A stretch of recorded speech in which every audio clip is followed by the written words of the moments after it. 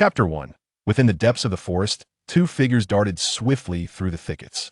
Behind them, a beast resembling a tiger bared its bloodied maw, its tongue lolling wildly as it pursued a diminutive figure, quite unabashedly bare. "Friend, you smell utterly divine. I beseech you, do not flee. Allow me but a single bite, it will be over swiftly," the tiger demon implored. Upon hearing this, the figure ahead erupted in a torrent of invective.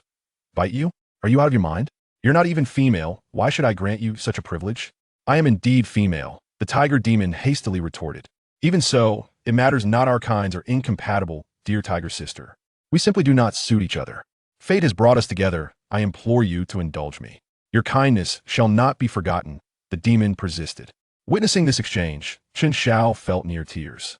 In his previous life, he was merely a cog in the corporate machine, who, in a moment of heroism, saved a little girl from an oncoming vehicle, only to meet his own demise. Such is fate. While not claiming boundless merit, one might at least hope for a fortunate rebirth. Yet upon awakening, he found himself ensconced in a forest, bereft of family or attire. But what truly bewildered him was the sight of a tiger, speaking with human tongue, intent on devouring him.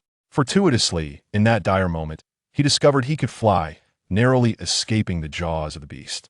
However, the demon tiger was relentless, vowing not to relent until it had consumed him. "Why pursue me so? I'm not a source of syrup. You're no leopard. Where's the system? Where's the old man? Where's my golden finger? Come forth, I implore you." As the tiger's maw drew ever closer, Chen Xiao found himself weeping, hastily accelerating his flight. All signs indicated he had indeed traversed into a realm of cultivation. Yet where were the promised benefits for a transmigrator? Aside from the ability to fly, he possessed nothing. Was he destined to be the fastest transmigrator to meet his end? Is there no justice in the heavens? What sins have I committed? As he soared, Chen Xiao vented his frustrations at the sky, his voice echoing throughout the forest. In the palace of the purple clouds, the three pure ones had just concluded the second sermon by Hongjun Daozu and were preparing to retreat to Kunlun Mountain for seclusion. At that moment, Tong Tian felt a stirring in his heart, glancing towards the horizon, while Laozi also noticed and inquired, "Third brother, what troubles you?" With narrowed eyes, Tong Tian replied, "Elder brother, I sense a profound essence of swordsmanship ahead I wish to investigate." Laozi nodded in agreement. "Then go forth and explore. This may be your opportunity, your second brother, and I shall return to Kunlun Mountain." Yuan Shi also concurred. "Indeed, third brother, should this be your chance, seize it, but exercise caution." At this juncture, the three pure ones had yet to part ways, and there were no significant rifts between Yuan Shi and Tong Tian. Laozi's teachings were not yet profoundly esoteric, allowing for a bond of brotherly concern. Moreover, it was widely known in the primordial realm that Tong Tian was a master of swordsmanship and formations. Thus, neither of the others harbored any desire to contest with him. It was far more prudent to return to Kunlun and cultivate, striving for the exalted realm of the sages. "Elder brother, second brother, fear not, I am the genuine descendant of Pangu. Few in the entirety of the primordial realm pose a threat to me," Tong Tian declared confidently. His brothers did not dispute him. The three pure ones were born of Pangus' primordial spirit, and their roots in the primordial realm were unparalleled. In terms of equal standing, they were essentially invincible. The second sermon from Hongjun opened the path to Kwasa's sainthood, and given the three pure ones' foundations, they could ascend at any moment. Only a handful in the primordial realm could challenge them. After bidding farewell to his brothers, Tong Tian flew swiftly towards the source of the swordsmanship essence. After a month of searching, he arrived in a forest, beginning his inquiry. My senses have not betrayed me, yet I cannot locate the source of this essence. Could it possibly have taken flight?" Just as Tong Tian pondered this, a youthful voice pierced the air. "Help! Is there anyone who can save me?" Drawn by the voice, Tong Tian turned to find its origin aligned with the earlier sensed essence, and he hastened towards it. Upon arrival, he beheld a tiger demon pursuing a small figure, for which the essence of swordsmanship emanated. Without hesitation, Tong Tian unsheathed the chinkping sword and struck downwards at the demon. At that moment, Chen Xiao had exhausted his magical energy and plummeted to the ground. As the tiger demon loomed closer, Chen Xiao resigned himself to his fate. This creature had pursued him relentlessly for over a month. He could no longer muster the strength to flee and opted instead to lie down comfortably and await his demise. Closing his eyes, he braced for death. The tiger demon's eyes gleamed with anticipation, thinking it would finally feast. From the very first glance, It believed that consuming Chen Xiao would greatly enhance its own power. Thereafter, it envisioned itself ascending to the ranks of the Quasi Saints. Just as the tiger demon prepared to swallow Chen Xiao whole, it abruptly sensed an overwhelming threat, its fur standing on end. As it turned to escape, a radiant sword light descended upon it, shattering it into fragments. Blood sprayed everywhere, drenching the already prostrate Chen Xiao. Ugh! When the world, covered in blood, Chen Xiao rose with disgust, only to burst into laughter at the sight of the demon being reduced to pieces. Huh! Serves you right for wanting to eat me. Tonight, I shall roast you. With that, he began collecting the scattered flesh, eager to prepare a feast. At that moment, a blue figure descended from the sky, observing the scene before him with a hint of astonishment. How peculiar! I cannot discern this child's origins. Judging by its age, it has barely been born for over a month, yet possesses the cultivation of a golden immortal. Upon closer inspection, Tongshan's astonishment deepened. A natural embodiment of the Tao, coupled with profound fortune and the essence of swordsmanship emanating from its very bones, this was truly a tailor-made disciple for him. Reining in his excitement, Tong Tian coughed lightly, intending to capture Chen Xiao's attention. However, to his surprise, Chen Xiao not only failed to turn around but swiftly discarded the flesh and took off, disappearing in an instant. Tongshan's mouth twitched. He had merely made a sound, yet the child fled with such speed. Am I truly so terrifying? Unbeknownst to Tong Tian, Chen Xiao had been pursued for an entire month and had become a frightened bird. The slightest noise could send him into a panic, especially since he sensed no presence behind him. There were only two possibilities. The newcomer was either an ordinary beast with no cultivation or someone whose power exceeded his own. Given his recent experiences, he was certain it was the latter, prompting his hasty retreat. Just as Chen Xiao believed he had escaped, a beam of golden light surged towards him, striking his body. Instantly, he felt as though he had been sealed, plummeting from the sky. It is over. My life has come to an end. I am Chen Xiao, a youth of the 21st century, who once yearned for a life of simplicity. Yet, in an unexpected twist, I found myself thrust into this world, relentlessly pursued by a tiger demon for over a month. Now, confronted by an unknown master and stripped of my ability to flee, I find myself in dire need of an escape. I await a solution urgently. Chen Xiao lay motionless on the ground, contemplating whether he could feign death to evade his pursuer, for fleeing was no longer an option. He could only hope that his adversary was foolish and had a penchant for fresh meat, grasping at a thread of hope for survival. Tong Tian, unhurried, stepped through the void to stand before Chen Xiao. Observing the trembling figure feigning death, he could not help but chuckle. Enough of this charade. I just saved you, yet you choose to flee. At these words, Chen Xiao slowly raised his head, relieved to find the speaker clad in a blue robe, exuding youthful vigor. At least he was not some grotesque beast. With a sheepish grin, Chen Xiao replied, "My apologies, brother. After being pursued for a month, I was filled with fear. Your kindness shall not go unacknowledged. I will repay you when the opportunity arises. But until then, might I trouble you for a piece of clothing? Being bare is rather embarrassing." Tong Tian smiled and waved his hand that a stream of radiant light entwined around Chen Xiao, momentarily manifesting a fitted Taoist robe upon him, effortlessly cleansing away the bloodstains and lifting the seals that bound him. Curiously, Chen Xiao scrutinized his new attire and hastily clasped his fists in gratitude, delivering a rhythmic expression of thanks to Tong Tian. "Thank you, great brother. May you be blessed with loyalty and righteousness, unyielding in your heroic spirit, and may you achieve unparalleled feats without fear." Tong Tian was amused by Chen Xiao's performance. "You possess a rather intriguing way with words, young one. However, I find myself curious about your lineage, for I cannot discern your roots." "Lineage?" Chen Xiao tilted his head in confusion and replied, "I am of the human race, just like you, great brother."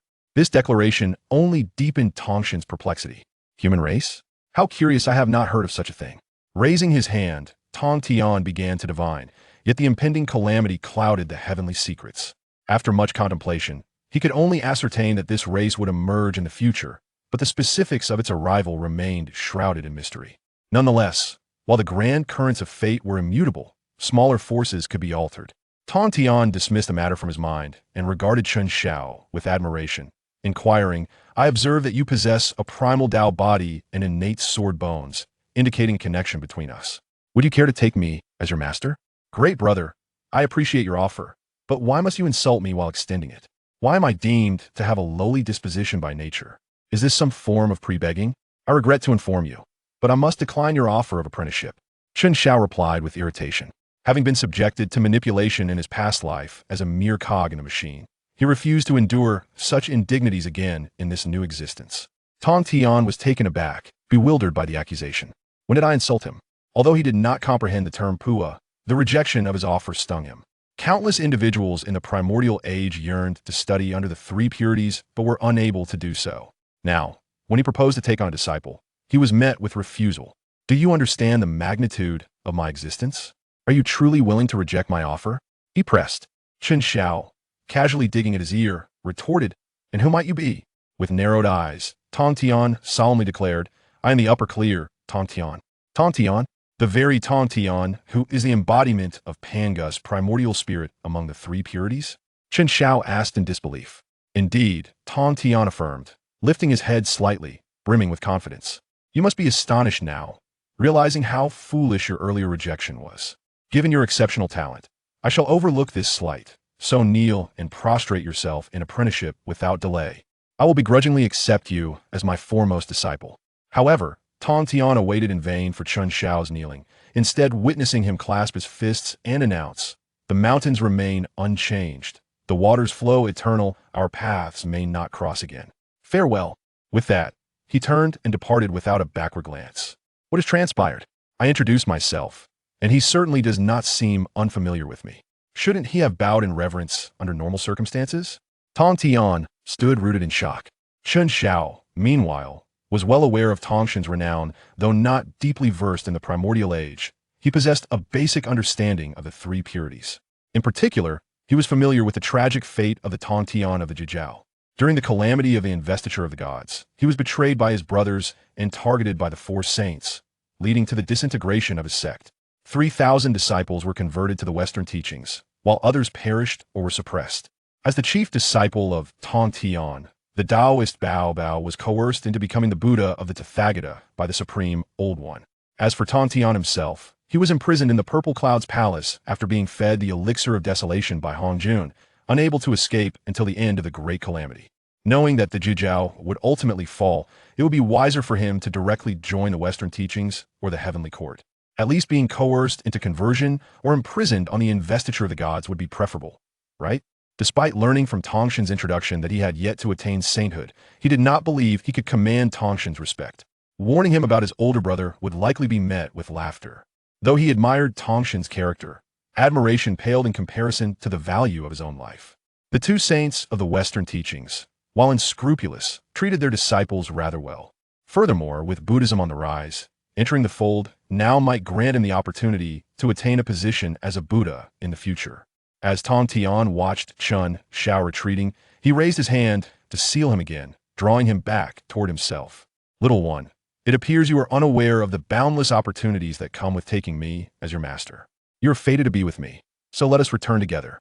With that, he lifted Chen Xiao and soared toward Kunlun Mountain. What nonsense is this? The illustrious Tong Tian, for the first time in history, faced rejection in his quest for a disciple. If word of this spread, how could he maintain his standing in the primordial realm? Most importantly, Chen Xiao was the perfect candidate to inherit his teachings. While recruiting disciples in the primordial age may be easy, finding a suitable heir is a far more challenging endeavor. Thus, for the sake of both pride and practicality, Tong Tian would not let Chen Xiao slip away. Meanwhile, Chen Xiao was dumbfounded by Tongshan's sudden display of forceful persuasion. Wait a moment, this is abduction. A forcibly twisted melon is never sweet. Ignoring Chen Xiao's struggles, Tong Tian smiled and said, Disciple, today I shall impart a lesson.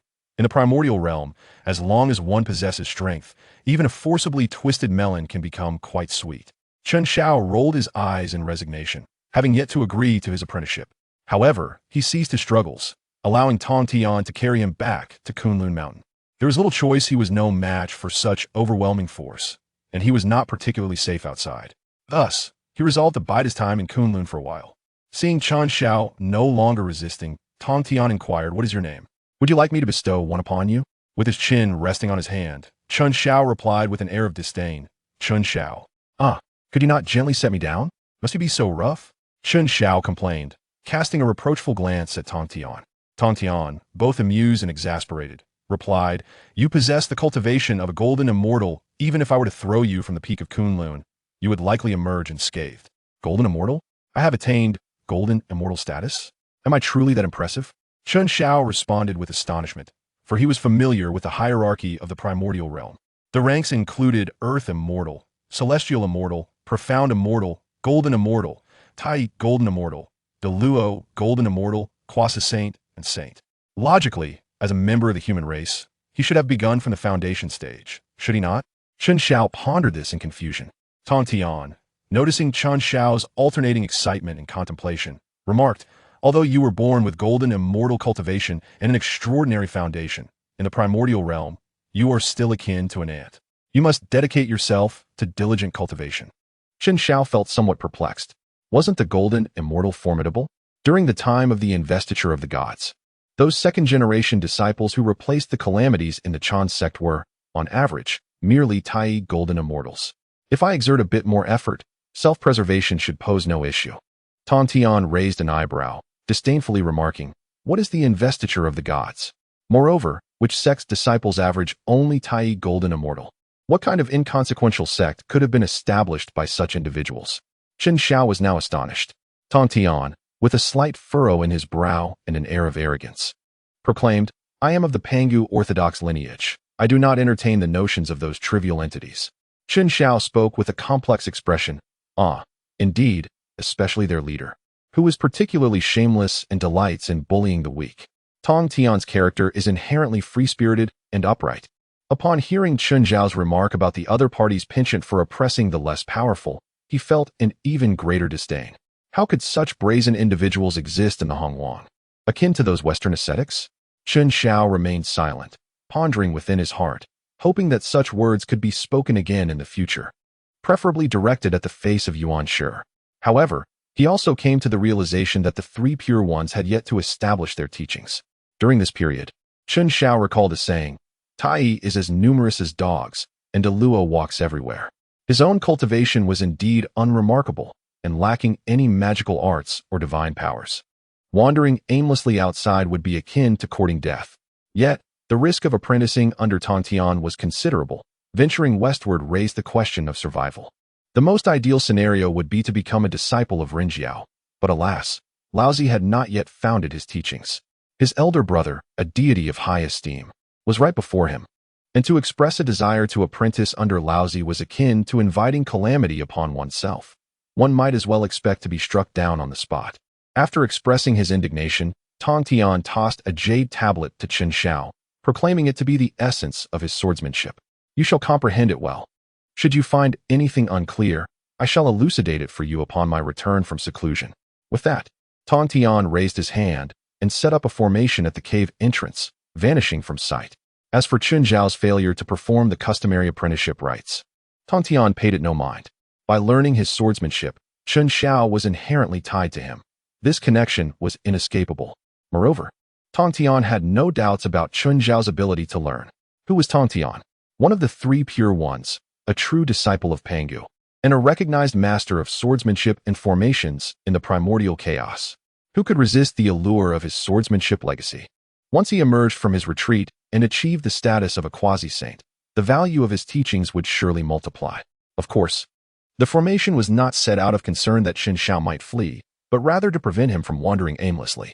With his current cultivation and the allure of his innate Tao body, he would undoubtedly attract various demonic beasts, turning himself into a target. After Tong Tian's departure, Chun Shao sat in place, gazing at the jade tablet before him, while his mind relentlessly recalled memories of the primordial chaos from his past life. Fortunately, as a golden immortal, he possessed an impeccable memory.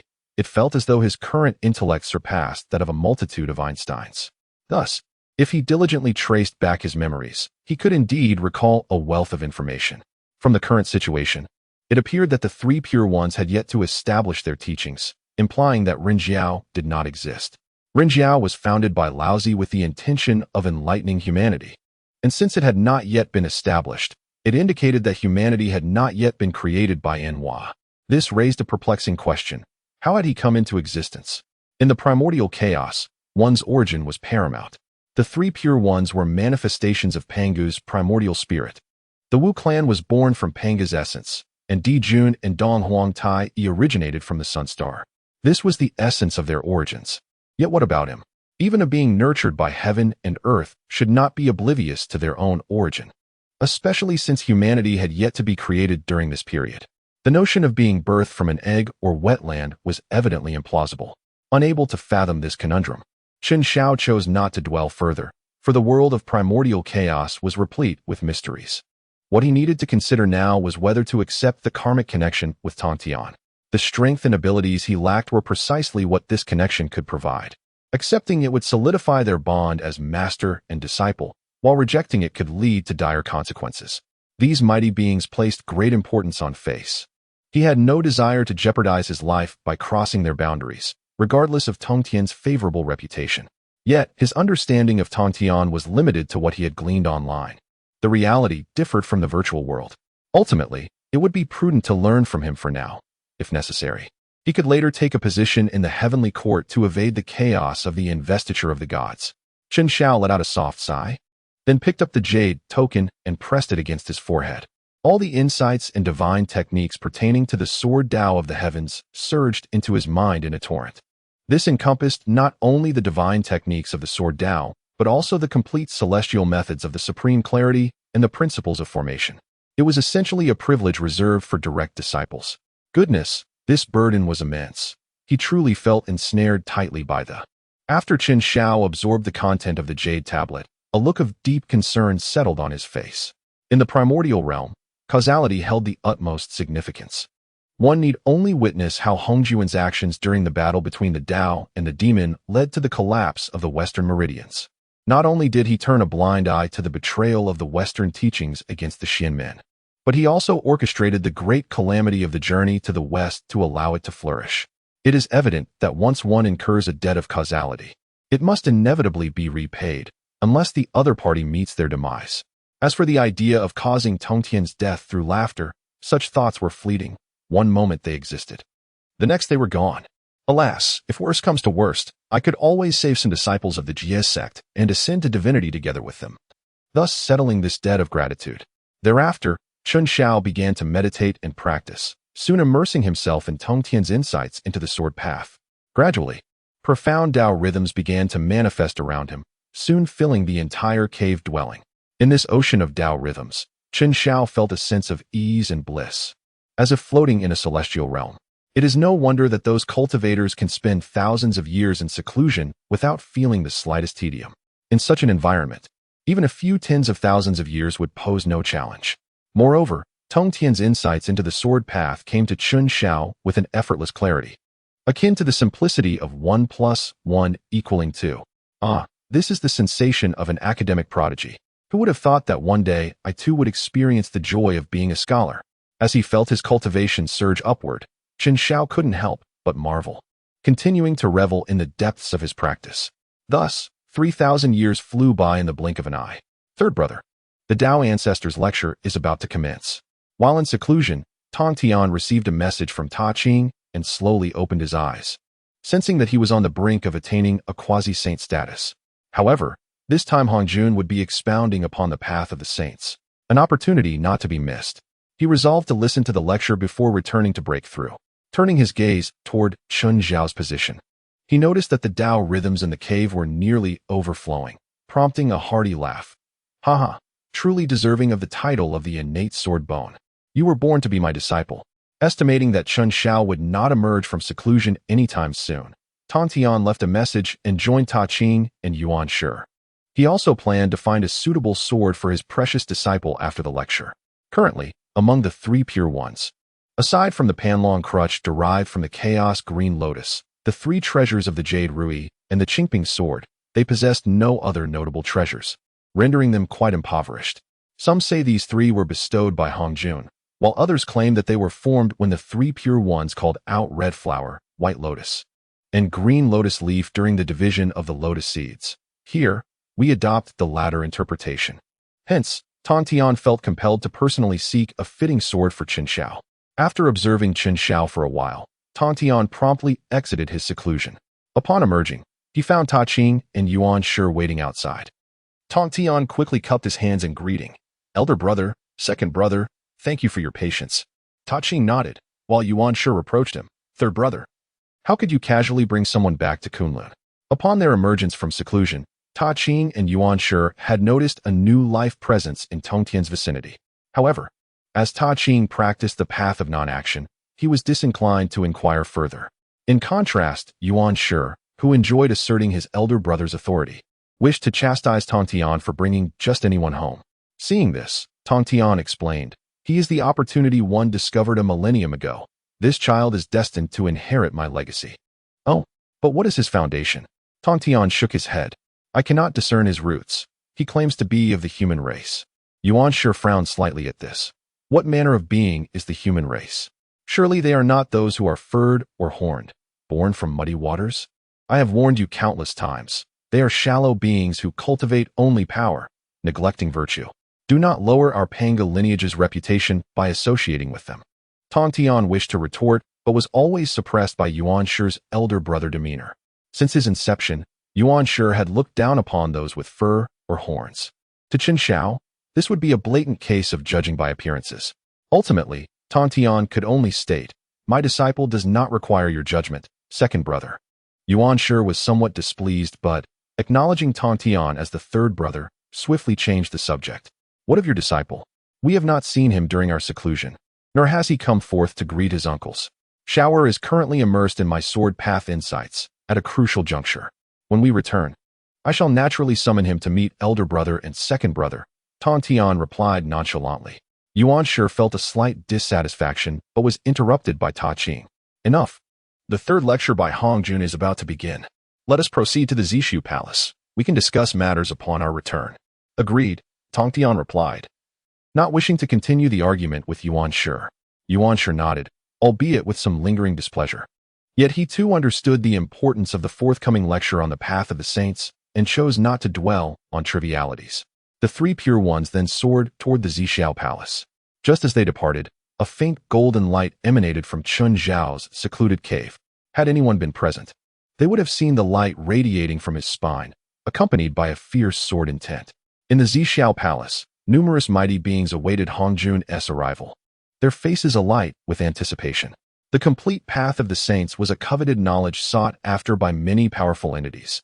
Even those with long-standing grievances momentarily set aside their conflicts during this gathering. As the crowd engaged in speculation, a figure appeared upon the highest lotus seat, accompanied by a terrifying pressure that swept through the hall. The assembled beings fell silent, both awed and enchanted by this formidable presence, each pondering when they too might wield such immense power. Salutations to Saint Hongjun. We humbly welcome you, Saint Hongjun. The assembly of mighty beings bowed deeply in reverence. Hongjun's gaze was indifferent as he surveyed the crowd. When his eyes passed over Tongtian, a flicker of intrigue crossed his countenance. What fortune has Tongtian acquired? His aura seemed significantly enhanced. Yet Hongjun did not dwell on it. The grand trend was irreversible, while minor fortunes could be altered. For him, the priority remained to complete the third lecture and align himself with the heavenly Tao. Retracting his gaze, Hongjun's voice resonated melodiously. This lecture on the path of the saints will span 3,000 years, and upon its conclusion, I will accept a few fated individuals as disciples. With these words, excitement rippled through the audience. To become a disciple of a saint not only conferred a distinct status, but also offered guidance from the saint, significantly enhancing the likelihood of attaining saintly status. However, the three pure ones were not as exhilarated as the rest.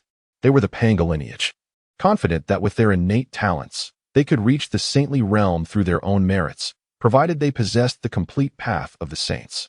Once the fervor subsided, Hongjun began his exposition on the path of the saints.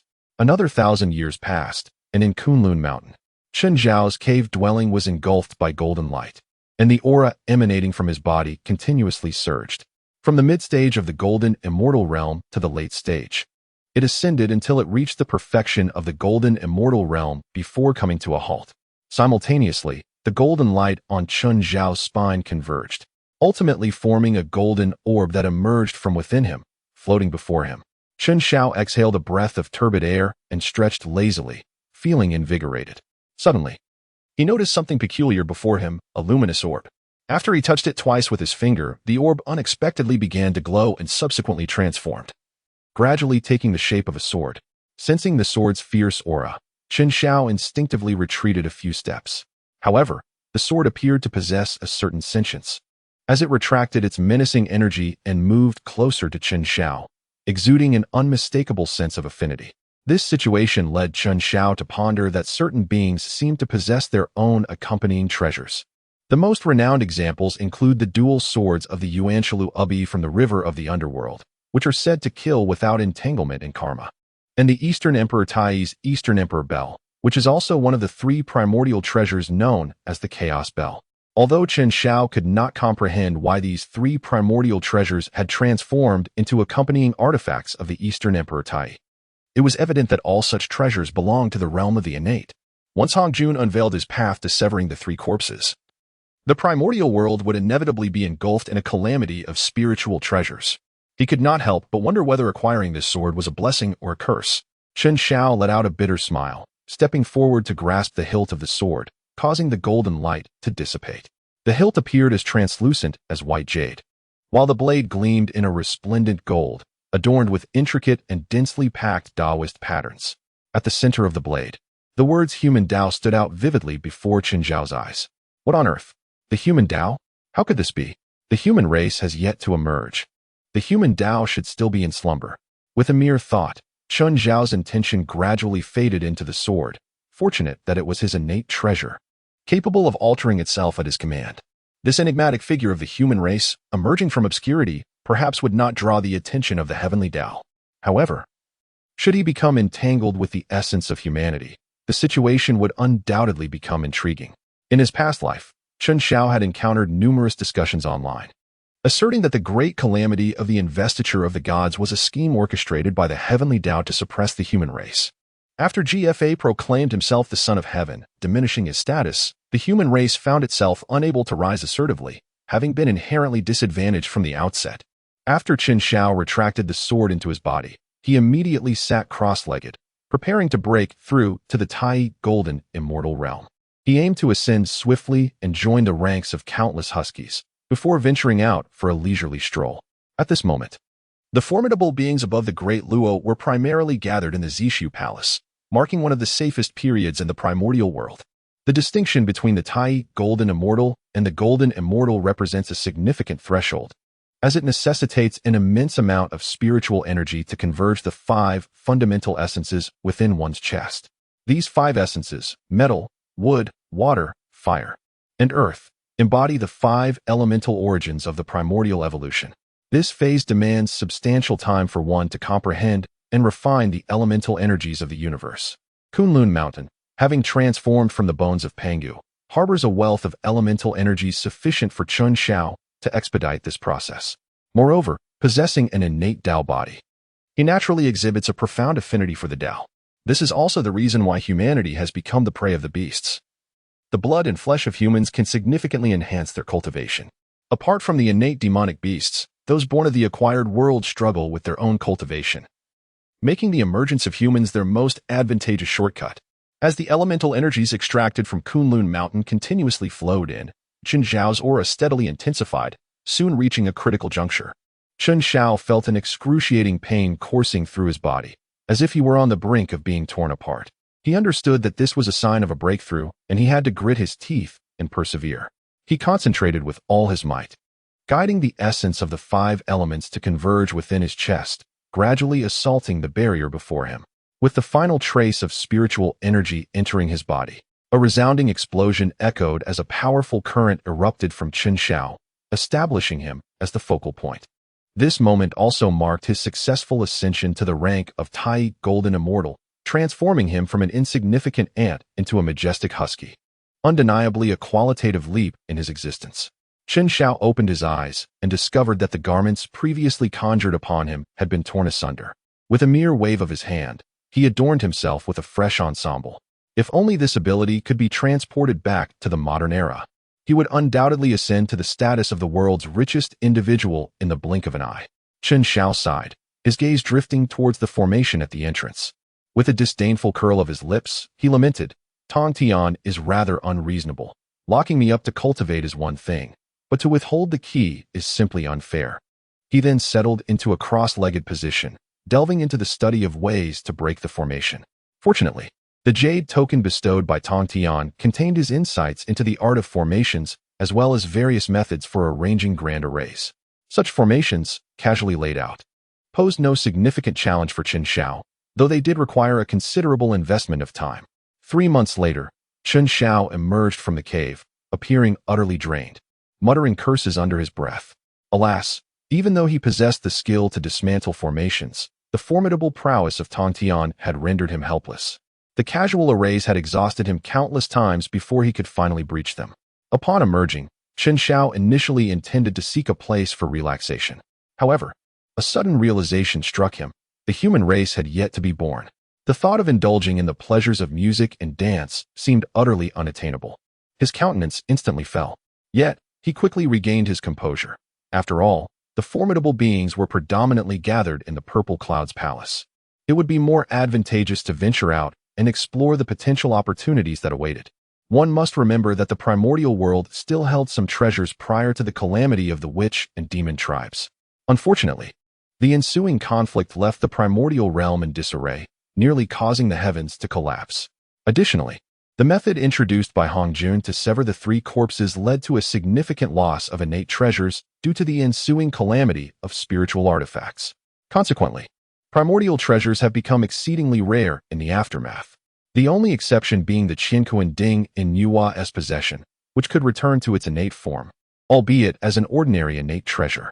Thus, innate treasures in the primordial realm were as scarce as the rarest of bears. Chen Zhao's initial destination was to return to the forest where he first emerged in search of treasures. After all, a place that nurtured his existence must be extraordinary. However, despite soaring through the skies for quite some time, it seemed he had yet to escape the confines of Kunlun Mountain, leaving him somewhat perplexed. It wasn't until he reached a certain mountain range that he noticed a white spot below and decided to descend for directions. Yet, upon approaching this white spot, Chen Xiao fell into contemplation. To his astonishment, it was a dog. Before him stood a slender, short-haired white dog, aptly referred to as a slim dog. The two locked eyes for a moment before Chen Xiao spoke up. "Hey, do you know how to leave Kunlun?" "Bark, bark, bark. Of course I do. By the way, what species is a dog?" The species was of little consequence. What truly mattered was whether the dog could guide him out. "Bark, bark, bark, bark. What isn't it for me?" Chen Xiao lifted his head slightly, exuding confidence as he declared, "Brother will take you out to enjoy delicious food and drink." "Woof, woof, woof, woof, woof. Really? Come with me." Chen Xiao gazed at the slender dog leading the way, feeling somewhat perplexed. Is it truly this easy to deceive? It seems that many beings from the primordial wilderness possess a certain innocence. However, why on earth can I comprehend its barks? Has the dog attained enlightenment? Or have I somehow intertwined with its essence? Wong, wong, wong, what are you dawdling for? Hurry up and follow. The dog's voice snapped Chen Xiao back to reality, prompting him to hastily keep pace with it. Along the journey, Chen Xiao was astonished to discover that this slender dog was, in fact, a Tai golden immortal. And a mid-stage one at that, surpassing him by a minor realm. Goodness, it appears that the notion of humans being inferior to dogs originated from him. He also learned that the dog possessed the ability of telepathy, allowing others to understand its thoughts. No wonder he could comprehend its speech despite the creature's lack of transformation. Fortunately, he reassured himself, he remained a pure human. Consequently, the duo successfully departed from Kunlun, making their way towards the forest where Chen Xiao had first emerged. After 2 months of travel, they finally arrived at the forest that Chen Xiao had both anticipated and longed for. There, they encountered the tiger demon, a fellow of his kind, who had relentlessly pursued him in the past. The man and dog concealed themselves, taking refuge behind the tiger demon. Chen Xiao gazed at the dazzling pair of large bells and, patting the head of the dog beside him, said, "Dog Egg, do you see those bells? Bite them." Dog Egg was the name Chen Xiao had bestowed upon his companion. During their journey, this slender dog had mentioned that it lacked a name, prompting Chen Xiao to assign one. As someone lacking in creativity when it came to naming, he could conjure no better title. Thus, he casually suggested, "How about Dog Egg?" A humble name is easy to care for. Although Dog Egg did not comprehend the meaning, he cheerfully accepted it. "Woof, woof, woof. Why should I bite that?" Chen Xiao said earnestly, "Firstly, that is the weakness of the demon beast. If you bite it, it will instantly lose its combat capability. Secondly, that thing is an immense tonic for you." "Woof, really?" Chen Xiao nodded, and without uttering a word, Go Dan charged forward. A roar, laced with agony and fury, echoed throughout the entire forest. At this moment, Chun Shao executed a series of hand gestures, invoking the upper clarity divine thunder. A bolt of azure lightning descended from the heavens, striking the tiger demon and swiftly alleviating its suffering. Woof woof, you did not deceive me. That thing I consumed has filled me with a warm sensation throughout my body. Indeed, it is remarkably nourishing. Dog-Egg called out to the preoccupied Chun Shao. Chun Shao remained unresponsive, which was entirely within his expectations. That item was originally intended for enhancing vitality, and considering it was derived from a demon beast, its effects would surpass even the might of a tiger from a past life. Adhering to his principle of waste not, want not, Chun Shao meticulously skinned the tiger demon, gathering all usable parts. The remaining flesh was roasted and consumed alongside his companion, Dog Dan. In the ensuing chaos of the world, the duo stirred a tempest of bloodshed. The surviving demon beasts faced the dire consequences of having lost their vitality. Unaware of Chun Shao and Dog Dan's origins, the demon beasts dubbed them the Eggbiter beasts and the castrating whips beasts, resulting in widespread panic among the male creatures of the wilderness. Ultimately, under the rallying call of survivors, they united to hunt down the duo. 2,000 years later, Hongjun concluded his teachings and established the Shinmen, accepting the three pure ones and Nuwa as disciples, while granting recognition to Zhuanti and Jiejing as nominal disciples, endowing them with strands of primordial purple gas. The remaining essence was bestowed upon Hongyun, claimed by those who were destined to possess it.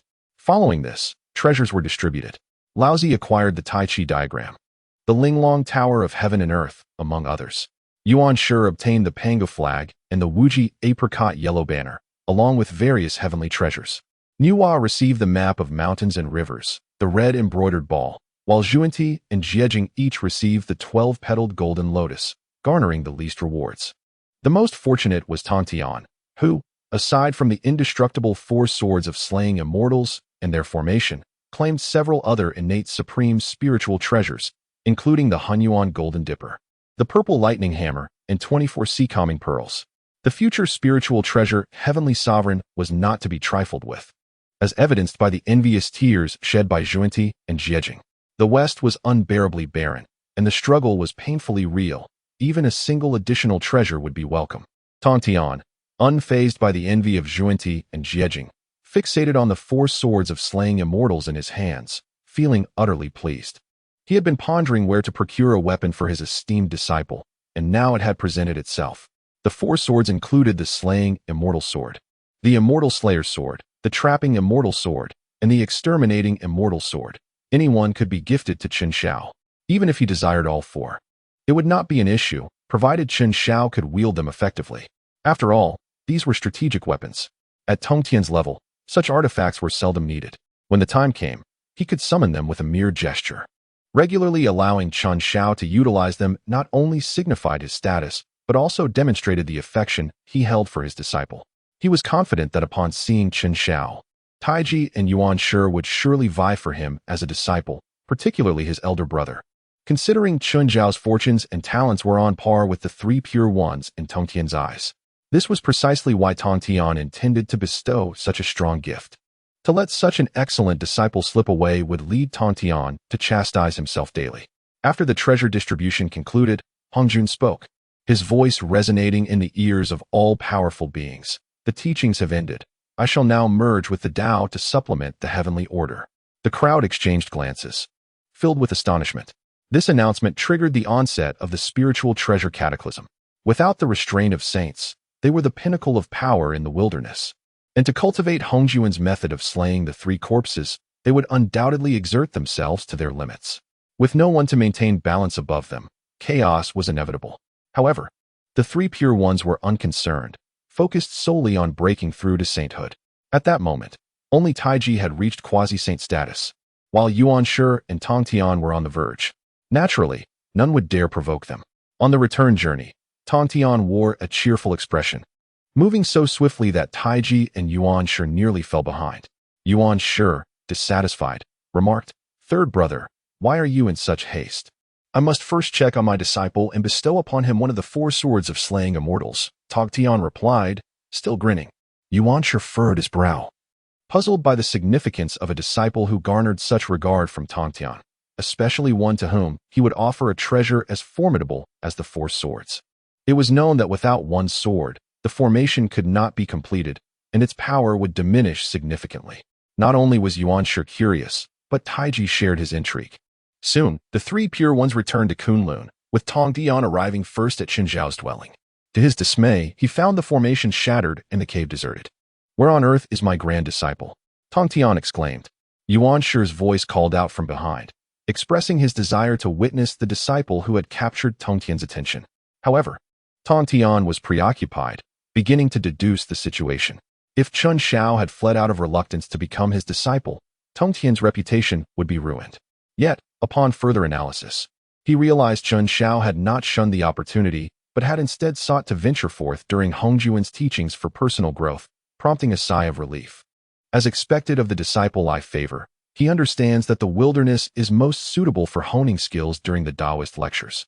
A look of satisfaction crossed Tongtian's face as he began to calculate Chun Zhao's whereabouts, only for his expression to change drastically.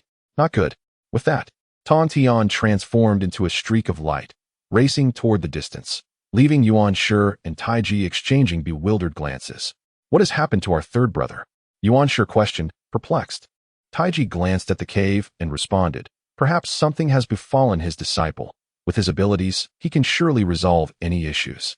Yuanshi nodded, preparing to return to his own dwelling for seclusion and breakthrough. Suddenly, from the position of Mount Buzhou, a radiant beam of 7 colors surged into the sky, illuminating the entire mountain and capturing the attention of all powerful beings in the wilderness. Taiji and Yuanshi sensed the moment, sharing a glance filled with delight. A rare treasure had descended, and from its aura, it appeared to be an innate spiritual treasure. Without hesitation, Yuanshi abandoned his plans for seclusion and, alongside Taiji, set off toward Mount Buzhou. Tongtian, too, felt the call and glanced toward the mountain. After a brief hesitation, he chose to continue flying toward Qinzhao's location, thinking to bring him along later. Meanwhile, Chen Xiao and Dog Dan were aimlessly fleeing, pursued by countless demon beasts, each possessing the average cultivation of Tai golden immortals. Their eyes filled with rage as they chased the duo. Chen Xiao cast a glance at the horde of beasts trailing behind him, unable to contain his exasperation as he exclaimed, "Damn it, you have pursued us for several centuries now. What is the point? It's not as though these things cannot be produced anew. After all, in this era of the primordial chaos, achieving the status of a golden immortal is commonplace, and the regeneration of lost limbs can be accomplished with mere expending of spiritual energy. Why this relentless pursuit? You have been chasing us for 700 or 800 years." Upon hearing Chen Zhao's words, the beasts behind him were incensed beyond measure. "It is not merely a matter of reproduction, it is a matter of masculine dignity." Chen Xiao, dignity? What is it worth compared to a few innate spiritual treasures? I do this for your own good, severing emotional ties and pursuing the grand Tao. In the future, I shall strike the Sun Emperor Dijun and kick the Beihai Yao Palace Kunping. Isn't that appealing? Dog egg, woof, woof, woof, my master speaks the truth. Be silent, you two beasts, do not let us catch you. If we do, you shall face dire consequences. Chen Xiao gazed upon the frenzied beast, gritting his teeth as he propelled himself forward.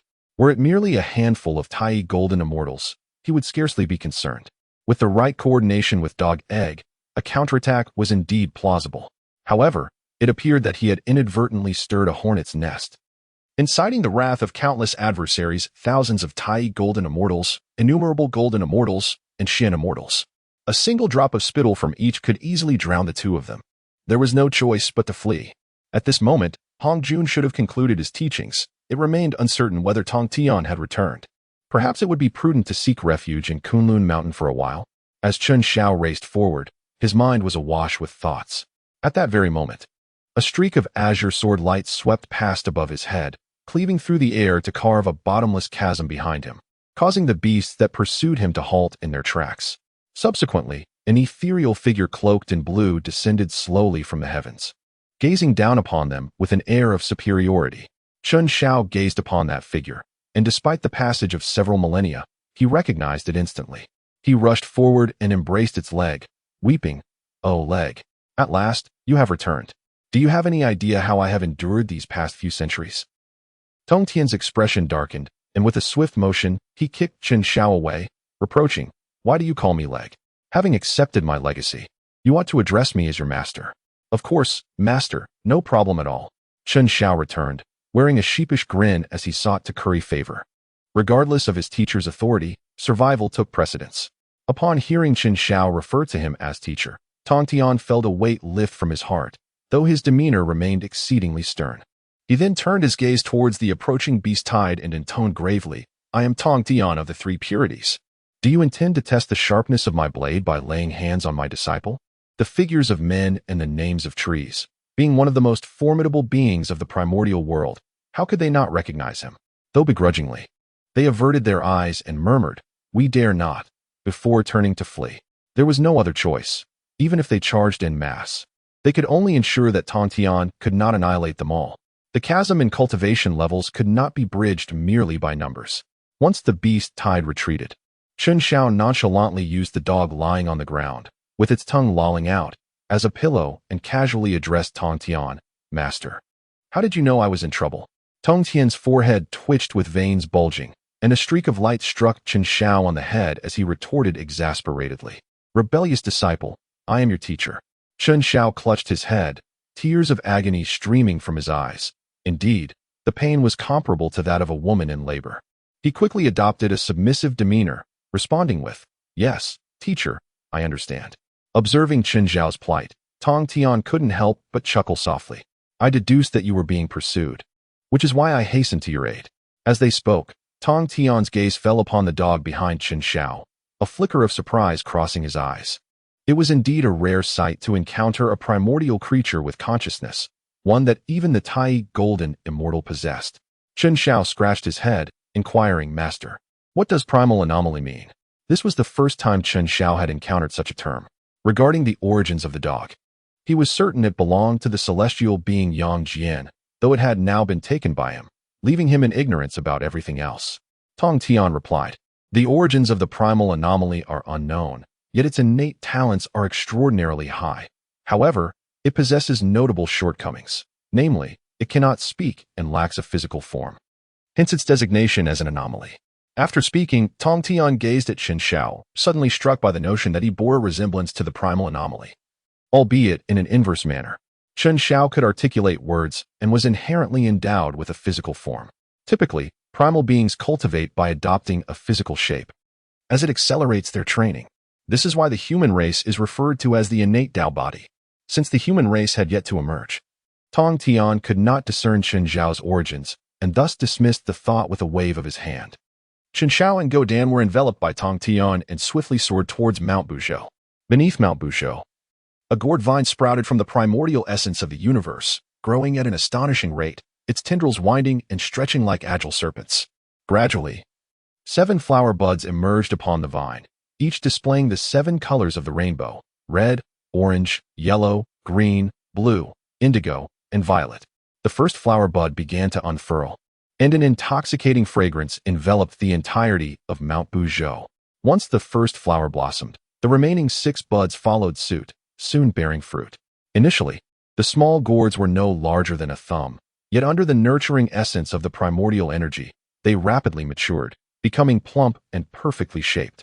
The surrounding immortals expressed joy at the sight of the ripened gourds, which had long captured the attention of many formidable beings in the primordial era. However, due to their immaturity, none had dared to harvest them. The innate spiritual roots required an abundance of spiritual energy to mature, and only a divine mountain like Mount Buzhou, formed from the spine of Pangu, could provide such sustenance. Thus, it was not merely a matter of desire to collect the innate spiritual roots. The ability to nurture them was the crux of the matter. Present at the scene were Taiqing, Yuanshi, Niuhua, and Fuxi, as well as Dijuan and Donghuang Tai, along with Xinyuanzi, who had accompanied Han Yun. The rest of the powerful beings had been forcefully driven away. There was no remedy, for Taiqing, Yuanshi, and Niuhua were disciples of the saints, wielding formidable power in the primordial realm. Dijuan and Donghuang Tai possessed the innate treasure, the Chaos Bell, which combined offense and defense, granting them the capability to contend for the gourds. Han Yun, tied to Xinyuanzi as a sworn brother, was fortunate to partake in the contest. For the Earth Book in Xinyuanzi's possession was something even the saints would regard with caution. The moral binding formation was not a trivial matter. As for Juanti and Jane, their shameless actions had long been scorned, and they had initially been driven away by a concentrated assault. In their own words, what relation did the treasures of the East have with the West? Ultimately, the two could only leave Mount Buzhou in a huff, returning to the West. Seeing that the crowd had thinned sufficiently, Taiching spoke, "Esteemed guests, how shall we distribute the gourds above?" Nuo pondered, aware that each of the three pure ones possessed innate treasures. Although only two had arrived, three were undoubtedly already reserved. At this moment, Dijuan and Dongwang Tai had yet to establish the monster court and invite Nuo and Fushi, thus they could not be counted as allies. Nuo took the lead in saying, "Senior brother, we shall only take the green gourd above." Hangyun quickly added, "I only desire the red gourd. It holds a special affinity for me." Taiching and Yuanshi were quite pleased with their requests, but at that moment, Dijuan stepped forward, stating, "Since both Taoist friends Nuo and Hangyun only wish for one, it would be reasonable for us brothers to take two, would it not?" Upon hearing this, Yuanshi frowned, expressing his displeasure. How dare such a mere creature, adorned with fur and horns, display such greed? Do you intend for the three pure ones to claim for? Dijuan remained silent, but Dongwang Tai, unable to tolerate Yuanshi's arrogance, stepped forward to retort. Yet, Yuanshi merely scoffed, "And what of it? Do you wish to spar with us?" "You." Dongwang Tai was about to express his anger when he was halted by Dijuan. At that moment, Tong Tian arrived with Chen Xiao, positioning himself behind Taiching and Yuanshi. He casually tossed Chen Xiao aside and greeted Taiching and Yuanshi with cupped hands. "Elder brother, second brother." Taiching nodded in acknowledgement. While Yuanshi's curiosity was piqued as he glanced at Tong Tian's back, a flicker of surprise crossing his eyes as he thought, "I cannot discern this child's origins, and yet his fortune is not inferior to ours. Such a foundation should rightfully belong to me." Meanwhile, Nuo was also drawn to Chen Xiao's presence, feeling an inexplicable connection that seemed to pertain to her own path to sanctification. However, considering that he was brought by Tong Tian, she refrained from probing further and instead inquired, "Brother Tong Tian, who is this individual you have brought?" Tong Tian, brimming with pride, replied, "This is my disciple, named Chen Xiao." He then turned to Chen Xiao and urged, "Shower, do not forget to pay your respects to your uncles and senior uncles." Chen Xiao cast a resentful glance at Tong Tian, dusted off his clothes, and then with a face full of ingratiation, he said, "Master uncle, second master uncle, greetings. It is a pleasure to make your acquaintance. I am rather straightforward by nature. Any token of meeting from you, master uncle and master uncles, would be most welcome. A few innate spiritual treasures would not be too shameful, and possessing 100 or so acquired treasures would certainly not be considered excessive." Taiching, Yuanshi, Nuo, Tong Tian, rebellious disciple, how dare you? With a darkened expression, Tong Tian struck Chen Xiao's forehead with a beam of light, feeling that his dignity had been utterly tarnished and angrily rebuked. "Rebellious disciple, how can you so brazenly demand a gift?" Chen Xiao crouched down, cradling his head, murmuring, I understand. It's sufficient to keep it private, isn't it?" Tong Tian remained silent. All present were formidable beings from the primordial era, capable of discerning even the faintest whisper of a mosquito. Chen Xiao's murmurs were distinctly heard by them. Nuo couldn't help but chuckle at Chen Xiao's candidness. "You are quite amusing, my dear. Since you have expressed yourself so openly, I cannot refrain from offering something in return. While I do not possess 100 or 80 treasures of the postnatal realm, I can indeed bestow upon you a piece of innate spiritual treasure." With a graceful wave of her hand, a stream of light materialized before her. It was the jade fire pliers, classified as a mid-grade innate spiritual treasure. Despite its average offensive and defensive capabilities, it was impervious to flames and capable of absorbing fire. Seeing Nuo extend her hand, how could Ta Qing and Yuanshi, as brothers of Tong Tian, remain inactive? Ta Qing also waved his hand, releasing another stream of light, stating, "This is the banana leaf fan, a mid-grade innate spiritual treasure, capable of extinguishing all fires in the world." The banana leaf fan possessed two forms. One, gifted by Ta Qing, was the very fan wielded by the Iron Fan Princess in Journey to the West, which could douse flames. The other, the fire banana fan, was used by Ta Qing to intensify flames for alchemical purposes. Yuanshi, observing that both had made their offerings, felt a twinge of displeasure, yet recognizing their familial bond, and noting the absence of doctrinal disputes among the three pure ones, he generously tossed forth the treasure as well. With a hint of impatience, he declared, "This is the Jade Void Luminous Lamp, a mid-grade innate spiritual treasure. The golden flame within is known as the ancient flame of all spirits, possessing the ability to probe the essence of all beings. Today, I shall present it to you." Chen Xiao gazed with gleaming eyes at the three innate spiritual treasures. Although they were all of medium grade, they were nonetheless innate in nature. As for the mention of 100 or 80 acquired treasures, it was merely a casual remark. Such a quantity could likely only be produced by the renowned Taoist of treasures from the later.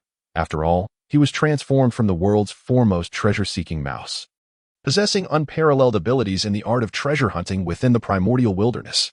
Chen Xiao cheerfully accepted the treasure, a hint of tea fragrance wafting through the air as he remarked, "Oh, I was merely jesting. Why take it so seriously, my esteemed masters?" However, as the elder had bestowed it upon him, he reluctantly accepted it. Tai Ching remained silent, while Yuanshi suddenly felt that not confiscating this young man was not a loss after all. Nuo pondered, could this fellow be the incarnation of Xuanti and Jane? Tongtian, on the other hand, contemplated whether it was too late to expel this rebellious disciple. At that moment, Emperor Jun expressed his disinterest in witnessing the scene of the Xuanman's master-disciple affection any longer and interjected, "Ladies and gentlemen, shouldn't we first determine the ownership of the gourd?" Yuanshi cast a disdainful glance at Emperor Jun and sneered, "Very well, you may take but one. Should you disagree, feel free to challenge me." Emperor Jun's expression darkened, yet he acquiesced, recognizing that with the three pure ones present, particularly Tai Ching as the only quasi-sane among them, and Tongtian's Zhuzhen four swords, they were not a match for his brothers. Subsequently, Emperor Jun chose the white gourd, intending to refine it into a flying knife for slaying immortals. The three pure ones and Nuo each selected gourds that suited them. After 6 out of the 7 gourds had been claimed, the remaining one left the three pure ones at a loss for how to divide it. Tai Ching spoke first. "I require only this purple gold gourd for holding pills. The remaining one can be allocated by my second and third brothers." Tongtian, feeling somewhat embarrassed after Chen Xiao had just accepted treasures from Tai Ching and Yuanshi, remarked, "Let the second brother take this gourd. I have no need for it." Yuanshi's demeanor remained calm, yet his heart brimmed with joy.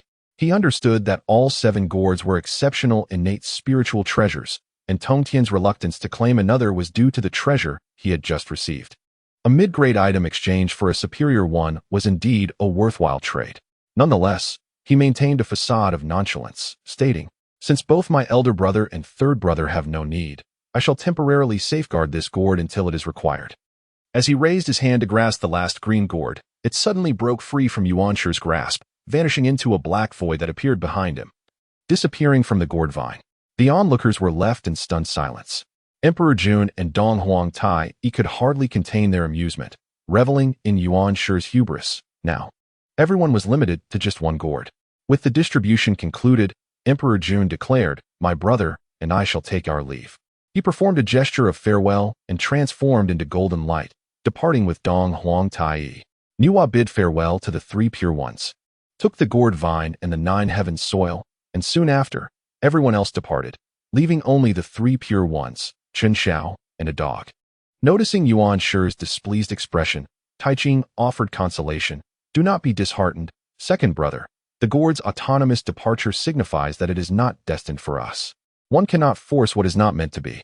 "Indeed, elder brother," Yuanshi replied, feeling a sense of reluctance, but ultimately powerless to change the situation.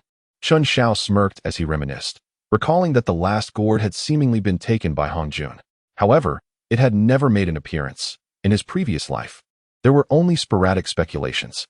It was said that this gourd was the most formidable among the 7, and Hong Jun, reluctant to disrupt the balance of the primordial chaos, had opted to reclaim it. Ultimately, the 3 pure ones had no choice but to retreat. Within the Zixiao Palace, Hong Jun gazed at the green gourd in his hand and stated coldly, "You are incongruous with the rules of this realm, so it is best to remain in slumber." With that, he intended to seal it within the treasure-separating cliff, which itself was a supreme innate spiritual treasure, merely utilized by Hong Jun for the safekeeping of artifacts. Yet, just as he was about to act, the green gourd began to struggle in his grasp. A flicker of disdain crossed Hong Jun's indifferent gaze as he prepared to suppress it. A barely perceptible golden light infiltrated the gourd. Astonishingly, the gourd broke free from Hongjuan's restraint and vanished into the void. Hongjun stared at his empty hand, momentarily taken aback, but quickly regained his composed demeanor. It is but a fleeting matter. The tide of fate cannot be altered. Let it be. In Kunlun Mountain, Tong Tian exercised the authority of his master for the first time, delivering a scathing reprimand to Chen Xiao. Unfazed, Chen Xiao reclined on the ground like a lord, letting the words wash over him. His skin was worth several innate spiritual treasures, and he would gladly offer it if he could exchange it. Chen Xiao held a certain admiration for the shameless behavior of Zhuanti and Jiejing, provided it did not infringe upon him. Rebellious disciple, do you hear what I am saying? Tong Tian demanded. Ah, yes, master, you are absolutely correct, Chen Xiao replied nonchalantly, scratching his ear. After all, the ship of the had already set sail. And given Tong Tian's temperament, as long as he did not betray the sect, he would only be scolded a few times. This was the assurance that emboldened Chen Xiao. Moreover, in his previous life, he had often endured scathing rebukes from superiors. Tong Tian's abilities were hardly sufficient to faze him. Seeing Chen Xiao's nonchalant demeanor, Tong Tian was infuriated, contemplating giving him a good thrashing. Suddenly, a black hole appeared behind him, and a green light shot forth, striking Chen Xiao squarely in the face. Tong Tian stared in disbelief at the prostrate Chen Xiao and the gourd beside him. The events had unfolded so swiftly that he had not registered them. Upon noticing the green gourd next to Chen Xiao, he was astonished. Isn't this the gourd that went missing? How did it end up here? As Tong Tian pondered, the dog approached Chen Xiao, sniffing him before raising its paw, ready to rouse him. Startled awake in time, Chen Xiao, with a look of terror, lunged forward to grab the dog's paw. Ow, ow, ow. Woof, woof, woof. Let go quickly, or it will break. Chen Xiao wiped the blood from his nose, his expression one of fierce indignation. What were you just trying to do? Wang replied. Weren't you unconscious? I was merely trying to wake you up. Is it your place to call out to anyone? Chen Xiao retorted. Just lie there. With that, he twisted with force, and a sharp crack echoed as Dog Dan rolled his eyes back, fainting, his tongue lolling and frothing, resembling a toy that had been broken. Tong Tian observed the peculiar interaction between the man and the dog, finding it difficult to articulate his thoughts.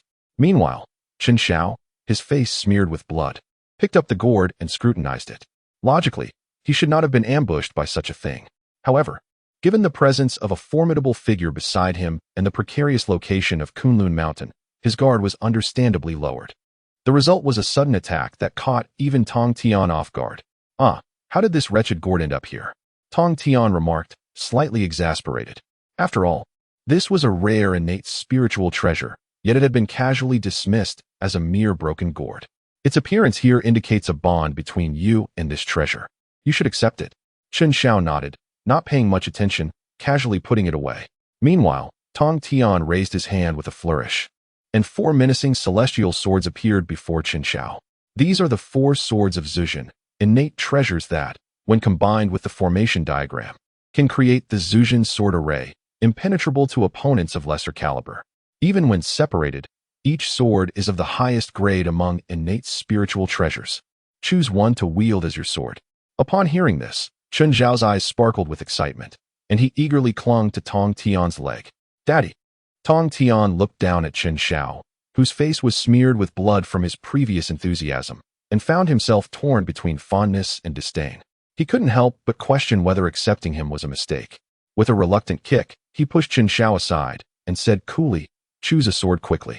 Once your cultivation improves and you can master it fully, it wouldn't be out of the question to grant you all 4 swords. Really? Naturally. After all, when the 4 swords of Zhujian were presented, they radiated a friendly aura towards Chen Xiao, as if beckoning him to play. Had he not already marked them, they would have undoubtedly attached themselves to him by now. This pleased Tong Tian immensely. If he had to mix a bit, so be it. For Chen Xiao's talents were undeniably to his liking. Chen Xiao ceased his playful antics and hastily approached the 4 swords to begin his selection. Each one was an exquisite innate spiritual treasure, and without exception, they all resonated with him in a profound manner, leaving him in a state of perplexity akin to an emperor uncertain of which consort's favor to seek at night. Ultimately, Chen Xiao randomly selected a sword as dark as ink. Through Tong Tian's explanation, he learned that this celestial sword was named the Killing Immortal Sword, renowned for its overwhelming aura of slaughter among the 4 celestial swords. Furthermore, its bloodthirst would intensify with each drop of blood it consumed, which Chen Xiao found quite satisfactory. Its only drawback was that the sword belonged to Tong Tian. Thus, Chen Xiao could only harness a maximum of 70% of its power, and given his current cultivation level, he could at most wield 40% of its might. Nevertheless, it was preferable to having no weapon at all, as he was reluctant to risk using the human Dao sword contained within the sword bone. Should it attract the attention of the heavenly Dao, it could spell his demise. After selecting the celestial sword, Tong Tian reabsorbed the remaining 3 swords and began imparting teachings to Chen Xiao, emphasizing that there was no rush to break through to the quasi-saint level. A millennium later, upon concluding his discourse, Tong Tian entered seclusion to pursue his own breakthrough.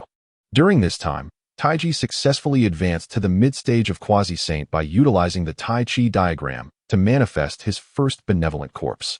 Yuan Shi also ascended to the quasi-saint realm and was endeavoring to sever corpses. Concurrently, a fierce contest for the innate spiritual treasures erupted in the outside world, resulting in the fall of countless powerful beings and the destruction of numerous artifacts.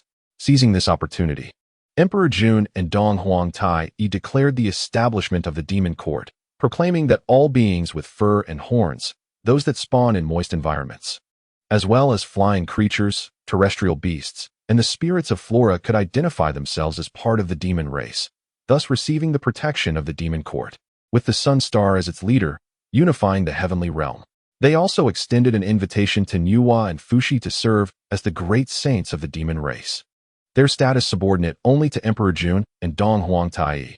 Nuwa acted as a matchmaker for Emperor Jun and Dong Huangtai, facilitating the marriage to Shi He and Chang, Shi of the Moon Star.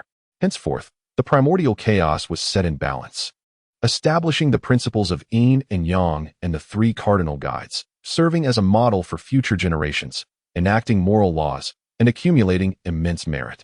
Nuwa thus ascended to the quasi-saint level, and through the red embroidered ball, she manifested a benevolent corpse, becoming the second powerful being at the mid-stage of quasi-saint. Both Emperor Jun and Dong Huangtai also benefited from this surge of merit, advancing to the quasi-saint level, albeit still trailing Nuwa, failing to reach the mid-stage. Simultaneously, the witch clan began to rise in power, spearheaded by the 12 ancestor witches, embarking on a campaign of conquest across the land, leaving a trail of bloodshed in their wake.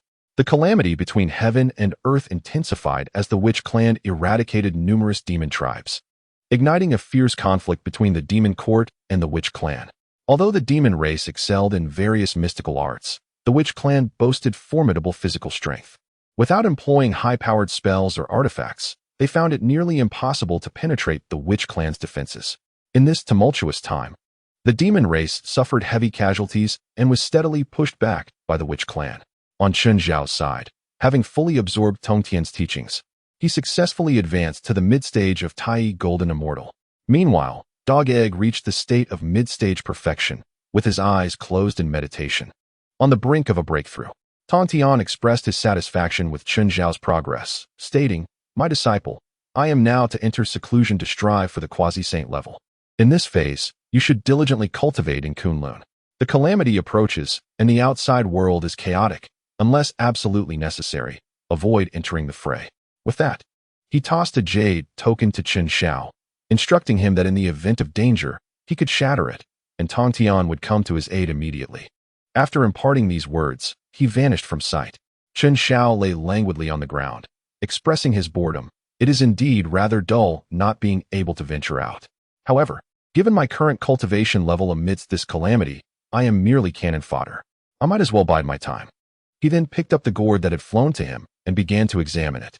There were countless theories surrounding the 7th gourd, yet none provided any concrete information.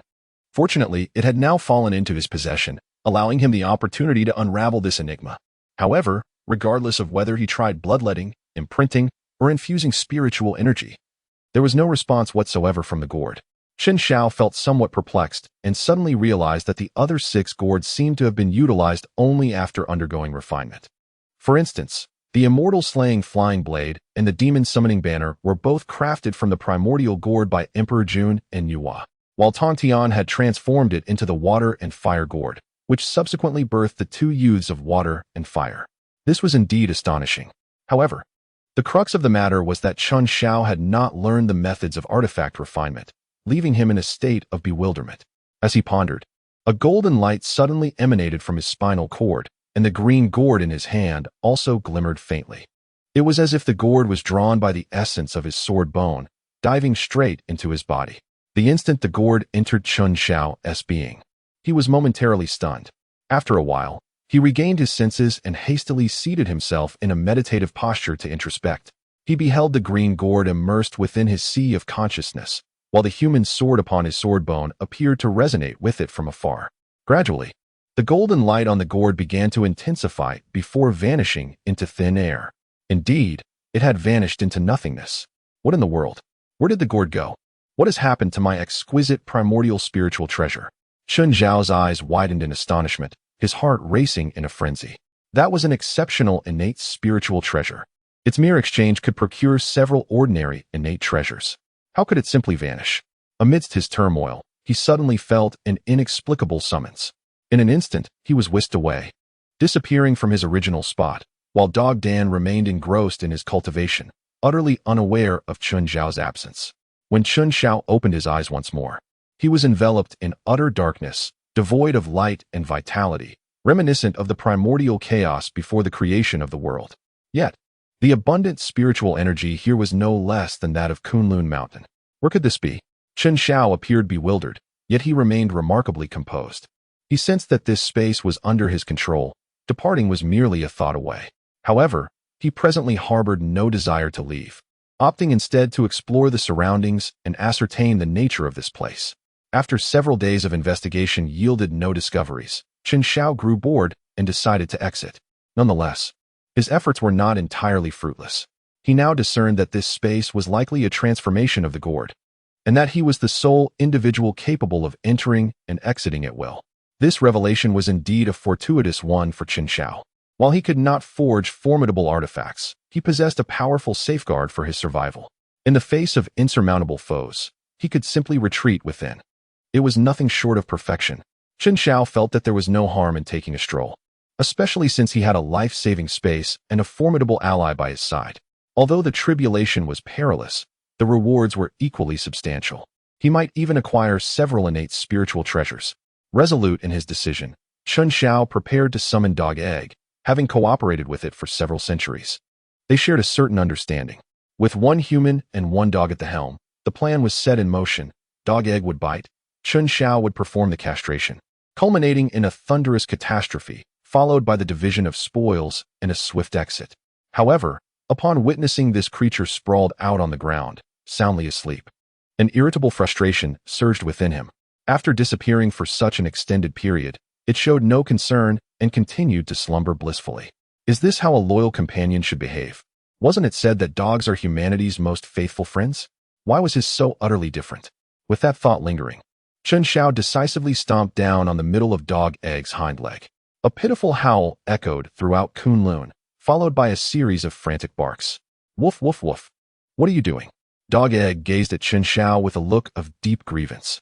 Chun Xiao, unamused, responded, "We are leaving to continue our harvesting endeavors." Woof, woof. Didn't Master Tongtian say to avoid going out for now? What is there to fear? The demon and witch clans are embroiled in such chaos that we can easily take advantage of the turmoil to reap our rewards. If it comes to it, we can always flee to the witch clan and redirect the disaster. If worst comes to worst, my master will clean up after us. Chun Xiao confidently declared that there was still room for survival. Unless Hong Jun were to arrive, he had nothing to fear. Listening to this, Dog Egg found it quite reasonable, and the duo, one man and one dog, joyfully departed Kunlun Mountain, heading towards the realm of the demon tribe. In the demon court, Emperor Jun sat in the foremost position, somewhat troubled, and inquired of the demon generals below, "Do any of you possess a strategy to deal with the Wu tribe?" Bai Zhe, the foremost among the civil officials, stepped forward and bowed, saying, "Your Majesty, the flesh of the Wu tribe is the strongest in the primordial wilderness. Unless we can discover a method to breach their physical form, we can only rely on our numerous demon kin to vanquish them." Emperor Jun, upon hearing this, remained silent. He was well aware of the Wu tribe's formidable physique, especially that of the 12 ancestors of Wu, whose physical hardness rivaled that of the finest innate spiritual treasures. He himself had nearly faced defeat at the hands of Di Jiang. Were it not for the chaos bell of Dong Huang Tai Yi, which could suppress them, they would have long been routed. Observing the silence of those below, even the most hot-tempered among them, Gui Che refrained from his usual outbursts. With a resigned sigh, Emperor Jun waved his hand to dismiss the court and retreated to the Moonlight Star to contemplate strategies. Under the laurel tree, he gazed at the vast starry sky, lost in thought, when she gently approached him and asked, "My husband, what occupies your mind?" Returning to reality, Emperor Jun looked at Shi-He and smiled fondly. "Nothing much." He then spoke with a hint of melancholy. "I ponder how to proceed with the forthcoming battles. Although we have managed to stabilize for the moment, in the long run, the demon tribe is bound to face defeat." After listening to Emperor Jun's concerns, Shi-He softly placed her hand over his and reassured him. "My husband, I believe in your ability to conquer the Wu tribe, and I will always stand by your side." Seeing Shi-He's gentle demeanor, Emperor Jun felt a significant weight lift from his heart. He embraced her tightly, uttering, "What more could a husband desire than such a wife? Let us retire early tonight." Shi-He, blushing at his words, nodded slightly within his embrace. Thus, the two began their intimate endeavors within the Palace of the Moonlight. 3 days later, a golden light soared from the Sun Star, illuminating the entire demon court. Emperor Jun emerged from the Palace of the Moonlight, his eyes brimming with joy. "Splendid. Tai Yi has broken through to the mid-stage of Quasi-Saint."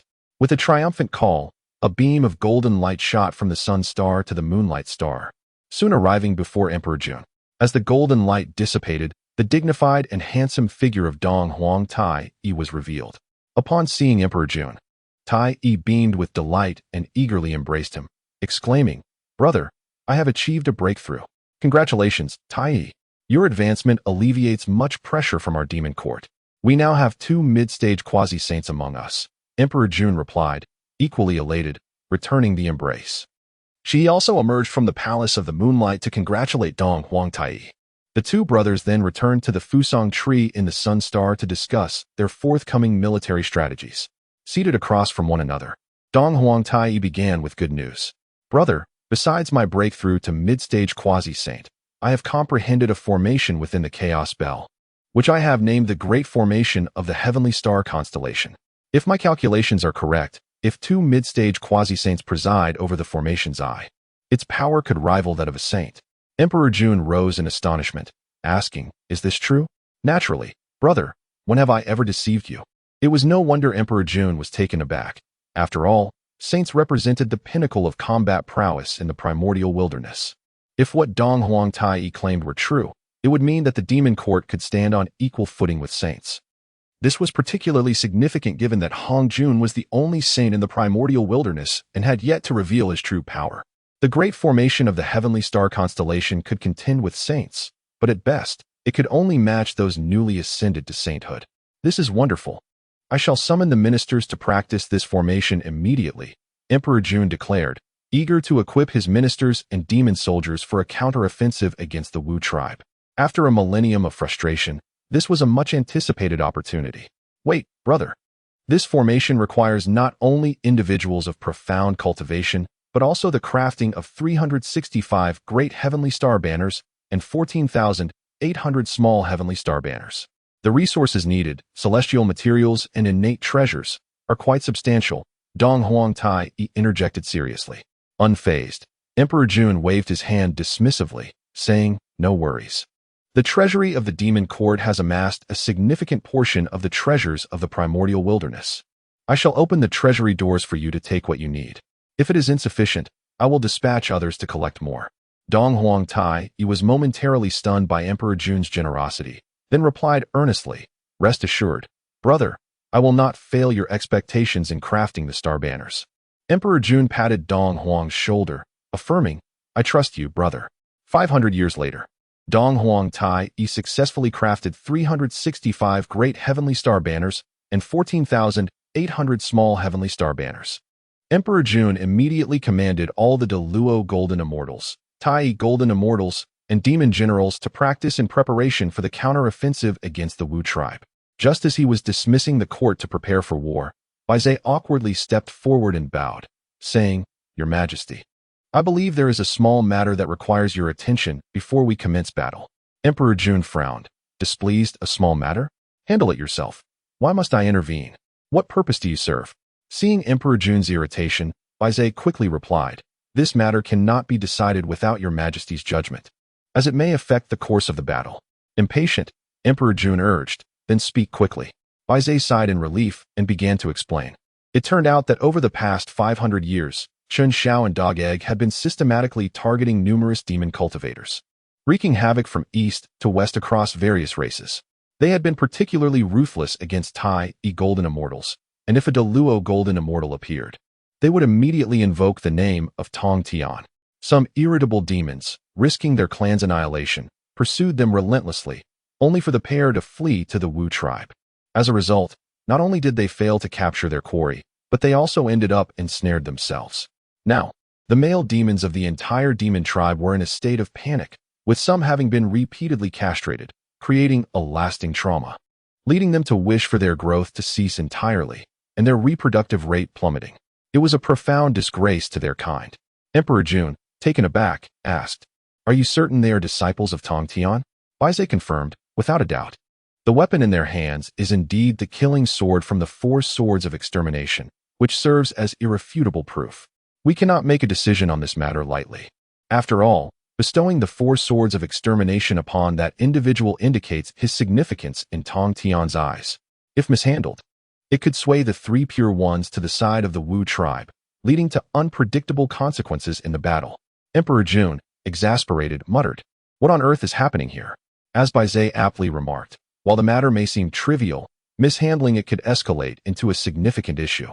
The 3 pure ones possess formidable strength, being the very essence of Pangu himself. In other words, they are distant relatives of the Witch clan, should they be provoked. The ensuing chaos would be uncontainable. Yet, exerting pressure is not an option. The current situation could tip unfavorably should another force intervene.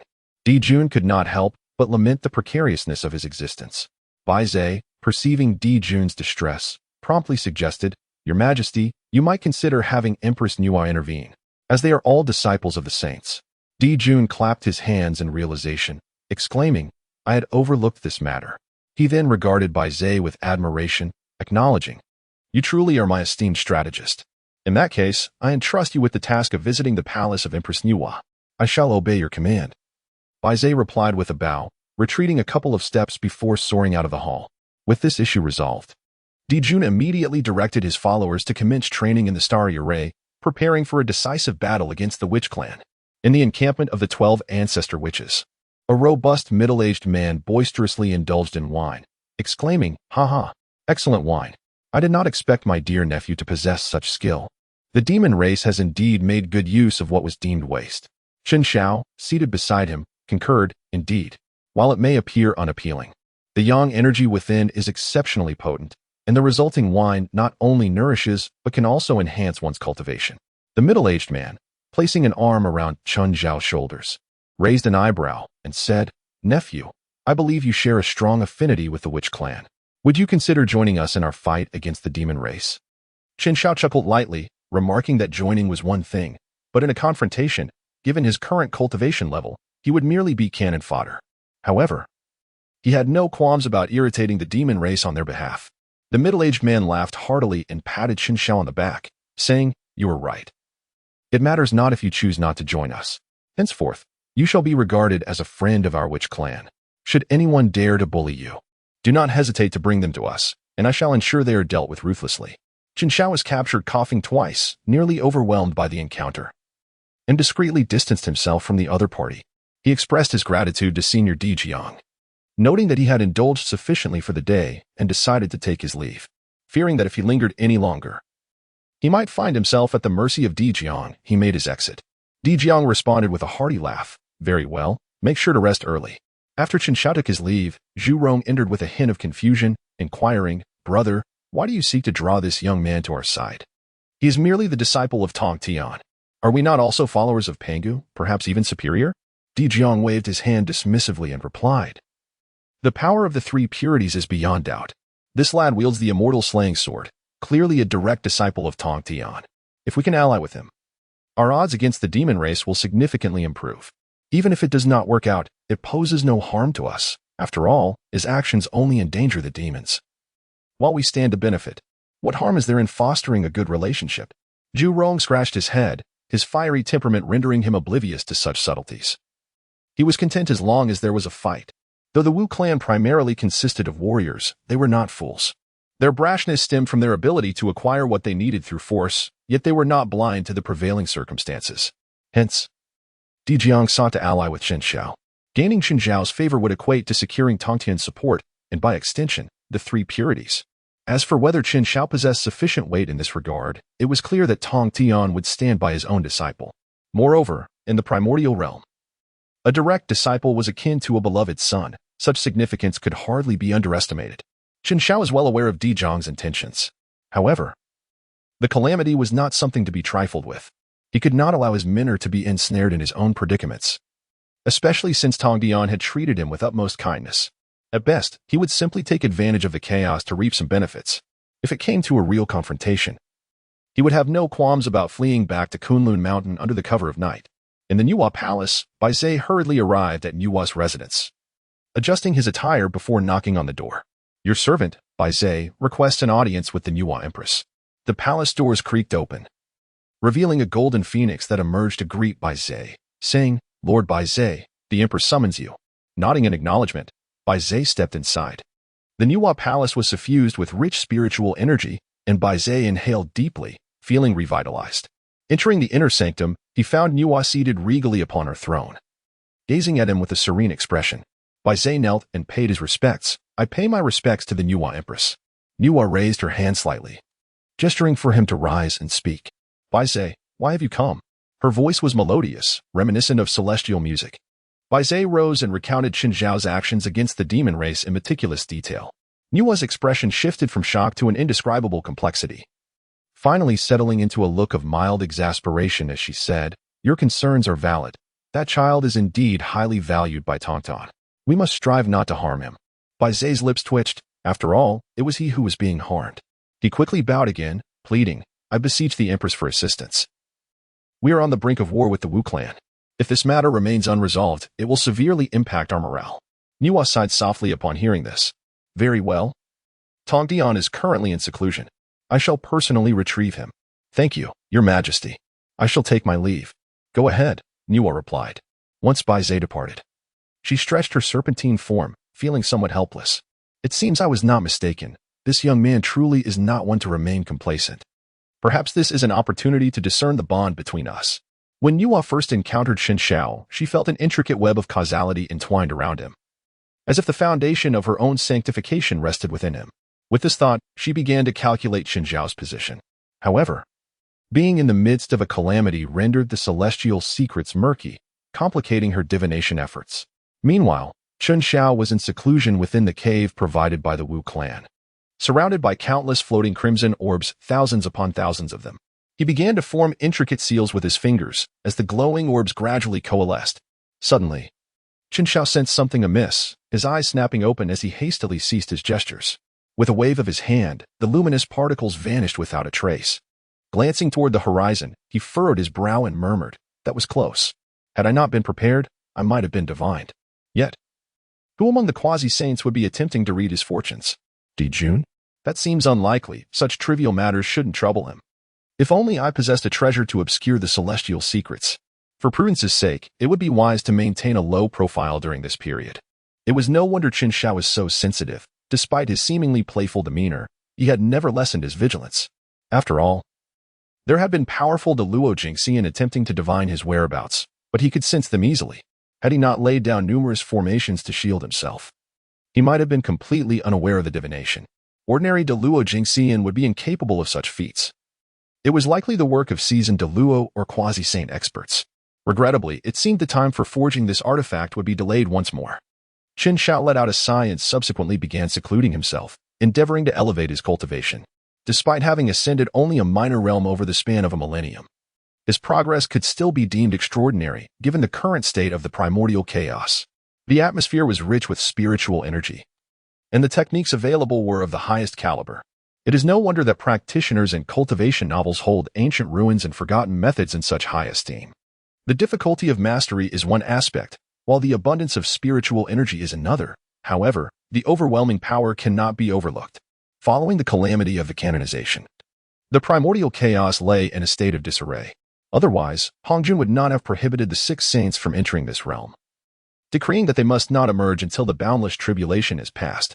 The primordial chaos could no longer withstand the conflicts among saints. Hongjun sought to govern the primordial chaos, not to obliterate it. Otherwise, a few more saintly battles or the detonation of several innate treasures would suffice. In the Niwa Palace, Niwa, while contemplating Qinzhao's whereabouts, noted with displeasure that he was still within the witch clan. This young man, hiding among the witches, I refuse to believe he can remain there for a lifetime. After murmuring a few words, Niwa raised her hand and cast several incantations. A beam of golden light coalesced and flew forth from the palace toward the demon court. She then focused her attention entirely on Qinzhao, awaiting his departure from the witch clan to capture him. Meanwhile, in the demon court, Emperor Jun received a message from Niwa, informing him that Qinzhao is indeed within the witch clan. I shall closely monitor his every move. Your Majesty need not worry, she assured him. After hearing Niwa's transmission, Emperor Jun turned to Baizhe and inquired, Baizhe, how is the rehearsal of the great array of the constellations progressing? Baizhe approached the center and respectfully replied, Your Majesty, in another century, our demon soldiers will be proficient. Emperor Jun exclaimed, Excellent, as he rose to his feet, his presence as the celestial emperor radiating. Proclaim my decree. All demon commanders must master the formations while simultaneously striving to enhance their cultivation. After a century, we shall engage the witch clan in a decisive battle. We shall obey your decree. For the primordial chaos, a century is but a fleeting moment. The demon court began summoning the myriad clans, mandating that all demon cultivators who had attained the profound immortal realm must join the battlefield without exception. Countless avian and terrestrial beings, as well as woodland spirits, hurried to the demon court. Such a large-scale gathering soon captured the attention of the witch clan. The 12 ancestors of the witches convened a brief meeting, with Di Jiang seated at the forefront, solemnly declaring, My brothers and sisters. The demon clan's significant mobilization clearly indicates their intent to engage us in a life-and-death struggle. You must inform the various tribes to prepare for war. This time, we must eradicate the demon court. The other 10 ancestors eagerly agreed, their spirits ignited, except for Ho Tu, who appeared somewhat out of place. Di Jiang noticed Ho Tu's troubled expression and inquired with concern, Sister, what troubles you? Have you encountered difficulties in your cultivation? Ho Tu shook her head, expressing her dismay. Elder brother, must we truly engage the demon clan in such a manner? Each battle results in considerable casualties on both sides. Every time I witness the tormented souls of the fallen, my heart aches deeply. Seeing Ho Tu's distress, Gong Gong stepped forward to offer comfort. Sister, we understand your compassion. But as the rightful heirs of Pangu, the primordial chaos is a legacy from our Father God. We must inherit his will and govern the primordial chaos. We cannot allow these lowly beings to seize it. The only other female among the 12 ancestors, Xian Ming, quickly echoed, Indeed, sixth sister, though our kin may suffer losses. They fight for the witch clan. I believe they long to witness the day we fully govern the primordial chaos. We must not betray their sacrifices. Understanding her sibling's sentiments, Ho Tu sighed and nodded, I comprehend. I shall gather our kin. With that, she turned and departed. Di Jiang watched her retreating figure, sighing, Sister is too kind-hearted. Zhu Mang reassured, Do not worry, elder brother. While sixth sister is compassionate, she will still consider the bigger picture. He then added solemnly, What concerns me is that the demon clan, having been consistently subdued by us, now exhibits such unusual activity. They may have acquired some formidable power, and we must remain vigilant. Zhu Rong scoffed, What is there to fear? We possess our own trump cards. Those wretched beasts cannot overturn the heavens. The other ancestors echoed his sentiments, for their trump card was inherently theirs. The 12 heavenly god slaying great formation, one of the 4 great killing formations of the primordial chaos. This formation harnessed the combined power of the 12 ancestors, utilizing Panga's essence to gather the malevolent energies of heaven and earth, ultimately manifesting the true form of Pangu. Wielding the might comparable to a saint of the heavenly Tao, Di Jiang raised a hand, speaking gravely, Zhu Mang is correct. We must not underestimate the demon clan and ought to prepare additional measures. Zhu Mang inquired curiously, What preparations do you intend to make, elder brother? Di Jiang smiled. Let us not forget, Tongtian's disciples still reside within our clan. Zhu Mang's eyes brightened. I nearly forgot. Though this lad's cultivation is lacking, his ability to stir up trouble is indeed remarkable. It has not been long, and he has already thrown the demon clan into disarray. The other ancestors nodded in agreement.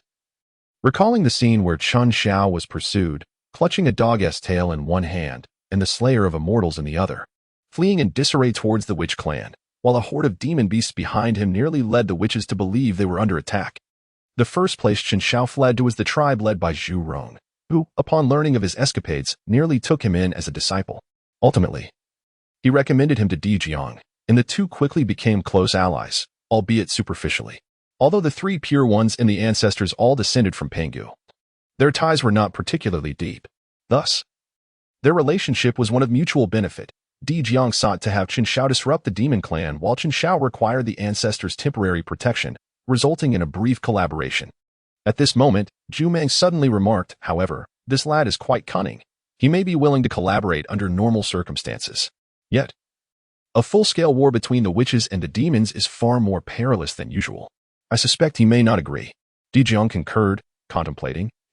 "I shall inquire first to see if I can offer some price to induce him to stir up trouble for the demon clan. If that fails, so be it. After all, it is merely a casual move." Zhu Meng nodded in agreement. Di Jiang soon arrived at the temporary cave dwelling arranged for Chun Xiao. Inside, Chun Xiao sensed his presence immediately and hurriedly emerged to greet him. "Elder Di Jiang, what brings you here unexpectedly?" he inquired with curiosity as he welcomed Di Jiang into the cave.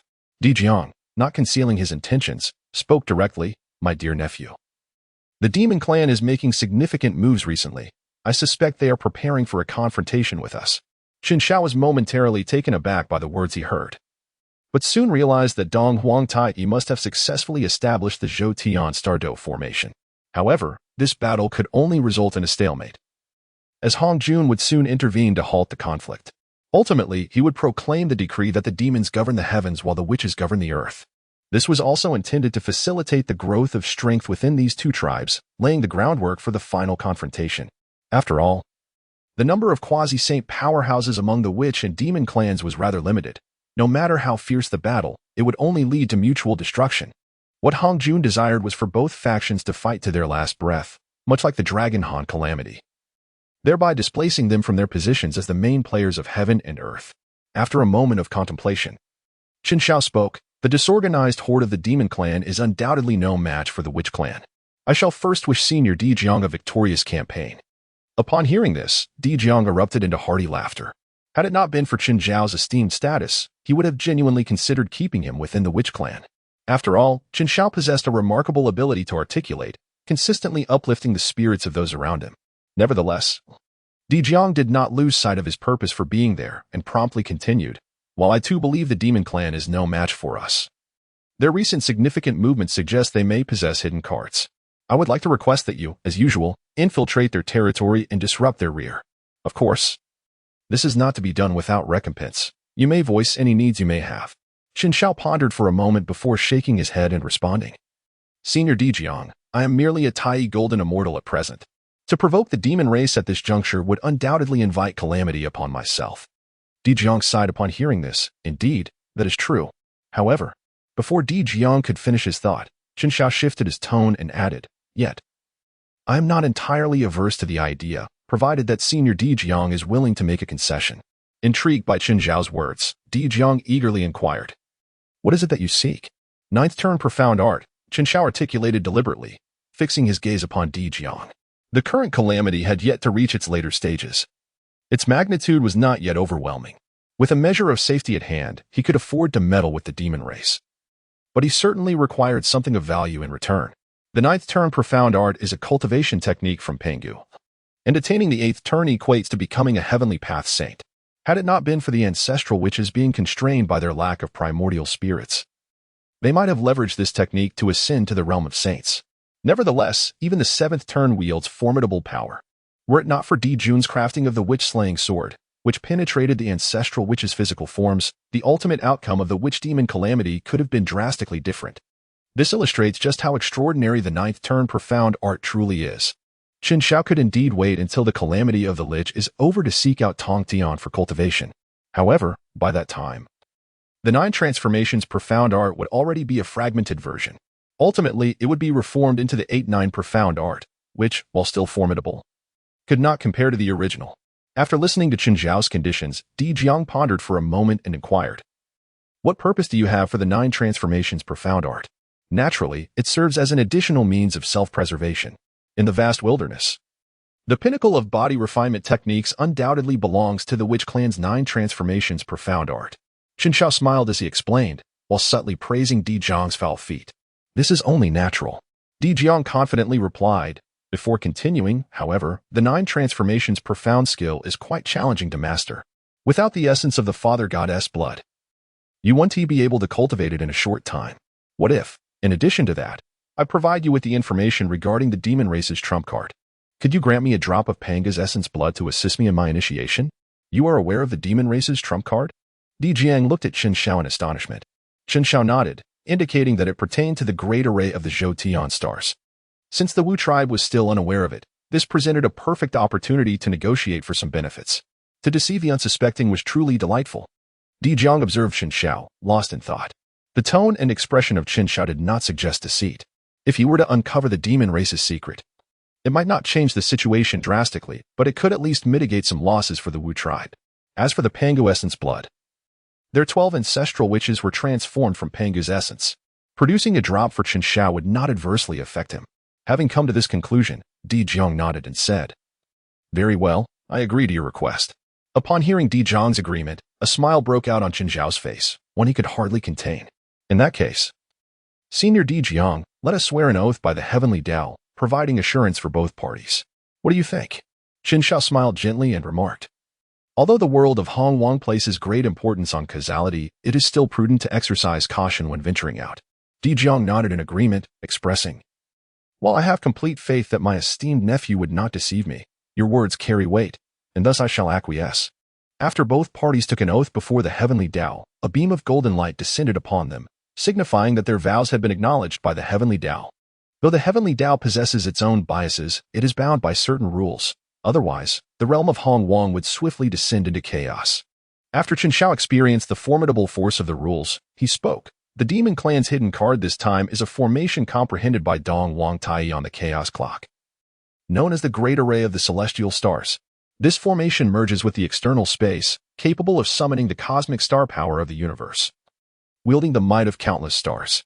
If the primary array master and the holders of the 360 star banners are composed of quasi-saints and great Luo golden immortals, its power can rival that of the celestial saints." Upon hearing this, Di Jiang's expression darkened. The absence of any punishment from the heavenly Tao indicated that Qin Zhao's words were indeed true, weighing heavily on his heart. Although their 12 capital heavenly god-killing formation could summon the true form of Pangu, reaching the power of a saint, this was contingent upon all 12 ancestral witches being in the quasi-saint realm. Currently, aside from himself, only Zhu Meng, Gong Gong, Zhu Rong, and Huda had achieved this, while the remaining ancestral witches still resided within the great Luo golden immortal realm, limiting their power to that of a quasi-saint at best. The distinction between a quasi-saint and a saint, though seemingly minor, represented a vast chasm. This realization caused Di Jiang to feel a sense of urgency, prompting him to hastily return and gather the other ancestral witches to discuss strategies.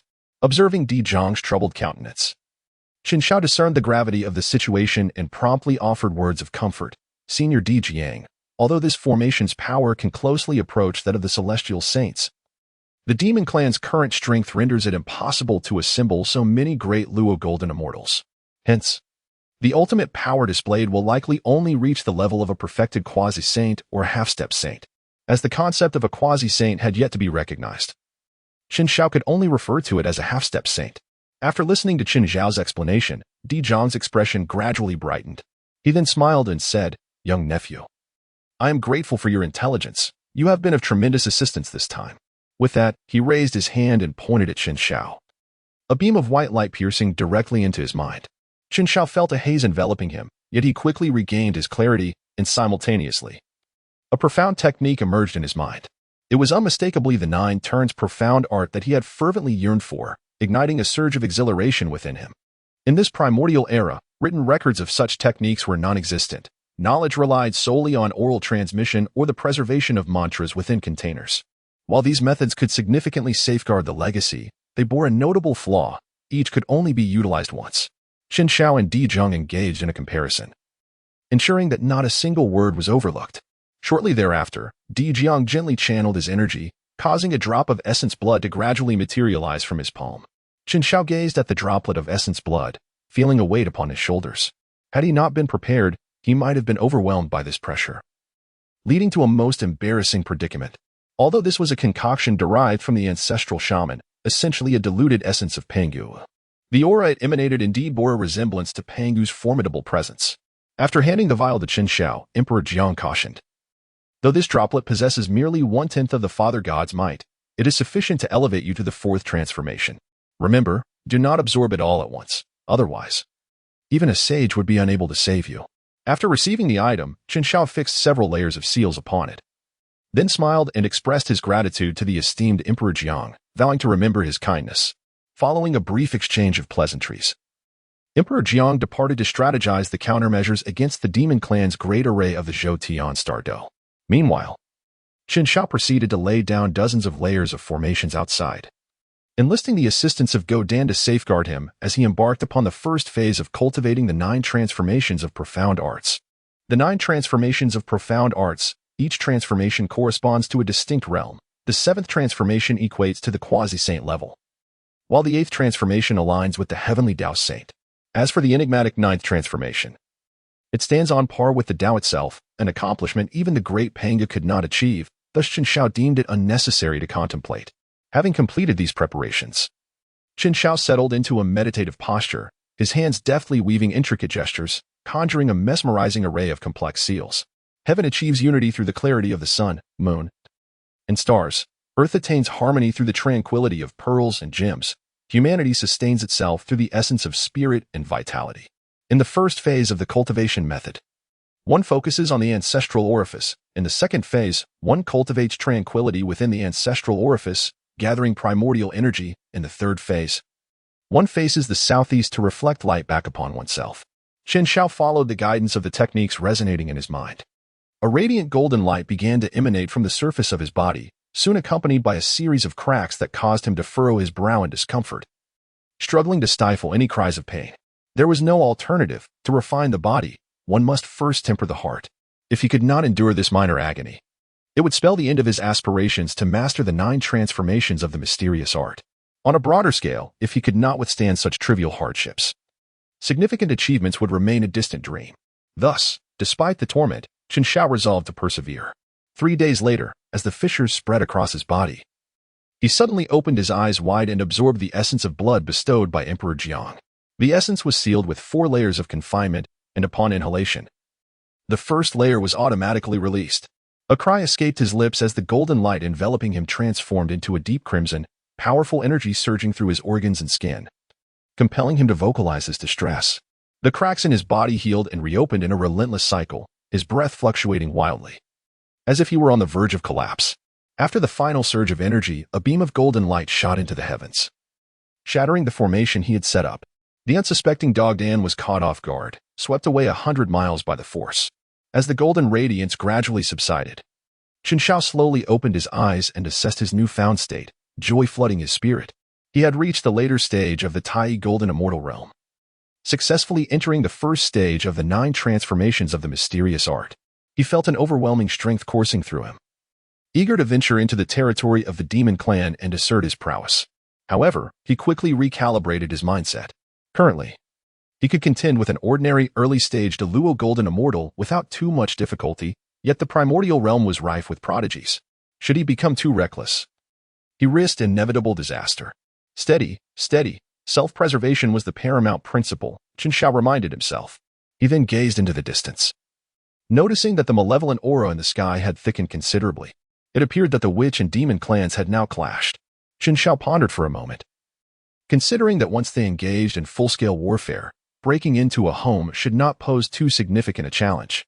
He then called out to the outside, "Dog egg, it's time to get to work."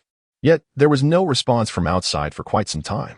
Qin Shao stepped out of the cave, bewildered, only to find the surroundings utterly desolate, as if some force had flattened everything. Where could that dog be? The atmosphere on the battlefield between the demon and witch tribes was tense. Emperor Jun and Dong Huangtai stood at the forefront, confronting the 12 ancestral witches below. Emperor Jun's expression was grave, his majestic demeanor evoking an involuntary sense of reverence. He parted his lips, his voice resonating like thunder across the battlefield. Di Jiang, you have repeatedly trespassed upon my demon clan's territory, and for this, you shall not escape punishment. As the heavenly emperor of a demon tribe, I have personally led my army to exact retribution today. If you know what is good for you, surrender to me promptly. And I may grant the Witch Clan a slender chance at survival, allowing them to linger on. Otherwise, once this battle commences, I shall ensure your utter annihilation. Leaving no trace of the Witch Clan in the primordial wilderness, Di Jiang, maintaining his composure, retorted calmly, You avian, you have merely grasped the celestial array of the stars. Your arrogance here is truly laughable. The primordial wilderness was forged by our father, the deity Pangu. How dare you presume to assert dominance here? We, the Witch Clan, are the legacy of our father and rightfully should govern this realm. He echoed Emperor Jun's earlier words, suggesting, if you were to surrender early, I might allow you to serve as one of my mounts. Why not? Haha. This provoked a wave of raucous laughter from the witch army. Emperor Jun, taken aback and enraged by the audacity of the taunt, was astonished that the Witch Clan seemed unfazed, evidently possessing their own means of resistance. Dong Huangtai, although grim, retained his composure and whispered to Emperor Jun, Elder brother, let us commence battle, even if they are aware of our trump card. In the face of absolute power, they are but mere insects. Emperor Jun nodded, conjuring a chess piece from thin air. Commencing the intricate movements of the celestial array while commanding, all generals, heed my orders, establish the great celestial array. With Emperor Jun's directives, the demon commanders swiftly assumed their roles, setting the formation in motion. The sky sparkled with countless stars, crafting a colossal cosmic map that resonated with the banners of the array. Each star radiated brilliant light, akin to numerous gems embedded in the night sky. The power of these stars coalesced into a formidable torrent of energy, surging toward the Witch Clan. The witches sensed this terrifying force, unleashing their respective spells in a desperate attempt to resist. Yet, under the suppression of the cosmic star power, their efforts appeared utterly futile. Just as the Witch Clan seemed on the verge of being engulfed by the stellar might, Di Jiang remained unperturbed, bellowing, Brothers, set forth the 12 capital heavenly god slaughter formation. The 11 ancestral witches echoed their agreement, promptly taking their positions and continuously altering their hand seals. A malignant energy surged from the earth, gradually coalescing into a colossal figure, resembling a giant, emanating an overwhelming aura that made the very cosmos tremble. Emperor Jun and Dong Huangtai, positioned at the heart of the formation, were struck dumb with astonishment. This was the manifestation of the deity Pangu. How could this be possible? The demon clan gazed in awe at the true form of Pangu, their hearts filled with reverence. Di Jiang, however, laughed heartily. Are you stunned? You are not the only ones with a trump card. Prepare for your demise. Emperor Jun's expression turned grave. The appearance of Pangu's ethereal form had caught him entirely off guard. At that moment, Pangu raised his axe high, bringing it down fiercely upon the great celestial array. A deafening roar erupted, and the powerful shockwave obliterated the surrounding forests and mountains, annihilating countless primordial beings beneath this horrific force. In the distance, Chen Zhao's heart raced with fear. Had he not reacted swiftly, dragging Dog Dan into the spatial realm, he too would have been reduced to ashes. What a close call. Grateful that he had not acted recklessly, he observed the standoff between the two tribes, relieved he had not been swept away. He then patted the head of the dog beside him, saying, Let us depart. Work awaits us. Just as Chen Zhao prepared to leave the battlefield to explore the demon territory, Nuwa, who had been cultivating in the Nuwa palace, suddenly opened her eyes, a faint smile gracing her lips. At last, this little fellow has decided to venture out. In an instant, she vanished without a trace from the grand hall. Meanwhile, amidst the witch-demon conflict, another fierce battle unfolded over the northern sea. 3 figures danced through the skies, intertwining in combat. After a piercing eagle's cry, a beleaguered figure was sent tumbling back dozens of miles, closely followed by 2 streaks of crimson sword light. With a couple of piercing sounds, the blade struck true. Cough. Cough, Minghe, I bear you no grudges. Why seek my life? The beleaguered figure was none other than the ancestral master, Hong Yun. During the calamity, Jin Yuanzi had advised him to refrain from wandering through the primordial wilderness. However, Hong Yun, being the first manifestation of the red cloud in existence, was naturally drawn to drift about. Consequently, while traversing the northern sea, he fell into an ambush set by Kuanping and Minghe. Had it been but one adversary, he could have easily escaped using the 9-9 scatter soul red gourd he had forged. Yet, both foes had effectively sealed off the area from the very start. Moreover, during the calamity, the veil of fate obscured Jin Yuanzi's ability to sense Hong Yun's plight. Ming-He, cloaked in black, summoned Hong Yun's dual swords back to him. Cackling, Hong Yun, you cannot blame me. It is merely that a strand of primordial purple chi is in your possession. If you are willing to part with it, I might reconsider my approach. As he spoke, a colossal rock descended behind Hong Yun, transforming into human form. It was none other than the master of the Northern Sea's demon palace, Kunping. Kunping rebuked Ming-He angrily. Foolish one, have you lost your wits? Release him. What if he brings Jin Yuanzi to seek vengeance upon you later? Ming-He chuckled. Of course, I am aware. I merely wish to obtain the primordial purple chi easily. Hong Yun glared at Kunpeng with a fierce expression, shouting, Kunpeng, it was Jian and Juanti who usurped your position. Why do you seek retribution against me? Kunpeng scoffed. If you had not played the Good Samaritan, they could not have claimed my seat. Have I not compensated you afterwards? Kunpeng looked down upon him disdainfully. What does your meager compensation amount to? Had it not been for you, I too would have been one of Daozu's disciples. Hong Yun opened his mouth, unable to refute the point. He had never anticipated that yielding his seat at the Zixiao Palace would lead to such consequences, and he could not help but let out a bitter laugh. He then threw back his head and laughed heartily. Who would have thought that my good deed would result in this outcome? Haraha. Ming-He, wielding the dual swords, floated in the air, sneering, Hong Yun. You might as well surrender, it would be a kinder fate. With bloodshot eyes, Hong Yun glared at the two, madness evident in his gaze. You press me so relentlessly. Do you truly believe me to be an easy target? Kunping, sensing Hong Yun's fury, felt a jolt of alarm and shouted, This is bad, retreat quickly. Transforming into the rock, he attempted to flee, only to discover the surrounding space had been sealed. Too late. If you desire this primordial purple chi, then feel its power firsthand. With that, Hong Yun extracted the primordial purple chi from the 99 Scatter Soul Red Gourd, infusing it with his celestial energy. Stop. As the dark river widened its eyes, intent on halting the crimson cloud, a moment later, the primordial purple aura around it surged with terrifying might, coalescing into a violet beam that shot skyward.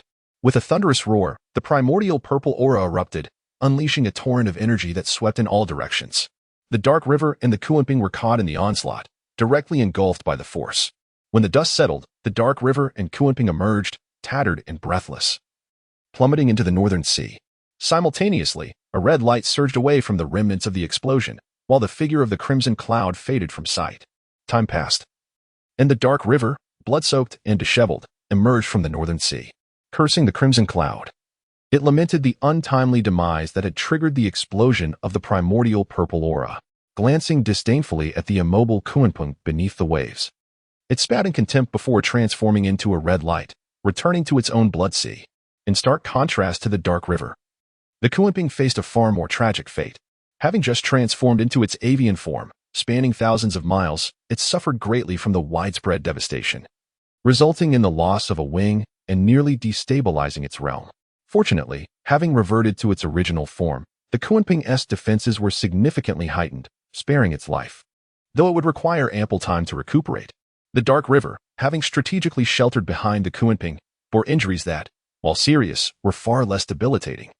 Even without the Kunping's presence, the dark river could afford to abandon its corporeal form, as it was said that as long as the blood sea remained unyielding, the dark river itself could not perish. Unless confronted by a sage, no one in the primordial realm could truly threaten its existence. With the departure of the dark river, the Northern Sea returned to its former tranquility. At that moment, a distortion in space heralded the emergence of two figures, each bearing traces of blood at the corners of their mouths.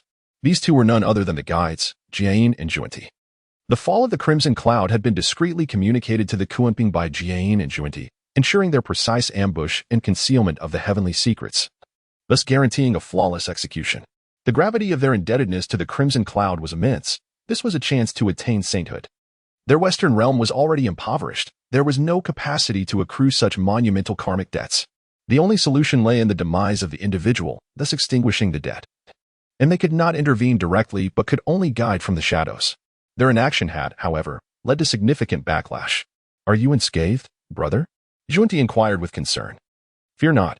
Thanks to your support, I managed to endure. Otherwise, I would have certainly fallen from the quasi-saint realm, Jian replied, a hint of dread in his voice. Soon, his mood lightened. The cost was bearable, and they need no longer fear the crimson cloud's vengeance. Juanti nodded in agreement, then turned his gaze to the submerged Kunping. Brother, This Kunping possesses formidable strength and seems aligned with our Western teachings. Why not seize this opportunity to enlighten it? After a moment of contemplation, Jane shook his head.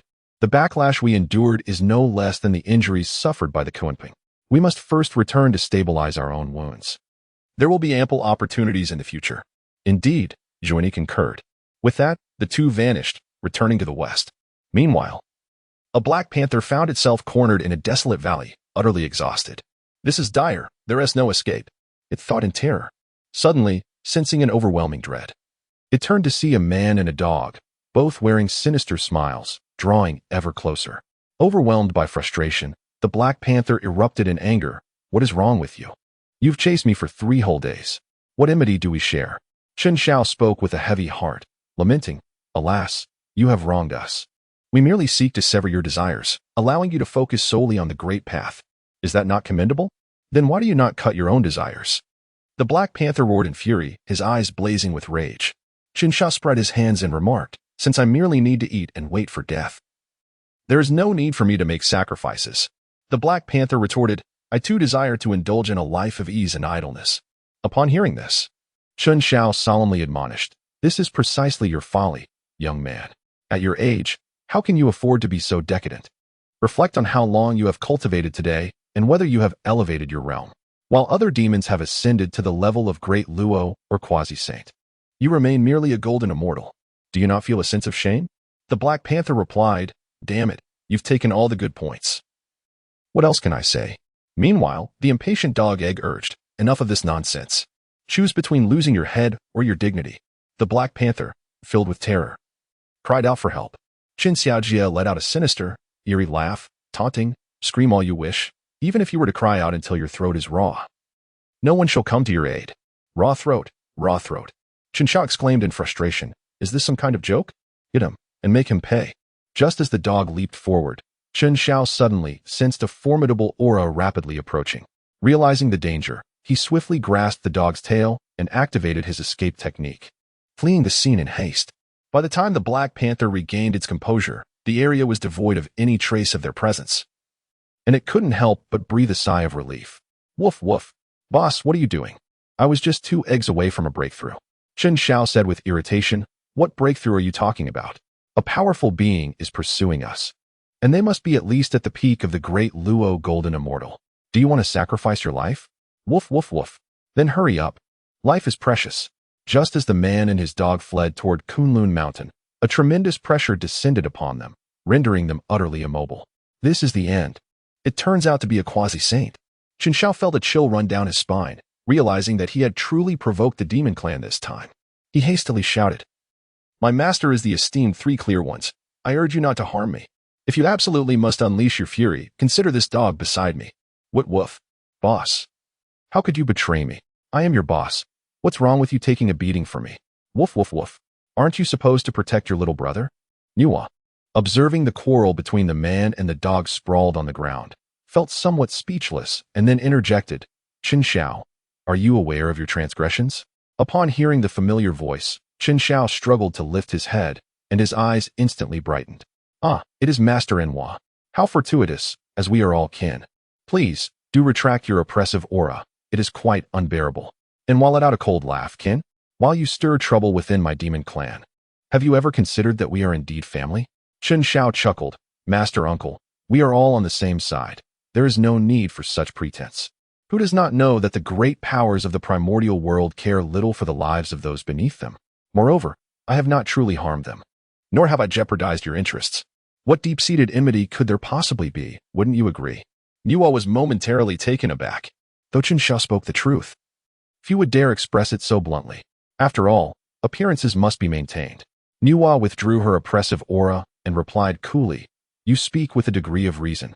Yet your actions have undeniably influenced the conflict between the Wu and the Lich clans. As the queen of the monster race, I cannot simply turn a blind eye to this matter. Very well, very well. I shall return to Kunlun Mountain at once and ensure there will be no further disturbances, he said, dragging his companion, Dog Egg, as he attempted to depart.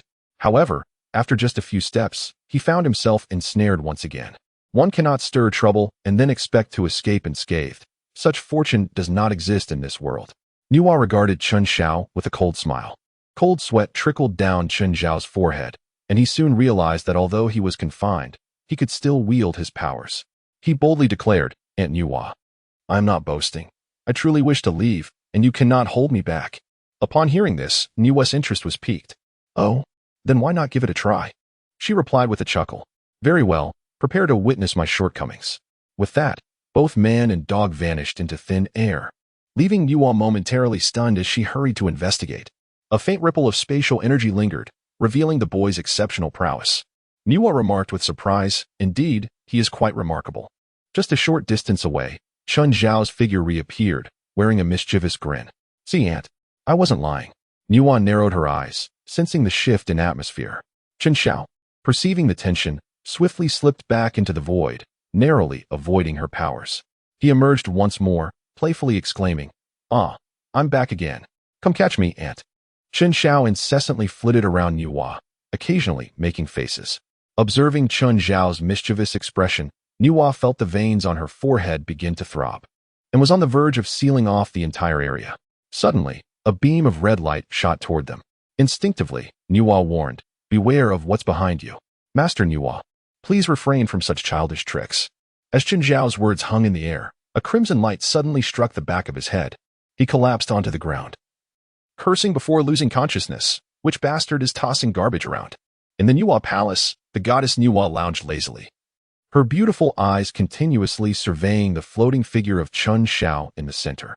A primordial being, she had not anticipated such an existence within the vast wilderness, especially one whose spine contained profound sword principles. It was no wonder that Tong Tian held him in such high regard. Yet, what connection did he have with her? As Nuwa pondered this, Chun Xiao gradually regained consciousness. Surveying the majestic architecture surrounding him, he appeared utterly bewildered, resembling someone who had just awakened from slumber. "Have you come to?" Upon hearing Nuwa's voice, Chun Xiao snapped back to reality, recalling that he had been struck unconscious while showing off in her presence. Greetings, Master Ant." Chun Xiao chuckled awkwardly, directing a sheepish glance at Nuwa. Nuwa slowly turned her gaze upon him, her cold voice seemingly capable of freezing one into solid ice. "Chun Xiao, how dare you mock me? Pray tell, how should I punish you for your insolence?" Chun Xiao felt uncertain and tentatively inquired, "What if you send me back to Kunlun Mountain and let my master confine me for several centuries?"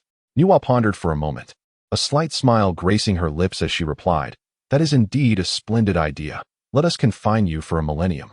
However, it shall not be in Kunlun Mountain, but rather in the palace of Nuwa." "That might not be advisable," he protested. "My master would be distressed if he could not find me upon his return." Yet Nuwa remained unfazed, chuckling softly. "Do not worry. I have already left a message for Brother Tongtian. For this 1,000 years, you shall remain here obediently." Chun Xiao, feeling helpless, could only respond with a dejected demeanor. This time, he truly had overstepped his bounds. Observing Chun Zhao's current state, Inhua found it amusing. She then raised her hand, and a beam of red light appeared before him, gently stating, "What rendered you unconscious earlier was this." Chun Xiao fixed his gaze upon a striking red gourd, which was cursing and muttering. "What in the world? Another gourd? Have I inadvertently disturbed a gourd nest?" Nuwa, noticing Chun Zhao's evident disdain, assumed he was unfamiliar with the object and began to elucidate. "This is one of the 7 gourds produced on Mount Buzhou. This particular gourd was acquired by Hong Yun and refined into the 99 scattering soul red gourd. The crimson mist it emits can instantaneously disperse a person's soul and even tarnish their primordial spirit, inflicting substantial damage to the enemy's psyche. It can be employed for both offense and defense. Despite some damage, it remains among the finest of its kind in the primordial realm."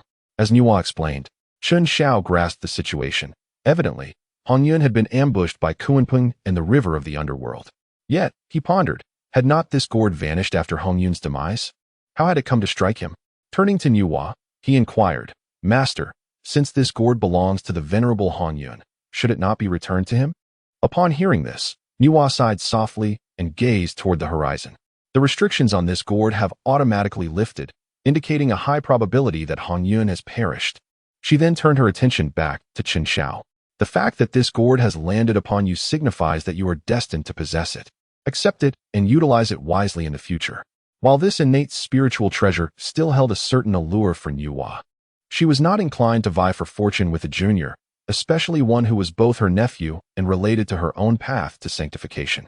It was far more prudent to grant it to him, thus encouraging his cooperation in her quest for the opportunity to attain enlightenment. Chen Xiao, displaying no pretense, readily accepted the gourd, intending to find a suitable time to refine it. He felt a genuine affinity for it, considering it the second one to fortuitously fall into his possession. However, if being struck once could yield a congenital spiritual treasure, he would certainly welcome more such occurrences, ideally in the form of a congenital supreme treasure. For the next century, Chen Xiao remained confined within the palace of Nuwa. He diligently practiced the 9 transformations of mysterious arts, occasionally summoned by Nuwa for scholarly discussions. A millennium later, the primordial world suddenly experienced violent tremors, perceptible even within the palace of Nuwa. With a furrowed brow, Nuwa gazed into the distance, and Chen Xiao discerned her concern for Fuxi. Though she was reluctant to engage in the strife between the witch and demon clans, her elder brother had acquiesced to Emperor Jun's entreaties. Thus, with no other choice, she consented to lend her support. Throughout this millennium, Chen Xiao seldom encountered her, likely as she assisted the demon clan against the ancestral witches. After all, the ancestral witches thrived on battle, growing ever stronger with each confrontation. Soon, several of the 12 ancestral witches ascended to the ranks of quasi-saints, compelling her to intervene. After a sigh, Nuwa turned to Chen Xiao with a warning. A millennium has passed. You should return to Kunlun promptly. Should you venture into the demon clan's affairs again, the consequences will be far from trivial. Chen Xiao awkwardly chuckled twice, affirming, Indeed, I shall return home at once and will not venture there again. Nuwa gently waved her hand, causing Chen Xiao to vanish from his location, only to reappear outside the Nuwa palace in the blink of an eye. Subsequently, Nuwa set forth once more, soaring toward the battlefield of the witch and the demon. As Chen Xiao journeyed back to Kunlun, he beheld the battlefield from a distance. One side radiated brilliance akin to starlight, while the other was represented by the towering phantom of Pangu. The clash between the two produced an energy as tumultuous as raging waves, fracturing the primordial realm into disarray. Countless beings fell like leaves in the face of this terrifying force. Chen Xiao pondered quietly, considering that Hongjun would soon appear to intervene. Just as he contemplated this, a radiant beam of auspicious light descended from the heavens, followed by a grand and authoritative voice proclaiming, Enough! Before them, the Dao ancestor Hongjun manifested in the void. With a casual wave of his hand, seemingly effortless yet imbued with boundless power, the formidable formation of the Wu and Yao clans disintegrated in an instant. And the soaring brilliance along with the ethereal image of Panga gradually faded away. The members of the Wu and Yao clans stood in astonishment, gazing at the Dao ancestor Hongjun, their eyes reflecting both reverence and resentment. Hongjun's gaze swept over the crowd as he spoke slowly. Your incessant conflicts will only lead to the ruin of this primordial world. Cease this futile endeavor. I hereby declare the edicts of the heavenly Dao. From this moment forth, the Yao shall govern the heavens, and the Wu shall oversee the earth. Neither side shall engage in mutual hostilities. Adhere strictly to the Dao ancestors' decree. The cultivators of both clans bowed their heads in agreement. After witnessing their compliance, Hongjun's figure flickered and vanished, though dissatisfaction lingered in their hearts. Neither clan dared to defy Hongjun's will, and they gradually retreated with their kin, leaving behind the ravaged land as the sole witness to the breathtaking battle that had just transpired. Upon witnessing the conclusion of the first great battle between the Wraith and the Necromancer, Chen Xiao pondered whether the primordial realm was sufficiently secure, contemplating a leisurely exploration before returning. Indeed, a brief sojourn seemed preferable, for returning home would be akin to confinement. Just as he was about to change his course after patting the head of the canine companion beside him, a furious voice reverberated through the cosmos, resonating in his ears, rebellious disciple. Instantly, Chen Xiao felt a sense of foreboding. Soon, an overwhelming pressure descended upon him as he prepared to flee. A young man gracefully descended from the horizon, his eyes ablaze with fury. Gritting his teeth, he exclaimed, Rebellious disciple, did I not instruct you to remain on Kunlun Mountain? Not only did you descend without permission, but you dared to involve yourself in the calamity of the ages. How many lives do you believe you possess to toy with fate in such a manner? The speaker was none other than Tong Tian, who had long surpassed the threshold of quasi-sainthood, now having attained the mid-stage of quasi-saint. His immediate intention upon emerging from seclusion was to ascertain the progress of Chun Zhao's cultivation. To his dismay, he discovered that his prized disciple had once again gone astray. Were it not for Nuwa's message, he would have remained oblivious to his disciple's penchant for chaos, which had nearly compromised the demon race and disrupted the delicate balance of the Wraith-Necromancer conflict. Fury surged within him, and he felt an urge to unsheath his sword and strike down this rebellious disciple. He was all too aware of the perils of the calamity of the ages, having witnessed the devastation of the Longhan calamity, which had resulted in the loss of 1/3 of the cultivators in the primordial realm and brought numerous races to the brink of extinction. The ensuing conflict between Dao and Demon had shattered the western ley lines, prompting the likes of Jiejing and Kunti to scavenge in the east for spiritual veins to restore what had been lost. The sheer terror of the calamity of the ages was thus vividly illustrated. Chun Zhao, with great difficulty, lifted his head and forced a smile, saying, "Master, with you as my support, who in the vast wilderness does not know that my esteemed teacher is Tongtian, the greatest under heaven?" Upon hearing Chun Zhao's flattery, Tongtian's oppressive aura diminished significantly. However, he retorted without mercy, "Do not flatter yourself. It is merely your good fortune to encounter my junior sister Nuwa. Had it been someone who disrespected me, you would have long been reduced to ashes." Chun Zhao felt the gradually diminishing pressure from Tongtian. He stood up, stretched his neck, and admonished, "Well, that is indeed your fault, master." Tongtian was taken aback, bewildered by the sudden shift of blame. Chun Zhao then earnestly elaborated, "You see, if the opponent shows you no respect and reduces me, your disciple, to ashes, it signifies that you are not yet strong enough. If you were truly formidable, who would dare to disrespect you? I, as your disciple, traverse the primordial realm with audacity, even asserting dominance over the demon clan without fear of repercussion. Thus, master, you must diligently cultivate to attain the status of a sage. Only then will your disciple be safe." Tongtian stroked his chin, pondering for a moment. Indeed, it seemed to hold some semblance of truth. Suddenly, a beam of azure light struck Chun Zhao's head, as Tongtian, exasperated, exclaimed, "You rebellious disciple, stirring up trouble and then attempting to place the blame on me. Do you truly believe I am a fool?" Chun Zhao crouched down, clutching his head, and was enveloped by the immense power of Tongtian, who transported him directly back to Kunlun Mountain. Throughout the journey, Chun Zhao struggled incessantly, pleading, "Master, I have already been imprisoned for a millennium. Perhaps we could let this go. The war among the witches has ceased, and the primordial world is no longer so perilous." Tongtian remained silent, gazing towards the horizon. The ominous aura of calamity still shrouded the entirety of the primordial realm, indicating that the tribulation had not yet concluded. He could not possibly acquiesce to Chun Zhao's desire to venture forth. During the tribulation, the heavenly secrets were obscured, making it exceedingly difficult even for sages to discern the future. He had no intention of allowing his hard-won disciple to perish amidst the calamity. Upon returning to Kunlun, Tongtian was eager to assess the extent of Chun Zhao's cultivation. However, after examining him, he was rendered speechless. The young man had reached the late stage of the Tai Golden Immortal Realm, which in itself was not particularly remarkable. What astonished Tongtian was the faint trace of Panga's essence emanating from Chun Zhao, coupled with a notable enhancement in his physical strength. He promptly inquired, "Shaoer, how is it that you possess the aura of the Father God? Have you encountered some fortuitous opportunity?" After a moment of contemplation, he added, "If you choose not to disclose it, that is quite all right. After all, it is your own fortune, and I shall not pry." The only information left to him by Nuwa concerned Chun Zhao's actions within the demon clan. Otherwise, there was scant mention of any other matters. Or perhaps Nuwa herself was unaware. Naturally, within the Nuwa palace, she had detected that trace of Panga's essence, yet she had refrained from inquiring further.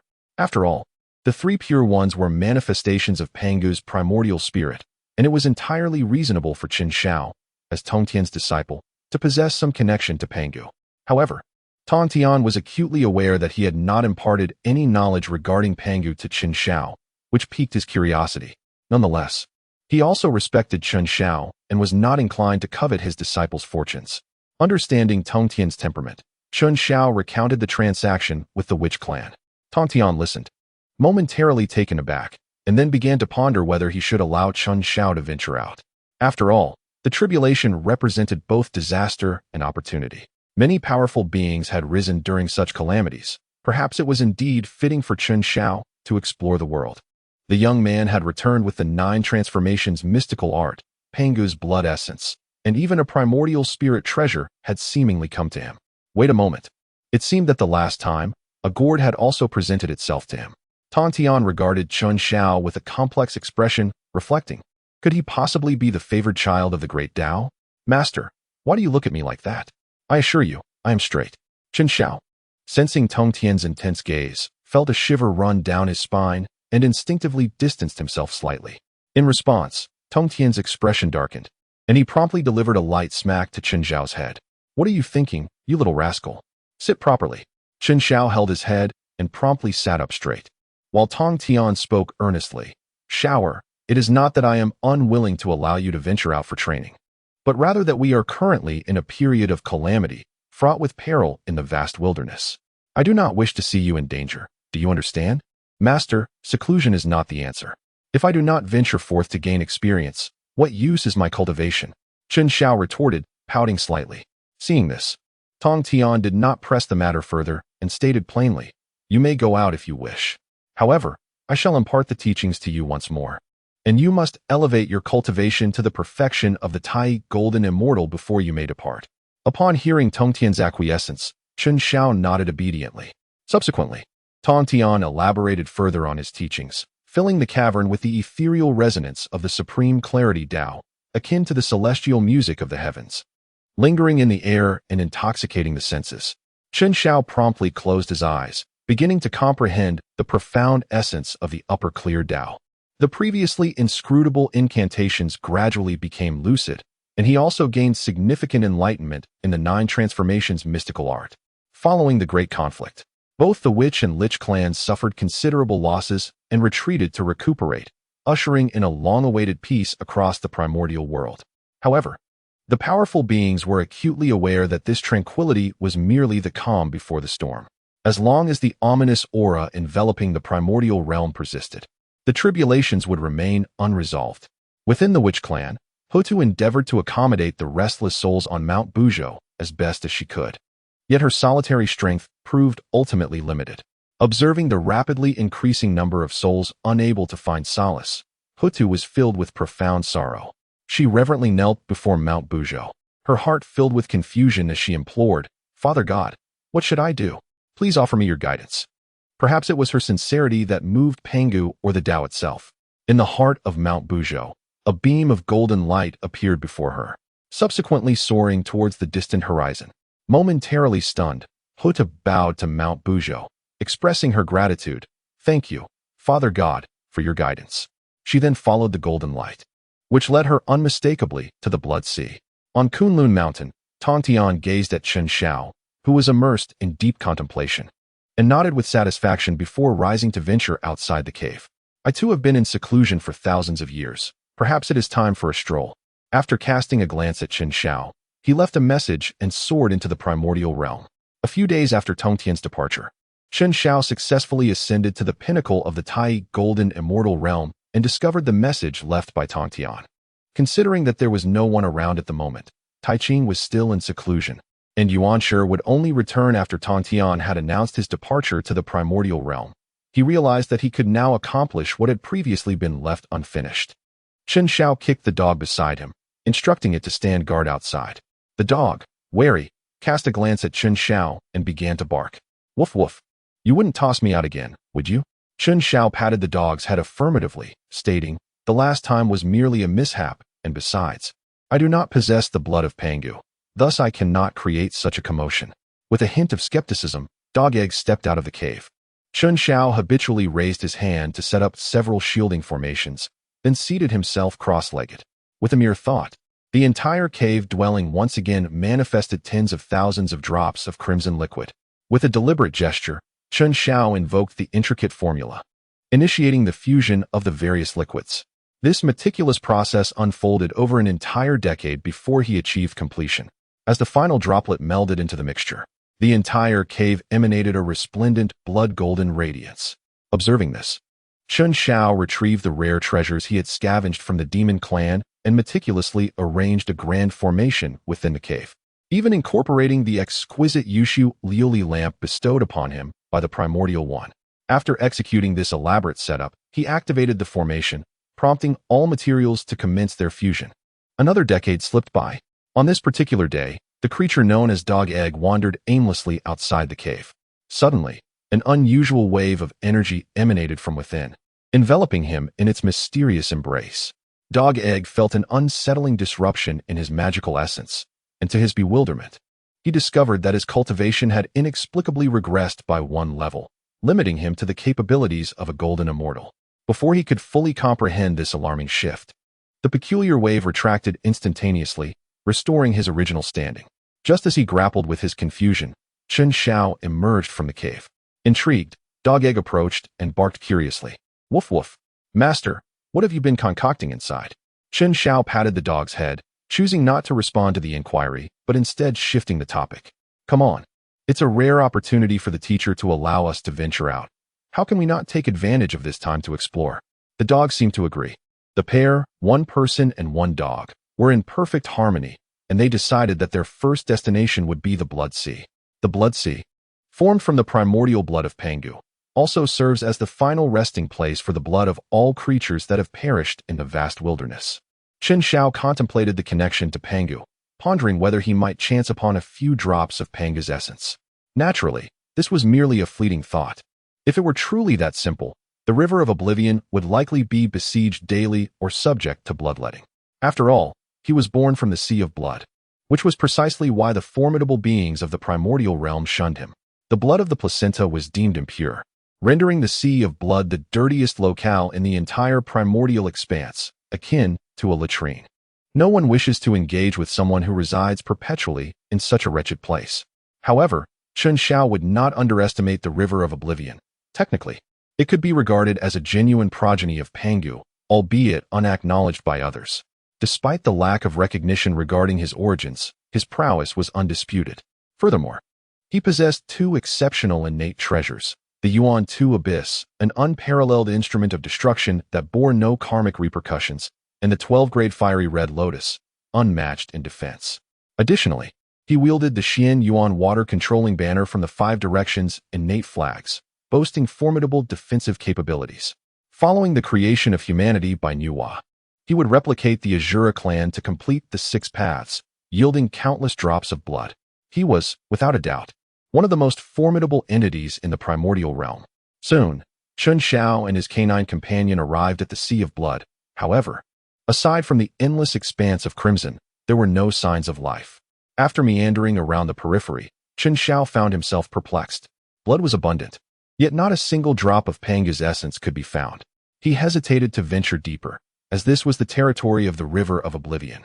And before Tantian achieved sanctification, he dared not stride boldly into the depths. The River of Oblivion was among the few powerful beings who would not grant him any deference prior to Tongtian's ascension. With this thought in mind, Chen Xiao resolved to return home and instead seek out the demon tribe. Just then, a beam of golden light streaked overhead. Before Chen Xiao could clearly discern, the golden light vanished without a trace. Following closely was an aura of quasi-saintly presence, which swiftly approached him. Why are you here?" Before Chen Xiao could fully comprehend the situation, a cold voice reached his ears. Upon closer inspection, he realized it was Hutu, and a sense of relief washed over him. Fortunately, it was not the River of Hades. Otherwise, it would be quite difficult to justify his presence there. He then awkwardly smiled and said, "Ah, it is merely the esteemed Hutu. I am just wandering about, passing through the Blood Sea." Hutu, upon hearing Chen Xiao's explanation, did not press further but instead inquired, "Did you happen to see a golden light flying in a particular direction just now?" Chen Xiao pondered for a moment and pointed behind him, saying, "It should have flown that way. It moved so swiftly that I hardly had time to see it clearly." Observing this, Hutu contemplated for a moment before speaking in a low voice. "Would you be willing to accompany me on a journey?" Chen Xiao curled his lips, observing the unwavering expression of Hutu, who seemed determined to bind him against his will. He nodded in agreement, realizing that with Hutu by his side, he could delve into the depths of the Blood Sea. Thus, the trio, two beings and a dog, continued along the path indicated by Chen Xiao, while the River of Oblivion, deep within the Blood Sea, sensed their presence. However, it chose to feign ignorance rather than confront them. This was due to its current injuries, and also because Hutu was a distinguished figure among the 12 ancestor witches, second only to Di Jiang and Gong Gong, possessing formidable strength at the mid-stage of quasi-saint. In contrast, the River of Oblivion was merely at the initial stage of quasi-saint, unable to contend with her. Even if it could, it dared not engage. Should Hutu summon the other 11 ancestor witches, the 10 male ones could easily overpower it. Thus, it opted to remain unseen, allowing them to pass. Though it would soon regret this decision. As Hutu and Qianshao journeyed onward, they remained oblivious to the golden light that had briefly shone. Before them lay countless wandering souls, aimlessly drifting. A wave of melancholy surged within Hutu, prompting a sigh. Father God has brought me here. But what is his intention for these souls? Qianshao, seemingly indifferent, replied, Did you not come here to establish the 6 paths of reincarnation, enabling them to be reborn? No sooner had he spoken than he felt a tightening grip at the back of his neck, abruptly turning him to face Hutu's penetrating gaze. What did you just say? Upon witnessing the fervent agitation of Hutu, Qianshao involuntarily trembled, stammering, It is to establish the underworld and set up the 6 paths of reincarnation, allowing them to be reborn. Did you not come for this purpose? As Hutu absorbed Qianzhao's words, the confusion in her mind dissipated like mist. In the vast expanse of primordial chaos, there existed a crucial void that needed to be filled, a place where souls could reincarnate. By addressing this absence, the countless lost souls would find their sanctuary.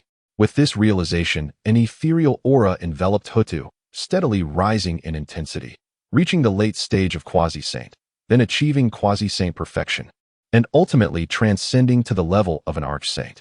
Opening her eyes, her lips slightly parted, her voice resonated throughout the primordial realm, with the power of the ancestral shaman. I, Hutu, hereby establish the 6 paths of reincarnation for the myriad lost souls of the primordial world. I vow to remain here eternally, safeguarding the order of the primordial realm. The 6 paths of reincarnation established. As her words fell, the great Tao responded, bestowing boundless merits and fortune upon her. With the influx of merit, Hutu ascended to the status of a saint of the earth, continuing to rise even beyond the initial teachings of Hongjun in the palace of the purple clouds. However, at that moment, her form transformed into shimmering golden light, scattering across the blood sea. Endless auspicious clouds appeared on the horizon, and the primordial cultivators turned towards the blood sea, exclaiming in astonishment, Is that not Hutu of the 12 ancestral shamans? She has attained sainthood. Another powerful being remarked in admiration. What remarkable resolve! I harbor no jealousy for her attainment of sainthood. After all, not everyone possesses the courage of Hutu, who sacrificed herself solely for the survival of the beings of the primordial realm. It can be said that Hutu's selfless act was a matter of fate and destiny. Within the palace of the purple clouds, Hongjun suddenly opened his eyes, a grave expression on his face, filled with astonishment. What has transpired? How did Hutu awaken the underworld? The response came in a voice that was difficult to discern as male or female, shrouded in profound mystery. A change has emerged within the primordial realm. The underworld has awakened prematurely. After the calamity of the shamans and demons, I can no longer directly suppress the underworld. According to the original timeline, the underworld was meant to reveal itself only as the calamity drew to a close. At that time, Hongjun would have been able to effortlessly suppress the underworld, having already secured a significant portion of the primordial authority alongside the heavenly Tao. However, with the underworld now manifesting ahead of schedule, given time, Hutu might contend with Hongjun for a substantial share of primordial power, complicating the heavenly Tao's complete control over the primordial realm. Furrowing his brow, Hongjun solemnly declared, Since the underworld cannot be directly suppressed, we shall wait for the next calamity to devise our strategy. Now that the underworld has emerged, the human realm must awaken it as well. Understood. With the heavenly Tao's approval, within the palace of Nuwa, the reclusive Nuwa suddenly sensed a disturbance in the primordial purple energy. She quickly took it out, a flicker of shock and joy crossing her beautiful eyes. Is this the guidance of primordial purple energy? Could it be the opportunity for my own sainthood? At the shaman clan's domain, the 11 ancestral shamans promptly detected Hutu's attainment of sainthood. Zhurong exclaimed excitedly, Sister Hutu has become a saint. Does this mean we no longer have to heed Hongjun's orders? Emperor Jiang shook his head, responding solemnly, Let us first ascertain our younger sister's current state before making any decisions. The other ancestral shamans nodded in agreement, eagerly heading towards the Blood Sea. Hutu's ascension to sainthood was sufficient to free them from Hongjuan's commands, and even to quell the demon clan's unrest with minimal effort on her part. The demon court quickly recognized this issue, prompting Emperor Jun to convene a meeting. My esteemed ministers, the shaman clan's Hutu has achieved sainthood. Do you have any strategies to counter this? The demon officials exchanged silent glances, remaining uncharacteristically mute. Most of the attending demon officials had previously visited the palace of the purple clouds to listen to Hongjuan's teachings. The majesty of a saint still left a profound impression on them, making it difficult to meet his gaze. Now, to devise a plan to confront a saint was akin to courting death. Seeing the silence among the demon officials, Emperor Jun felt a surge of frustration. At that moment, Baze, the strategist of the demon clan, stepped forward and respectfully addressed, "Your Majesty, as the saying goes, one who has not attained sainthood remains but an ant. No method can rival a saint's power. While our demon clan possesses the great array of the stars, the shaman clan wields the 12 heavenly gods' array. Thus, it seems we have but one viable path forward." Emperor Jun furrowed his brow and inquired, "What path is that?" Naturally, it is to support Lady Nuwa. When the Dao ancestor established the Xianmin and took in 4 direct disciples and 2 registered disciples, it was destined that 6 saints would emerge. Hence, I believe we should expend all our efforts to assist Lady Nuwa in achieving sainthood, while simultaneously urging our clan to intensify their training to enhance the power of the great array of the stars. Emperor Jun considered this reasoning and promptly stood, declaring, "Convey my decree. Open the demon clan's treasury. Lady Nuwa may take any heavenly materials she requires. Simultaneously, we shall strive to avoid confrontations with the shaman clan and focus on our training to enhance the great array of the stars. We shall obey the emperor's decree." Following the establishment of the demon clan strategy, a fervent wave of training ensued. However, when Baze went to the palace of Nuwa to relay Emperor Jun's orders, he discovered that Nuwa was not present and no one knew her whereabouts. Meanwhile, at the Blood Sea, after Hutu transformed into golden light, a tempest suddenly arose. Chen Xiao, hovering above, felt as if something were striving to emerge from the depths of the sea. Sure enough, moments later, a massive chasm split open within the Blood Sea, dark and profound, exuding waves of ominous energy, a clear indication of the underworld's nascent formation. The river of the underworld sensed that a portion of the Blood Sea seemed to have slipped from its grasp, cursing vehemently, "Hutu, what have you done?" Yet, what responded to him was the gradual shaping of the underworld, as the forces of cosmic laws converged upon this location as if summoned. Chains of law wove and intertwined within the underworld, constructing the framework of reincarnation. The portion of the Blood Sea that had slipped from the river of the underworld's control gradually transformed from crimson to yellow, henceforth known as the Yellow Springs. Meanwhile, the wandering souls and restless spirits throughout the primordial realm seemed to sense the call of a homecoming, drifting towards the underworld. Once the underworld was established above the Blood Sea, it swiftly descended into its depths. Through the dense and ominous aura, Chen Xiao beheld the central realm of Hutu within the 6 paths of reincarnation, and a profound sigh escaped his lips. From henceforth, Hutu shall no longer embody the shamanic spirit, though having attained the status of a sage, she is forever bound to the underworld. After this moment of reflection, a strand of the profound virtues that had congregated around Hutu unexpectedly detached itself and swiftly penetrated Chen Xiao's being. This sudden occurrence startled him momentarily, yet joy soon enveloped him. The virtues of the Tao surpassed those of the heavenly Tao by several magnitudes. Merely this single strand allowed Chen Xiao to dissolve all the malevolent karma he had accumulated among the demon clan, and moreover, it positioned him to transcend into the realm of the great Luo Golden Immortal at any moment. However, Chen Xiao chose to suppress this burgeoning power. The ascent to the great Luo Golden Immortal requires the comprehension of a singular principle, and Chen Xiao, being innately endowed with the principles of swordsmanship, would naturally find such a breakthrough effortless. Yet, it is essential to bear in mind that this place is the most scrutinized within the entirety of the primordial chaos. To attempt a breakthrough here would render him susceptible to interruption, and the ramifications of failure could be dire, potentially costing him his very life. Just as Chen Xiao managed to restrain his rapidly escalating cultivation, the 11 ancestral witches also descended into the underworld.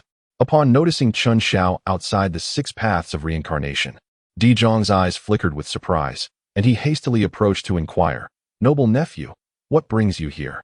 Just as Chen Xiao was about to respond, the voice of Huda echoed from behind him.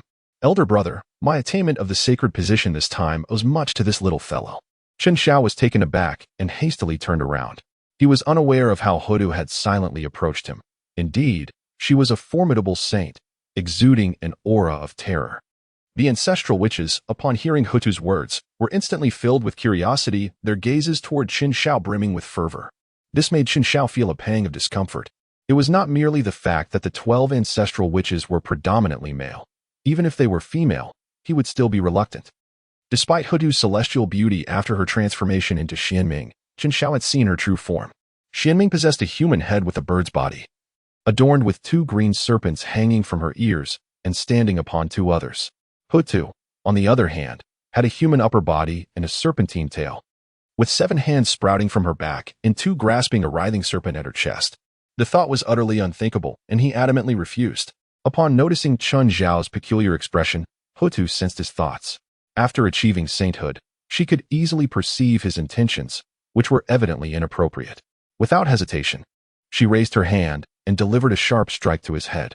Chen Xiao crouched down, clutching his head, tears streaming involuntarily from his eyes.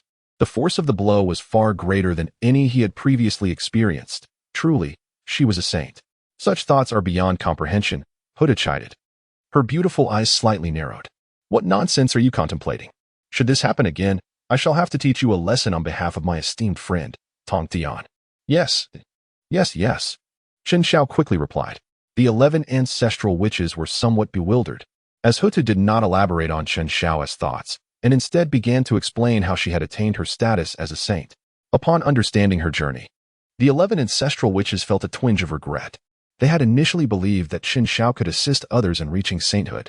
However, it became evident that they had overestimated him. Had he possessed such abilities, he would have already ascended to the Zixiao Palace to oust Hongjun and claim the seat for himself.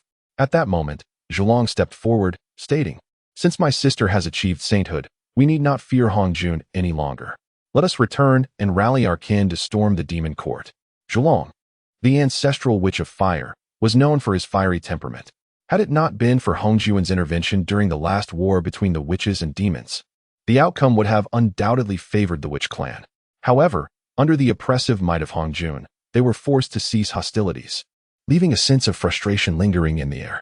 Soon, though, Zhulong faced the harsh reality of the situation. Alas, though I have attained sainthood, I am simultaneously constrained and unable to venture forth. Upon receiving this news, the ancestral witches were left dumbfounded. They had finally produced a saint, only to discover that not only was she unable to intervene in battles, but she was also restricted from leaving. Their combat prowess had not increased. Rather, it had diminished. After all, the 12 capital heavenly god-demon formation required all 12 ancestral witches to be at their posts to unleash its full potential. This was hardly the blessing of a saint. It felt more like a cruel jest.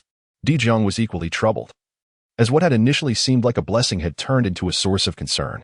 Huda felt a deep sense of guilt. Moreover, there was an unspoken truth. Since her ascension, she had distinctly sensed that the impending calamity hinged upon the conflict between the witch and demon clans, potentially rivaling the catastrophic events of the Dragonhan calamity, if not exceeding them.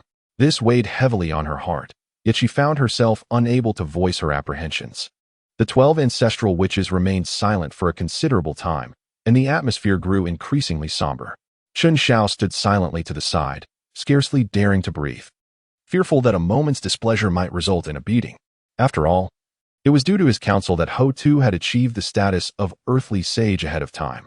After a considerable pause, Di Zhang sighed, conceding that it was not entirely disadvantageous. Should we face defeat, the witch clan would still possess a means of retreat. Brother, Ho Tu began to speak, but was interrupted by Di Zhang's raised hand. You need not burden yourself with excessive guilt, dear sister. Focus on nurturing the 6 paths. In the future, the fate of our clan may rest upon your shoulders. With tear-filled eyes, Ho Tu nodded in agreement. Chen Xiao discerned that Emperor Jiang might have grasped something. Yet the calamity of fate is thus. As long as the ominous energy persists, it compels one to adhere to the predetermined script. Emperor Jiang patted the shoulder of Hutu, then turned to Chen Xiao, saying, My dear nephew, we shall take our leave now. Do visit the witch clan when you have the time. Certainly, esteemed Elder Jiang, Qin Shao replied. Subsequently, the other 11 ancestral witches departed in succession. With the absence of one, the 12 heavenly divine array was incomplete. They needed to hasten back to select a suitable replacement for Hutu's position. After watching the 11 ancestral witches leave, Hutu turned to Qin Shao and inquired, Qin Shao, would you be willing to serve in the underworld? Qin Shao, who had been following closely, brightened at her words and rubbed his hands together, exclaiming, of course. I would be delighted. However, I wonder what position the lady will grant me? Securing a position in the underworld would alleviate any concerns regarding the impending divine tribulation, ensuring he would no longer need to worry about ascending the divine list. Moreover, joining now would be akin to acquiring shares at the inception. Hutu would undoubtedly bestow upon him a position of considerable significance. Surely, he thought, it must be something akin to the king of a hall. Yet, the title Hutu subsequently offered left him utterly astonished as she calmly stated, you shall be the emperor of Fengdu. Qin Shao inquired with a hint of uncertainty. The emperor of Fengdu? Is that not a bit too lofty for me? The emperor of Fengdu, the sovereign of the underworld, holds the highest position after the Earth Mother. My bestowal of this title is deliberate, she replied. You may appoint 5 of the 10 Yama kings and 2 of the 5 ghost emperors. The remainder of the positions in the affairs of the underworld shall be at your discretion. The Earth Mother conferred the title of Ghost King upon Qin Shao, sensing his profound knowledge. Upon reflection, it appeared that he spoke not casually, but rather as if he had foreseen her intention to establish the underworld amidst the sea of blood. Thus, the Earth Mother deduced that Qin Shao might possess some insights or foresight. Bestowing upon him the title of Emperor of Fengdu served dual purposes, to draw him closer and to settle a portion of karmic debt. Although the Earth Mother was a predestined sage, Qin Shao's reminders rendered her indebted to him for a fraction of the path to sanctity. However, this debt paled in comparison to that which Hongyan owed to the guiding sage. After all, as the ruler of the underworld, she could easily replace Qin Shao should his actions pose any threat to the witch clan or the 6 realms. Having concluded her words, the Earth Mother elegantly raised her hand, and a stream of radiant light swiftly descended upon Qin Shao. As the golden glow receded, he found himself adorned in the distinctive black imperial robe of the Emperor of Fengdu, with his left hand gripping the sacred staff of authority and his right hand tightly clutching the token that commanded the underworld. Overall, he presented a rather dignified appearance.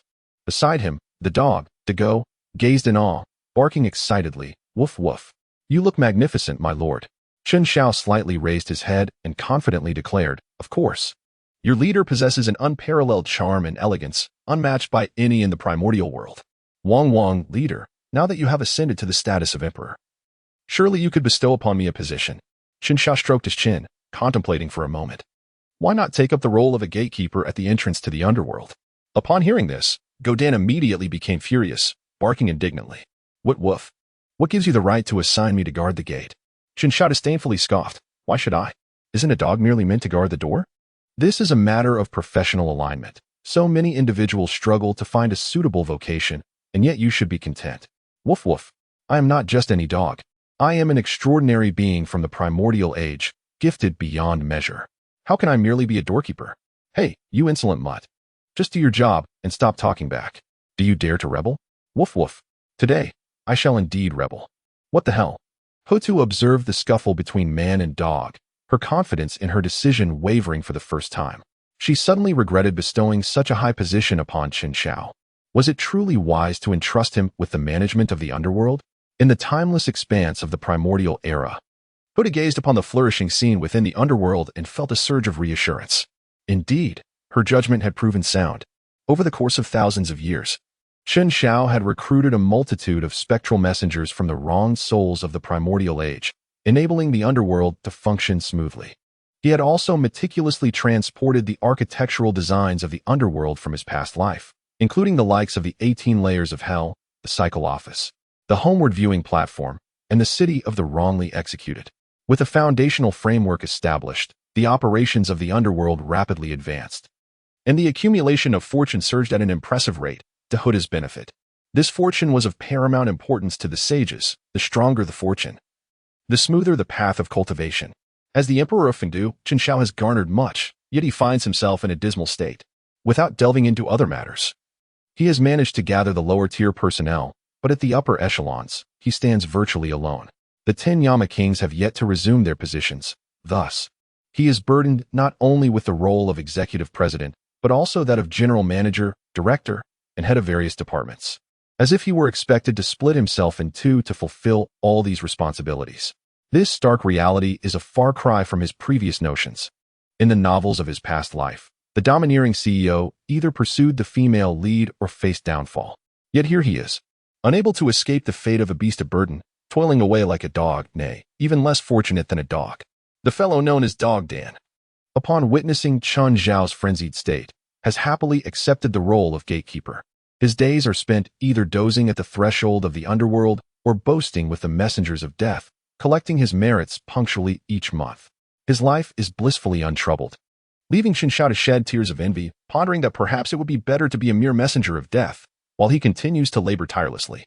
On one particular day, as Chen Xiao was diligently attending to official documents, a beam of golden light suddenly pierced through the realm of the dead, reaching his ears. Xiao, return to Kunlun. I wish to introduce you to several junior brothers and sisters. Chen Xiao's previously vacant eyes suddenly regained their spark. Without hesitation, he tossed aside his brush and immediately took flight towards the Hall of Serene Heart. Whoever wanted this damned shift could have it. He certainly had no intention of continuing any longer. Chen Xiao arrived before the Hall of Tranquility, raising his voice to call out, "Empress Hutu, I beseech an audience. Come in."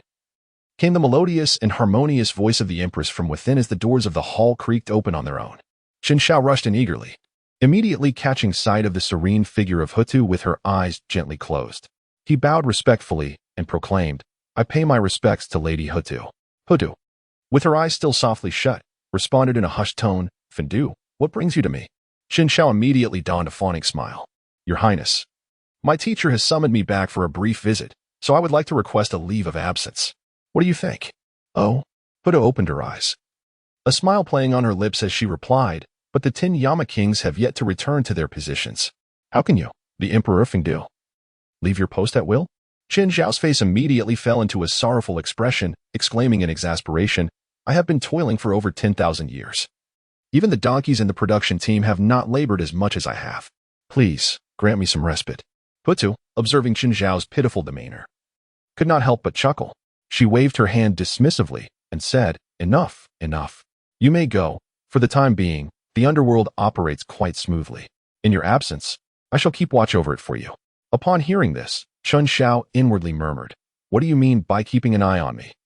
This is, after all, your territory." Hutu immediately discerned Chen Xiao's thoughts and, with a touch of seriousness, remarked, "What is the matter? Are you not leaving? Or perhaps you choose not to leave at all?"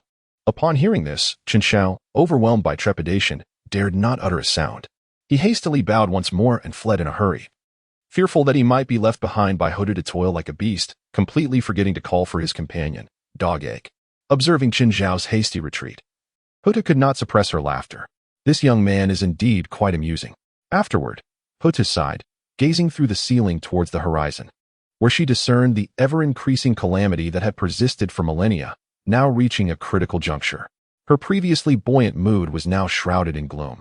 At Shouyang Mountain, Nuwa, guided by the primordial purple energy, traversed the cosmos and ultimately arrived at the very spot where the innate gourd vine had emerged. She then produced the 3 light divine water and the 9 heavens soil, placing them before her as she pondered deeply. Throughout her travels over the millennia, Nuwa observed a stark decline in the beings of the Hong Wong world since the witch and demon tribulation. The gifted creatures were reproducing slowly, with some not reproducing at all, making it nearly impossible to fill the vast void in a short time. The foundation of her enlightenment regarding sanctification lay in the establishment of a new race, intended to rejuvenate the desolate land of Hong Wong and restore the natural order of beings in accordance with the cosmic balance. Yet, she remained uncertain of what kind of race to create and how to go about it. Gently caressing the 9 heavens soil, she mused that this soil, imbued with boundless nurturing power, must be a pivotal element. As for the innate gourd vine, it too might offer unique advantages. With the foundational materials for creating a new race at hand, she now needed to contemplate the nature of this race. Various groups and formidable entities flashed through her mind until a handsome yet cunning visage materialized. A spark of realization glimmered in Yua's eyes. Chen Xiao, the innate Tao body. Yes, I could create a race of innate Tao bodies. No wonder he shares a certain connection with me. It all makes sense now. With her thoughts aligned, Niwa promptly raised her hand, utilizing the nine heaven soil and the three light divine water to shape a figure in the likeness of Qin Shao, infusing it with the essence of the extraordinary beast of Hong Wang. The myriad of potent yet chaotic blood energies prompted Niwa to blend in her own essence for harmony. After a short while of kneading, the first being endowed with an innate Tao body manifested in her hands. As it touched the ground, it stumbled a few steps before swiftly taking flight, celebrating its own birth. Thus, the second innate human was born. Upon seeing Niwa, this new being immediately knelt and reverently proclaimed, "I pay homage to the Holy Mother Niwa." Niwa nodded, her gaze filled with maternal affection as she regarded the newly formed clay figure. Understanding the yin-yang principle, she, as the pioneer of human relationships, called upon her elder brother Fushi to procure some of his essence, crafting a second clay figure, thereby achieving a harmonious balance of yin and yang, ensuring the cycle of life. Niwa, invigorated by the sight, continued her creative efforts, fashioning numerous innate Tao bodies. Fushi, observing his sister's industriousness, chose to remain silent, merely serving as an unfeeling source of blood essence whenever she required it. Feeling fatigued after a while, Niwa retrieved the gourd vine she had acquired from Buzhou Mountain. After soaking it in the nine heaven soil, she gently tossed it, and countless clay forms began to morph into innate Tao bodies, responding to the natural forces of this realm. Although slightly inferior to those she had crafted by hand, they were nonetheless significant. Seeing this method effective, she repeated the action. And after a considerable time, the landscape was filled with beings of innate Tao bodies.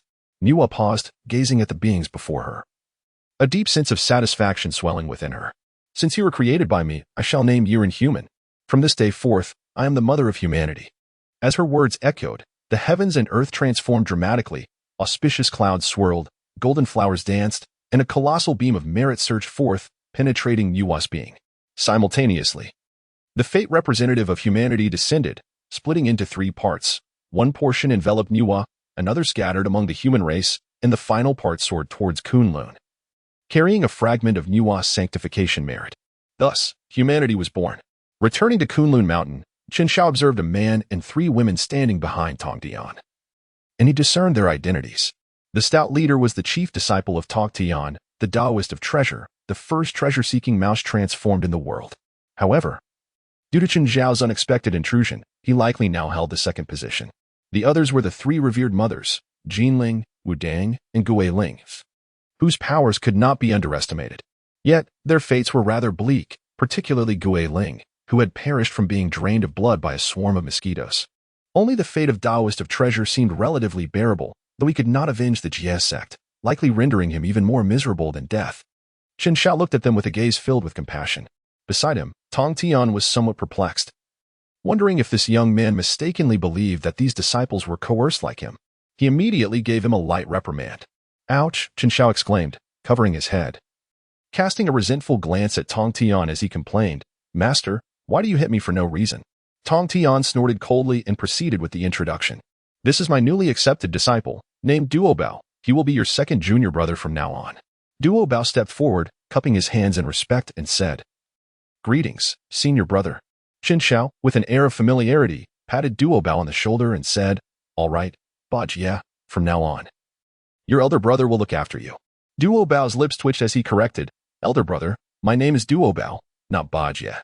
"Very well, Ba Jie." Duobao, frustrated, chose to remain silent, no longer wishing to contest the matter. Tong Tian then proceeded to introduce Jinling, Wudang, and Guiling. The three of them, displaying great courtesy, addressed Qin Shao with a respectful elder brother. Qin Shao was exuberantly enthusiastic, quickly forging a camaraderie with the three junior sisters. "Greetings, junior sisters. It is a pleasure to meet you for the first time. I do not possess much of value, but please indulge in the celestial wine I have brewed," he proclaimed.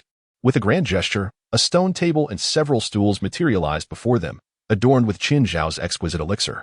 Subsequently, he respectfully invited Tong Tian to take a seat, pouring a full cup of wine for him.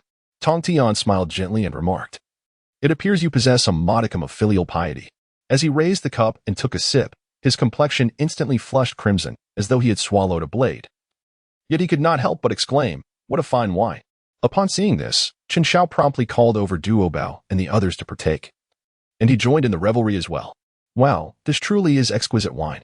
I never anticipated that Master Brother Ru possessed such remarkable skill," Duobao exclaimed with genuine admiration. Beside him, Jinling nodded in agreement, Indeed, indeed. After sipping it, I feel a delightful warmth spreading throughout my body, and my cultivation seems to subtly improve. Chen Xiao smiled with pride and confidently remarked, Indeed, I have been pursued across the world by those demon tribes for the sake of this wine's ingredients. Gui Ling's eyes sparkled with admiration as she gazed at Chen Xiao, astonished by the arduous journey behind this exquisite wine and his remarkable ability to escape unscathed from the relentless pursuit of the demon tribes. Senior brother's profound cultivation is truly admirable, she thought. As Chen Xiao listened to their flattery, he felt an overwhelming sense of elation. However, Tong Tian, who was nearby, heard Chen Xiao mention that the ingredients for the wine were sourced from the demon clan, and an ominous premonition stirred within him. After all, Tong Tian was well aware of the reasons behind the pursuit of Chen Xiao. He hurriedly inquired, Shower, what materials did you employ to brew this wine? Upon hearing Chen Xiao's words, he enumerated a plethora of celestial herbs and fruits, allowing Tong Tian to gradually relax as he lifted his cup for another sip. However, when Chen Xiao finally mentioned the last ingredient, an unspoken silence enveloped the room. This final component was of utmost significance. It was the essence of the great demon's essence. This particular substance served as the very core of the brew, imbued with an exceptionally potent yang energy, combined with the previously mentioned elements. The celestial wine produced would undoubtedly be a masterpiece of the primordial realm. Tong Tian's eyes widened in astonishment, and he inquired once more, What, pray tell, is this final ingredient? Chen Xiao was entirely oblivious to the drastic change in the expressions of Tong Tian and the others. He continued, You mean those great demons? This is crucial. Upon realizing they had not misheard, Tong Tian, Duobao, and the others promptly expelled all their drinks. Disciple, behold my sword. After regurgitating the wine, Tong Tian summoned the Qingping sword and aimed to strike at Chen Xiao. With remarkable swiftness, Chen Xiao knelt down and caught the blade with his bare hands, exclaiming, Master, why do you strike me? Tong Tian rebuked, Why, you ask? You have dared to serve us such vile concoctions, and you question my actions? Today, I shall cleanse our ranks. With that, Tong Tian twisted his wrist, freeing his sword from Chen Xiao's grasp, and prepared to strike again. Upon witnessing the scene, Chen Xiao hastily fled, provoking an immediate and furious response from Tong Tian. You wretched disciple, how dare you run away? Today, I shall not let you escape unscathed.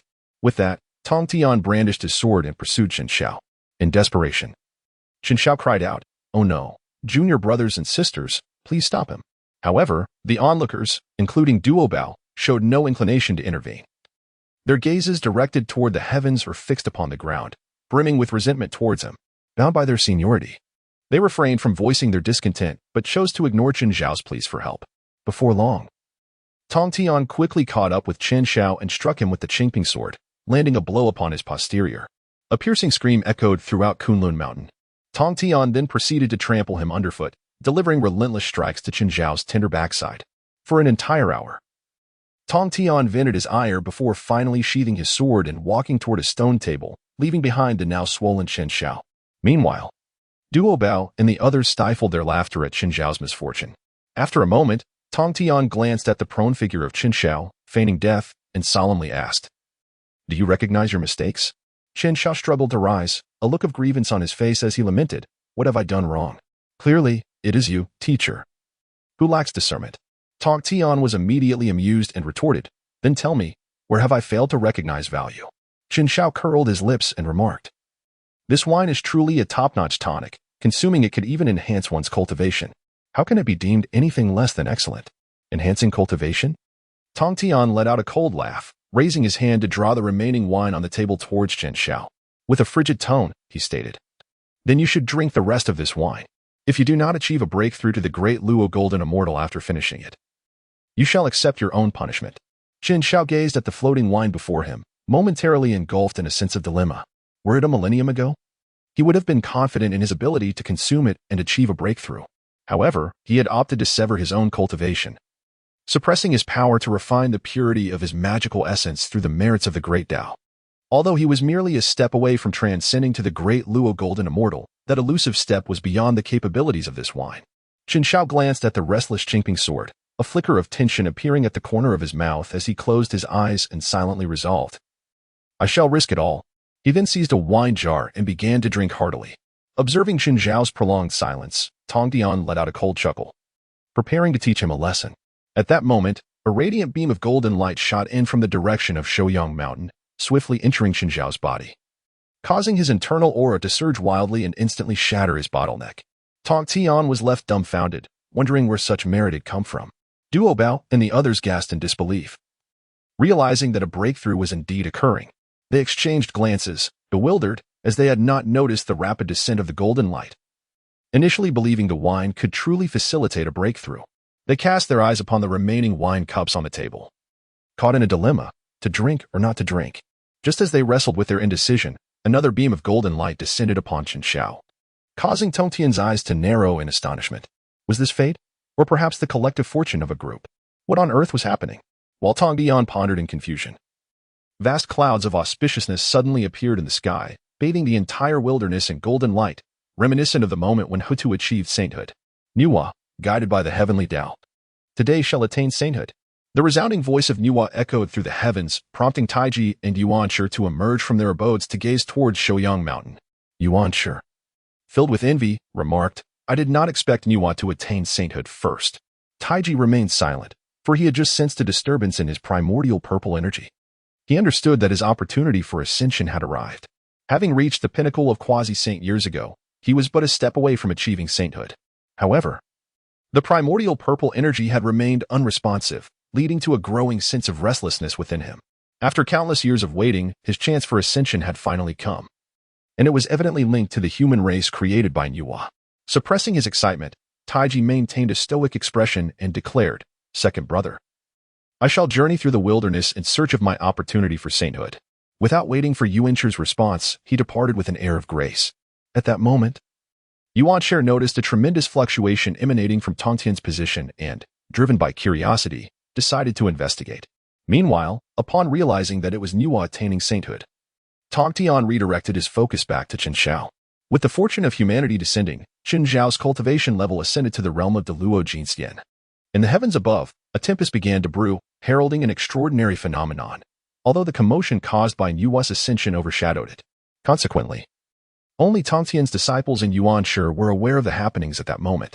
Tong Tian promptly instructed Duo Bao and the others to maintain vigilance around the perimeter to protect Chen Zhao from any disturbances. While he doubted anyone would dare disrupt the tranquility of Kunlun Mountain, he deemed it prudent to take every precaution. Duo Bao and the others bowed in acknowledgement and soared into position to stand guard. Subsequently, Tong Tian raised his hand to cast various formations around the cave, ensuring that no detail was overlooked before turning his gaze towards Chen Zhao, who was on the verge of a breakthrough, a glimmer of anticipation in his eyes. To ascend to Deluo Jinxian, the golden flower would bloom. The quality of its bloom would often reflect one's innate talent. The likes of the three pure ones and Nuwa were esteemed at the 9th grade. In contrast, figures like Hongjun, a primordial chaos deity contemporaneous with Pangu, were rated at the 11th grade, while Pangu himself reached the 12th. Tong Tian held firm confidence that Chen Zhao would achieve at least an 8th grade. If augmented by that unknown fortune, he might even attain the same 9th grade as himself, indicating potential for sainthood. Under Tong Tian's hopeful gaze, a flower bud emerged above Chen Zhao's head.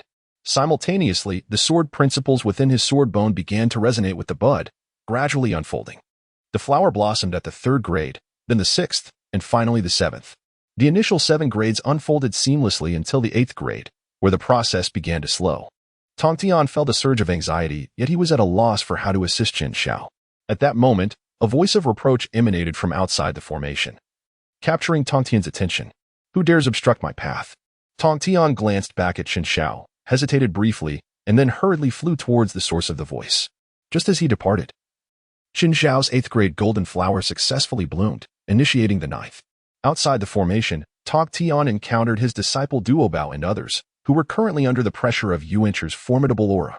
Nevertheless, Duo Bao stood resolutely, his gaze unwavering as he addressed Yuanshi. Second Master, the senior brother is at a critical juncture in his breakthrough. The Master has decreed that no one may interfere. We ask for your understanding. Yuanshi regarded Duo Bao and the others, his disdain unmistakable in his eyes. He harbored a deep-seated aversion to those of their kind, having chastised Tong Tian when he first accepted them. Yet, Tong Tian had paid him no heed.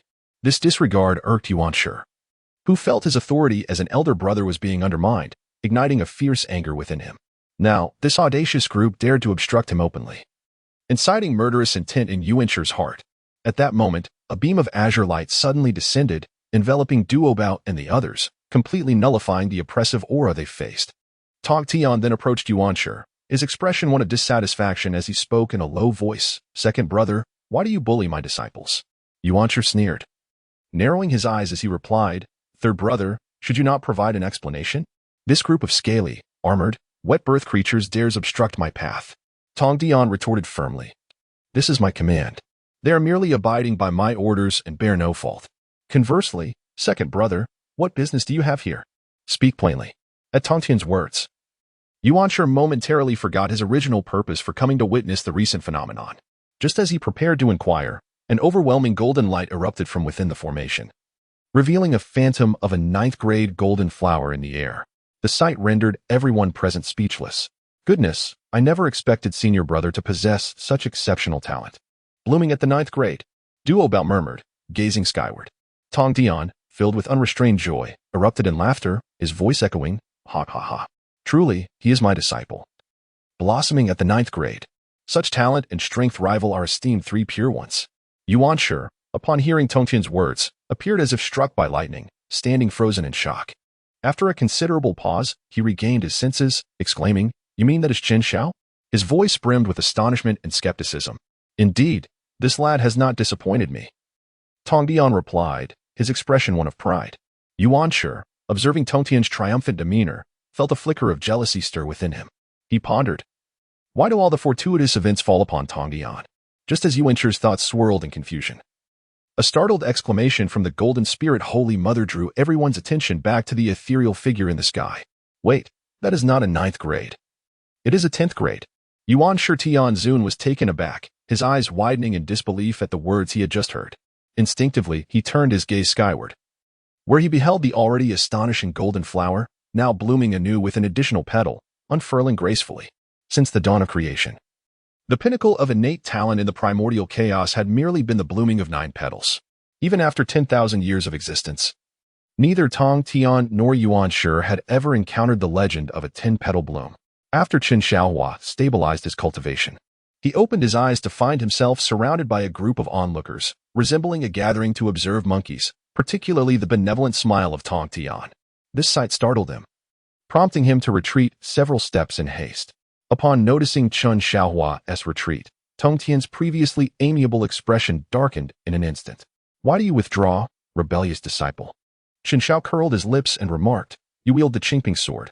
Are you not clearly intending to strike me? How could I possibly remain?" Tong Tian gazed at the Qingping sword in his hand, having momentarily forgotten to sheath it during the earlier standoff with Yuanshi. After sheathing the sword, he advanced once more towards Chen Xiao, only to find him retreating even further. Tong Tian, now infuriated, bellowed, "Why do you flee again? How can I be certain you do not intend to capture me first and then deliver a beating?" Chen Xiao exhibited an attitude of being perpetually prepared to flee, which instantly amused Tong Tian. With a patient demeanor, he remarked, "I shall not harm you." "Really? I find that hard to believe. Unless you swear an oath to the heavens." Chen Xiao's incredulous expression ultimately caused Tong Tian to lose his remaining patience. He swiftly teleported to Chen Xiao's side, seized his collar, and immediately sealed his cultivation. Chen Xiao was taken aback, exclaiming, "Master, you are being unfair." Tong Tian, with a cold smile, replied, "I had no intention of striking you, but now I have changed my mind." With that, he brandished the Qingping sword once more, delivering a series of blows to Chen Xiao's rear. Meanwhile, Duo Bao and the others shielded their eyes, unable to bear the sight. While Yuanshi remarked with a hint of disdain, "What does it matter how exceptional one's talents are if one only cultivates power without virtue? It is a sheer waste. And such will undoubtedly reflect on future achievements." Upon hearing Yuanshi's words, Tong Tian abruptly halted, casting an irked glance in his direction. "What my disciple is like is not something you need to concern yourself with, second brother." Yuanshi, feeling displeased by Tong Tian's defense of Chen Xiao, since the Tong Tian was becoming increasingly insubordinate. With a huff of disdain, he turned and soared away from Kunlun Mountain. He sought to find several astute and fortunate disciples to serve as examples for Tong Tian, hoping to convey the futility of taking in those who were unworthy and lacking in potential. After Yuanshi's departure, Tong Tian instructed Duo Bao and the others to commence their cultivation, allowing them to break through to the realm of Deluo Jinxian at the earliest opportunity. Once the others had left, Tong Tian set up a shielding formation, his expression grave as he gazed at Chen Xiao, asking solemnly, "What is your relationship with Sister Nuwa?" Why has a portion of the merit and fortune from the races she created fallen upon you? Tong Tian had a rough understanding of merit matters. He had just deduced that humanity was conceived based on Chen Xiao, thus a share of merit naturally belonged to him. However, it was customary for the fortune of humanity not to descend upon him. Moreover, the amount of fortune was substantial, approximately accounting for 20% of humanity's overall fortune. According to the original allocation, Niwa should receive 40% of humanity's fortune, while Taching, upon establishing the human teachings, would claim 30%, leaving the remaining 30% for humanity itself. Yet now, due to Chen Zhao's emergence, Niwa's share of humanity's fortune had dwindled to 30%, and Taching's portion would likely be even less. Chen Xiao also wore a perplexed expression, spreading his hands and pausing momentarily before he spoke. Perhaps he has created a lineage akin to mine. Teacher, did I not mention during our first encounter that I belong to the human race? Upon hearing this, Tong Tian reflected for a moment and quickly recalled the statement. Thus, a question arose, from whence did Chen Xiao originate?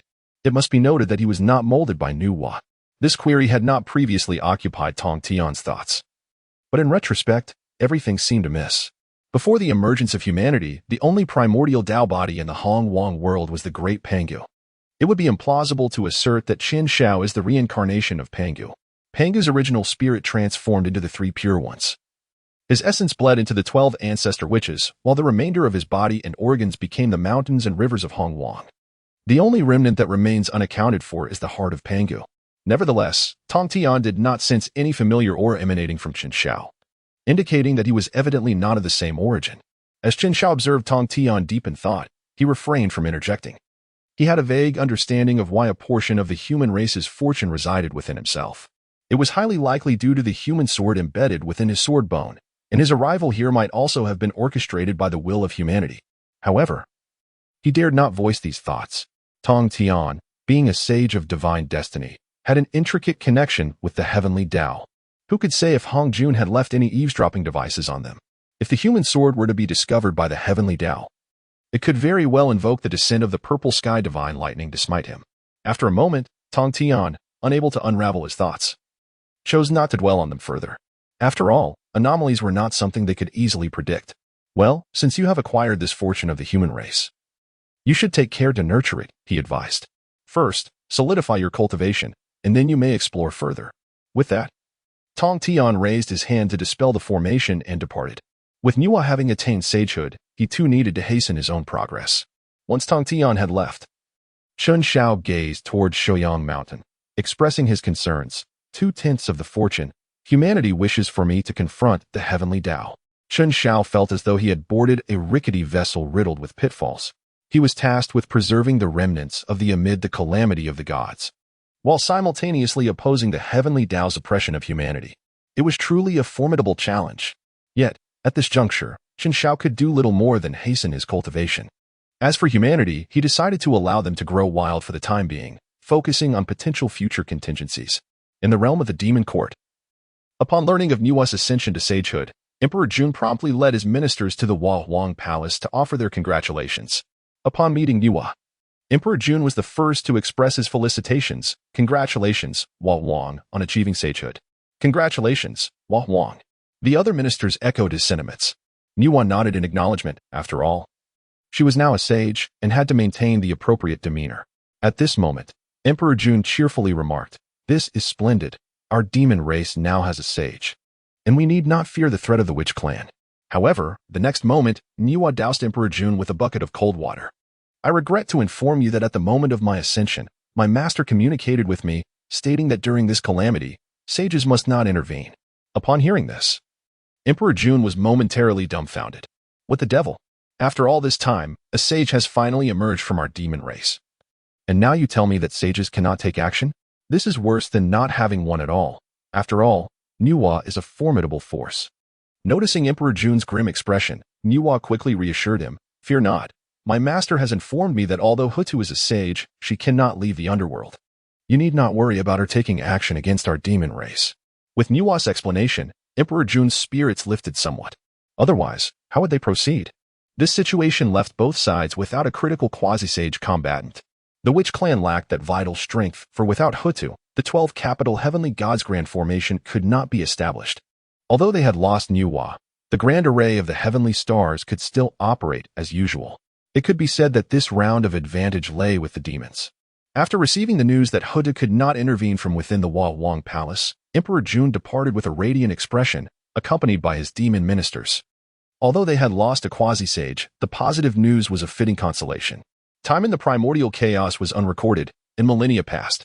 Through these ages of development, the human race flourished rapidly due to their remarkable reproductive capabilities.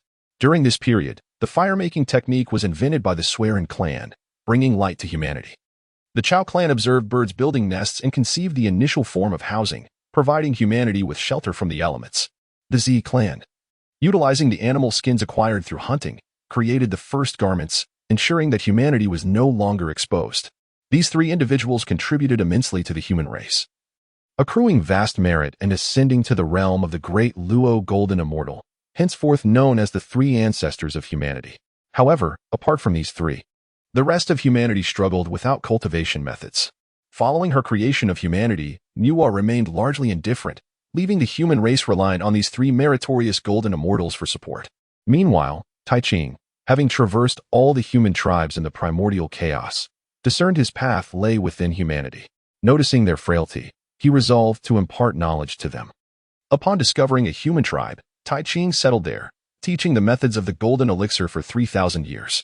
Although the golden elixir path was unsuitable for humans, they listened with rapt attention and earnestness. The golden elixir path, though arduous, was still a method of cultivation, leaving humanity with no choice but to engage with it.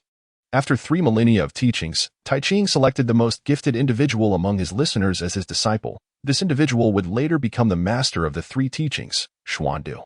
Subsequently, Tai Ching ascended into the heavens, unleashing the primordial purple energy from within himself to declare, "I am Tai Ching of the 3 pure ones."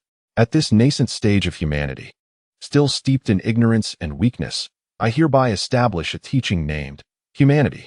The humanity teaching shall enlighten and protect humanity.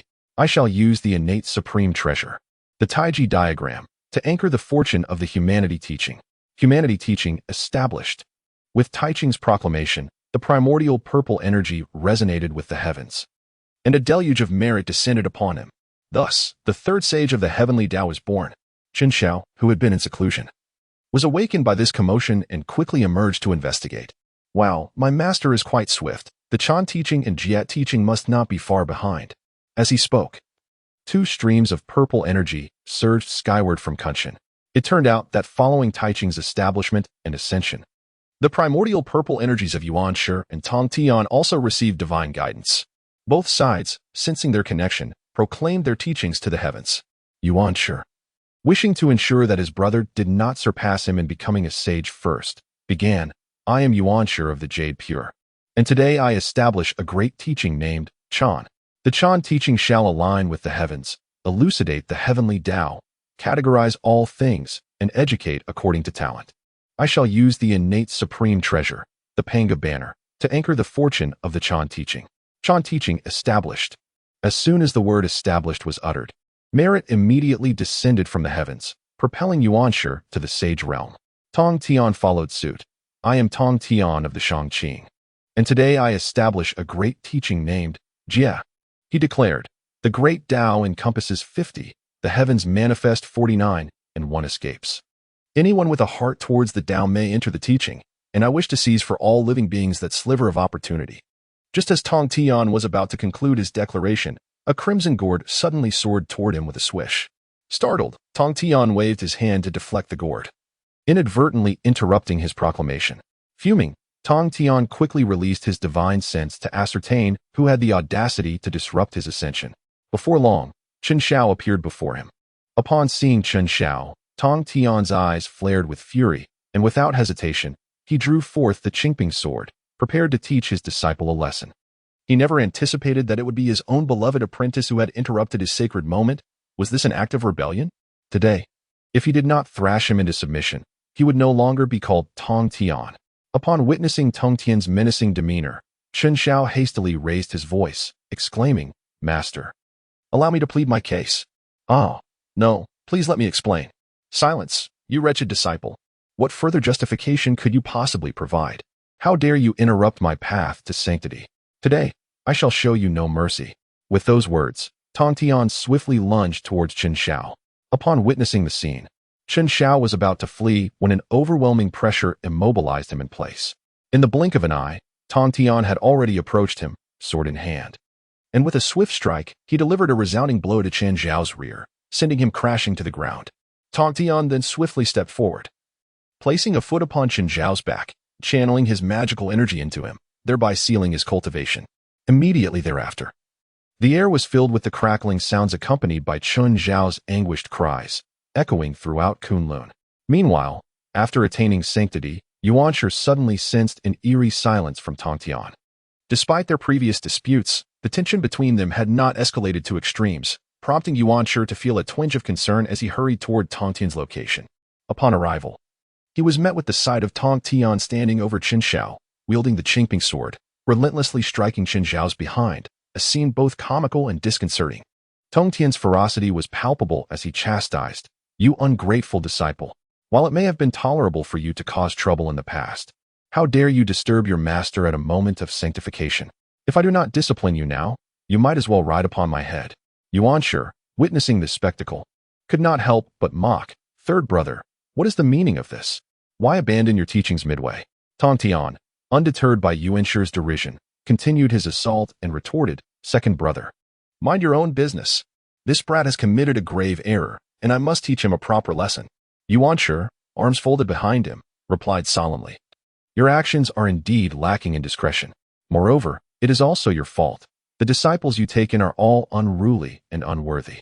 How can you expect to properly instruct my nephew when you are distracted by such unprincipled beings?" While Yuanshi held a disdain for Chen Xiao, he did not consider him among the unruly, and thus his tolerance remained. His remarks were primarily aimed at ridiculing Tong Tian, urging him to refrain from wasting efforts on such insignificant creatures. In response, Tong Tian coldly declared, "I shall teach my own disciples. There is no need for you to concern yourself with them." Meanwhile, the battered Chen Xiao, barely clinging to consciousness, feebly raised a hand and implored, "Master, could you please postpone your quarrel? I am on the brink of collapse." He then succumbed to exhaustion, collapsing onto the ground. In truth, Tong Tian's wrath had driven him to act with utmost severity, denying Chen Xiao even the opportunity to recover his energy. Were it not for his cultivation of the 9 transformations' profound art, his rear would have been thoroughly damaged by now. Upon reopening his eyes, Chen Xiao felt an unexpected sense of relief throughout his body and reached back to touch his behind. To his astonishment, he found no injuries whatsoever. Could it be a dream? Just then, a disdainful humph broke the silence, instantly drawing his attention. Turning his head, he was met with the stern visage of Tong Tian, who was glaring at him. Chen Xiao dashed forward, clinging to Tong Tian's leg, tears streaming down his face as he implored, "Teacher, please do not be angry. There is a reason for my actions." Tong Tian gazed at Chen Xiao with an impassive expression, coldly responding, "You had better provide me with a reasonable explanation, otherwise this punishment will be insufficient to atone for your transgressions." Chen Xiao quickly nodded, and then said, "Master, I merely wish to prevent you from utilizing the 4 swords of Zhuxian to suppress the fortunes of the Zhengjiao."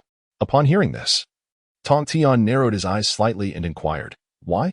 "It is rather evident. The 4 swords of Zhuxian are treasures of destruction. Which virtuous individual would dare wield such instruments to control the fortunes of a sect? Is it a matter of insufficient killing intent, or perhaps a lack of profound karma?" Chen Xiao rolled his eyes and remarked irritably. Tong Tian was taken aback, and then recalled that Hong Jun had indeed mentioned something similar. Logically, he should have paid closer attention. How could he have spoken so thoughtlessly as if he were lost in thought? The more Tong Tian pondered, the more disconcerted he felt. Although he was not yet a saint, he was at least a quasi-saint, yet he found himself inexplicably influenced. Fortunately, Chen Xiao had identified the issue and intervened in time. Otherwise, it would have posed a considerable threat to the Zhejiao. Turning to Chen Xiao, with eyes full of remorse, he said, "Xiao, you have my gratitude. It is my fault for not listening to your explanation attentively." He then produced a hammer, entirely composed of purple gold, and presented it to Chen Xiao. "This is a primordial supreme spiritual treasure, the purple lightning hammer. While it may not be suitable for you, refining it will enhance the power of your Shanqing divine thunder. Consider this treasure a token of my apology." Upon witnessing this, Chen Xiao replied, "This is the duty of a disciple. How could I accept a teacher's possessions?" Though he stated this, his speed in gathering the items was astonishingly swift, comparable to that of a sage. Tongtian's lips twitched slightly, and he sighed. Since you are aware that the four swords of Zuzhen cannot suppress the fate, what do you believe would suffice to do so? To subdue fate. The most effective would be the innate supreme treasures, followed by the treasures of merit, and lastly, the innate spiritual treasures. However, when the time comes for the teachings of to flourish and the myriad immortals to pay homage, even the finest innate spiritual treasures will prove inadequate. Tongtian possesses only the four swords of Zuzhen as an innate supreme treasure, and the Chaos Bell is held firmly in the hands of the Eastern Emperor, making it difficult to seize. Even if one were to wait for the Eastern Emperor's demise, Chen Xiao understood that it would still be unattainable, as the six great sages would intervene, resulting in its escape. Thus, this matter can be dismissed outright. Chen Xiao pondered for a moment before addressing Tongtian. Master, may I borrow your Qingping sword for a while? Without the slightest hesitation, Tongtian summoned the Qingping sword and handed it to Chen Xiao. After Chen Xiao took the sword, a fleeting expression of sorrow flickered in his eyes. He then summoned the merits accumulated within him and infused them entirely into the Qingping sword. These merits had been garnered during his tenure as the Emperor of Fendu in the underworld. Initially, he had intended to preserve them for the future to forge a moral-binding golden body. This way, should anyone dare to act against him later, they would have to weigh the potential consequences. However, at this moment, the Tongtian sect lacked any means of suppression. With no innate treasures at hand, he had no choice but to settle for modifying the merits into a spiritual treasure in order to fortify his own power. Chen Xiao had to temporarily forsake his personal interests for the sake of his master, as Tongtian had been exceedingly generous to him. As he infused the accumulated merits into the sword, the Qingping sword gradually radiated a dazzling golden light, growing increasingly vibrant. Yet, these merits alone were insufficient to forge it into a spiritual treasure. Gritting his teeth, Chen Xiao drew upon the merits from Yua's creation of humanity. However, as he tapped into this merit, he felt his own realm begin to regress. Fortunately, he had spent millennia solidifying his realm, preventing any fall from the great Luo Golden Immortal stage. Tongtian gazed at Chen Xiao with concern, a growing sense of guilt filling his heart. In the Western sect, Jian and Juani watched as the three pure ones, save for Tongtian, all attained sainthood, their hearts brimming with envy. It was somewhat comforting that the primordial purple energy within them had provided guidance following the establishment of the three pure ones. Unfortunately, they realized that their attempts to emulate the three pure ones only elevated them to the quasi-saint level, leaving them far from the exalted position of saints. On one hand, since they were establishing the same sect and concurrently serving as leaders, the merits had to be shared. On the other hand, the Western lands were exceedingly barren, limiting the growth potential of the Western sect, and the merits bestowed upon them were merely a drop in the bucket, utterly insufficient for their ascension to sainthood. Juanti, with a bitter expression, lamented, "Brother, the West is so impoverished. These merits are like a grain of sand in the vast ocean, hardly enough to elevate us to the status of saints." Jane also bore a pained look, self-reproaching. "It is my inadequacy that has prevented the West from flourishing. Brother, do not blame yourself. The West has already improved significantly compared to the past. As long as we persist, we will surely bring about its vigorous development. I have complete faith in you," Juani said firmly, gripping Jane's hand. Junior brother, elder brother. They embraced each other and wept bitterly. After a while, their tears ceased, and the pressing matter was how to attain sainthood. After much contemplation, Jane solemnly declared, "Junior brother, I have a method, but the cost may be considerable." Upon hearing this, Juanti replied urgently, "Brother, to remain unsanctified is to be akin to an ant. If we can become saints, no matter the cost, we must pursue it." Jane nodded and spoke softly. "This method involves making a grand vow for the West and borrowing merits from the Tao of Heaven. The price will be repayment, during which our cultivation will progress at a painfully slow pace. Unlike other borrowed items, merits must be repaid." Juanti was momentarily taken aback, then resolutely stated, "It matters not. Aside from our master, there are only 5 saints in the primordial realm. Even if we hold the lowest position, we will still wield great power." Seeing this, Jane nodded in agreement. Thus, they began to prepare for the matter of making a grand vow. They ascended to the peak of Mount Sumeru in the Western sect and sat upon golden lotuses. Jian spoke first, his voice echoing throughout the Western realm. "I, Jian, vow to expand the Western sect. Should I violate this vow, I shall fall into the cycle of reincarnation." Juani followed suit, declaring, "I, Juani, vow to assist in the growth of the Western sect, making it a sacred land of the primordial realm. Should I break my word, my path shall vanish, and I shall perish. They each established 24 grand vows, totaling 48 in all. In an instant, the heavens and earth changed color, purple clouds filled the sky, and an endless tide of merit flooded toward them. Bathed in this power, their auras surged, and they finally broke through to the realm of saints.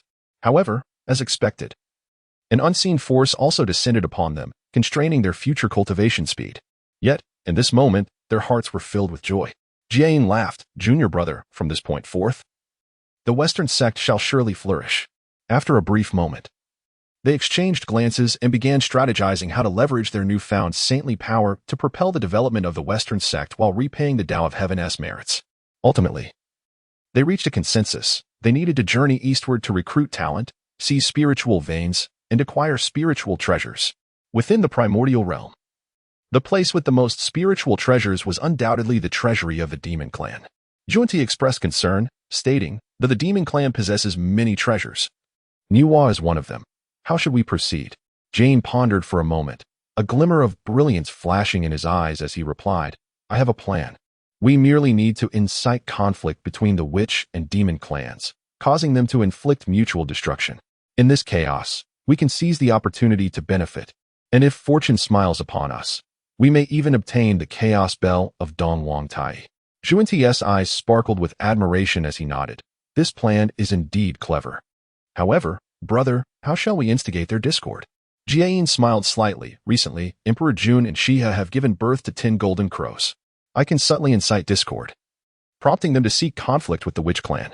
If these 10 golden crows fall at the hands of the witch clan, the enmity between the two clans will be impossible to contain. Zhuanti replied eagerly, "Excellent, truly excellent. However, such trivial matters do not require you, elder brother. Allow me to handle it."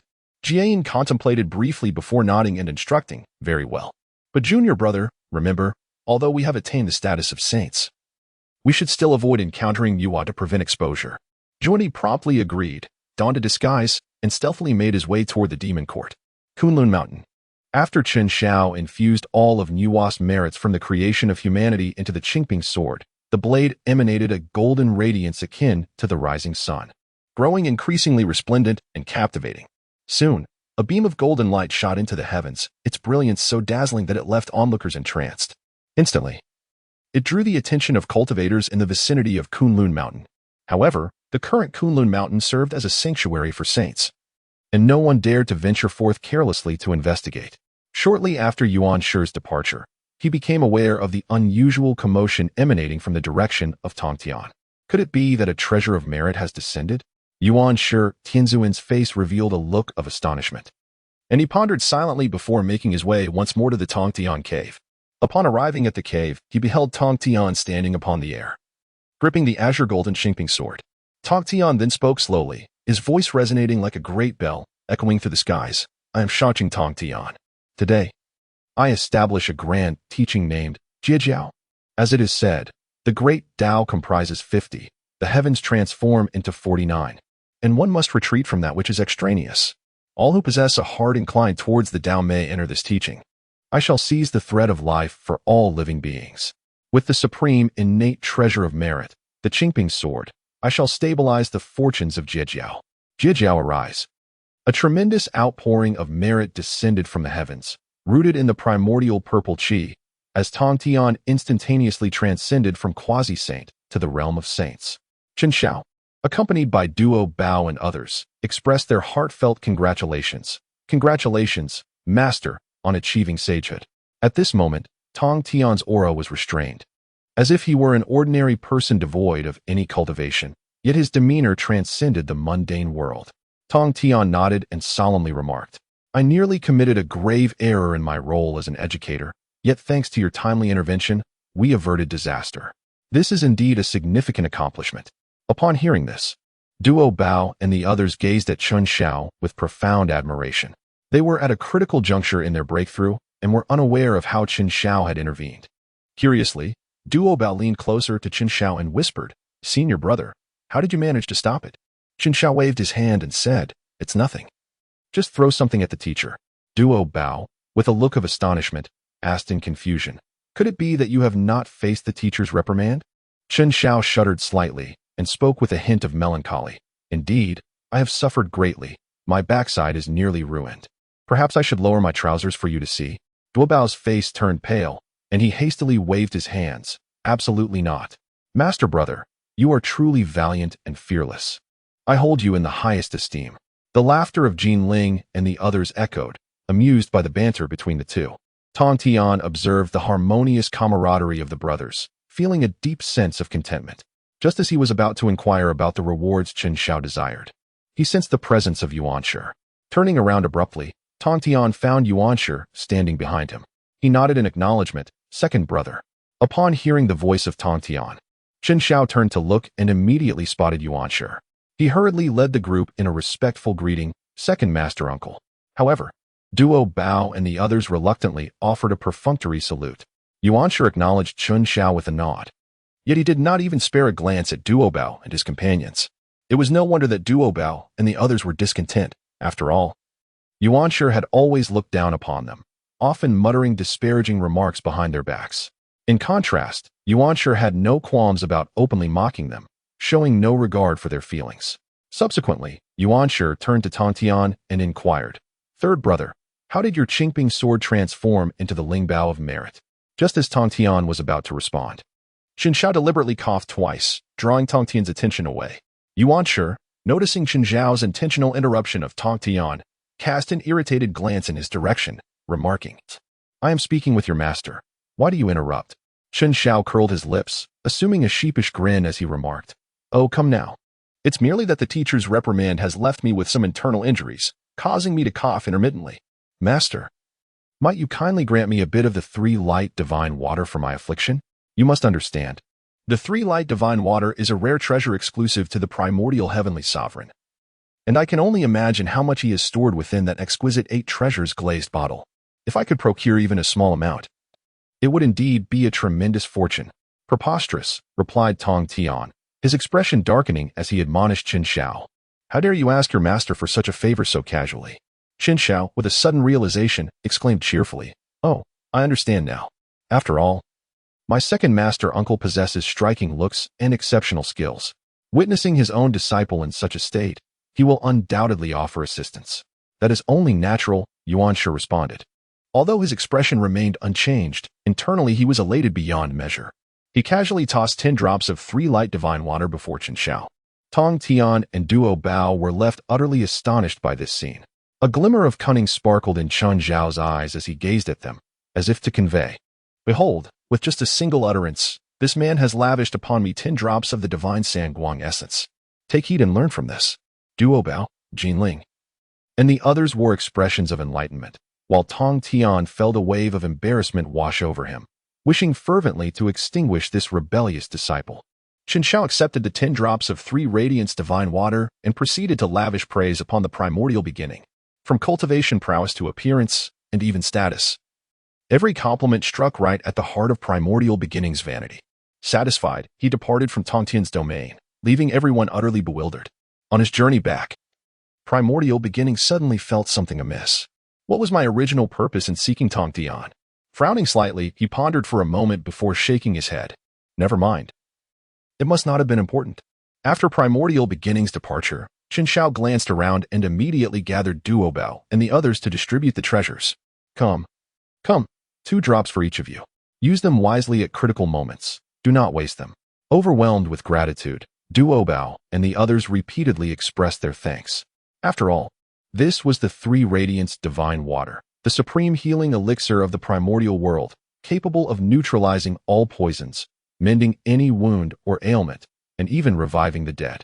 Without a moment's hesitation, Chen Xiao bestowed upon them 2 precious drops, procured from the formidable Yuanshi. How could they not be moved by such generosity? Tong Tian initially intended to admonish Chen Xiao for his actions, yet upon witnessing his profound care for his junior disciples, he found himself at a loss for words. Though this treasure may preserve your lives, it is imperative that you also enhance your own cultivation. Unless absolutely necessary, do not resort to using it, he declared. As they settled down, Tong Tian began to elucidate the principles of the Tao, aiming to dispel their uncertainties, and he encouraged them to diligently pursue their training. At this juncture, Duo Bao and the others had reached the pinnacle of the Tai Golden Immortal Realm, just one step away from ascending to the Deluo level. Tong Tian contemplated providing them with additional guidance, recognizing that opportunities to fortify the Jiejiao were becoming scarce. Ecstatic, Duo Bao and his companions reverently responded, "We shall faithfully adhere to your esteemed teachings." At that moment, Qin Shao interjected, "Master, I shall refrain from listening for now. I have no immediate breakthroughs to pursue and wish to visit the human realm instead." Tong Tian pondered for a moment, then nodded, advising, "Very well. You have absorbed the fortune of the human race, and it is only fitting that you offer your assistance. However, during this period of tribulation, exercise utmost caution and avoid unnecessary conflicts." Qin Shao chuckled lightly without responding, swiftly transforming into a beam of golden light as he soared towards the summit of Shouyang Mountain. Tong Tian gazed at Qin Zhao's departing figure, offering a wry smile and murmuring, "Very well, very well." He then commenced his discourse for Duo Bao, Jinling, and the others. As Qin Shao soared towards the fire cloud cave, he took the opportunity to visit various tribes of the human race. He discovered that the majority of human cultivators were predominantly at the refining essence to transform Qi stage, with only a handful having reached the refining Qi to transform spirit stage. As for the subsequent stages of refining spirit to transcendence and merging with Tao, he had scarcely encountered any, let alone those who had attained the status of celestial immortals. This clearly indicated that the Golden Core path was utterly unsuitable for humanity. Furthermore, since Tai Ching had taken in Xuandu, the so-called enlightenment and protection of humanity was merely a fade. They reveled in the cultivation speed bestowed by the fortunes of the human teachings, while turning a blind eye to the tribulations faced by the human race. Contemplating this, Qin Shao, who had initially maintained an optimistic demeanor, could not help but feel a surge of resentment and indignation as he remarked, "This is nothing short of exploitation. I have never witnessed such brazen shamelessness." With this thought in mind, Qin Shao quickened his pace towards Shouyang Mountain. During these 10,000 years, he had not only solidified his cultivation but had also reformed and rewritten his sword techniques to be applicable for human practitioners. This way, the demon race would not be left without any means of resistance when it came time to forge the Slaughter Witch sword. Soon, Qin Shao arrived at the periphery of the Fire Cloud Cave, and as he drew near, a voice resonated from within, inquiring, "Who approaches? And what business do you have with our human race?" Upon hearing this, Qin Shao placed his hands on his hips and raised his head slightly, proclaiming, "I am your ancestor of the human race. Why do you not hasten to greet your forebear?" Instantly, silence enveloped the space, soon followed by the sound of hurried footsteps. 3 towering men, clad in animal hides and standing at an imposing height of 2 meters and 2 centimeters, soon appeared at the cave's entrance. Scrutinizing the comparatively shorter Qin Shao, who stood at only 1 meter and 80 centimeters. "What do you mean by that?" The figure known as Sui Run inquired with a tone of displeasure, while the other 2 ancestors regarded Qin Shao with expressions of discomfort. It was, after all, rather unsettling to have someone suddenly emerge and declare themselves as one's ancestor. Qin Shao nodded slightly, raising his head to gaze upwards. "The sage Nuwa is my esteemed teacher's uncle, and the human race is molded according to my roots. Therefore, is it truly erroneous for me to claim that I am the progenitor of the human race?" The 3 ancestors exchanged bewildered glances, and then began to scrutinize Qin Shao with their divine senses. Qin Shao did not impede them, willingly lowering his defenses to allow their unobstructed observation. After all, who would harbor suspicion against their own kin? Moreover, he had come to aid the human race, and such sincerity was indeed necessary. Before long, the 3 ancestors looked at one another, realizing that Qin Zhao's assertions held merit, aside from the irreplicable sword bones he bore, his innate Tao body. The aura of human fortune surrounding him, and his age all predated their own existence. In other words, it was not an exaggeration for Qin Shao to assert his role as their ancestor. Sui Ren, taking the lead, bowed and said, "Greetings, ancestor." The other 2, the Zhiyi and the Yu Chao, followed suit, but Qin Shao halted them with a playful chuckle, saying, "I was merely jesting. Do not take it seriously." Seeing that Qin Shao appeared amiable, the 3 ancestors relaxed their demeanor, no longer as rigid. After all, prior to Qin Zhao's arrival, they had been the ones of the highest generation. The sudden emergence of someone of even greater lineage had understandably raised their tension. Soon after, the 3 ancestors invited Qin Shao into the Fire Cloud Cave, where they recounted the developmental history of the human race over the years. The account was largely consistent with what Qin Shao already knew, resembling an employee's report. In the end, Sui Run, in a tone of curiosity, inquired, "Ancestor, what brings you to our human race on this occasion?" Why did you not return at the dawn of humanity? Chen Xiao waved his hand, requesting not to be addressed as old ancestor, as it felt rather peculiar. He then recounted his status as the foremost disciple of the Jiejiao, revealing that he had coincidentally achieved a breakthrough during the emergence of the human race, which explained his delay in seeking out the three individuals. Upon hearing this, the three ancestors were somewhat taken aback. They had not anticipated that, apart from Xuandu, Chen Xiao was also a disciple of the three pure ones and held a significant rank. However, their astonishment soon gave way to a sense of disappointment. Chao Shi candidly remarked, "Old ancestor, our human race is currently facing dire straits. There is nothing left that might pique your interest." The implication of this statement was unmistakable. The human race had exhausted its resources, and if one sought to gain from them, their calculations would ultimately prove futile. Upon hearing this, Chen Xiao remained unperturbed, recognizing that the three ancestors were currently harboring grievances, and allowing them a moment to vent was perhaps beneficial. After all, Nuwa, as the revered matron of humanity, had failed to provide her protection. Turning a blind eye to the atrocities committed by the demon clan against humankind was indeed disheartening. Meanwhile, Taiching had promised to safeguard humanity, only to abscond after reaping the fortunes. Moreover, Xuandu, which was seen as a beacon of hope for humanity, also chose to remain indifferent. How could the three ancestors not feel disheartened in the face of such neglect? The atmosphere grew rather tense until Chen Xiao broke the silence, saying, "I understand your grievances. After all, when one feels unloved by both father and mother, it is only natural for a child to seek solace away from home.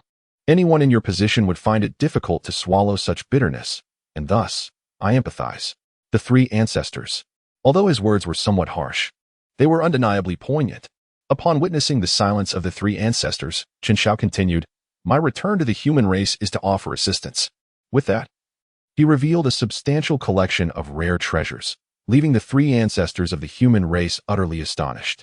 "Elder Yu," the elder of the ancestors stammered, unsure of how to respond. Chen Xiao, exuding confidence, waved his hand dismissively and said, "No need for excitement.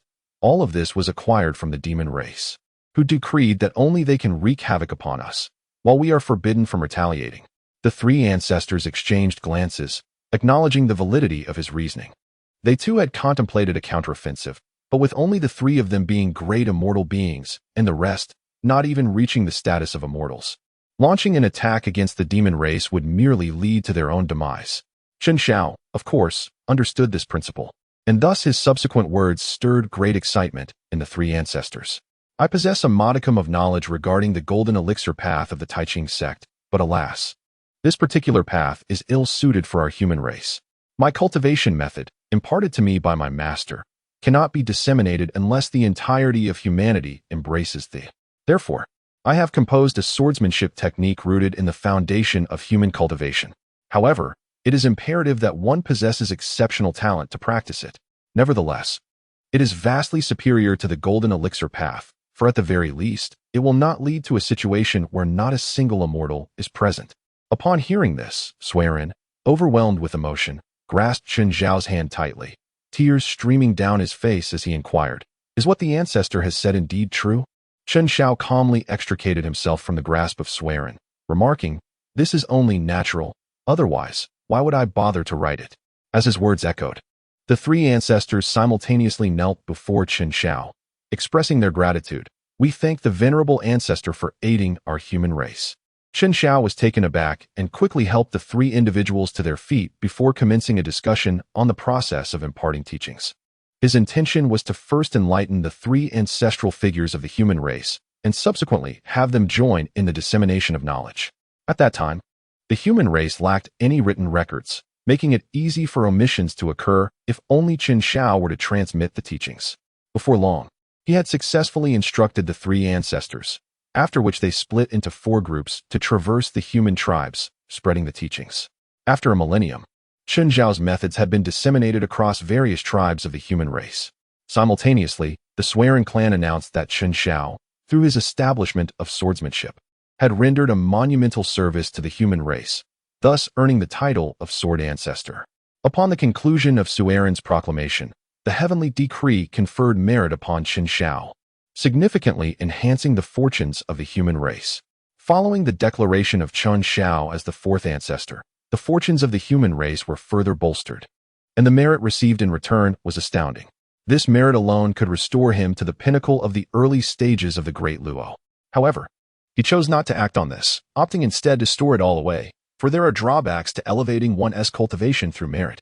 For instance, those who ascend through merit often find their realms somewhat insubstantial compared to those who have genuinely cultivated through rigorous practice. Typically, only those struggling to find a breakthrough resort to such measures. Chen Zhao's previous breakthrough through merit was due to prolonged suppression. The sudden influx of merit facilitated a smooth transition without any adverse effects. Moreover, he subsequently withdrew all of it. Of course, this pertains to the drawbacks of heavenly merit. The merit derived from the great Tao possesses none of these issues. Yet, acquiring the latter is not a mere matter of desire. It requires significant contributions to the primordial world. For example, Huta's efforts in completing the cycle of the primordial realm enabled her to gain some merit from the great Tao, which directly elevated her to the status of a sage. It is important to note that the postnatal sages are predetermined. Reaching the quasi-saint level does not automatically confer the merit of the great Tao to ascend to sainthood. Subsequently, after orchestrating a series of arrangements for the human race, Chen Zhao returned to the underworld, where Hutu was already urging him to resume his duties, prompting thoughts of the accumulated official business from millennia. Chen Zhao felt a prickling sensation on his scalp, uncertain if resigning would be too late. Meanwhile, Zhuan-Ti, having concealed himself in the shadows for an extended period, finally found an opportunity to approach the Golden Crow. If it were not for the absence of Nuwa in the demon court, he could have easily infiltrated Dijuan's palace, effortlessly executing a covert operation. However, as the sovereign of the demon court, Nuwa, though unable to interfere with the calamity, still provided a necessary protection and was not restricted like Hutu, who was confined to the underworld. Nevertheless, Zhuan-Ti was adept in the art of cunning and had cultivated a sufficient level of patience. After enduring a lengthy wait, he had indeed discovered a chance. This opportunity felt somewhat peculiar, as he noticed that Nuwa seemed to be shielded from perception. This realization filled him with excitement, prompting an involuntary exclamation of divine providence. Quickly covering his mouth, he reminded himself to remain grounded. Zhuan-Ti stealthily concealed his form, traversing layers of formations and guards, and soon arrived at the location of the little golden crow beneath the fusong tree. Upon reaching the tree, he heard a youthful voice emanating from within. "Brother, we have been confined in the demon court all day. It is exceedingly tedious. When shall we venture out for leisure?" A small golden crow circled restlessly in the air, addressing the golden crow below. "Luya, I too wish to go outside, yet the world is fraught with dangers. Our father and mother do not permit it." "And I am left with no choice," replied the elder golden crow, who was addressed as such by Luya, the younger one. "We have both attained the realm of Tai Golden Immortal. Self-preservation should pose no significant challenge," Luya lamented. "The witch clan harbors an irreconcilable enmity towards us. Venturing out could result in their targeting us," the elder golden crow cautioned. Luya, undeterred, declared boldly, "Do I fear those brutes? If they dare invade our demon court, I shall ensure they witness the might of my true solar fire." Well said. I too find the witch clan to be of little concern. Suddenly, a voice rang out, causing the elder golden crow to grow wary. The one who could silently infiltrate the fusong tree clearly possessed formidable cultivation. Zhuan-Ti gradually revealed himself, simultaneously isolating the surroundings to prevent the golden crow from signaling for help. He then said with a smile, "I am Zhuan-Ti from the west. It is a pleasure to meet you, little golden crows." "Zhuan-Ti from the western sect? The one without shame?" Luya, emboldened by naivety, inquired. Zhuan-Ti's expression stiffened momentarily, his eyes flashing with a fierce glint. Although their shameless deeds were known throughout the wilderness, few dared to speak so openly in their presence. "Very well, you have chosen the path to your demise," Zhuan-Ti thought to himself. "Luya." The elder golden crow reprimanded Luya, then turned to Zhuan-Ti, asking cautiously, "What brings you to our demon court?"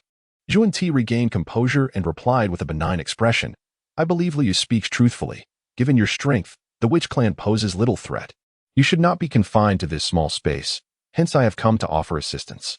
Luya's eyes lit up at this, affirming, "You share this sentiment? I told you the witch clan is nothing. How could they stand against us?"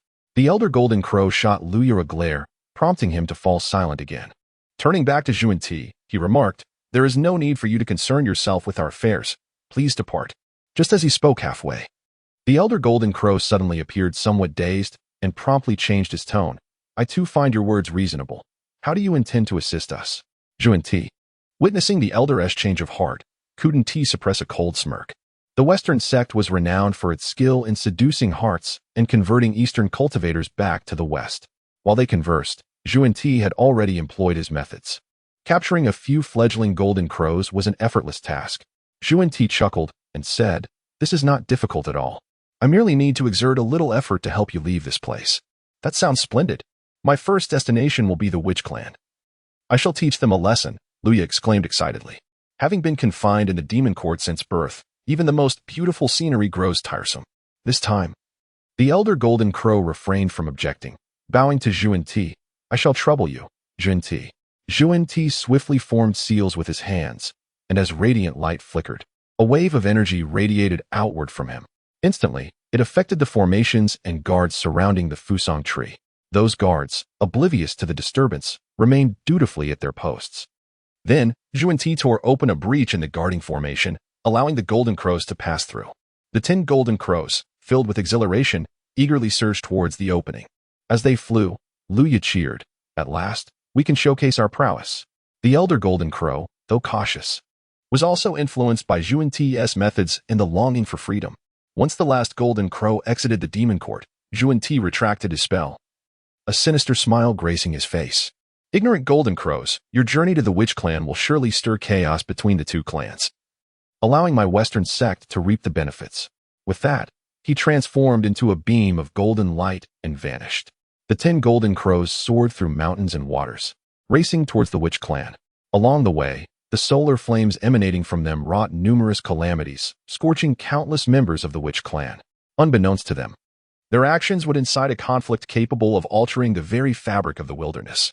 The solar fire of the golden crows seared the earth, leading to the excruciating deaths of many witch clan members.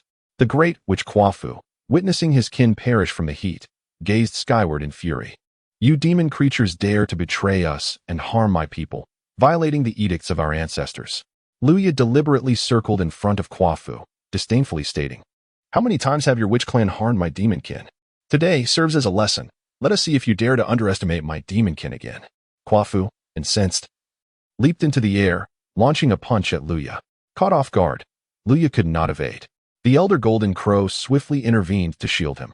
Yet, Kwafu was a formidable figure within the witch clan, at the pinnacle of the Deluo golden immortal realm. Despite the elder's timely rescue, Luya suffered considerable injury. The elder golden crow immediately moved to catch him, decisively ordering a retreat as they flew away. After Kwafu landed, seeing the 10 golden crows attempting to escape, he pursued with relentless determination. However, as Kwafu could not fly and speed was not the witch clan's strong suit, he could not catch up to the golden crows. The elder golden crow commanded his brethren to intensify the heat of the solar flames, intending to utilize their speed advantage to scorch Kwafu to death. This strategy of leading him on a wild chase lasted over a month, until Kwafu, parched and exhausted, finally halted. Upon reaching the Yellow River, Kwafu eagerly bent down to drink. After depleting the waters of the Yellow River and the Wei River, he still felt parched and headed northward to the Great Lake for water, only to succumb to dehydration and exhaustion along the way. Thus, a great witch fell. Meanwhile, the golden crows in the sky reveled in the scene, taunting, "Our solar flames are not something the mere witch clan can withstand. They are truly overestimating themselves." At that moment, the ground suddenly trembled. Upon closer inspection, a towering and formidable figure wielding a bow was hastening towards the corpse of Kwafu. The newcomer was none other than Dei, Kwafu's closest friend and a prominent shaman of the witch clan. Renowned in the realm of shamans for his prowess in slaying numerous demon warriors with his bow, Dei had been relatively close to Kwafu. Upon hearing that Kwafu had pursued the golden crow, he hurried over, suspecting treachery, but alas, he arrived just a moment too late. Gazing upon his friend's lifeless body, tears welled in Dei's fierce eyes as he glared at the heavens and declared, "You dared to slay my friend. Let me meet you in death." With that, he unslung his crimson divine bow and aimed at the golden crow soaring in the sky. Infusing his magical power into the bow, 3 feathered arrows swiftly formed, and with a brief adjustment, he released them in an instant. The golden crow, taken aback, attempted to flee with its brethren, but was struck by an arrow. plummeting alongside the 6 crows it bore, meeting its demise immediately. The remaining golden crows, still reeling from shock, were hit by the other 2 arrows. By the time they regained their senses, they hurriedly attempted to escape. However, Day would not allow their flight. He unleashed 6 more arrows, each finding its mark, bringing down the last of the golden crows. Just as Day reveled in the satisfaction of revenge for his friend, a sudden flash of golden light appeared in the sky, hurtling towards him. Taken by surprise, Day was struck head-on and sent flying thousands of miles away. In an instant, 2 furious figures emerged before him, proclaiming, "You dare to slay my son. I shall see you cast into the abyss, suffering eternally." The intruders were none other than Emperor Jun and Dong Wangtai. Previously, Emperor Jun was engaged in discussions with his ministers about the future of the demon clan when Shiha burst into the hall, announcing that the young golden crows had departed from the Fusang tree and were heading towards the primordial realm. Alarmed, Emperor Jun immediately ordered a search and, with Dong Wang, set forth to investigate the witch clan. Although a truce existed between the witch and demon clans, should the witches capture the young golden crows, the demon clan would inevitably find themselves at a disadvantage. Little did they know, instead of being captured, the golden crows had all been slain. The scene mirrored the tragic demise of Kwafu, with Day arriving too late. Fury surged within Emperor Jun as he prepared to suppress Day and bring him back to the demon clan for punishment. Unbeknownst to him, 2 shadowy figures were stealthily approaching the corpse of the golden crow. These figures were Jane and Juanti. "Master, the flesh of this golden crow can be refined into a superior treasure," Juanti remarked, his eyes gleaming as he gazed at the corpses, akin to admiring a rare beauty. Jane nodded in agreement, stating, "Indeed, if we first collect this golden crow, we can further incite discord between the witch and demon clans. It is a mutually beneficial endeavor." Just as they were about to stow away the golden crow's remains, Juanti suddenly sensed a lingering breath and quickly called to Jane, "Master, one of the crows still lives. How shall we deal with it?" The survivor was none other than the 6 crows, which had been left unconscious after sustaining grave injuries from Kwafu. Fortunate to have been carried by the golden crow, thus evading a tragic fate. Jane narrowed his eyes and solemnly replied, "This crow shares a connection with our western lands. We shall take it back for healing."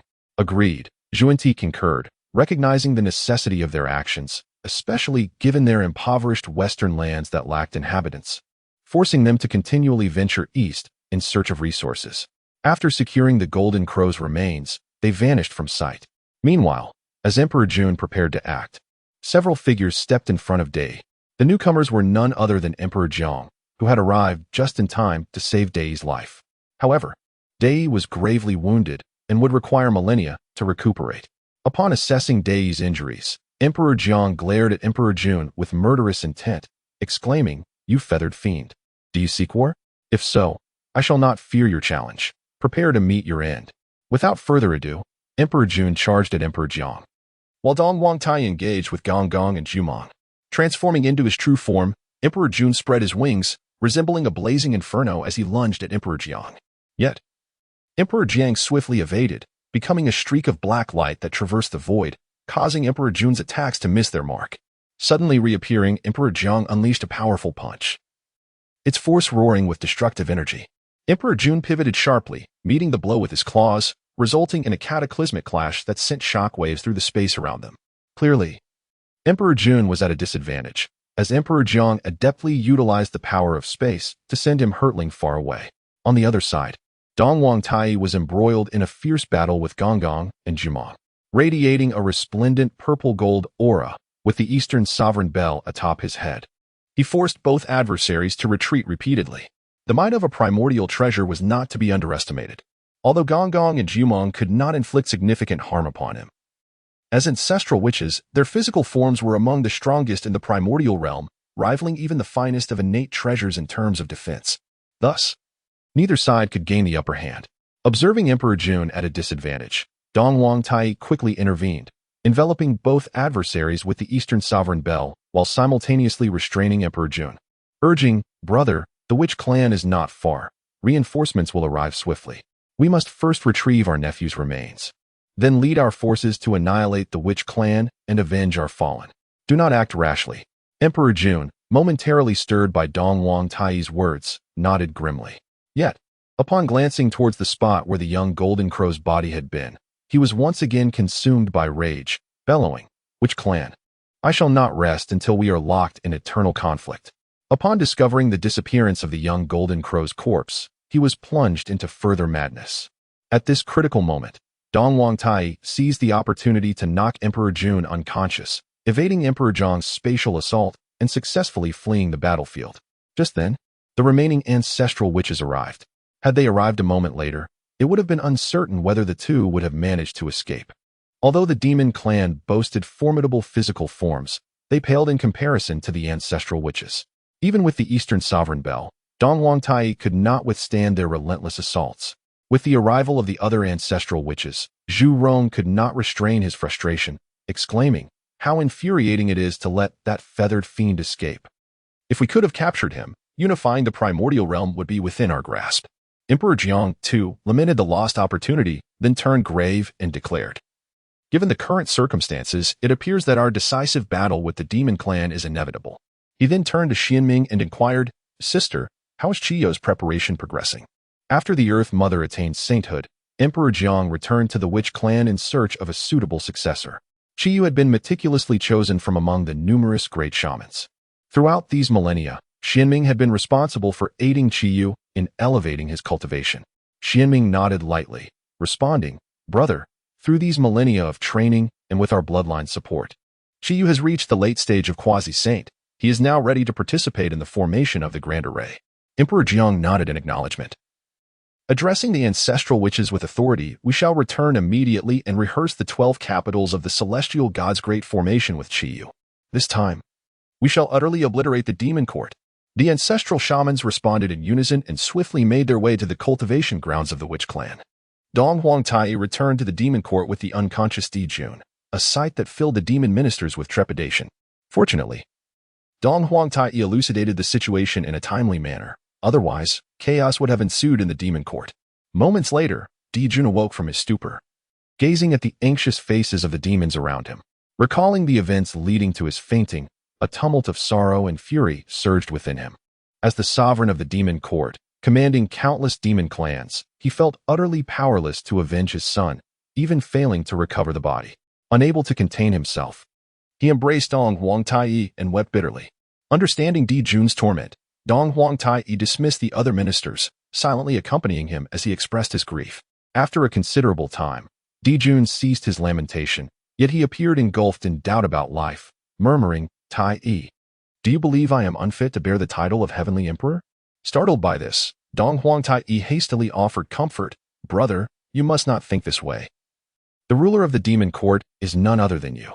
Di Jun's voice trembled as he lamented, "Yet I could not even protect my own child, nor could I locate his remains. How shall I face Shihi?" His gaze was vacant, as if he might crumble at any moment. "Brother, you must find strength within. We await your leadership to vanquish the witch clan and avenge our nephew," Dong Huangtai urged, his heart burdened with grief and anger. The only solace he could offer was a glimmer of hope for Di Jun. For if the ruler of the demon court succumbed to despair, calamity would inevitably befall the demon race.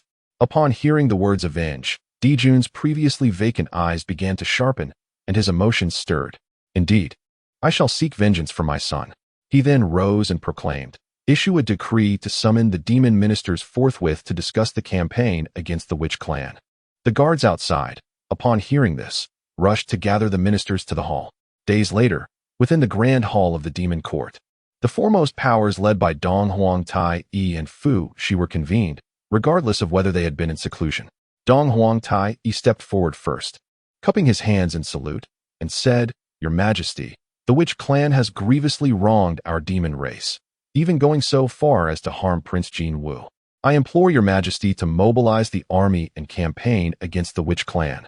"We second this motion," the martial officials, led by Dong Huangtai, echoed in agreement.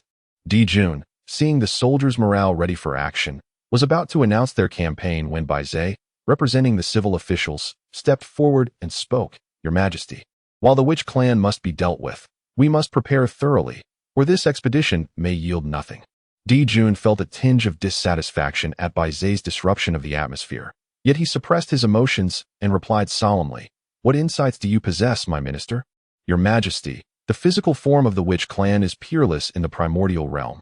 It would take the combined might of many demons to defeat even one. Moreover, the bodies of the 12 ancestral shamans rival the finest innate spiritual treasures. If we do not breach their physical defenses, our demon kin will suffer grievously. Bai Zhe articulated earnestly and methodically. Dijun fell into contemplation. The formidable physicality of the witch clan had long been a source of his distress, and it only grew stronger with battle. This was the reason the demon race had repeatedly found themselves at a disadvantage in clashes with the witch clan. After a moment of silence, Dijun took a deep breath to compose himself and then inquired, "Do you have any viable strategies, my minister?" Bai Zhe nodded, though his expression revealed hesitation. "I have a method to breach the demon race's physical defenses, but it is fraught with peril and must take into account the feelings of the Saint Yuhua." "Speak freely, my minister." Dijun was unconcerned with other sentiments. His singular focus on annihilating the witch clan and avenging the young Jin Wu. Bai Zhe hesitated briefly before stating, "In the realm of mutual existence and restraint, while the witch clan's physicality is unparalleled, there are indeed elements that can counterbalance it." "What elements?" "The blood of the human race," Bai Zhe replied gravely. Dijun's eyes widened in shock. To him, the human race was but a frail species, barely worth noting unless one considered their creation by Nuwa and the slight connection Chen Xiao had with them. Additionally, many demons regarded humans as mere prey. Nuwa had turned a blind eye to this, while Chen Xiao was in seclusion, failing to intervene, and Xuandu disregarded the matter entirely. Thus, Dijun had not sought to impede the consumption of humans by his kin. Now, however, the notion that the blood of humans could breach the defenses of the witch clan was difficult for him to accept. "Is what you say true?" Dijun asked, laden with doubt. Bai Zhe replied resolutely, "I would not deceive your majesty. I have received news that a clan member clashed with a witch clan individual, and upon their hands being stained with human blood, they easily breached the defenses of the witch clan. Therefore, I am convinced that the blood of the human race is the nemesis of the witch clan's physical form." With that, Bai Zhe fell silent, leaving the subsequent considerations to Dijun. After all, the demon race had previously engaged in only minor consumption of humans. But to penetrate the defenses of the witch clan would necessitate a sacrifice of considerable human lives, potentially leading to the complete extermination of the human race. Nuwa, the saint, might not consent to such an endeavor. After a brief moment, Dijun made a decisive proclamation: "We shall proceed to the primordial realm and capture humans at once. I intend to forge a sword for slaying witches and eradicate the witch clan entirely." "Your Majesty, what of the Saint Nuwa?" Bai Zhe inquired cautiously. Dijun replied with a cold huff, "The Saint Nuwa is our clan's empress. She ought to seek the well-being of our kin. I shall inform her of our intentions." At this moment, Dijun was unconcerned about offending Nuwa.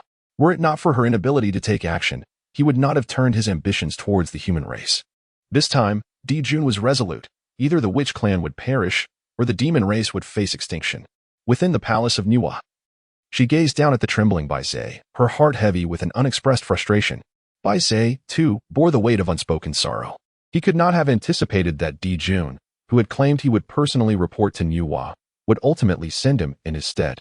Surely, it was due to his earlier rebuttal of Dijun during the court meeting that had led to this slight punishment. After a prolonged silence, Nuwa finally spoke. Her tone devoid of emotion, "I am already aware. Go inform Dijun to spare some vestiges of life for the human race." Upon hearing this, Bai Zhe's heart surged with joy, secretly relieved to escape. He hastily bowed and said, "I shall heed the Empress's decree and take my leave." With that, he hurriedly departed from the palace of Nuwa. Watching Bai Zhe leave, Nuwa felt a pang in her heart, as if sensing she might regret this decision. Had Chen Xiao been present, he would surely understand the underlying reasons. The human race was destined to be the principal force of the primordial realm. Yet the one holding the original shares, Nuwa, chose to remain indifferent. In the future, the human race would undoubtedly grow distant from her, and the only boon she would receive would be the fortunes of the human race. Perhaps, in her heart, the human race was merely a stepping stone for her ascent to sanctity. Upon receiving Nuwa's response, Dijun immediately acquiesced. He then commanded the demon race to commence a large-scale massacre of the human race, collecting their blood. However, due to Chen Zhao's teachings, many humans had attained some degree of cultivation, reaching the realms of Shenxian and Tianxin. They were not entirely devoid of the capacity to resist. Yet, faced with the onslaught of the demon race, they appeared utterly powerless, forced to retreat while shielded by the human cultivators. News of these events rapidly spread throughout the primordial realm, reaching Chen Xiao in the underworld. although he had been aware of the unfolding events. Learning of Nuwa's consent incited his fury. He promptly sought out Ho Tu, preparing to lend support to the human race. Chen Xiao, well-versed in the ways of the palace, arrived at the Hall of Tranquility and, upon meeting Ho Tu, stated directly, "Hutan Yangyang, I must go to support the human race. I shall trouble you to take my place during my absence." Noticing Chen Xiao's usual light-hearted demeanor was replaced by gravity, Ho Tu understood the seriousness of the situation and nodded in agreement to his request. Before departing, Chen Xiao advised Ho Tu, "It would be prudent for you to contact Senior Emperor Jiang. The demon race's rampant slaughter of the human race is in pursuit of crafting the slaughter witch sword. They must exercise utmost caution." He cursed under his breath, lamenting the betrayal of their own kind while disregarding the implications for history. The demon race had truly provoked his ire this time. Without further explanation regarding the necessity of eliminating the human race for the sword's creation, he transformed into a beam of golden light and soared towards the human realm.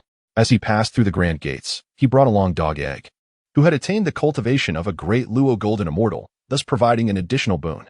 Although Ho Tu harbored doubts, she placed her trust in Chen Xiao's words and promptly sent a message to Emperor Jiang. Meanwhile, she confirmed her suspicions that Chen Xiao might possess some foresight into future events, feeling fortunate for having retained him in the underworld as the king of the netherworld. On the other side, news had also reached Tongtian and Kunlun Mountain. However, as saints were forbidden from intervening in this calamity, Tongtian immediately summoned Dao Bao and Jin Ling currently. Aside from Chen Xiao, they were the only two who had achieved the status of Great Luo Golden Immortal, capable of self-defense even if they could not prevail in battle. Upon their arrival, Tongtian addressed Dao Bao and Jin Ling, saying, "The clan of your elder brother is currently under siege by the demon race. I surmise your brother has already set forth, and you must hasten to assist him, while ensuring your own safety." Upon hearing of their elder brother's plight, both Dao Bao and Jin Ling were filled with righteous indignation and promptly bowed in respect, declaring, "We shall obey the master's command." Without delay, they raced towards the human realm. Chen Xiao traversed the path, wielding the L11 N-sword, relentlessly vanquishing the demon race to liberate humanity. Previously, he seldom resorted to lethal measures against the demons. However, this time, Chen Xiao showed no mercy. The L11 N-sword, now drenched in the blood of the demons, emitted a jubilant chorus of ringing. It seemed to proclaim, "You ought to have acted thus long ago." Previously, it was employed solely for the emasculation of the demon race, a true blemish upon its illustrious reputation. Chen Xiao, accompanied by the surviving members of the human race, swiftly arrived at the Fire Cloud Cave. From a distance, they beheld the three ancestors leading the human cultivators, struggling to maintain the grand formation left behind by Chen Xiao. Behind them were refugees from various regions, while outside the formation, the demon hordes surged like a relentless tide. Their assaults crashed against the formation with the ferocity of ocean waves, threatening to collapse it at any moment. The leading demon, with crimson eyes, issued a grim command to attack, growling, "Break this formation quickly. The humans within are yours to dispose of." At this command, the demon tide stirred with fervor. For an innate Taoist body was a delicacy beyond compare for the demons, especially one crafted by Nuwa herself, surpassing even dragon's liver and phoenix's marrow. Kill. Put in more effort. Victory is within our grasp. Indeed, I desire to taste the flesh of the human crafted by the Saint Nuwa. It must be exquisite. I also deem the three ancestors of the humans worthy. We shall extract their blood and feast upon it. As the demons advanced, they did not forget to discuss how they would indulge later, while the ordinary humans trembled in fear. Sui Rin gazed at the precarious formation, filled with despair, and cried out to the heavens, "Is it the will of the heavens to annihilate our race?" The unrefined mortals knelt, praying to the Holy Mother Nuwa, "Save us. Holy Mother Nuwa, manifest your divine presence." Their desperate pleas reached Nuwa's ears through the incense of the human race. Yet, she remained silent and unmoving, seemingly unaware of their cries. Even the Golden Phoenix under Nuwa's command wished to implore her for assistance, but realizing her position as merely a servant, she felt her pleas would be of no consequence. Just as the formation appeared on the brink of collapse, a golden light suddenly appeared behind the demons. In an instant, several sharp sword energies shot forth from the golden light, catching the demons off guard and swiftly annihilating many lesser demons. The leading demon was taken aback, bellowing, "Who dares to obstruct my demon race?" The golden light gradually transformed into a human figure, a young man standing in the air, exuding a chilling aura as he fixed his gaze upon his adversaries, declaring in a deep voice, "I am Chen Xiao, the sword ancestor of the human race." Among the crowd, some keen-eyed individuals recognized Chen Xiao and quickly erupted in cheer. It's the Sword Ancestor. The Sword Ancestor has come to save us. Sword Ancestor. We are saved. Sui Ren's eyes shimmered with gratitude. He had never anticipated that Qin Shao would willingly come to rescue the human race. Initially, when he first encountered Qin Shao, Sui Ren had feigned acceptance while harboring inner resistance. To him, Qin Shao, who had never received any favor from the human race, was clearly driven by ulterior motives. However, with no alternatives left, at least Qin Shao provided them with a glimmer of hope. If he had motives, so be it. Unexpectedly, at a time when the human race faced dire straits, cultivators like Xuandu had shown no intention of intervening. In contrast, Qin Shao, an elder with only a slight connection to the human race, willingly stepped forth to assist. Thus, the three ancestors of the human race no longer regarded Qin Shao with suspicion, fully accepting his presence. The demon horde was immediately subdued by Qin Zhao's imposing aura. The leading demon pondered for a moment, then suddenly his eyes blazed with fury, trembling as he pointed at Qin Shao, exclaiming, "I remember now, you are." The leading demon seemed to recall some unpleasant memory, his trembling finger reflecting not fear but an extreme rage. A curious deputy commander inquired, "Commander, who is this human?" The great demon gritted his teeth and replied, "He is the castrator beast." "What? The castrator beast?" "Indeed, it is the castrator beast. Kill him. I seek vengeance for my little brother. Kill him, kill him, kill him." Upon hearing Qin Zhao's name, the demons instantly forgot their assault on the humans. Consumed by a collective fury, eager to flay him alive, the humans were left in stunned silence. Sui Ren, Qin Shao, originally exuding an air of authority, could no longer maintain his composure, his countenance faltering. Who, pray tell, was the scoundrel that bestowed such a moniker upon him? Upon his return, he would undoubtedly uncover the truth and ensure the entire lineage faced dire consequences. Qin Shao seethed inwardly, just as he wallowed in his silent grievances. A demon seized the opportunity of his distraction and charged forth without hesitation. Qin Shao immediately grasped the situation, yet he displayed no intention of evading. His eyes glimmered with a hint of disdain, and the demon, witnessing this scene, was suddenly engulfed by an ominous premonition. In the next moment, Qin Shao lightly raised the Vexian sword and swung it. Just as he intended to block the attack, a sharp pain surged through his lower body, prompting him to instinctively glance down. To his astonishment, a white figure held a bloodied small object in its mouth, winking mischievously at him. It was none other than Dog Egg, the little demon, who recognized him instantly. Just as he was about to unleash a torrent of curses, a blinding flash of white light enveloped him, plunging him into a prolonged abyss of darkness. Upon witnessing the slaughter of their kin, the demon horde erupted into chaos. Especially after spotting Dog Egg, their reason was nearly overwhelmed by fury. The egg-biting beast was also present. They would not let their adversaries escape unscathed today. With that declaration, the entire demon clan surged toward Qin Shao and Dog Egg. Observing the unfolding chaos, Dog Egg's lips curled into a slight smirk, exuding an air of contempt as he summoned his magical powers and opened his massive jaws. Suddenly, a colossal canine form materialized behind him, mirroring Dog Egg's every movement. As the immense mouth gaped open, it exuded an overwhelming force of devouring power that erupted forth, engulfing all approaching demons in its wake. Qin Shao witnessed this scene, his heart secretly astonished. In his previous life, he had heard of the legend of the celestial hound devouring the moon. Thus, he speculated that Go Dan might have acquired the principle of devouring. Therefore, as it prepared to break through to the great Luo golden immortal realm, Qin Shao had advised it to attempt comprehension, and indeed, as he had anticipated, Go Dan successfully grasped the principle of devouring and ascended to the great Luo golden immortal. However, it had not exhibited this ability until today, which was truly an eye-opening experience. After devouring tens of thousands of demonic beasts, the phantom ceased its absorption and began to gradually dissipate. After this grand feast, Go Dan had transformed into a spherical form, rolling to Qin Zhao's feet, letting out a belch and exclaiming, "Woof woof, boss, I can't go on. The rest is up to you. Leave it to me." After Qin Zhao finished speaking, he strode forward with his sword, casually kicking the Dog Egg aside to avoid any disturbance to his grand display. The earlier prowess exhibited by the Dog Egg rendered the demon clan momentarily hesitant to make any reckless moves. As they beheld Qin Zhao approaching with his sword in hand, they instinctively took a step back. Some demons, sensing their own morale had been suppressed, immediately rallied their comrades, exclaiming, "Fear not, my friends. Let us not forget how we once chased them through the primordial chaos, forcing them to flee. Their true strength is surely lacking. Indeed, that biting egg beast must have employed some sort of treasure. It can no longer be used." and we ought to seize this golden opportunity to slay it and avenge our fallen brethren." Another demon echoed in agreement. Encouraged by these words, the morale of the beast horde surged anew, and they charged fiercely at Chen Xiao once more. Yet, Chen Xiao wore a scornful expression, wielding the immortal slaying sword as he launched into a bloody massacre. His movements, akin to flowing clouds and flowing waters, manifested the upper clear sword technique with breathtaking finesse. Enhanced by the Nine Turns mysterious art, rendering him both ferocious and graceful, a paragon of violent aesthetics. Each swing of his sword heralded the demise of a demon beast. Keen-eyed creatures among them discerned the critical situation, urgently calling out, "Spread out." Converging in one place makes it hard for us to inflict damage. The horde quickly grasped the gravity of the situation and hurriedly began to retreat. A glimmer of chilling murderous intent flickered in Chen Zhao's eyes as he spoke in a deep voice. "Thinking of fleeing now? It is far too late."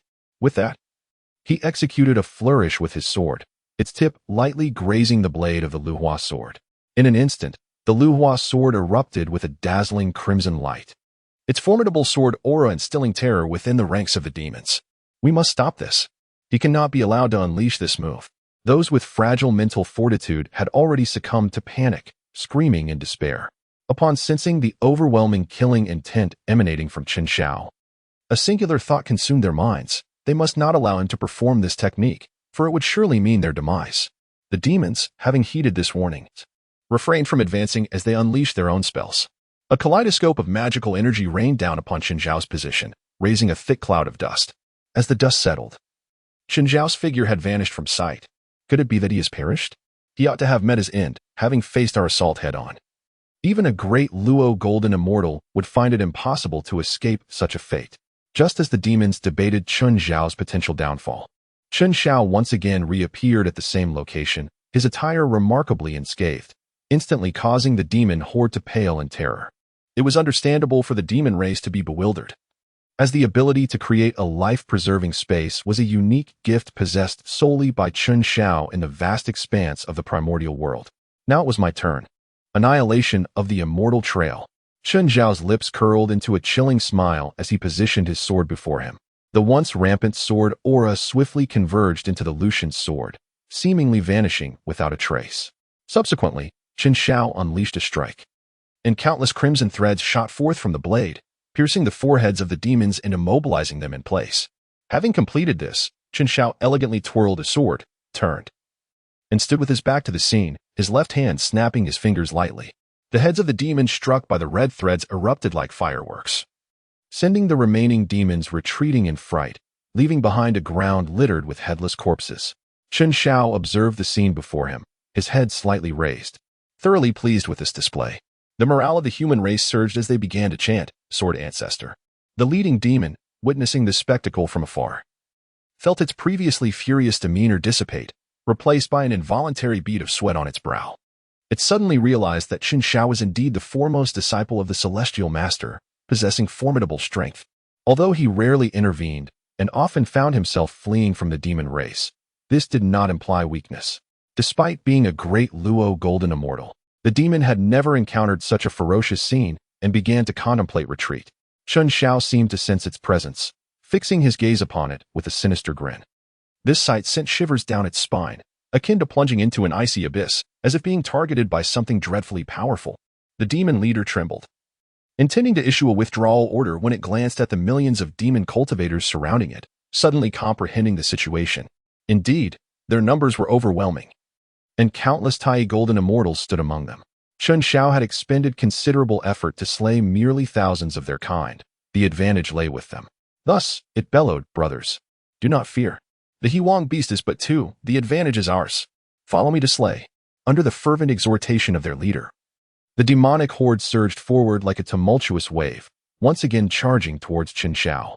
The number of demons attacking this time far exceeded those who had previously pursued him by thousands of times. Such a spectacle could only be truly appreciated by those present. Yet, in the face of such an onslaught, Chen Xiao remained unperturbed, composed and calm. Suddenly, a blood-red orb materialized in his right hand, emanating the potent essence of various formidable beasts. With a swift motion of his arm, he hurled the crimson orb into the air.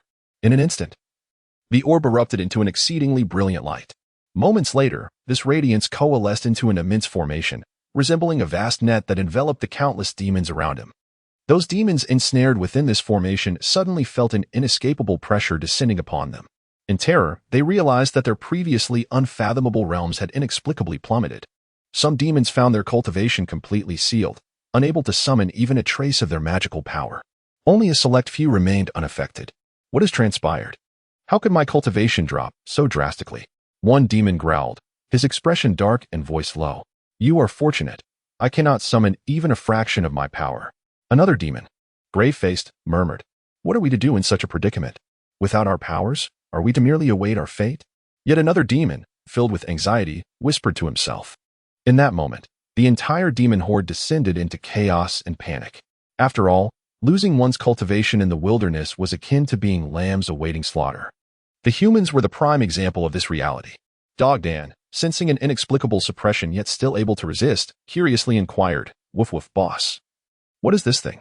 With a subtle smile curling at the corners of Qin Zhao's lips, he explained, "This is the beast demon pearl, crafted from the essence of the blood of demon race cultivators.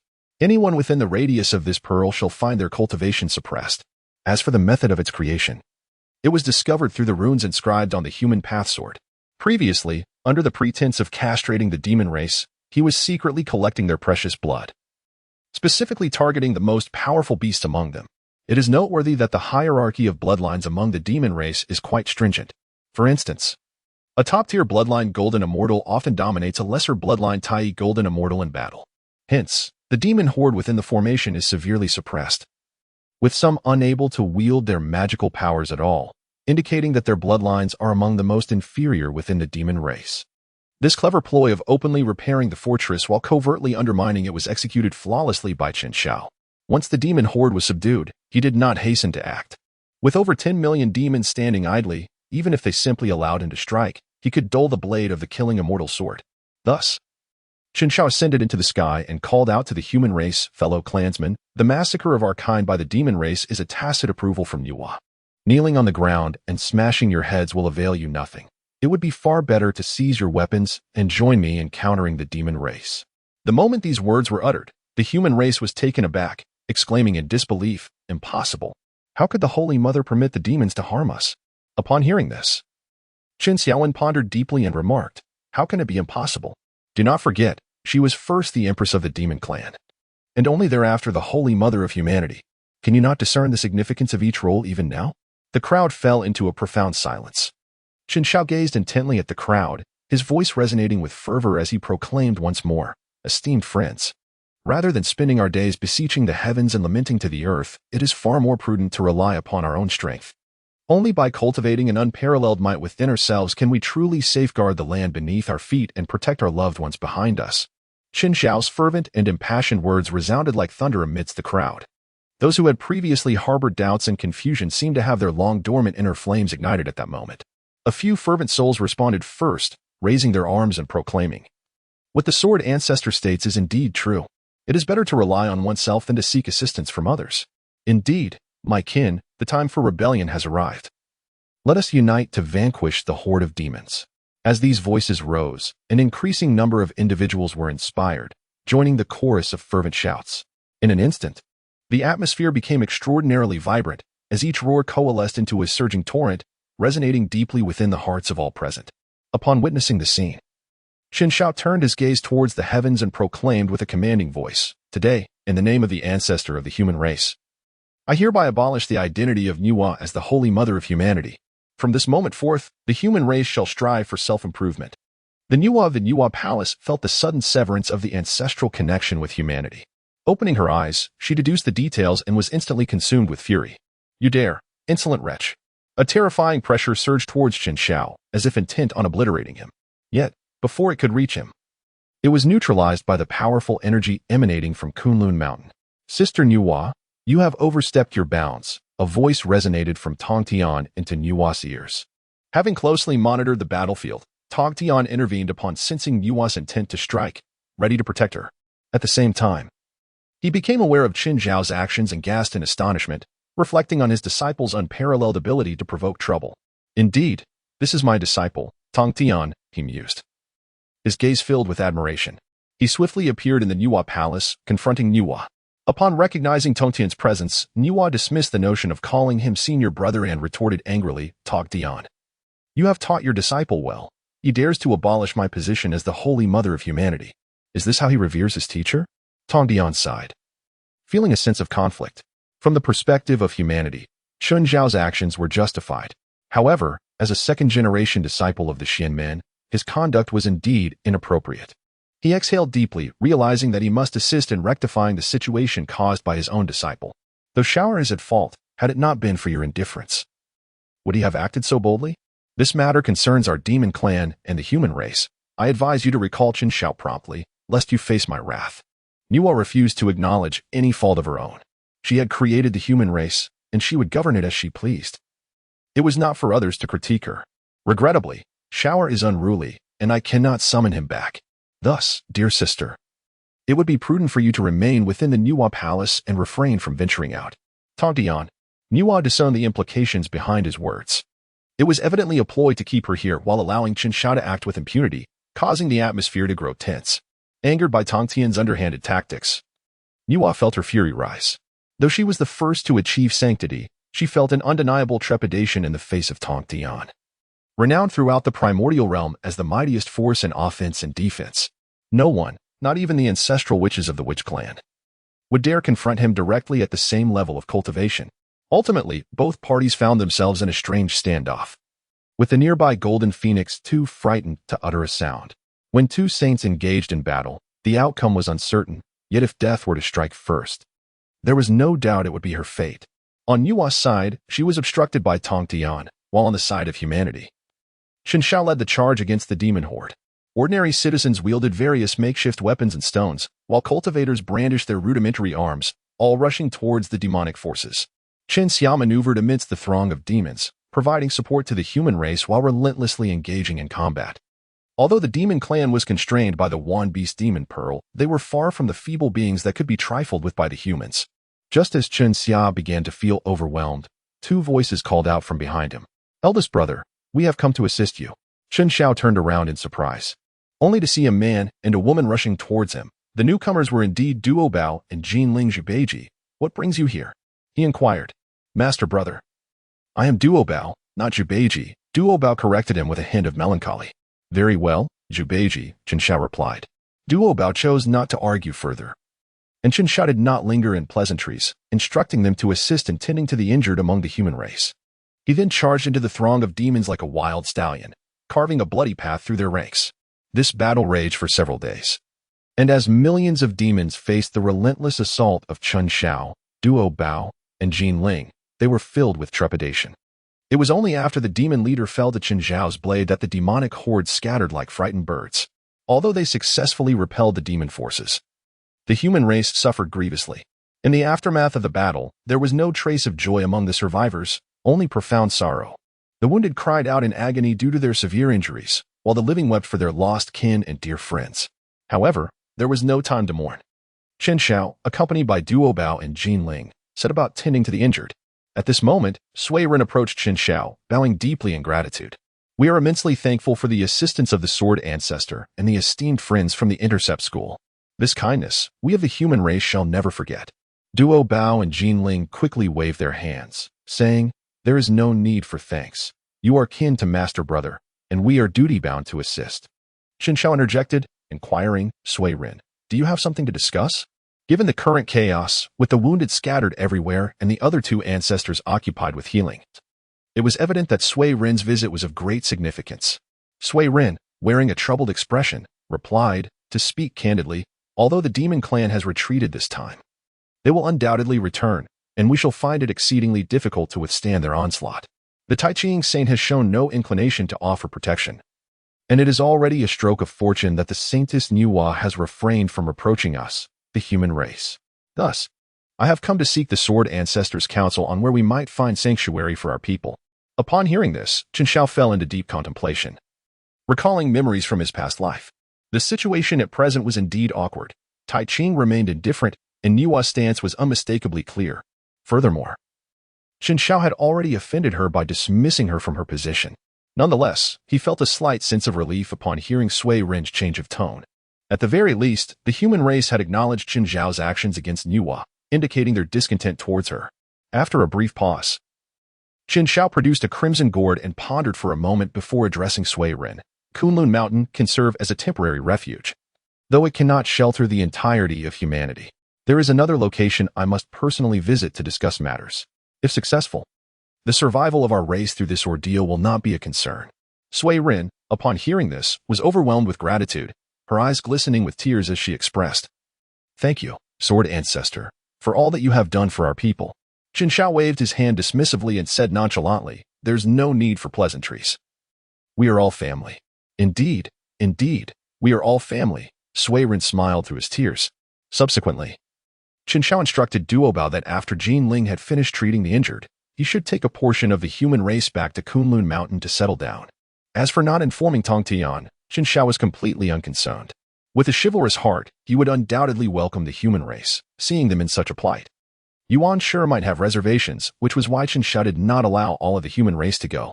Once everything was arranged, Qin Shao soared towards the direction of the western Hinyo state. His objective was to find Jin Yuanzi and persuade him to agree to shelter the human race. As long as Jin Yuanzi consented, the human race could safely navigate through this calamity. After all, the earthly book array in Jin Yuanzi's possession was formed from the very essence of the Earth's membranes. If the human race took refuge within, Jun, if he had any sense left, would certainly refrain from sending the demon race to attack. Not only was the earthly book array renowned for its formidable defensive capabilities, but it also governed the primal veins of the world. If even a fraction were damaged, the consequences could be likened to the current state of the West. Should it collapse, there would be no need for the Wu clan to intervene. An unending cycle of karma could annihilate the demon race entirely. And even a sage like Nu Wa would be unable to avert it. The best outcome would be a fall from the holy position. After months of flight, Qin Shao soon arrived at the location of the five. Upon reaching the entrance, he called out, "Disciple of the Qin Shao, seeking an audience with Senior Jin Yuanzi." In a short while, the doors opened of their own accord, and an ethereal voice emanated from within, "Enter." Upon hearing this, Qin Shao strode confidently inside, and there, seated in the center, was a middle-aged man exuding an aura of celestial grace. This man was none other than Jin Yuanzi, the progenitor of the Earth Immortals. However, he appeared quite despondent, seemingly still reeling from the devastating loss of Hong Yun. Qin Xiao bowed respectfully and said, "I have come to pay my respects to you, Senior Jin Yuan."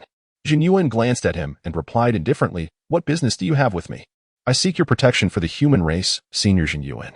The demon clan is currently perpetrating a massacre against us, and the Saint of Inwa turns a blind eye while the Saint of Ta Ching remains indifferent, showing no concern for the fate of our people. I humbly request your righteous assistance." Qin Xiao's voice was filled with earnest appeal. Jin Yuan fell silent, lost in thought as memories of the past with Hong Yun resurfaced. Back then, Hong Yun, filled with fervor, had aided those cultivators in the primordial world who faced difficulties. If Hong Yun were still alive, he would undoubtedly agree to Qin Xiao's request, for he was known for his compassion and warmth. With a soft sigh, Jin Yuan turned and said, "I will comply. You should promptly relocate the human race to my domain. I shall ensure their safety." Qin Xiao was momentarily taken aback. "Wait, is that it? You agree just like that? Shun Ti, we discuss terms first? You propose your conditions, and I counter, leading to a lively exchange of negotiations until you reluctantly acquiesce? Is there truly such a benevolent soul in the primordial world? This puts me in a difficult position, as my carefully considered bargaining chips seem utterly useless, leaving me feeling quite embarrassed." Noticing Qin Xiao's prolonged silence, Jin Yuan grew suspicious and turned to observe him. Seeing the look of confusion and dissatisfaction on his face, he spoke sternly, "Why are you still here? Hurry and relocate the human race to this place." Qin Shao quickly regained his composure and respectfully replied, "I apologize. I was momentarily overwhelmed by the profound righteousness of your esteemed self." Upon hearing this, Jin Yuanzi offered a wry smile and elucidated, "It is not my own righteousness that stirs me, but rather the memory of my dear friend Hong Yun. Were he present in this place, he would undoubtedly acquiesce. I ponder that by performing more acts of kindness, I might capture the attention of Hong Yun's lingering spirit and thus uncover his whereabouts." Qin Shao suddenly realized that Jin Yuanzi had dedicated his entire life to seeking the murderer and searching for the remnants of Hong Yun's soul, in order to assist in the reconstruction of his physical form. Truly, he was the greatest friend of the primordial era. Qin Shao could not help but feel a sense of admiration, momentarily setting aside the apprehension surrounding Zhen Yuanzi's possession of the Earth Book. It was evident that great powers from the primordial chaos all desired to befriend him. Even the proud Yuanchi Tianzuan was no exception. It appears that individuals who value loyalty are universally esteemed. Given Zhen Yuanzi's magnanimity, Chen Xiao did not hesitate to offer, "Senior, perhaps I can lend my assistance in this matter."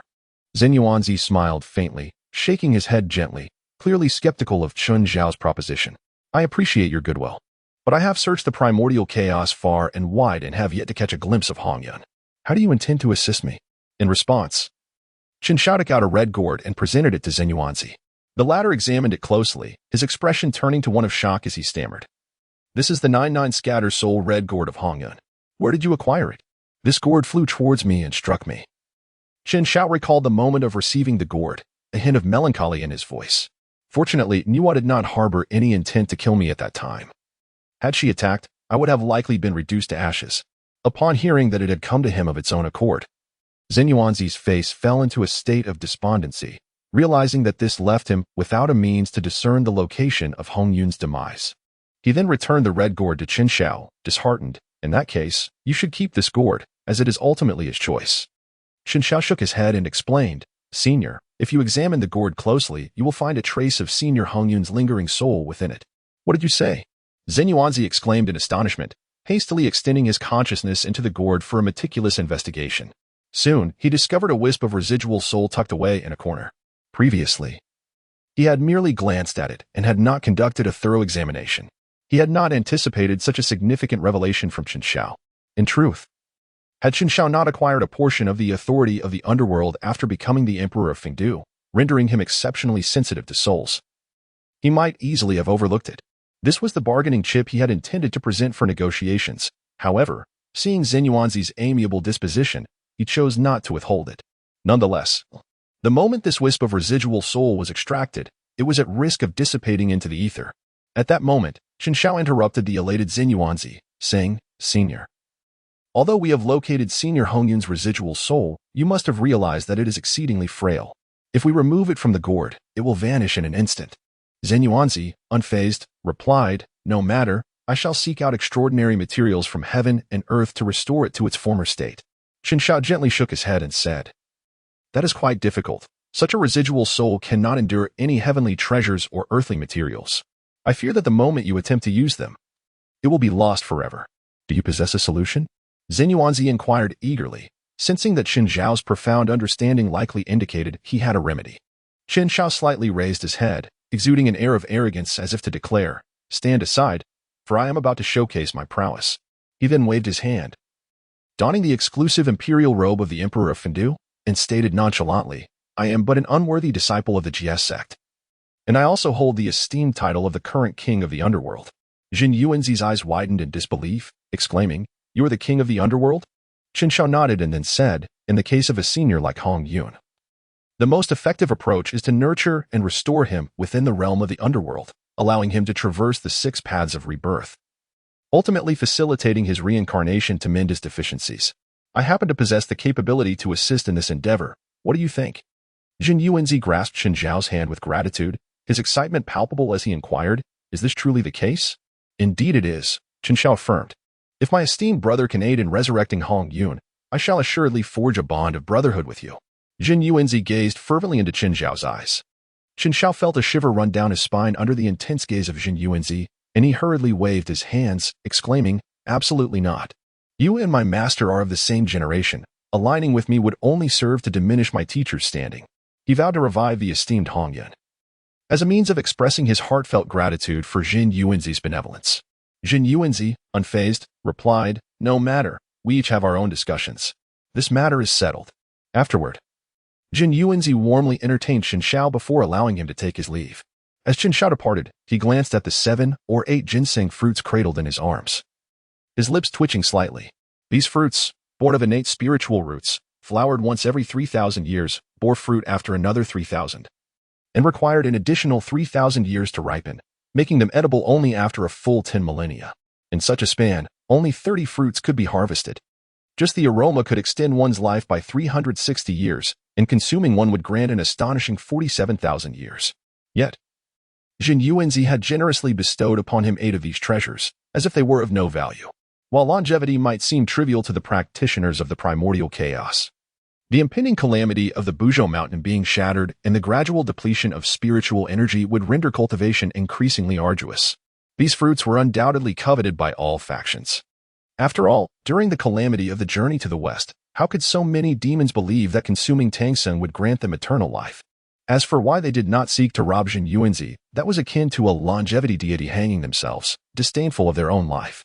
Within the Fire Cloud Cave, the three ancestors received Qin Shao with great enthusiasm.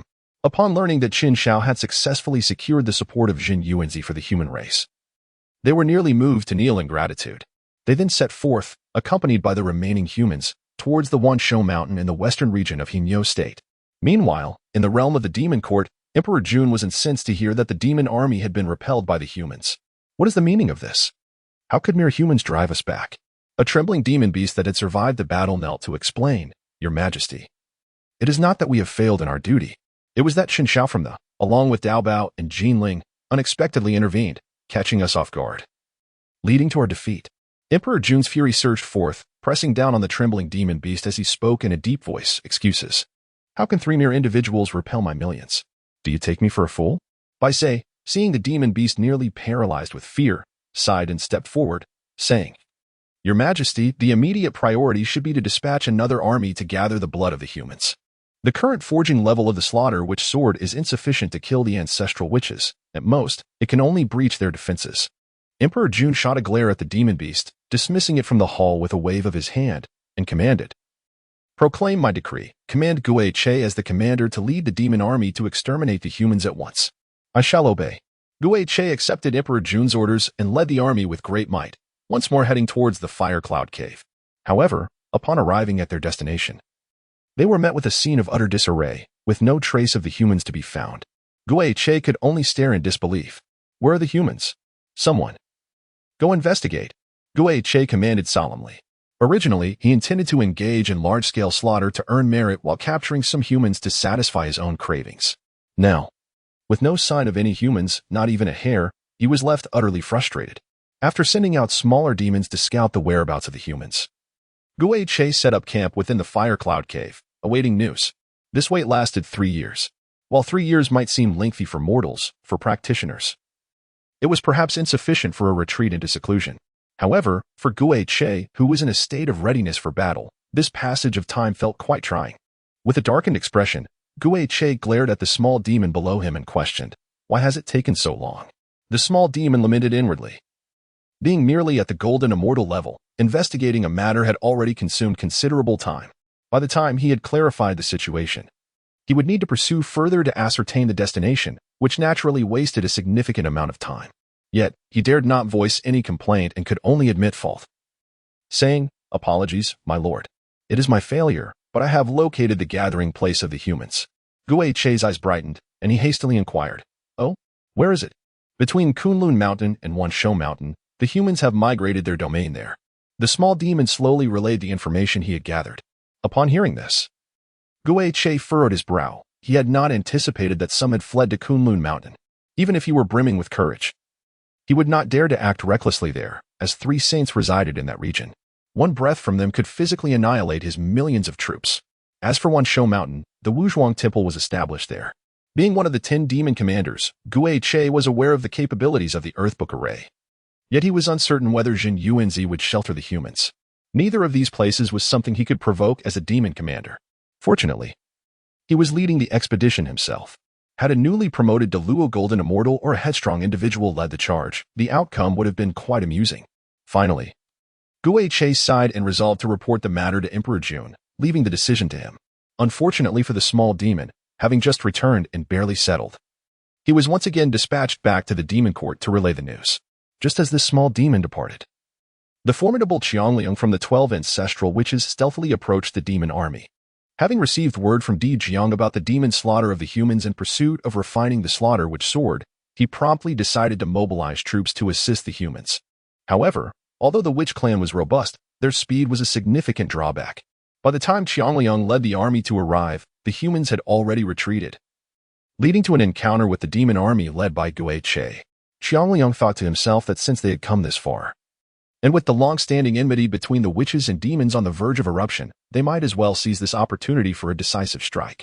He commanded the army to approach quietly, intending to catch them off guard for a significant victory. Under the cover of night, Qiangliang seized the moment when the demon forces relaxed in their vigilance to launch an attack. The demons, caught by surprise, immediately fell into disarray upon engagement. Qiangliang led the witch army, unstoppable in their advance, slaying demons at every turn, and pressed on towards the fire cloud cave. Guiche, still bewildered, shouted in anger. "What is all this commotion?" A small demon hurriedly approached him, kneeling on one knee to report, "Not good, my lord.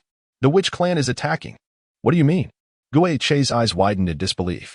At that moment, the sounds of the witch's slaughter reached his ears, and Qiangliang, spotting Guiche at the center, burst into laughter. "Isn't that the demon commander Guiche? How utterly disheveled!"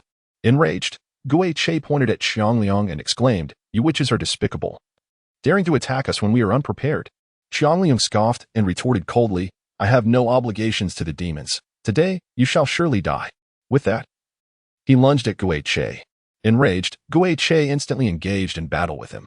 Both were quasi-saint-level strongholds, and their fierce conflict unleashed waves of energy that wreaked havoc among countless small soldiers, resulting in horrific casualties on the demon's side.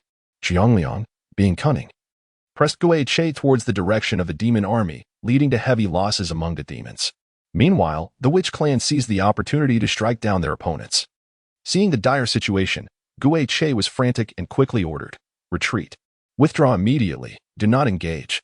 The demon army, upon hearing the command, scattered like startled birds. They had already been caught off guard. Now, with their commander struggling in a one-on-one battle, morale was low. If they did not retreat in time, they risked complete annihilation. "Ha! You demons possess such pitiful combat abilities, yet you excel in the art of fleeing." Qiangliang mocked as he fought. Guiche was filled with resentment, but felt powerless to retaliate effectively.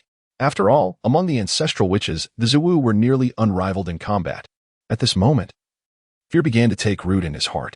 Once the majority of the demon clan retreated, he also prepared to flee. But Qiangliang had already been waiting for the opportune moment.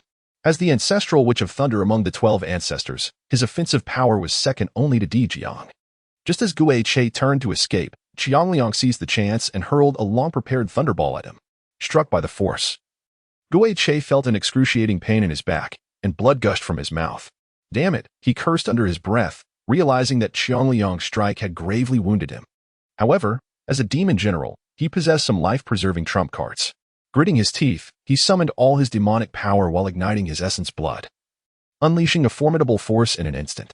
Qiangliang was taken aback by Guiche's unexpected prowess and staggered back a few steps. Seizing this opportunity, Guiche transformed into a streak of bloodlight and fled at great speed. Once Qiangliang steadied himself and attempted to pursue, he found that Guiche had vanished. Frustrated, he stomped his foot and roared at the sky, "Guiche, I let you escape today, but next time, I shall take your life." He then unleashed a massacre upon the demons who had yet to flee, not resting until he had quelled the anger in his heart. In this battle, the demon army suffered catastrophic losses, with 70% annihilated. After the conflict, Qiangliang was oblivious to the whereabouts of the human race. He concluded that after such a battle, the demon clan would likely refrain from targeting the humans, and thus decided to return to his kin. Guiche fled until he was far from the battlefield, seeking refuge in a concealed cave to heal his wounds.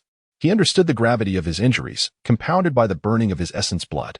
Without prompt recuperation, he feared for the deterioration of his foundation and the difficulty in regaining his peak strength.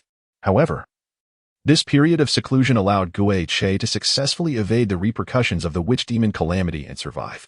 In the demon court, upon learning of the human race's migration to Kunlun Mountain and Wanshou Mountain, Dijun's countenance darkened, and he coldly remarked, "That detestable Chen Shao. What grievance does my demon clan hold against him that he repeatedly opposes me?"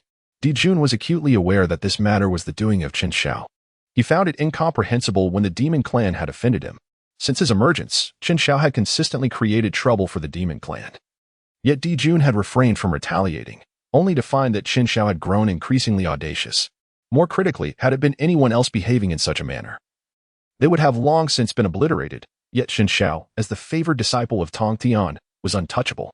Bai Zhe hesitated briefly before stepping forward and saying, "Your Majesty, I may know who among the demon clan offended him." "Who?" Dijun's gaze was sharp, piercing like a blade directed at Bai Zhe. That wretched being. Why provoke this harbinger of misfortune? Di Jun wished he could tear that individual apart. It must be the Chimu Jinhu clan. A demon from that clan pursued Qin Shao relentlessly for an entire month at his birth, only to be saved by the sage Tong Dian. I suspect that this incident has left him with a grudge. Bai Zhe relayed his knowledge to Di Jun.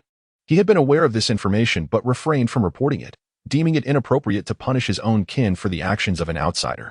However, since Di Jun's eldest brother, the Golden Crow, had perished, his temperament had grown increasingly erratic. If he did not find a scapegoat now, the consequences would befall his ministers. What Bai Zhe did not anticipate was that Di Jun would directly order the extermination of the Chimu Jinhu clan. Bai Zhe attempted to plead for leniency. But Di Jun was already consumed by rage, causing Bai Zhe to feel a surge of trepidation. Ultimately, the Chimu Jinhu clan was caught off guard and annihilated by the demon general, unaware of the crime they had committed. Had they known that their downfall stemmed merely from a clan member's pursuit of Qin Shao, they would have found it impossible to rest in peace even in death. What a travesty this is. Now that Di Jun's fury had subsided, he realized that he could not act against the current location of the human race. At that moment, he recognized the absurdity of his position as the Heavenly Emperor. Externally, he could command all clans, yet he found himself constrained at every turn. Just then, the defeated demon forces that had escaped from the Fire Cloud Cave returned to the demon court. Upon learning that the demon army had returned with only a few 100,000 and that the fate of the demon general Gue Che was uncertain, Di Jun's throat constricted, and he subsequently spat out a mouthful of blood before losing consciousness. "Elder brother, your majesty." Dong Huangtai was instantly alarmed. Rushing forward to support Di Jun, the surrounding ministers expressed their concern, quickly providing him with their healing treasures. After a while, Di Jun gradually regained consciousness.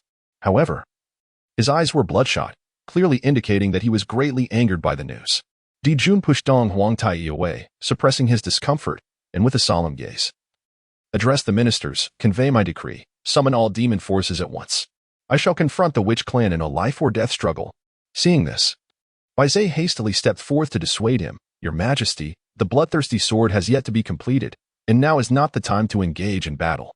Di Jun's eyes glowed with fury as he fixed his gaze on Bai Zhe, inquiring, "Then where do you suggest I seek blood?"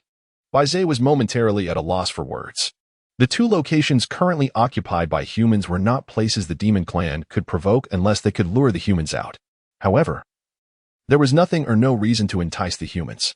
Even if there were, he dared not speak openly. After all, someone as vengeful as Qin Shao would likely retaliate against him if he were found out.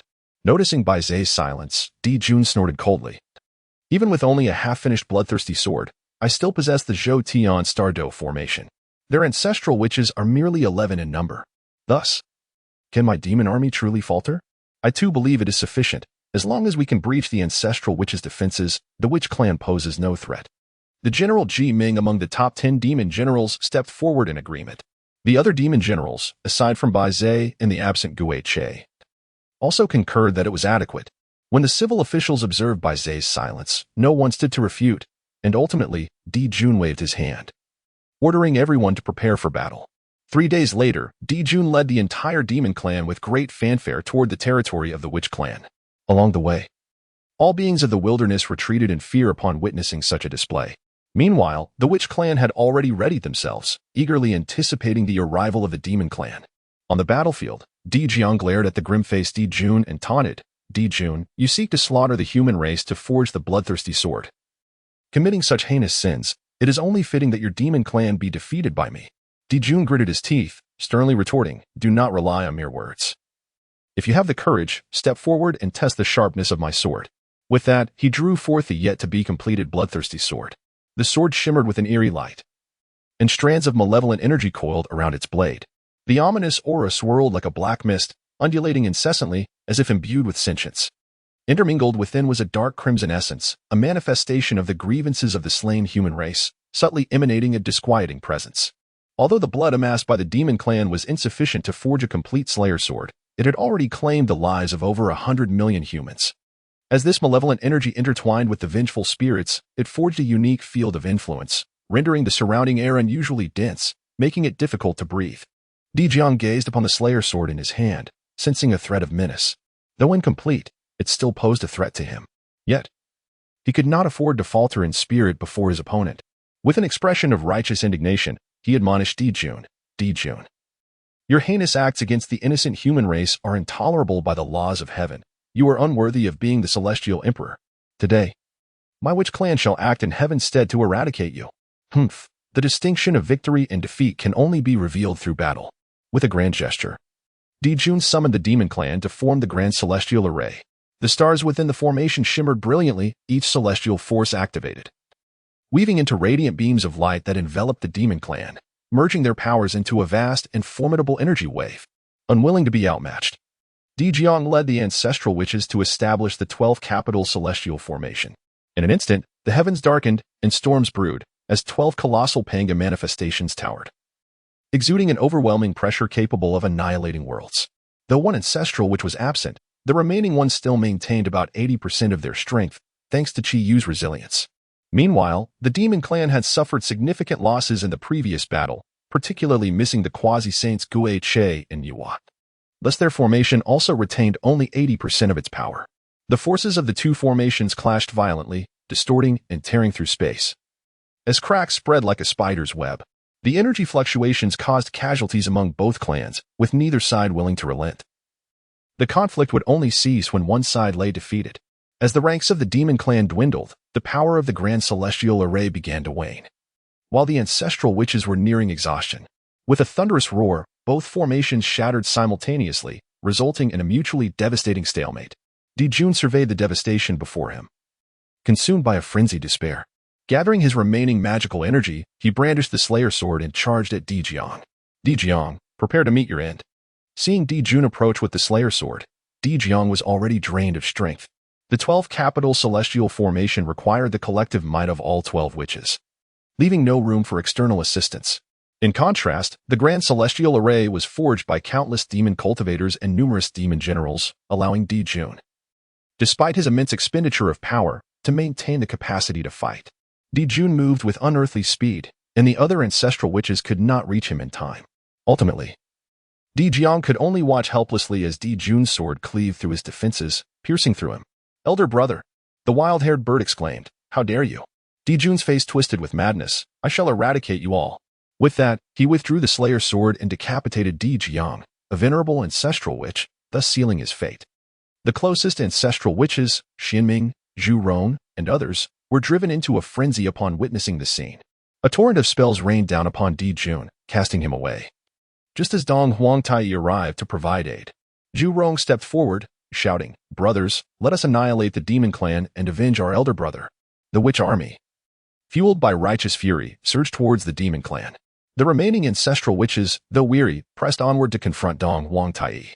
He defended with the chaos spell while gazing at the gravely wounded Dijun. Ultimately, gritting his teeth, he resolved to retreat with Dijun, allowing the witch army to exact their vengeance upon the demon clan.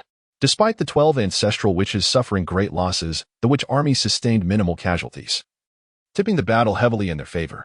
Countless demons fell in the tide of war, with several of the 10 demon generals, including Ci Tai, Qin Yuan, Jiao Ying, and Fei Dan, also succumbing. Fuxi, while covering the retreat of the demon clan and their generals, met a tragic end. In her despair, Yua intervened just in time to preserve a fragment of Fuxi's soul. Meanwhile, the bloodthirsty witch army pressed forward, relentlessly advancing towards the demon court. They were ultimately halted by Dijun's Hongyuan Hulua array, yet the witch clan, now fervent with rage, continued their assault, breaching the formation merely a matter of time. As the remaining demon generals arrived at the main hall and found Dijun revived, they felt a flicker of hope. As long as their leader endured, the demon clan would not crumble. However, Dijun appeared a shadow of his former self, resembling a weary elder. Leaning on his sword, he struggled to maintain composure. Solemnly addressing his ministers, "My loyal subjects, I am grateful for your contributions to the demon clan, yet I have sustained grave injuries and have little time left. Soon, I shall carve a path through blood. Take this opportunity to flee swiftly." The remaining demon generals, upon hearing this, were struck with shock and hastily fell to their knees. Bai Zhe wept openly, exclaiming, "Your Majesty, how can a ruler perish while his subjects live? We are willing to share life and death with you." The other generals echoed his sentiments. Meanwhile, the demon master Kuenping, witnessing this display, held a scornful disdain for the foolish loyalty of the generals. Seizing the moment when no one was paying attention, he discreetly slipped out of the hall. Had it not been for the heavenly court offering him protection, he would never have served in the demon court. Sharing in their fate? Absolutely not. As Kuan-Ping stepped outside the hall, gazing at the He-Tu and Luo Shu in the sky, a glint of greed flickered in his eyes. Since the demise of the demon clan was inevitable, it would not hurt to seize a few benefits before departing, he mused. Within the hall, Di-Jun looked down at his ministers with a sense of contentment, but then spoke with gravity. This is my final edict. Only if you survive can the demon clan hope to rise again. After my passing, Tai, you shall inherit my position as the celestial emperor, and I hope you will restore the glory of the demon court. Dong Wangtai quickly declined. Elder brother, I wish to remain and fight alongside you until the very end. Tai, this is my decree. Do you intend to defy it? Di-Jun's voice was firm. Elder brother, Tai's eyes glistened with tears, but at that moment, a small demon burst into the hall. It's terrible! It's terrible! The demon master Kuan-Ping has stolen the He-Tu and Luo Shu and fled. The witch clan has invaded. What did you say? Who stole the He-Tu and Luo Shu? Tai seized the small demon, incredulous. The small demon, panic-stricken, replied, it was the demon master Kuan-Ping. Tai's fury surged. Flinging the small demon aside, bellowing, cursed Kuan-Ping. Had I known this would happen, I should have slain him earlier. Di-Jun waved his hand dismissively. Enough. Let him go if he wishes. You all prepare to break through quickly. The Kuan-Ping is distinct from other demons. He was forcibly compelled by Emperor Jun and Dong Wangtai to serve in the demon court. When the demon clan was first established, Emperor Jun extended an invitation to the formidable beings of the demon race, most of whom eagerly accepted. However, Kuan-Ping regarded this with disdain and was ultimately subdued through physical means. Thus, Emperor Jun found Kuan-Ping's defection to be quite reasonable. Brother, Dong Wangtai attempted to voice his concerns, but the ancestral witch had already stormed into the grand hall. Emperor Jun did not respond to Dong Wangtai. Instead, he hastily employed his magical powers to envelop Dong Wangtai and the demon generals, exerting all his strength to teleport them out of the demon court, leaving himself to face the remaining 10 ancestral witches alone. When enemies meet, tensions run high.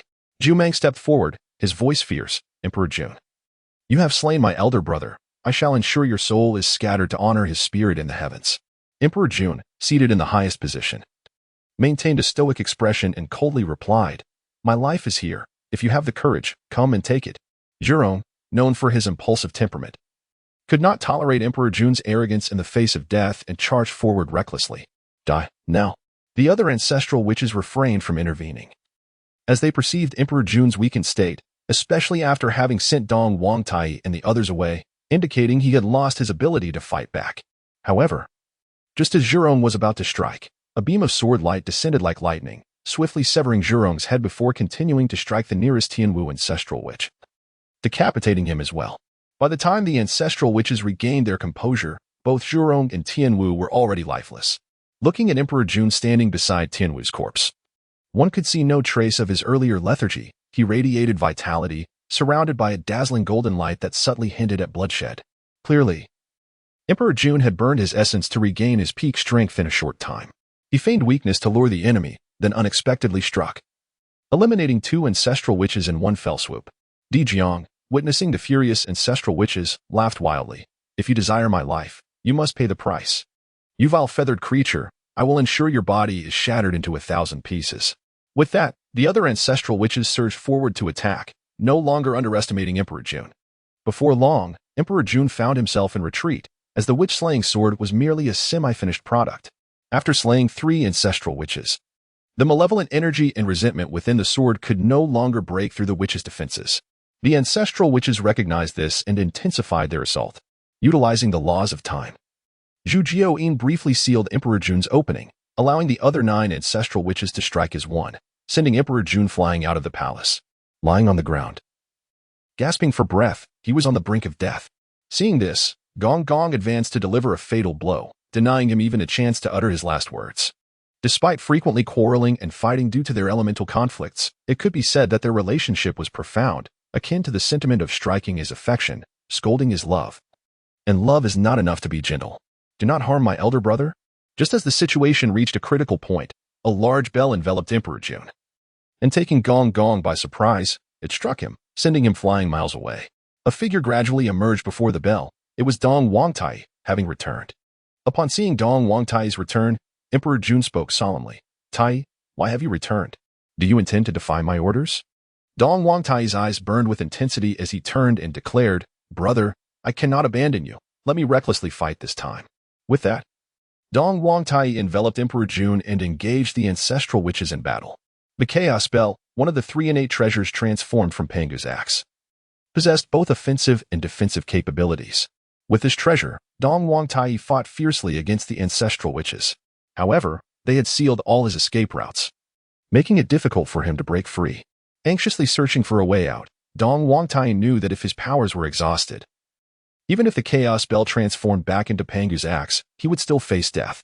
Emperor Jun, observing Dong Wangtai's distress, made a resolute decision to push him away with all his might and then charged towards the ancestral witches without hesitation. In the blink of an eye, Emperor Jun appeared before Zhu Meng, seizing him and dashing away.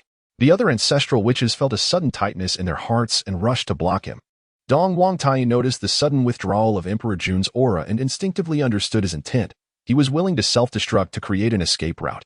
His eyes reddened as he called out to Emperor Jun's retreating figure, "Brother, no." Emperor Jun glanced back and smiled faintly at Dong Wangtai before resolutely igniting the power within himself. The terrifying true fire of the sun erupted like a nuclear bomb, shattering the entire demon court into pieces, incinerating the witch army that had invaded as well as the remaining demons into ashes. Fortunately, Dong Wangtai had the protection of the Chaos Spell. Although he was thrown back by the blast, he did not suffer serious injury. However, the overwhelming force of the explosion drained Dong Wangtai's magic, leaving him unable to sustain the Chaos Spell. As he gazed upon the ruins of the demon court, Dong Wangtai was engulfed by profound sorrow, kneeling and weeping amidst the debris. "Brother, how could it come to this? Without you, where shall I go?" "Then you shall accompany him." Just as Dong Wangtai was lost in despair, a fierce voice rang out behind him. Turning around, he saw Xianming, battered and missing an arm. During Emperor Jun's self-detonation, the ancestral witches, realizing their fate, shielded Xianming with their own bodies. Thus, Xianming survived, albeit gravely wounded. The true fire of the sun, the source of all flames, was the innate fire of the Golden Crows. If used solely as a magical attack, the ancestral witches could withstand it with their defenses. Yet, Emperor Jun had directly detonated his essence, unleashing a force akin to igniting a top-tier innate spirit treasure. Thus, even the strongest defenses of the ancestral witches could not withstand such might, especially at such close quarters. Upon witnessing his brothers perishing and the witch army nearly annihilated, Xianming's spirit was crushed, and he no longer had the desire to live. At that moment, he encountered the sorrowful Dong Wangtai and harbored malicious intent, seeking to drag Tai down with him in death. Before Dong Wangtai could respond, Xianming lunged at him, igniting his own ancestral body. A thunderous explosion erupted, sending a massive mushroom cloud soaring into the sky, leaving the demon court with only the central Lingxiao Palace intact. After all, the Lingxiao Palace was an innate top-tier spirit treasure, far surpassing ordinary structures in durability. In his final moments, Emperor Jun, filled with reluctance, fell alongside Xianming. Thus, the Hongwang Golden Crow clan was left with only 6 crows and 1 crow. With the fall of these two, the calamity clouds that had cast a shadow over Hongwang dissipated in an instant, marking the end of the great calamity between the witches and demons. At the sight of Xianming and Dong Wangtai's demise, a brilliant golden light suddenly surged, instantly drawing the attention of all the mighty beings in Hongwang. "This is the Chaos Spell, Dong Wangtai's Chaos Spell. Hurry, this is an innate treasure, rare even in Hongwang. We must seize it." The mighty beings rushed toward the demon court, but just as they arrived, 2 immense pressures descended upon them. Then, 2 figures clad in tattered robes gradually descended from the heavens. One of them spoke solemnly, "The Chaos Spell is fated to be ours in the West. You may leave now." The visitors are none other than the Western guides, Jiayin and Zhuandi. Initially, the 2 had discovered the location of the demon clan's treasure vault, intending to transport its treasures back to the West. However, before they could act, the self-detonation of Emperor Jun reduced the vault to rubble, with various spiritual treasures either destroyed or scattered throughout the primordial chaos, thwarting their plans. After much effort, they had only managed to collect a few corpses of golden crows, leaving them with nothing else. Just as they were about to turn away in disappointment, an unexpected twist rekindled their hopes. Xianming had come to join forces with the Eastern Emperor Tai, igniting a flicker of optimism in the two. It is worth noting that the West had yet to possess a single innate treasure. If they could seize this one, their arduous calculations would not be in vain. However, the mighty beings present scoffed at the sight of the 2 from the West, one even boldly stating, "This treasure belongs to the East. What concern is it of yours?" Jiayin and Zhuandi refrained from responding verbally, instead raising their hands to directly suppress the audacious speaker. now that they had attained the status of saints. There was no need to reason with others. This display of power instantly silenced the assembled mighties, who had momentarily forgotten that these two shameless beings had already become saints. Junti, recognizing their thoughts, coldly remarked, "Disrespect towards saints shall be punished." With that, a wave of pressure descended upon everyone, forcing the group of mighty beings to the ground. At that moment, Jian and Junti reveled in their newfound power. It was truly an intoxicating feeling. "Do you have any objections?" Jian inquired nonchalantly. The mighty beings, now too intimidated to respond, refrained from speaking. Most of them had heard the teachings of the Tao ancestor. While they knew saints were formidable, this was their first time witnessing a saint's slight display of power. They finally understood the meaning of being insignificant if one did not reach the saintly realm. Seeing no one dare to reply, Jian took their silence as acquiescence and prepared to join Junti in seizing the Chaos Bell. "Since when do the possessions of my demon clan have anything to do with you, Westerners?" Before Jian and Junti could act, a solemn voice echoed in the ears of those present. Nuwa, with her human head and serpent body, appeared before everyone, her imposing presence directly challenging Jian and Junti. The two quickly released their energy to resist her, stating, "Taoist friend Nuwa, you are mistaken. The demon clan has already been annihilated. And this Chaos Bell is a thing without a master. It rightfully belongs to the fated, although they might not be able to defeat Nuwa. As long as one of them held her back, the other could seize the Chaos Bell."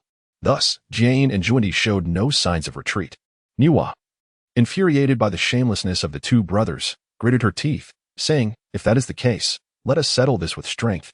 Just as both sides prepared to engage, three figures appeared in the demon court. The newcomers were none other than the three pure ones. Demonstrating the allure of the Chaos Bell to the cultivators of the primordial world, even saints could not resist its temptation. Yuanshi stepped forward, declaring, "Since Jian and Junti claimed this Chaos Bell belongs to no one, we may as well compete for it." Nuwa gazed at the three pure ones, feeling overwhelmed. If it had only been Jian and Junti, she could have handled them, but with the addition of the three pure ones, she truly felt at a loss as to how to contend. The most unfortunate were the mighty beings below, overwhelmed by the oppressive aura of the six saints. Filled with regret, why had they come to compete for the Chaos Bell? Indeed, the saying rang true, when gods clash, mortals suffer. The six saints converged in the demon court, all vying to claim the Chaos Bell as their own, although they had reached the saintly realm. The enhancement offered by spiritual treasures was minimal. However, the Chaos Bell was not only an innate treasure but also capable of suppressing the fortunes of great teachings.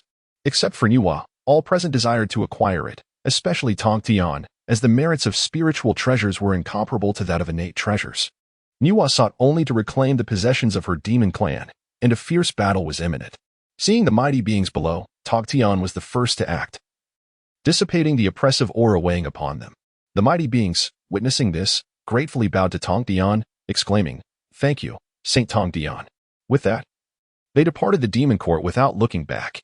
Moments later, Jian and Junti exchanged glances and charged towards the Chaos Bell. Yuanshi chuckled lightly, brandishing the Pangu banner to target the two. The Pangu axe was the most powerful offensive innate treasure among the three, and the two did not dare to be careless. Quickly retreating, however, three swords imbued with a menacing aura followed closely behind, aiming for their backs. Feeling a chill run down their spines, they hastily summoned the 12-petal golden lotus for defense. "Yuanshi, Tong Tian, why are you targeting us?" Jian glared at the three Excaliburs before him, feeling disgruntled. Yuanshi replied disdainfully, "This treasure of the East should naturally be dealt with by us. What business do you have here? Depart quickly. This is a thing without a master, and the fated shall claim it," Junti retorted defiantly. "Let us see if you are truly fated." Tong Tian cast a scornful glance at the two and commanded the three Excaliburs to attack repeatedly, while Yuanshi wielded the Pangu banner, joining the assault. The actions of these two had already drawn the disdain of the primordial cultivators, and today presented a perfect opportunity to teach them a lesson. Meanwhile, Nuwa, seizing the chance while the four were engrossed in battle, quietly approached the Chaos Bell, intending to catch it by surprise. However, just as she was about to act, a golden bridge embodying the elements of earth, water, fire, and wind appeared before her, blocking her path. Nuwa focused her gaze and discovered it was the Taiji diagram of Tai Ching. She couldn't help but question, "Tai Ching, aren't you usually indifferent to worldly affairs? Why do you also come to contest my demon clan's treasure?" Tai Ching remained silent. His indifference stemmed from a lack of interest in mundane matters. If something truly captivated him, he would not be devoid of desire. Even Hongjun, a representative of the heavenly Tao, possessed desires. How could he be an exception? As the saints fought over the Chaos Bell, Gong Gong, who had been sent flying by the Eastern Emperor Tai, gradually regained consciousness. As he awoke, he looked around in confusion and realized he was beneath Mount Buzhou. He recalled being ambushed by the Eastern Emperor Tai and immediately prepared to head to the demon court. However, a sudden golden light immobilized him, followed by the arrival of a divine consciousness from Huda before him. Seeing Huda, Gong Gong anxiously said, "Sister, why do you stop me?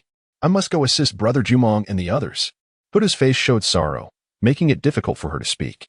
When she witnessed Emperor Jun leading Jumong and others to self-detonate, she had intended to intervene but was bound by various laws, rendering her immobile. It wasn't until the calamity concluded that the laws released her. Overwhelmed with grief and anger, she had no choice but to send a portion of her divine consciousness to arrange for the remaining members of the witch clan to enter the underworld. She understood that this calamity was designed to strip the witch and demon clans of their roles as the main players of the heavenly realm. If any members of the witch clan remained in the primordial world, they would undoubtedly be hunted down by any means necessary. Just then, Gong Gong awoke, still intent on heading to the demon court. However, that court had now become a battlefield for saints, prompting Huda to rush to stop him. Seeing Huda silent, Gong Gong felt a foreboding sensation arise within him and hurriedly pressed, "Sister, what has happened?" "Fourth brother, the calamity has concluded, and second brother and the others." Huda's words faltered, difficult to utter. Gong Gong quickly grasped the implications, his expression shifting dramatically as he collapsed to the ground in despair. Huda's eyes were filled with sorrow as she slowly said, "This calamity was indeed set for the witch and demon clans. I have relocated the surviving members to the underworld. Fourth brother, come to the underworld. In the present age of the primordial chaos, there exists no refuge for the witch clan." As these words faded, the divine consciousness of Huda gradually dissipated, desiring to allow Gong Gong a moment of solitude. Yet, upon Huda's disappearance, Gong Gong, caught in a daze, was suddenly pierced by a shaft of golden light that entered his mind. The expression of sorrow and rage vanished in an instant, replaced by an overwhelming madness. If the primordial chaos no longer housed his witch clan, then what purpose did this world serve? With that, Gong Gong fixed his gaze upon Mount Buzhou and transformed into his true ancestral form, charging headlong into the mountain. Bang! The impact reverberated throughout the primordial chaos, causing tremors to ripple across the land. The 6 great sages engaged in a fierce contest for the Chaos Bell. Since the disturbance at Mount Buzhou and halted their struggle to observe, Gong Gong continued to strike against the mountain with fervor.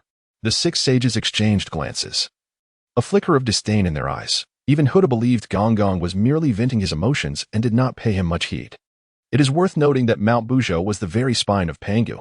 Not even a quasi-saint could hope to fracture it, let alone a sage. However, the ripples caused by Gong Gong's assault seemed to influence the Chaos Bell, which began to emit a faint golden light before soaring toward the heavens. The sages were taken aback, hastily employing their respective powers in an attempt to restrain it. Yet, the combined might of the sages proved futile as the Chaos Bell deftly evaded their bindings and swiftly vanished beyond the horizon. As the beings prepared to pursue, the primordial chaos trembled once more, and soon they realized something was amiss. Cracks began to appear on Mount Buzhou. "This is dire. We must stop him. Mount Buzhou is the keystone of the primordial chaos. If it fractures, chaos will reign." Tong Tian was the first to sense the anomaly and cried out urgently. Without hesitation, he rushed towards Mount Buzhou, prompting the other sages to exchange worried glances before they too followed suit, their eyes fixed on the now-vanished Chaos Bell.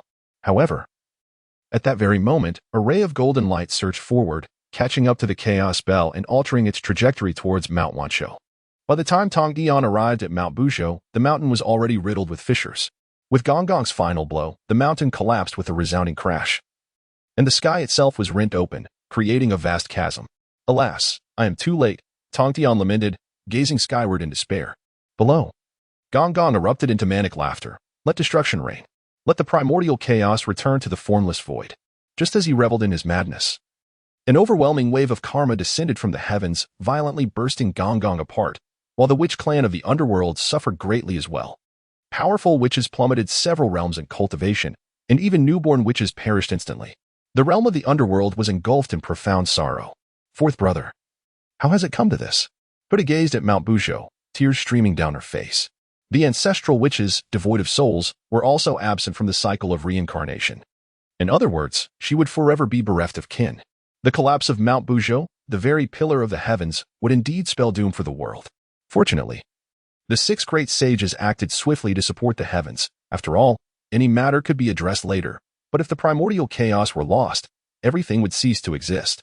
Yet, while the sages propped up the heavens, they remained at a loss regarding the gaping hole left in the sky. If left unaddressed, the waters of the heavenly river would ultimately inundate the primordial chaos. Just as the sages were consumed with worry, a radiant light descended, and Hongjun appeared before them. Without excessive words, he raised a small cauldron and bestowed it upon Yuhua, solemnly stating, "This is the creation cauldron. You may seek the 5 colored stones to forge them into multicolored crystal stones, which will suffice to mend the heavens." As for why Hongjun chose Yuhua over others, it was solely because of her mastery of the path of creation, allowing her to utilize the creation cauldron to its fullest potential.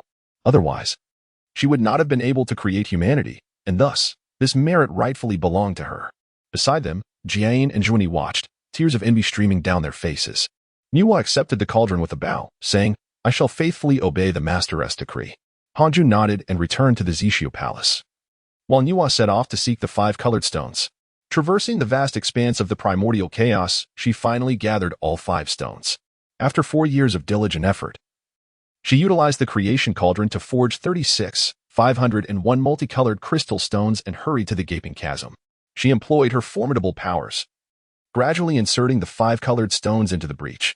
Concurrently, she restored the sky to its vibrant hues, unlike the previous singularity. With the final gap sealed, the heavens began to return to their original state, and Yuhua earned immense merit for her efforts.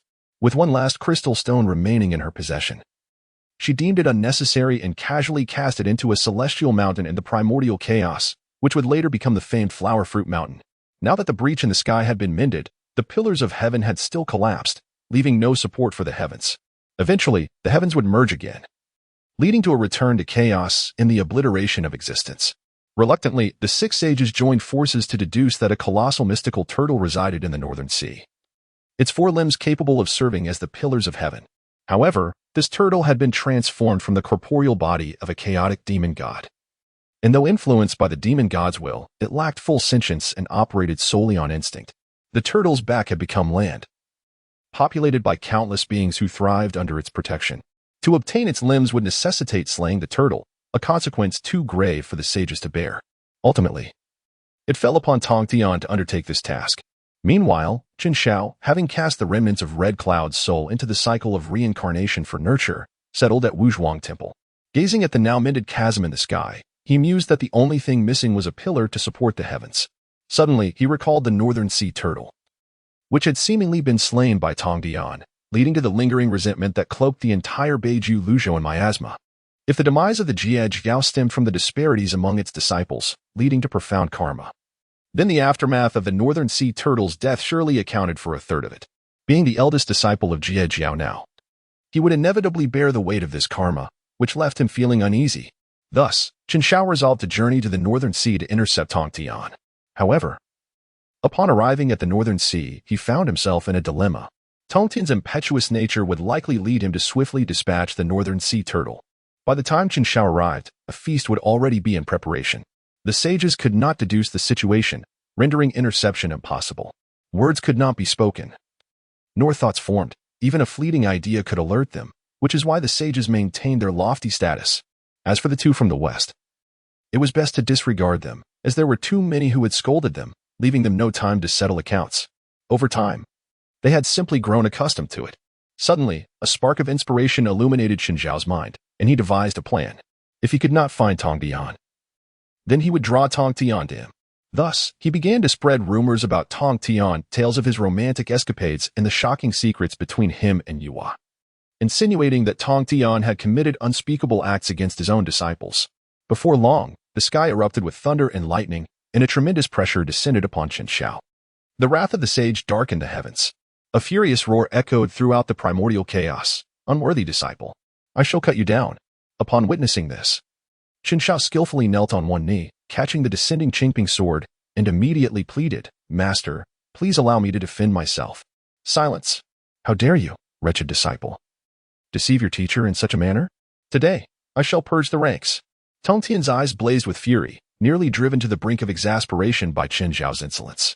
He had originally intended to confront the North Sea Xian turtle and sever its limbs. However, an unexpected sensation arose, and a series of tales began to flow into his consciousness, all originating from the thoughts of his eldest disciple. In an instant, Tong Tian's anger eclipsed his original purpose, prompting him to hastily seek out Qin Shao sword in hand. What was this talk of his romantic past? Tong Tian had always maintained a pristine reputation, devoid of any such frivolities. To add insult to injury, the rumors had even entangled him with Nuwa.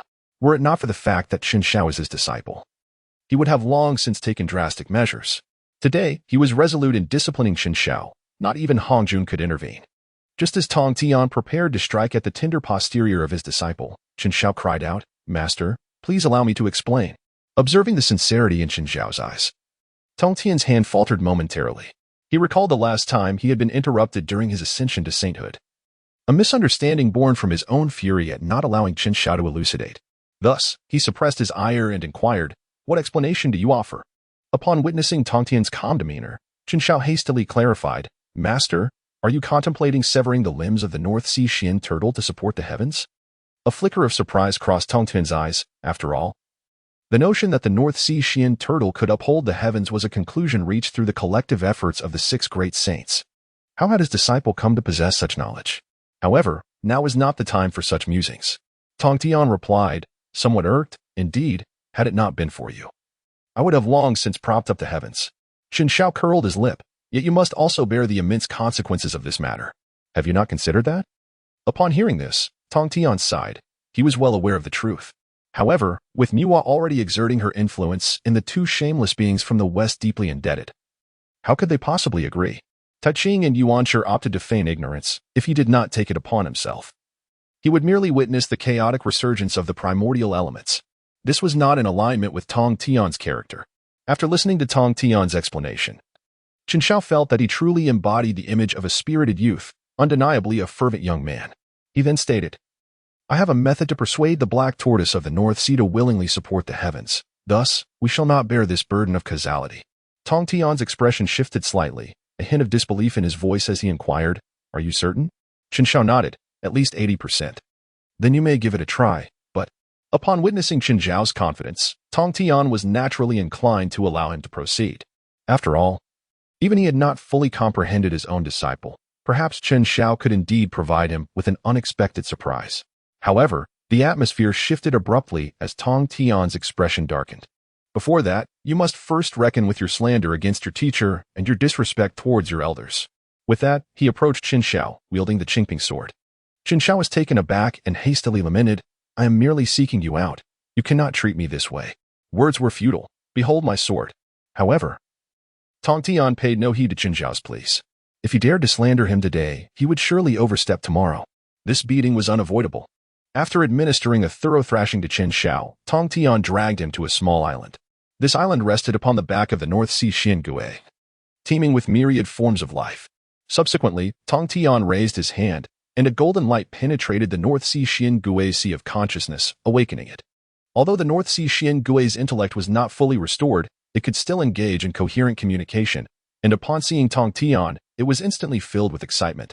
Ever since its inception, it had been aware that it was destined for a calamity, yet remained ignorant of its origin. Now, it understood that its tribulation was the burden of supporting the heavens. Without preamble, the North Sea Xian Gui declared, "Saint Tong Tian, you have come to claim my 4 limbs to uphold the heavens, have you not?" Tong Tian nodded, expressing some trepidation as he replied, "Indeed. Our calculations reveal that only your limbs possess the strength to support the sky." Upon hearing this, the North Sea Xian Gui immediately summoned its magical powers, entering a state of battle readiness. After all, even the smallest creatures strive for survival. Despite its prolonged slumber dulling its intellect, it had no desire to succumb passively. Was it wrong to wish to live? Tong Tian turned his gaze towards Qin Shao, signaling that it was his turn to take action, lest he be compelled to intervene himself. Qin Shao cast a mournful glance at Tong Tian, then gingerly approached the North Sea Xian turtle, rubbing his rear as he feigned a smile. "Let us not resort to violence just yet. Surely we can converse amiably. I have nothing to discuss with you. Do you expect me to sit idly by while you seek my life?" The North Sea Xian turtle retorted, glaring at Qin Shao, yet hesitating to strike. On one hand, despite possessing the mind of a quasi-saint, he was aware of the true saint lurking behind him, capable of extinguishing his existence in an instant. On the other hand, a flicker of anticipation stirred within him. After all, Qin Shao's affable demeanor suggested that dialogue was indeed possible. However, the subsequent words from Qin Shao ignited a fury within him, nearly pushing him to the brink of madness. Your existence is akin to a dormant entity, destined to languish here until your intellect fades into oblivion. Why not contribute before your demise, supporting the grandeur of the primordial world? Sacrificing just yourself for the happiness of all would be a noble act, would it not? The North Sea Xian turtle muttered under his breath. What the hell? Tong Dian interjected, is this truly your solution? Having endured Qin Zhao's moral coercion, the North Sea Xian turtle was nearly driven to a frenzy. What did it mean to sacrifice one for the happiness of many? Was his life not valuable? He dismissed any further argument, resolved that if he were to perish, he would take someone down with him. Just as this thought crossed his mind, he felt an oppressive weight descend upon him, rendering him immobile. A heavy realization struck him. This was the power of a saint? He never anticipated that his quasi-saint strength would seem like that of a mere child in comparison. Meanwhile, Tong Dian, brandishing his sword, advanced through the air towards the North Sea Xian turtle with the intent to deliver a lethal blow. If Qin Zhao's approach was merely moral coercion, then he felt compelled to take matters into his own hands. Wait, teacher, what are you doing? Qin Zhao hastily grasped Tong Tin's arm, questioning him anxiously. Tong Dian shot Qin Zhao an exasperated look, replying solemnly, if your method is limited to this, then it is a futile endeavor. Time waits for no one. With that, he raised his sword, preparing to sever the North Sea Xian turtle's limbs. The North Sea Xian turtle gazed at the Qingping sword, feelings of resentment and unwillingness swirling in his eyes, yet he found himself powerless to resist. Qin Zhao hurriedly stepped forward, grasping Tong Tian's hand, and chuckled awkwardly. I merely jested in light of the serious atmosphere. No need to take it so seriously. Let us all relax a bit. Tong Tian remained silent, his expression one of exasperation. The Beihai Xian Gui wore a look of deep resentment, pondering how he had incurred such misfortune by accepting this troublesome disciple. Did Qin Zhao not comprehend the gravity of the impending crisis? How could one still find the inclination to jest in such dire circumstances? Qin Zhao observed the expressions of both parties, as if they were about to devour him, and swallowed hard, saying, let us speak of serious matters. Tong Tian cast a sidelong glance at Qin Zhao, sheathed his sword, yet did not lift the seal on the Northern Sea's mysterious turtle. Qin Zhao remained silent, for he too feared death. After all, should this individual act impulsively and consume him, he would have no place to lament. After a moment of contemplation, Qin Zhao spoke. In truth, willingly supporting the heavens is not without its merits. Consider the immense virtue it entails. The North Sea Xian turtle, somewhat exasperated, retorted, if I were to perish, what use would such virtue serve me? Yet, you could preserve your primordial spirit and reincarnate. Qin Zhao gently elaborated. Virtue is not solely beneficial in this lifetime.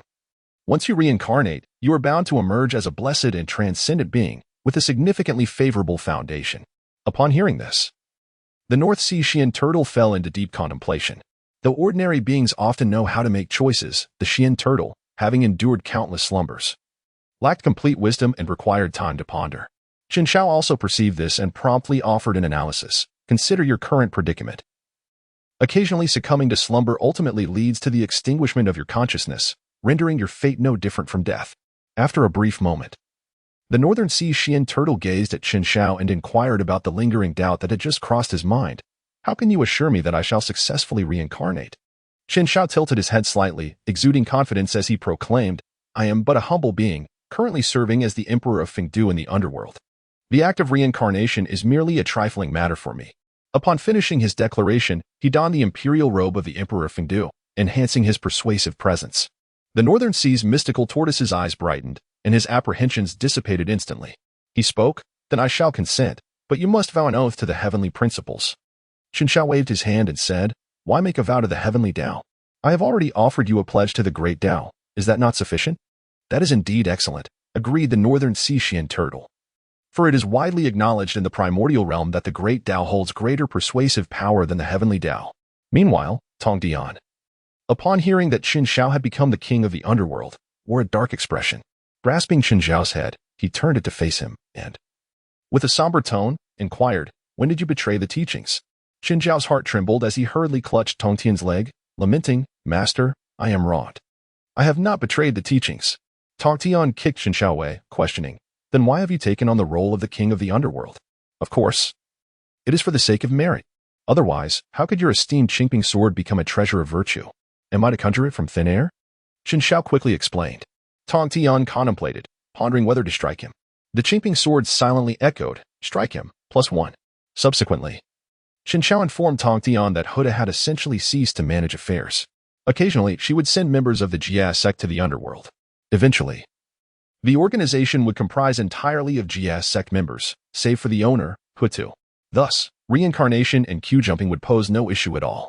Tong Tian considered this and realized that the underworld could effectively become a branch of the Jia sect. Reluctantly, he accepted Qin Zhao's continued role as the king of the underworld. However, as he gazed at Qin Shao, a myriad of complex emotions washed over him. He pondered, could it be that this child foresaw my intention to establish a teaching, thus preemptively amassing such a wealth of merit? What truths does he truly comprehend? A series of events stirred doubt in Tong Tian's heart, yet he refrained from probing further. After all, there exists a certain privacy between father and son, and Tong Tian was not one to be excessively controlling. As long as Qin Shao remained loyal to the teachings, all else could be negotiated. After Qin Shao explained to Tong Tian waved his hand to lift the seal on the black tortoise of the North Sea. The black tortoise gazed at Qin Shao and advised, young friend, I shall rely on you shortly. Having spoken, it ascended into the sky, its resounding voice echoing throughout the vast wilderness. I am the black tortoise of the North Sea. Today, I shall sever my 4 limbs to support the 4 corners of the heavens and the earth. Upon declaring its intent, the black tortoise immediately channeled its mystical powers, transforming into a blade, and resolutely severed its own limbs. The 4 tortoise legs raised toward the southeast, southwest, northwest, and northeast, propping up the collapsing firmament, ultimately becoming 4 towering pillars that reached the heavens. Simultaneously, an immense influx of merit cascaded from the heavens, pouring into the black tortoise's body, momentarily delaying its impending demise. Seizing this opportunity, the black tortoise expended its final vestige of power, transferring all the beings on its back to another realm. After accomplishing this, the black tortoise closed its eyes tightly, its soul escaping from its corporeal form. Upon witnessing this situation, Qin Shao, leveraging the authority of the underworld, apprehended it and confined it within a specialized soul-receiving pouch. Meanwhile, the shell of the Black Sea's mystical turtle gradually diminished in size, ultimately descending before him. Qin Shao carefully examined the tortoise shell and discerned that although it was merely an ordinary innate spiritual treasure, its defensive capabilities rivaled those of a supreme-grade innate spiritual treasure. He then reflected that this was only natural, as the most indestructible part of a turtle is undoubtedly its shell. Moreover, this particular shell belonged to the ancient North Sea mystic tortoise, a primordial creature of unfathomable age. Tong Tian gazed thoughtfully at the shell and spoke in measured tones. For now, entrust this artifact to your care. Once the mystic tortoise reincarnates, you shall return it to him. Then, with a hint of curiosity, he inquired, into which lineage do you intend to guide his reincarnation? Qin Shao slightly tilted his head, a surge of pride rising from the depths of his heart as he solemnly declared, naturally, it is the human race. The future lords of heaven and earth shall undoubtedly be our kind. Upon hearing Qin Zhao's assertion, Tong Tian's first thought was one of disbelief. After all, the human race was so frail that any random selection of a race from the primordial world would surpass them in strength. Tong Tian thought this and voiced his sentiments accordingly.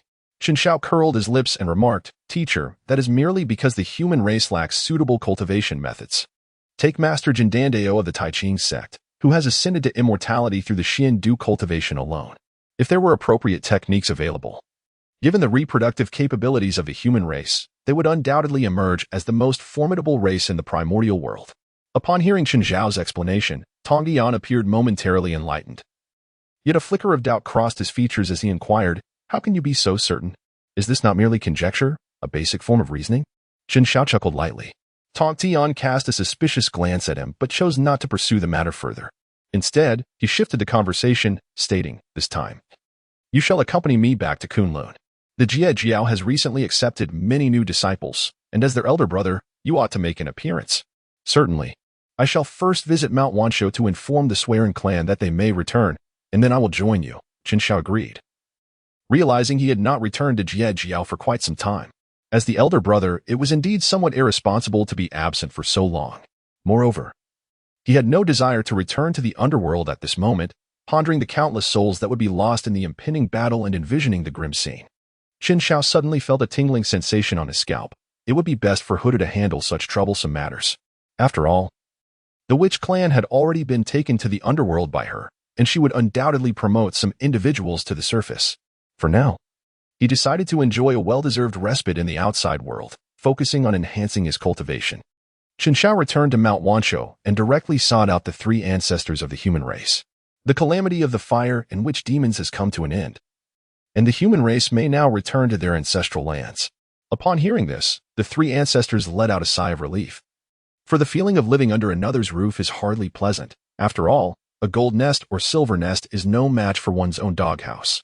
Subsequently, the three of them bowed deeply to Chen Xiao and expressed their gratitude, saying, "We are profoundly thankful to the sword ancestor for his tireless efforts on behalf of the human race during this time." Chen Xiao slightly inclined his body, accepting only a partial salute, and waved his hand, saying, "It is merely a modest contribution on my part. Henceforth, the advancement of the human race will primarily depend on the three of you. This was the duty we ought to fulfill," the three ancestors proclaimed simultaneously. Subsequently, the trio sought out the leaders of various tribes, instructing them to prepare for their return.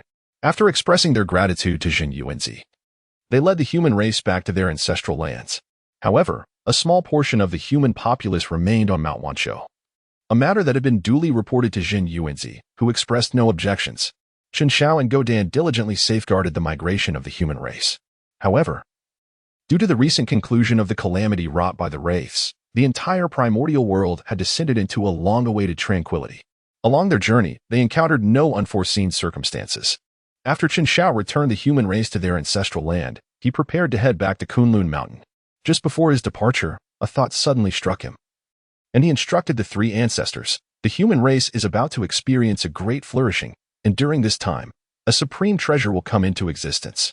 When it is born, be sure to inform me immediately. Do not entrust it to anyone, not even to a sage. The eyes of the three ancestors flickered with astonishment. And Sui Ren directly inquired, "Sword Ancestor, is this truly the case?" Chen Xiao nodded. The calamity of the three sovereigns and 5 emperors predominantly relied on the Kongtong seal for its authority, and he certainly would not misremember this. This treasure pertains to the destiny of humanity, and if we wish to no longer be subjugated by others, it is imperative that this invaluable artifact be firmly in our possession. With my mentor, Tong Tian, providing support, it is undoubtedly the safest place for it to be. Upon hearing this, the three ancestors promptly acquiesced. Having fully accepted Chen Xiao, they were eager to place their trust in his words. Chen Xiao pondered for a moment, and to be cautious, he decided to extract the human Dao sword from the sword bone. He then cast several shielding formations upon it before handing it over to the Swearin clan. When that treasured artifact emerges, this sword should sense its presence immediately. At that point, you can retrieve it based on its guidance. The three ancestors looked on with confusion. Although they did not understand why Chen Xiao was so certain that this sword could sense it, they chose to trust him nonetheless. Chen Xiao, too, preferred not to delve into the sword's origins, believing it prudent for fewer people to be aware of matters concerning the human Dao at present. Just as Chen Xiao finished his instructions and turned to leave, the human Dao sword in the hands of the Swearin clan suddenly flickered with strands of golden light, causing Chen Xiao to halt abruptly. What? Wasn't the calamity of the witch and the lich just concluded? How could the Kongtong seal emerge now? Chen Xiao found himself at a loss, thinking that this shouldn't be the case. The three ancestors also appeared bewildered, casting their gazes toward Chen Xiao. "Sword Ancestor, what is the meaning of this?"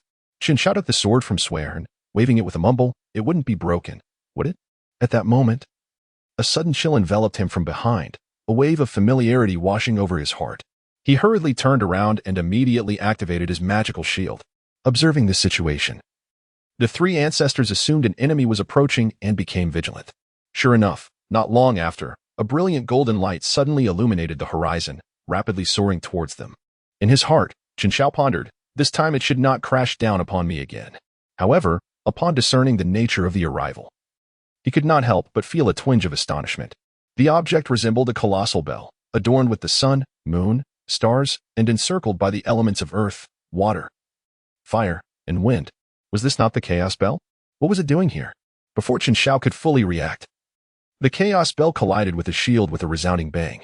The shield, as fragile as paper, was instantly breached, creating a gaping hole. And then it fell upon Chen Xiao with a loud crash, burying him into the ground and forming a significant crater. This impact stirred a cloud of dust, causing the entire fire cloud cave to tremble thrice. As the dust settled, the three ancestors discovered Chen Xiao trapped beneath the bell. They hurried over, anxiously calling out, "Sword Ancestor, are you well?" At that moment, only one of Qin Zhao's hands remained visible, trembling as he raised a middle finger feebly, cursing, "Damn it all." After uttering those words, he fell silent, his strength dissipated. The three ancestors, startled by Qin Zhao's unconscious state, rushed to lift the bell. However, the moment they made contact with the chaos bell, it suddenly emitted a golden light, shrinking to the size of a small bell before vanishing into Qin Zhao's body. The three exchanged glances, and Yu Chao inquired with some confusion, "Sui Run, what exactly was that?" "It seems to be a congenital spiritual treasure. Such treasures possess a consciousness that recognizes its master. It appears our sword ancestor is indeed blessed," Sui Ren observed, gazing at the unconscious Qin Zhao. The human race had never encountered the higher echelons of the demon race. Thus they were only familiar with the legends of the Chaos Bell and had failed to recognize it. Subsequently, they carried Qin Zhao to a stone bed to rest. In his unconscious state, Qin Zhao found himself in a vast expanse of white, faintly hearing a sigh. "Who is there?" "Sui Ren, is that you?" Qin Zhao called out, but received no reply. Instead, the voice continued, "Qin Zhao, what I can do for you is limited to this. From this point forth, the rise and fall of the human race will rest upon you." "What do you mean? Who are you? What assistance have you provided?" Qin Zhao inquired urgently. Yet, the mysterious voice vanished after its words. Before long, Qin Zhao felt an abrupt loss of weight, as if he were falling. He then sensed a dampness enveloping him, accompanied by slurping sounds. Upon opening his eyes, he was met with the sight of a red tongue incessantly licking him. Qin Zhao hastily pushed it away. "You wretched dog. How disgusting." Qin Zhao wiped his face, realizing it was covered in saliva, nearly retching at the sensation. Beside him, the dog, Dago, let out a somewhat aggrieved bark. "Woof woof woof. It's not my fault, boss. You've been unconscious for several days. I merely wished to rouse you." Upon hearing the commotion, Sanzu hurried in, expressing concern. "Sword Ancestor, are you well?" "Nothing serious, merely a little bump. I'm accustomed to it." Qin Zhao waved his hand nonchalantly. After enduring 3 such incidents, the last being a blow from a massive bell, he had long since grown numb to the experience. Gazing at the ethereal sword that floated in the air, he recalled the mysterious voice that had spoken to him, a sense of foreboding washing over him. After exchanging a few pleasantries with Dago and Sanzu, Qin Zhao departed from the Fire Cloud Cave, making his way back to Kunlun Mountain. Throughout the journey, his thoughts were consumed by the chaotic bell within the spatial realm. The sight of such a primordial treasure weighed heavily on his mind. It was an item far beyond his current grasp. With only 5 such artifacts existing in the entirety of the prehistoric world, if word spread that he possessed one, tranquility would become a distant dream. Fortunately, Sanzu was oblivious to its true value, and aside from them, no one else was privy to this secret. Even if someone were to find out, Qin Zhao felt secure, for aside from Tong Tian, only these two could earn his complete trust. However, the situation was undeniably intricate, and the fewer people who were aware of it, the better. Soon, he and his canine companion arrived at the outskirts of Kunlun Mountain. Gazing up at the towering peaks, Qin Zhao could not help but exclaim, "I, Qin Han-san, have returned." His voice quickly attracted attention, and soon several figures were soaring toward him. Leading the group was Duo Bao, who, upon spotting Qin Zhao, joyfully exclaimed, "Senior brother, is that really you?" "Ah, it's you, Duo Bao. How have you been lately?" Qin Zhao greeted him with a smile. Duo Bao's expression immediately fell. He could not comprehend why Qin Zhao consistently failed to remember his name. And there was something inexplicably off about it. He attempted to correct him once more, saying, "Senior brother, my name is Duo Bao, not Bajie." "Very well, Bajie." Exhausted, he thought, let it all come to an end. Just as Qin Zhao jested with Duo Bao and Jin Ling, a voice echoed in his ears. "Now that you have returned, it would be prudent to meet your junior brothers and sisters." Qin Zhao paused for a moment and bowed toward the celestial cave. Without needing to offer formal greetings, he requested Duo Bao to introduce him. Duo Bao readily agreed, as he was originally sent by Tong Tian to bring Qin Zhao. Before long, the group arrived at the training grounds, where Duo Bao summoned everyone present. Upon seeing Duo Bao, the assembly bowed respectfully, greeting the second senior brother. Duo Bao nodded, then pointed to Qin Zhao, stating, "This is our senior brother, Qin Zhao. Should you not extend your greetings?" The crowd, upon hearing this, promptly bowed to Qin Zhao. There were no discordant remarks questioning his worthiness, thus avoiding any pretentious confrontations. Although the sect faced numerous challenges, the atmosphere here was the most harmonious and united among the 3 teachings. Duo Bao proceeded to introduce key figures, including the 7 fairies and the water and fire boys. As they passed by the 7 fairies, Chen Xiao cast a lingering glance at the long-eared Jingguang fairy, silently noting him. This individual was the last straw for the Jiejiao. Had he not seized the Wanhun banner, Tong Tian could have sustained himself for a while longer. While no one favored a traitor, Chen Xiao maintained a facade of cordiality as he conversed with them.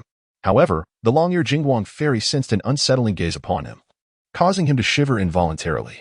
He glanced back at Chen Xiao's amiable smile, pondering whether he had been overly suspicious. Next, they approached a bearded man, and Duo Bao introduced him, saying, "Senior brother, this is Zhao Gongming, the Outer Sect's chief disciple overseeing all outer disciples." Upon hearing Zhao Gongming's name, Chen Xiao scrutinized him with renewed interest. This man was formidable. During the Fengshen calamity, he wielded 24 sea calming pearls, forcing the 12 golden immortals of the Chan sect into retreat. Particularly notable were his 3 sisters, who had orchestrated the 9 curved yellow river formation, diminishing the 3 flowers atop the 12 golden immortals' heads, ultimately provoking Yuan Shi to intervene personally. One could only describe their sibling dynamic as legendary. "Greetings, senior brother," Zhao Gongming said with utmost respect towards Chen Xiao. In response, Chen Xiao stepped forward, resting a hand on his shoulder, and said with a smile, "We are all brothers here. There is no need for such formalities." Zhao Gongming, feeling Chen Xiao's geniality, found himself instinctively drawn closer. Naturally, being a magnanimous individual, he relished forming bonds with like-minded souls. Chen Xiao then called out to the surrounding younger disciples, "It is an honor to be among you all. Today, I invite everyone to revel until we are inebriated." Upon hearing this, the crowd erupted in cheers. "Senior brother, how generous. Senior brother, I demand you drink 3 jars to the brim." Only Duo Bao and Jin Ling exchanged glances, their expressions turning troubled upon hearing Chen Xiao's intent to treat everyone to drinks. Sure enough, when they saw him produce dozens of jars, they instinctively took a step back. With the same jars and formula, they hesitated to reveal the truth. In that moment of uncertainty, everyone had already begun drinking. Jin Ling looked at Duo Bao and quietly asked, "Second senior brother, should we?" Duo Bao understood her implication, whether they should disclose the ingredients of the wine. After a brief silence, he shook his head. "Let it be. Though the ingredients may be questionable, the effects are still quite favorable. We should not dampen everyone's spirits." This sentiment was shared not only by Jin Ling but also by Tong Tian, who observed from the shadows.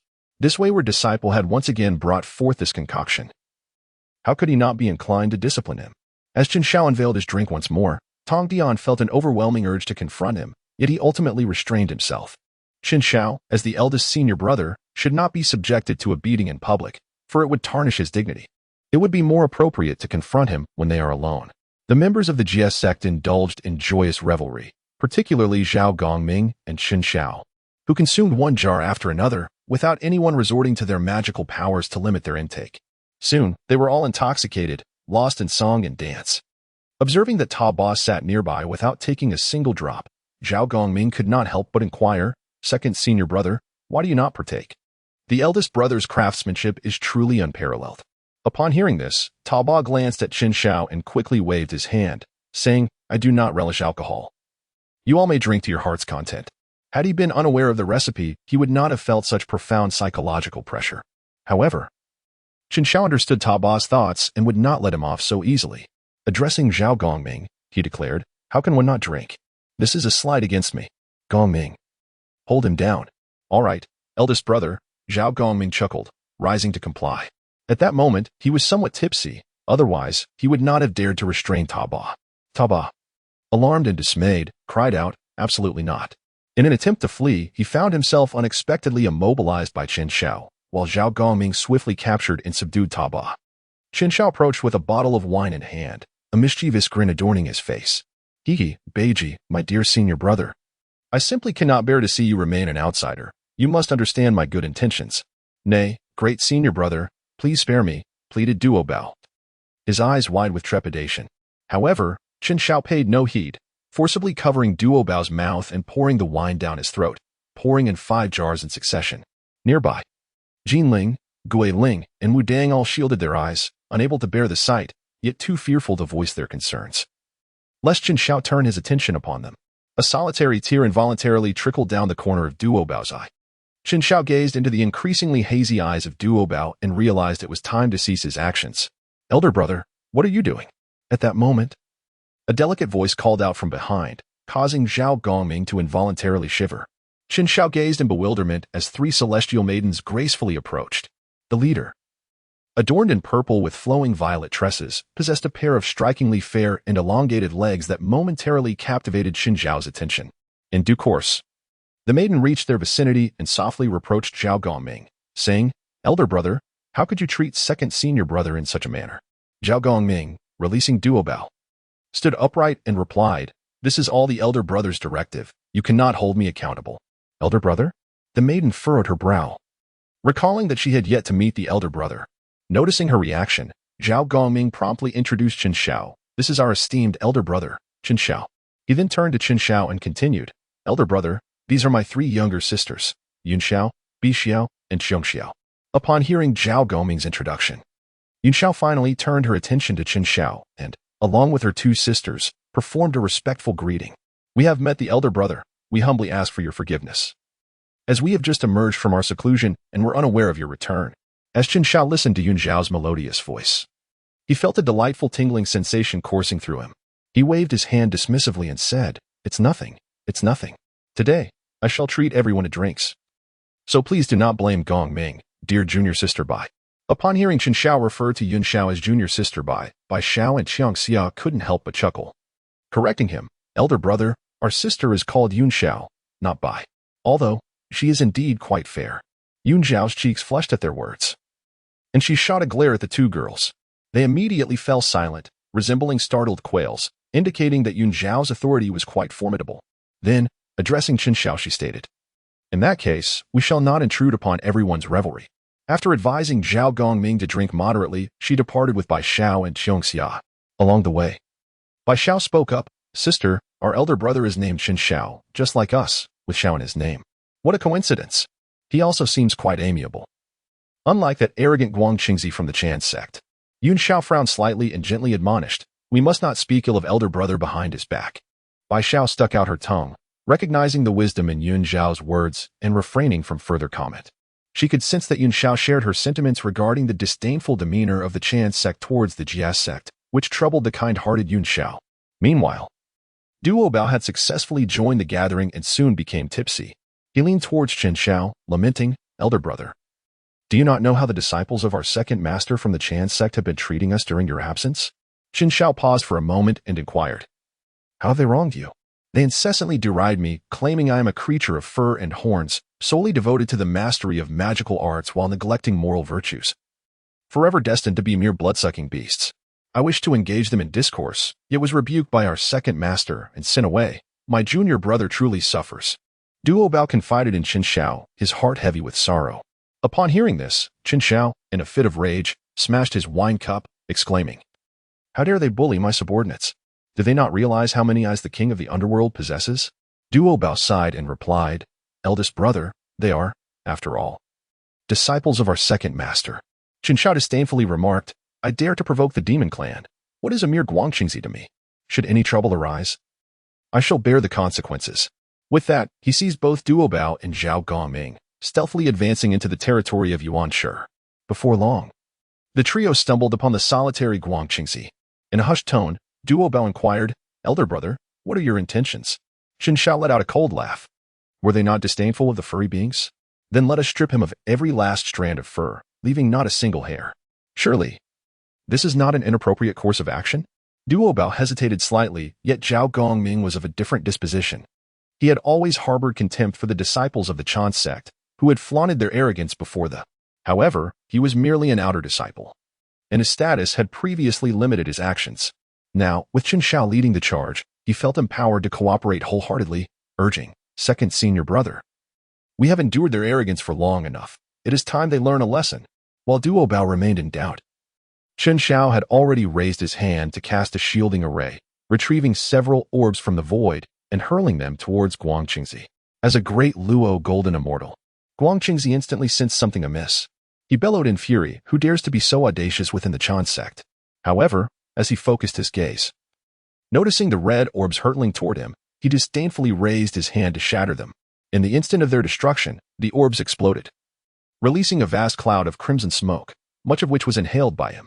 Meanwhile, Qin Shao and his companions quickly erected a protective barrier, concealing their identities as they stepped forth. Upon recognizing the intruders, Guang Qingzi covered his mouth and nose, angrily rebuking, "Despicable and shameless, who are you to attack me? Do you not know who I am? Ha ha ha, why concern yourself with our identities? Worry about your own predicament instead," Chen Xiao sneered. "You." Guang Qingzi was about to unleash a torrent of invective when he suddenly felt dizzy and fainted, collapsing to the ground. Upon witnessing this, Chen Zhao's smile grew increasingly malevolent.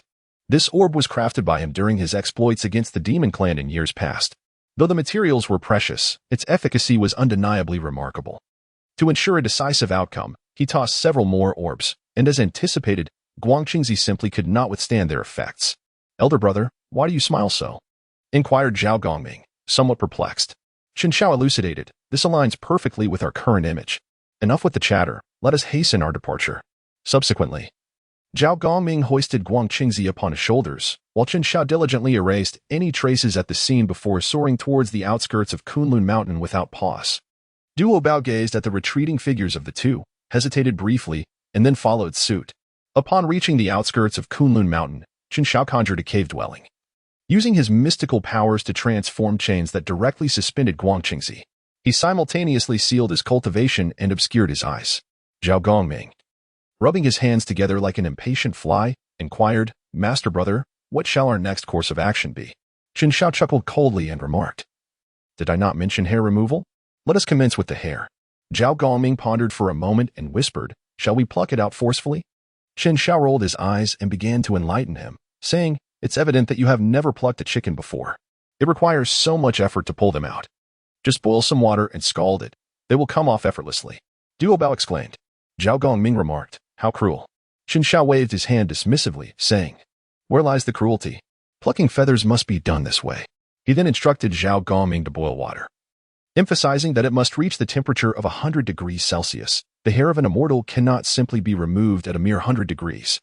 Zhao Gongming nodded and promptly stepped outside to fetch water, using his magical powers to begin boiling it. Duo Bao interjected, "Senior brother, I believe this approach is rather unwise. What if we are discovered? Let them discover it. We are merely teaching him a lesson, not taking his life. If it comes to it, you can always let the master give him a good beating," Chen Xiao replied nonchalantly. Duo Bao, pointing to himself in disbelief, exclaimed, "Why must I be the one to take the beating? I am merely avenging your grievances. It cannot be that you vent your anger while I bear the brunt." Chen Xiao retorted with irritation, leaving Duo Bao in a state of confusion. He found some logic in the argument yet sensed an underlying absurdity. At that moment, Zhao Gongming entered, visibly distressed, stating, "Senior brother, I cannot raise the water to 100 degrees. Each time I reach that temperature, it evaporates away." Chen Xiao sighed. If it weren't for the need to enlist a few others to share the blame, he could have managed it all on his own. Indeed, the lack of education is truly frightening. Reluctantly, he had no choice but to personally demonstrate the task at hand.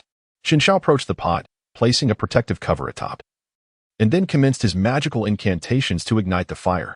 While tending to the flames, he imparted knowledge, under standard atmospheric pressure.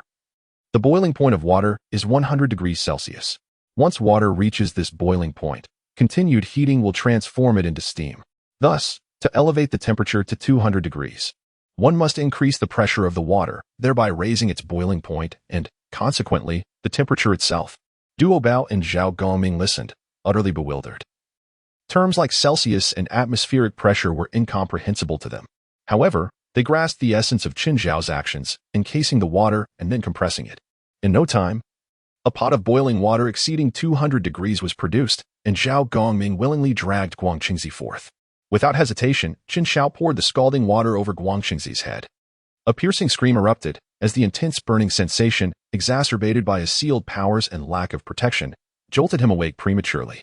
His cries reverberated throughout the cavern. Had it not been for the soundproofing and shielding arrays set outside, the entire Kunlun Mountain would have echoed with Guang Qingzi's lamentations. Upon regaining consciousness, Guang Qingzi found himself enveloped in darkness, and in a fit of rage and fear, he bellowed, "Who are you to treat me in such a manner? Do you not know who I am? I am the foremost disciple of the Primordial Saint. If you wish to avoid death, release me at once." Chen Xiao and Zhao Gongming remained silent, their smirks unyielding, while the onlooker, Duo Bao, found it unbearable to witness. It was as if a model student was being coerced by mischievous peers into engaging in nefarious deeds. Chen Xiao signaled to Zhao Gongming to take action. Understanding Chen Zhao's intention, Zhao Gongming grasped Guang Qingzi's hair with both hands and, with a slight exertion, tore it all out. Guang Qingzi's anguished screams echoed once more, prompting Duo Bao to turn away, unable to bear the sight. How brutal, he thought. I shall not spare you, Guang Qingzi shouted in a frenzy. Meanwhile, Chen Xiao let out a sinister laugh, tightening his voice as he remarked, do not be so hasty, you have not yet lost all your hair. Zhao Gongming, imitating him, joined in the malevolent laughter, making them appear as if they were villains. What do you intend to do? Guang Qingzi asked, his voice trembling, as the pain of having his hair pulled was excruciating, and he found himself devoid of any more to lose. Chen Xiao smirked and said, Go. Remove his trousers for me. No, whatever you seek, I can grant, but I beseech you to spare my life. I shall comply with all your demands. Guang Qingzi, fully aware of the implications, began to struggle frantically. However, at that moment, he was akin to a fish on a chopping block. No amount of resistance would prove fruitful. As soon as they had stripped him of his trousers, the three of them gasped in astonishment, exchanging glances. After a brief silence, Chen Xiao spoke. Does anyone have a magnifying glass? It seems my eyesight has encountered an issue. Zhao Gongming quietly remarked, Brother, your eyesight is perfectly fine. It is indeed as diminutive as it appears. Chen Xiao's lips twitched slightly as he could not help but express his disdain, saying, It's even worse than dog dance. It's utterly embarrassing. Duo Bao interjected, Isn't that rather insulting? Upon hearing Chen Xiao's remarks, Guang Qingzi felt an overwhelming sense of despair. His cultivation had been sealed, rendering him unable to alter his form, and everything around him appeared in its most primitive state. Subsequently, Chen Xiao proceeded to boil water and poured it over him, with Zhao Gongming lending a hand, albeit with evident reluctance. Yet, throughout the ordeal, Guang Qingzi remained silent, seemingly numb to the situation. Once all was completed, Chen Xiao administered some healing medicine and released Guang Qingzi from his confinement. After eradicating all traces of their actions, he led Zhao Gongming and Duo Bao away from the scene. As Guang Qingzi gradually regained his powers, he awoke to a searing pain at the crown of his head and in his lower body, prompting him to weep uncontrollably, devoid of dignity. Anyone witnessing this spectacle would likely be taken aback. After all, the esteemed first disciple of the Primordial beginning was reduced to tears, a testament to the depth of his humiliation. Yet, he dared not voice his grievances nor seek retribution. Who could say what would transpire if he were to confront them? The risk of his vulnerabilities being publicly exposed loomed too large. Having wept, Guang Qingzi donned a new robe, using his powers to restore his hair while also discreetly altering his vulnerabilities. Ultimately, he returned to his cave in a disheveled state, declaring a retreat for self-reflection. As he quietly treated his emotional wounds, on the way back, Duo Bao was filled with apprehension, repeatedly inquiring of Chen Xiao, Master Brother, what shall we do if second Master Uncle comes seeking us? Initially, Chen Xiao offered words of comfort, but as Duo Bao's questions persisted, he grew weary of responding. In contrast, Zhao Gongming was far more relaxed and reassured Duo Bao, saying, Second brother, there is no need for concern. That fellow will surely refrain from reporting us. Why is that? Duo Bao asked, a look of confusion crossing his face. Zhao Gongming's lips curled into a slight smile, explaining that if the individual wished to keep their shortcomings concealed, they would undoubtedly choose to endure this humiliation in silence, thus alleviating any cause for worry. At this, Duo Bao breathed a sigh of relief, his anxieties beginning to dissipate. However, it was not long before his concerns resurfaced. Come to my cave and see me, came the voice of Tong Tian, reverberating in the ears of the three, sending chills down their spines. They exchanged glances, their hearts sinking at the unmistakable tone of anger in Tong Tian's words. Master Brother, what shall we do? Zhao Gongming turned to Chen Xiao for guidance. Let us take it one step at a time. We must first meet with our teacher, Chen Xiao replied, leading the way, with the other two hastily following. Upon entering the cave, they found Tong Tian seated, his expression grim, clearly having learned of their actions. Just as Tong Tian was about to speak, Chen Xiao knelt and declared, Teacher, this was all Ba J's idea. We were merely assisting him. Zhao Gongming gasped in shock, while Duo Bao exclaimed, What the hell? Stunned by Chen Zhao's betrayal, Duo Bao struggled to comprehend the situation. Just as he attempted to speak, he caught Chen Zhao's intense gaze, which seemed to say, If you do not take the blame for this, prepare to lose your hair next time. A shiver ran down Duo Bao's spine. Tong Tian had also noticed Chen Zhao's little maneuver and coldly addressed Duo Bao. Duo Bao, what were you about to say? Duo Bao instinctively glanced at Chen Xiao. Chen Xiao, if you wish to avoid hair removal, then memorize it. Duo Bao, it's nothing. I merely wish to correct my senior brother. I am called Duo Bao, not Beiji. Duo Bao explained with some reluctance. Bang! Tong Tian, filled with indignation, slammed the table and pointed at the three, rebuking them fiercely. Do you truly believe I have seen nothing? Were it not for my shielding efforts, your actions would have long been discovered by your second master. Upon hearing this, Qin Zhao's eyes sparkled with understanding as he swiftly seized the flaw in Tong Tian's words, seamlessly drawing him into the conversation. With delight, he exclaimed, Ah! So it turns out that you, dear teacher, have long held a disdain for that fellow, and this is why you have come to my aid. Duo Bao and Zhao Gongming exchanged knowing glances and discreetly gave Qin Zhao a thumbs up, acknowledging his cleverness. Tong Tian, taken aback, thought to himself, is this truly what I meant? Yet, upon reflection, he couldn't help but feel a sense of satisfaction. Indeed, he had harbored a dislike for Guang Chengzi for quite some time. Were it not for his status as a senior, he would have taken action against him long ago. Swiftly shaking his head, Tong Tian attempted to dispel these chaotic thoughts. Once again assuming the dignified demeanor befitting a teacher. In a grave tone, he stated, is this truly my intention? What am I to say to your second master regarding your actions? Qin Zhao pouted and muttered, what is there to explain? That fellow wouldn't dare to report us. Why? Tong Tian asked, somewhat puzzled, as he had only focused on concealing the actions of the three without paying attention to the details when he initially discovered their misdeeds. Then, Qin Zhao proceeded to inform Tong Tian of Guang Chengzi's shortcomings, presenting a recording stone as evidence. Tong Tian's lips twitched slightly. After taking a deep breath, he declared, Qin Zhao, as the eldest senior brother, you have taken the lead in causing trouble. I hereby impose a sentence of 300 years of confinement upon you. As for Duo Bao and Zhao Gongming, they shall each face 100 years of confinement. With that, he waved his hand, signaling them to leave. Qin Zhao appeared perplexed, feeling a sense of bewilderment.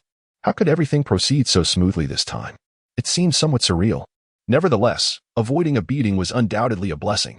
Thus, he bowed respectfully to Duo Bao and Zhao Gongming before hastily retreating. Upon sensing the departure of the three, Tong Tian could not help but erupt into hearty laughter, exclaiming, Aha! What a fortunate and virtuous true immortal. Brother, you have chosen an exceptional disciple. Tong Tian had grown weary of Yuan Shi incessantly boasting about his 12 golden immortals, each supposedly possessing profound fortunes. In his view, such claims of great fortune were utterly ludicrous. Being short, yet formidable, was far more admirable. A century later, while in seclusion, Qin Zhao was summoned by Duo Bao. Master brother, the teacher's decree has arrived. We are called to attend. Qin Zhao, with a perplexed expression, inquired, Am I not still under confinement? Has the teacher granted me permission to be released? Duo Bao pondered for a moment, scratching his head, and replied, It seems the teacher did not mention anything. Upon hearing this, Qin Zhao reclined languidly and said, In that case, I shall not attend. What if he decides to use that as an excuse to punish me? After all, the teacher has insisted that I must be present. Duo Bao appeared somewhat troubled, while Qin Zhao remained utterly unfazed, embodying an attitude of indifference. Suddenly, a commanding voice echoed, Come here at once. This compelled Qin Zhao to spring to his feet, seizing Duo Bao and hastening towards the grand hall. Upon entering, they found all the disciples of the Jie sect already assembled, with Tong Tian seated at the head, casting a dark glare in their direction. Qin Zhao chuckled softly, inquiring what prompted the teacher to summon the junior disciples so unexpectedly. Tong Tian let out a cold snort, then turned to the disciples of Jie Jiao, speaking solemnly. The purpose of your gathering today is to deliberate on the future location for establishing our Taoist temple. Qin Zhao felt somewhat bewildered. Had Tong Tian and Yuan Shi quarreled so swiftly? Next to him, Duo Bao was evidently puzzled and directly inquired, Master, why must we depart from Kunlun and establish a new sanctuary? Ever since Guang Chengzi had been reprimanded by Qin Zhao, it had been quite some time since anyone from the Chan sect had openly mocked them. Thus, for the past century, the two factions had coexisted peacefully, devoid of any significant discord. With a sigh, Tong Tian elucidated, We, the three purities, have attained the status of saints. Kunlun Mountain, as the convergence point of the world's dragon veins, cannot sustain the immense fortune of our sanctification. Therefore, we have collectively decided that Kunlun Mountain shall remain as the sanctuary of my second brother, while my elder brother and I seek another place. Qin Zhao suddenly realized that the division of the Sanqing sect stemmed from both ideological differences and the inability of Kunlun Mountain to bear the weight of their discord. He promptly declared, Master, I know of a place that is quite suitable. Tong Tian regarded Qin Zhao with skepticism, a look of disbelief etched on his face. This provoked Qin Zhao, who retorted indignantly, "Master, what sort of expression is that? Do you not trust my judgment?" After some contemplation, Tong Tian deduced that aside from Chun Zhao's penchant for mischief and trouble, he seemed to possess other commendable qualities. Thus, he inquired, "Pray, enlighten me." "Well, if you want me to speak now, I shan't. You may ponder it yourself," Chun Zhao replied with a haughty demeanor. "If you doubt my capabilities, you may worry on your own."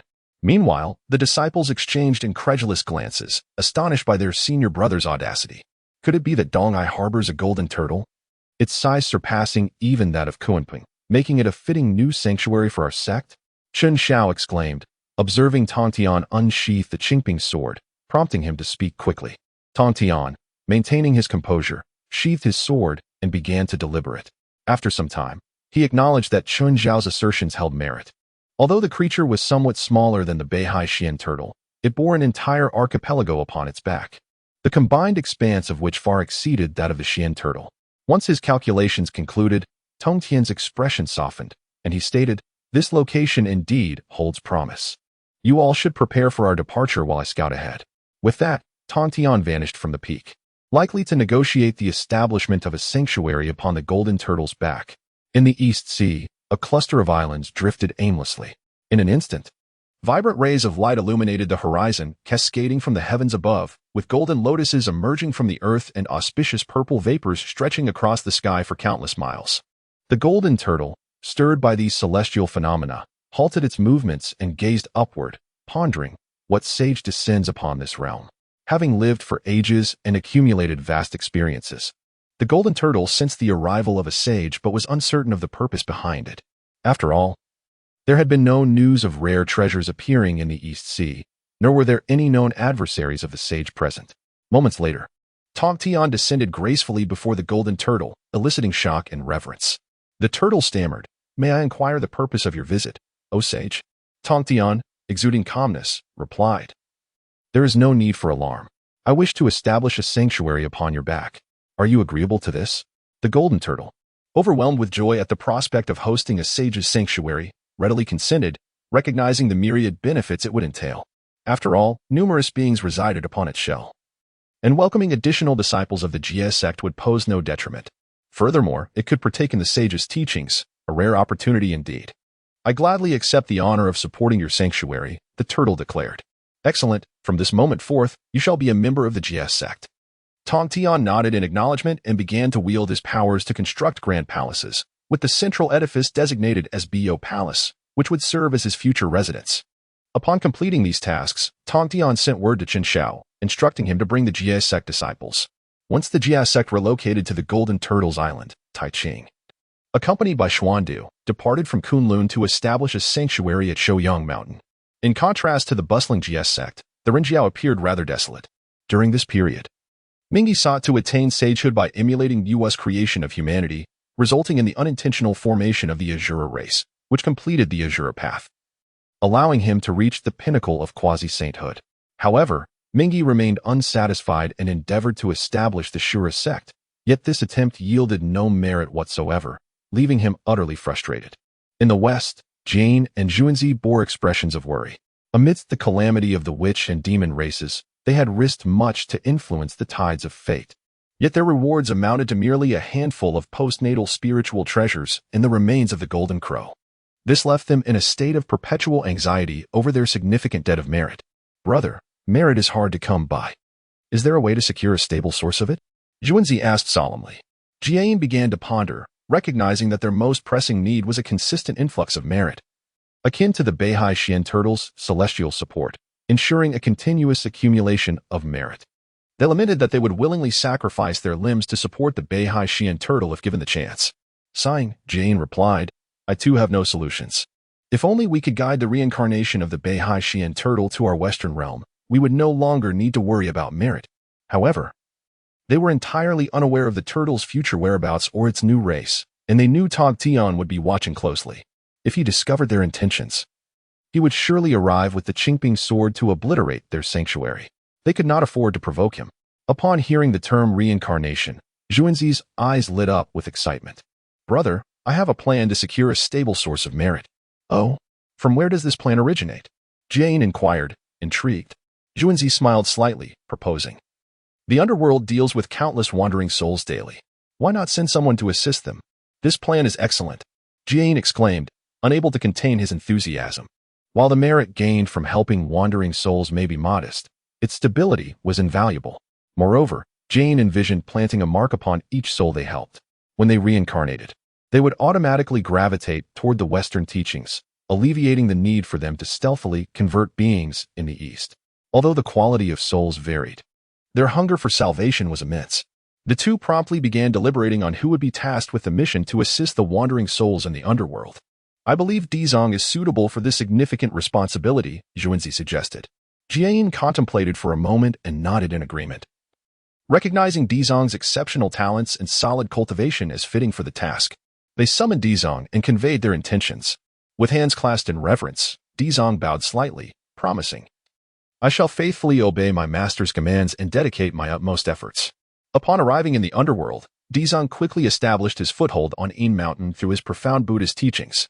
The earth had long since taken note of Dizong's endeavors, but, having lost many of his brethren, showed little interest in overseeing the underworld's operations. Thus, he allowed Dizong to continue assisting the wandering souls. As Dizong helped countless souls find peace, the Western teachings began to witness a remarkable increase in merit, bringing immense joy to Jian and Juanzi. Meanwhile, in the Jie sect, Chen Xiao enjoyed a much more relaxed existence. He frequently took his companion, Dog Egg, on leisurely outings, hunting demons and occasionally guiding his junior sisters in their cultivation. Dear sister, the blockage in your meridian stems from improper flow. Allow your elder brother to assist you in clearing them, he said with a mischievous grin. Elder brother, you speak nonsense again. Bai Xiao retorted, her cheeks flushed with embarrassment. Chen Xiao chuckled softly and turned to Yun Xiao, saying, Junior sister Yun Xiao, would you care to experience it once more? My technique is truly unparalleled. Yun Xiao's body stiffened slightly as memories of being deceived by Chen Xiao while he guided her in channeling her meridians flooded her mind, causing her face to flush with embarrassment. And no, thank you, senior brother. My cultivation has been progressing smoothly of late. With that, she hurriedly took flight in another direction, evoking a strong sense of panic akin to a hasty retreat. Chen Xiao lamented silently, just as he turned to assist Bai Xiao and Xiong Xia in unblocking their meridians. The voice of Tong Tian echoed in his ears. You wretched disciple, come here at once. Chen Xiao was utterly bewildered. He had not offended Tong Tian recently. So why was the latter so furious? Could it be that he was experiencing a midlife crisis? Helplessly, Chen Xiao could only agree with the two women to continue their discussion another time and proceeded to Baiyu Palace to meet Tong Tian. Upon entering the grand hall, he was greeted by the sight of Tong Tian's furious expression, causing Chen Xiao's heart to skip a beat. Trembling, he ventured, Master, have you summoned me for something? With a resounding clap, Tong Tian slammed his hand upon the table, pointing a finger at Chen Xiao, berating him, You ungrateful disciple. Day after day, you tease the dog and flirt with your junior sister. Do you not possess any sense of responsibility as the elder brother? Dao Bao is already nearing the pinnacle of the great Luo realm, while you remain in its early stages. Do you not feel a twinge of shame? Chen Xiao curled his lip and muttered, So what? He still has to obediently heed my commands. Naturally, Tong Tian overheard Chen Xiao's murmurs, and fury ignited within him, causing his eyes to blaze with golden light as he swiftly raised his hand and expelled Chen Xiao from Golden Tortoise Island. At that moment, a voice echoed in his ears, Return to the underworld to accumulate merit and bestow it upon my Qingping sword. Rather than allowing this fellow to retain his defiance, it would be more prudent to cast him into the underworld to gather merit for enhancing the Qingping sword. With the continual growth of the Jiejiao, the scene of myriad immortals paying homage had begun to unfold, and the Qingping sword was starting to struggle under the weight of its destiny. After all, although Chen Xiao had infused it with a substantial amount of merit initially, it merely qualified it as a treasure of merit. To elevate it further, an ample supply of merit was essential. As for working, such a prospect was utterly inconceivable in this lifetime. Chen Xiao scoffed at Tong Tian's thoughts and promptly began to rally support, intent on accumulating merit effortlessly. After a brief interval, two figures materialized before him. Duo Bao and Jinling. Duo Bao inquired, Senior brother, what summons you to call upon me? Bajie, Jinling. I have found you a splendid opportunity that guarantees a steady influx of merit. Are you interested? Chen Xiao raised an eyebrow, speaking with an air of mystery. Duo Bao opened his mouth, initially wishing to correct Chen Xiao's address, but then recalled that he had already made several attempts to do so, only to find no change. With a sigh, he lamented, "Senior brother, my sect's affairs are numerous, and I find myself unable to extricate myself from them." He cast a look of deep lament towards Chen Xiao, feeling burdened by responsibilities that should have fallen to the senior brother. Instead, Chen Xiao had cast all duties upon him, leaving him overwhelmed with work while still attempting to carve out time for cultivation. Achieving the mid-stage of Deluo Jinstian was no small feat. Meanwhile, Jean Ling, having less on her plate, curiously asked, "What is it that senior brother proposes?" "To serve in the underworld, where one holds a prestigious position with a stable income. What do you think? Are you intrigued?" Chen Xiao enticed as he approached Jean Ling. After pondering for a moment, Jean Ling nodded in agreement. Recently, her cultivation had shown little progress, and her seclusion had yielded no significant results. Thus, she decided to accompany Chen Xiao and explore this opportunity. After all, no one would ever complain about having an abundance of merit, as it is a universally valuable asset. Upon successfully recruiting the able-bodied men, Chen Xiao gestured for Duo Bao to return to his tasks, while he himself set forth with Jean Ling towards the realm of the underworld. Left alone, Duo Bao gazed sorrowfully at their retreating figures. With a deep sigh, he resigned himself to the continuation of his arduous labor. Chen Xiao, accompanied by Jean Ling, swiftly arrived at the ghost gate of the underworld. However, upon stepping inside, Chen Xiao discerned the faint sound of scripture emanating from afar, prompting his curiosity. He approached the gatekeeper, a new-faced specter, and inquired, "Have you detained a group of monks? How is it that the sound of scripture reaches us here?" The gatekeeper, a robust figure evidently of the shamanic lineage, did not recognize Chen Xiao and refrained from answering his question. Instead, he raised his hand to halt Chen Xiao and demanded, "Who are you? Are you not aware that living beings are barred from entering the underworld?" Upon hearing this, Chen Xiao's eyes sparkled with excitement. He thought to himself that the moment to impress had finally arrived. Just as he was about to speak, he noticed a shadowy figure kneeling before him. Having recognized his appearance, "I pay my respects to the king. How vexing it is that pretending to be impressive could prove so challenging." Chen Xiao understood that this individual was likely someone he had encountered during his tenure, so it was not surprising that he recognized him. However, the sheer number of people made it difficult for him to remember, resulting in his inability to identify him now. The shadowy soldier of the Witch clan, upon hearing this, expressed disbelief, saying, "Is he truly the king? Indeed, why not hasten to kneel?" The shadow soldier urged. Chen Xiao waved his hand dismissively, saying, "No need for that. It is only natural that some may not recognize me after my prolonged absence." He then inquired, "What is the situation with the chanting of scriptures?" The shaman, sensing the king's curiosity, promptly replied, "Your Majesty, you may be unaware, but recently a priest from the Western teachings has arrived in the underworld. He has taken residence in Yin Mountain and has been conducting rituals for the souls, incessantly reciting mantras that are becoming quite tiresome. Even Lady Pingxin is reluctant to intervene." Upon hearing the voice, Chen Xiao immediately recognized its owner. It was undoubtedly that rascal from the Earth Store. Anger surged within him. For how could they allow a shaven-headed monk to come to their territory and act with such arrogance? He swiftly ordered, "Gather some people. I shall lead you to drive them away." The Yin soldiers of the Witch clan, upon hearing this, brightened with enthusiasm and promptly replied, "We shall fetch them at once." They had long been exasperated by this monk, and had it not been for the Witch clan's entanglement with karmic repercussions, resulting in a loss of their elite combat prowess, they would have already taken action against him. Chen Xiao, accompanied by the spectral soldiers, marched through the streets like a formidable gang, steadily advancing towards the Yin Mountain. Soon, they beheld the Xidigarbha seated upon a mat, surrounded by scriptures radiating golden light. Whenever a soul entered these sacred texts, it would reveal a serene countenance before slipping into the cycle of reincarnation, drawing forth a trickle of merit that he absorbed. "Bald donkey, I am the king of the underworld. You should vacate this place at once," bellowed the spectral soldier from the Witch clan, exuding an air of audacity akin to that of a brazen underling. Xidigarbha slowly opened his eyes, and upon spotting the leader, Chen Xiao, a flicker of disdain crossed his gaze. "In the early stage of the great Luo Golden Immortal, while I stand in the middle stage, clearly, the advantage rests with me. As for the others, mere insignificant beings." Yet, he understood the necessity of maintaining appearances. Thus, Xidigarbha rose and respectfully proclaimed, "Xidigarbha pays his respects to the king of the underworld." Chen Xiao gazed upwards as he approached the earth god, inquiring, "What brings you to my territory? You incessantly chatter. unaware that your disturbance is quite unethical. Shouldn't you hasten to depart? The earth god, assuming a countenance of compassion, replied, I observe much suffering in the underworld, which is why I wish to offer assistance to you all. Why must you be so confrontational, my friend? Chen Xiao scoffed. Assistance? It is evidently for the sake of merit. Those shameless saints from the West are well known for their hypocrisy. There is no need to speak so grandiloquently. A glint of malice flickered in Di Zhang's eyes as he darkly replied, Why must you slander my master, my friend? Do you not fear that my master may descend to the underworld and punish you for your grave disrespect? Chen Xiao erupted in laughter, dismissively remarking, Then go ahead and call.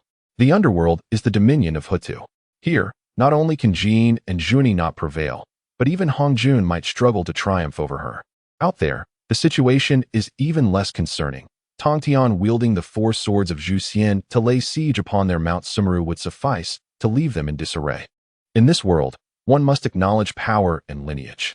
Observing Chun Zhao's audacity, Di Zhang's expression darkened as he spoke in a low tone. I am more than capable of dealing with you myself, without requiring my master's intervention. With that, Di Zhang swung his staff towards Chen Xiao, ready to engage. Chen Xiao summoned the Levection sword, effortlessly deflecting the strike of his staff. In an instant, a fierce blade of sword energy surged forth. The earth store, taken aback, was enveloped in golden light, conjuring a 6-zhang golden body to withstand the onslaught of the sword energy, yet still found himself pushed back several steps. Once he regained his footing, he scrutinized the sword in Chun Zhao's hand and spoke in a grave tone. Levection sword, are you not the disciple of the heavenly sage? Since you are aware, you might as well stand still and endure the beating, then hastily depart. Chen Xiao raised his sword, aiming it at the earth store. Initially intending for him to retreat, he was met not only with defiance, but also an attack. Could he tolerate this? Regardless, he was determined that today, the earth store would not escape unscathed. A weight settled in the earth store's heart as he hastily clasped his hands in a gesture of submission, exclaiming, This is all a misunderstanding. There was no choice. Among the 3 great teachings of the primordial chaos, which of them could the Western sect provoke? Chen Xiao let out a cold laugh, dismissing the misunderstanding with a wave of his hand. You must be dreaming, he retorted. Di Zhang furrowed his brow and stated directly, What is your intention? Let us do this, Chen Xiao proposed. I offer you 2 choices, a one-on-one duel or a group brawl. Choose wisely. After a moment of contemplation, Di Zhang opted for the duel. He had underestimated Chun Zhao's strength earlier, but he was confident in his superior cultivation level, being a disciple of the saint. There was no way he could be outmatched. Di Zhang possessed pride. At worst, it would end in a draw, preserving his dignity as a disciple of the celestial sage. However, Chen Xiao, hailing from a later era, thrived in the face of the vanity prevalent in the primordial world. As the saying goes, he who is shameless is invincible. With that, he beckoned, I respect you as a true man. Brothers, let us go all out. Di Zhang was taken aback before he could react. Chen Xiao and Jin Ling had already moved in to restrain him. Initially, Di Zhang could manage, but facing 2 formidable Deluo golden immortals proved to be an insurmountable challenge. Moreover, those behind Chen Xiao relentlessly unleashed spells to disrupt his focus, leaving him overwhelmed. In no time, Chen Xiao seized the opportunity to seal Di Zhang's cultivation. Subsequently, they refrained from using their powers, surrounding him instead, as a barrage of feet descended upon Di Zhang. Kick this bald donkey to death. You've made my sleep restless. They jeered. It's all your fault, bald one. Now my wife thinks I'm incapable. Their frustration boiled over, and they kicked mercilessly, venting their pent-up grievances. After a quarter of an hour, Di Zhang lay on the ground, barely conscious, his face swollen like a pig's head. Struggling to lift his head, he glared at Chen Xiao in fury. Did you not say it would be a one-on-one duel? What is the meaning of this? Chen Xiao lightly tapped his ear and leisurely remarked, A duel, you say? Are you suggesting that you alone would challenge our entire group? Is that not somewhat absurd? The shadowy soldier behind him exclaimed loudly, No, it is not absurd. Di Zhang gazed at him in disbelief, questioning how such an interpretation could be made. He then inquired, What, then, does a group brawl signify?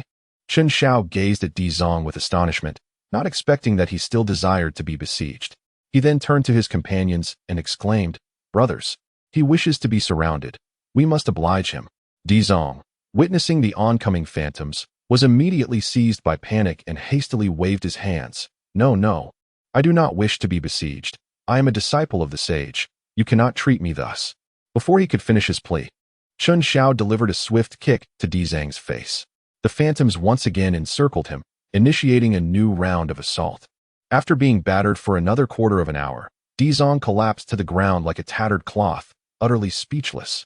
Fearing that uttering a single word might provoke yet another round of hostility, Chun Xiao crouched down, lifting the distorted visage of the Earth Store Bodhisattva, and spoke with a calm demeanor. "The amicable exchange has concluded. I kindly ask you to vacate the underworld." "Is this truly what you call an amicable exchange?" The Earth Store Bodhisattva thought bitterly. What sort of friendly interaction involves a group of individuals taking turns to pummel one another?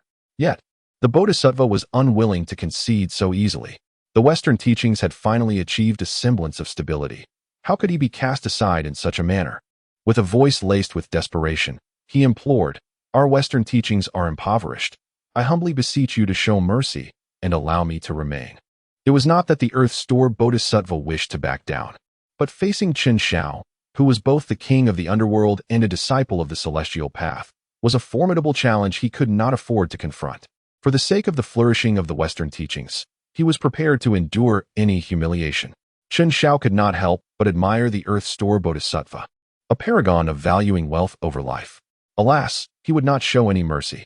After all, in the future, the Western Church would join forces with the other two major sects to besiege his master. The sins of the past yield retribution in the present. Chun Xiao would not feel pity for them. "Apologies, but in my territory, the Western teachings and dogs are not permitted entry." "Achio, the dog egg. Woof, woof.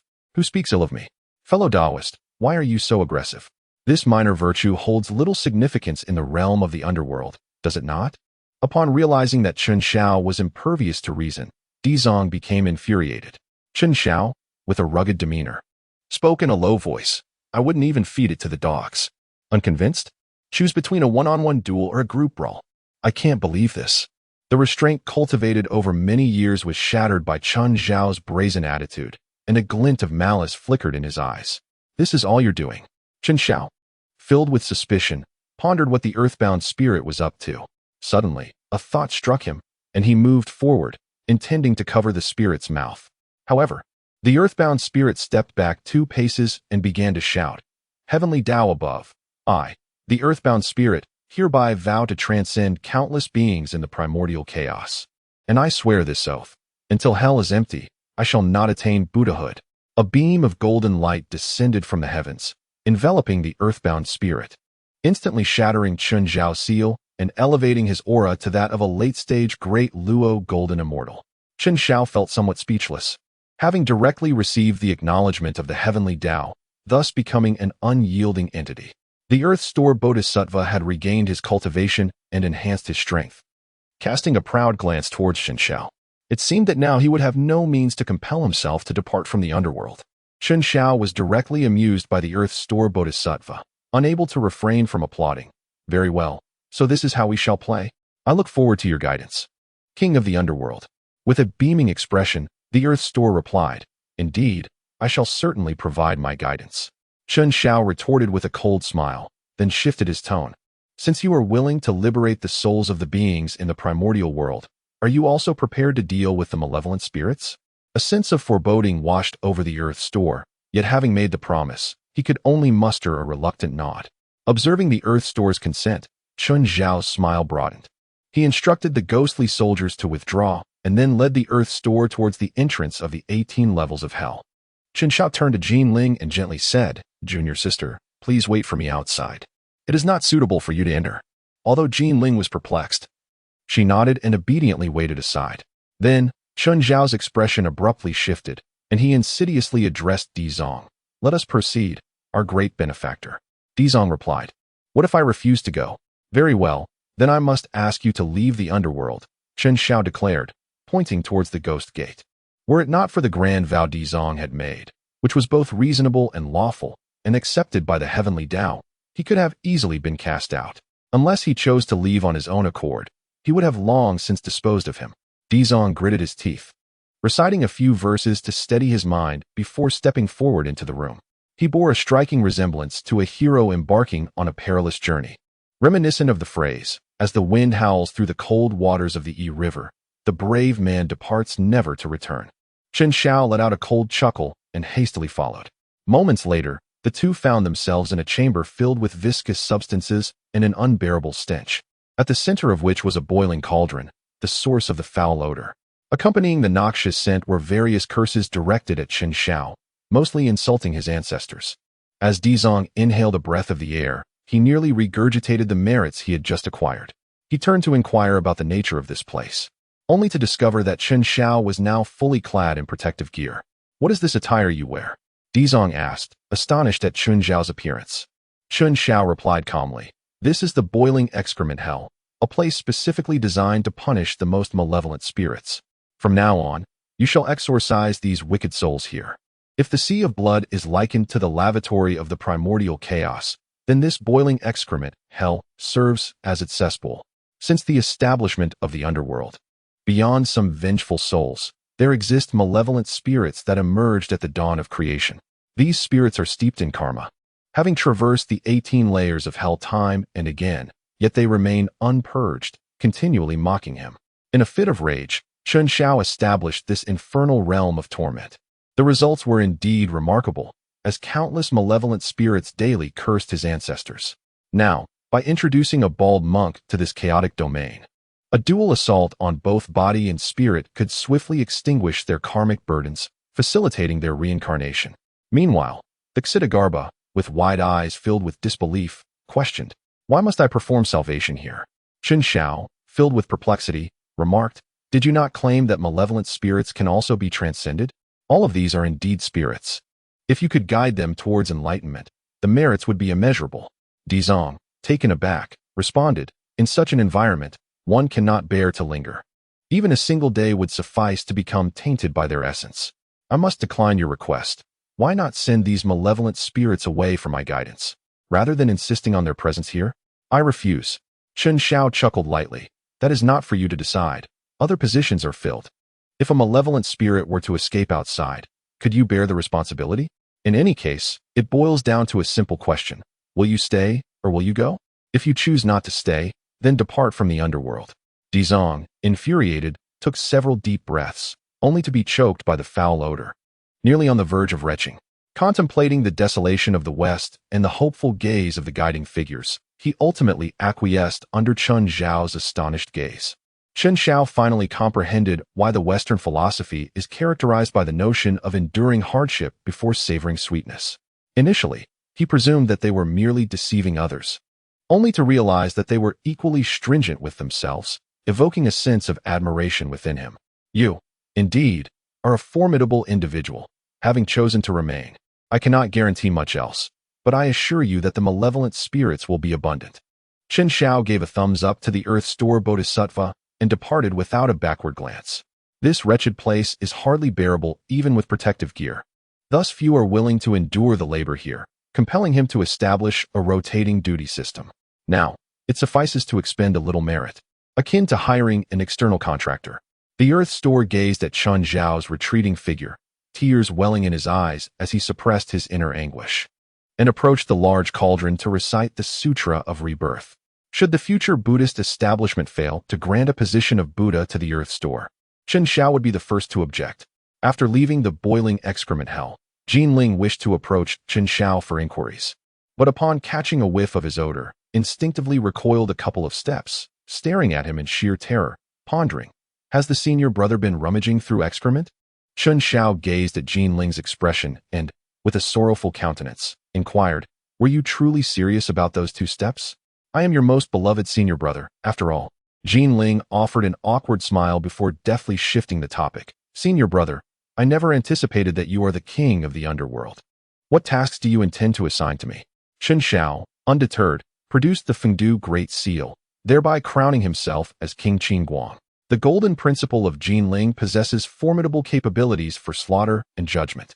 As King Qingguang, he is tasked with guiding the souls of the departed and discerning their virtues and vices, a responsibility that entails the heaviest workload. Chen Xiao believed that Jinling's temperament suited her well. Jinling, however, was taken aback. She had not anticipated being appointed as the head of the 10 Yama Kings right from the outset. Just as she was about to decline, Chen Xiao interjected, asserting his authority to appoint or dismiss the 5 Yama Kings. indicating that he would naturally favor his own. "Do not let me down, junior sister," he urged. Jean Ling opened her mouth, and seeing the faith Qin Shao placed in her, she accepted the heavy responsibility.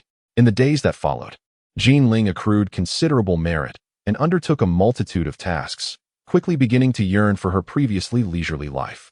After arranging Jean Ling's new position, Qin Shao proceeded to the Pingxin Hall, eager to assess the situation for the day after tomorrow. Qin Shao shouted at the entrance, "Mother Hotu, I have returned."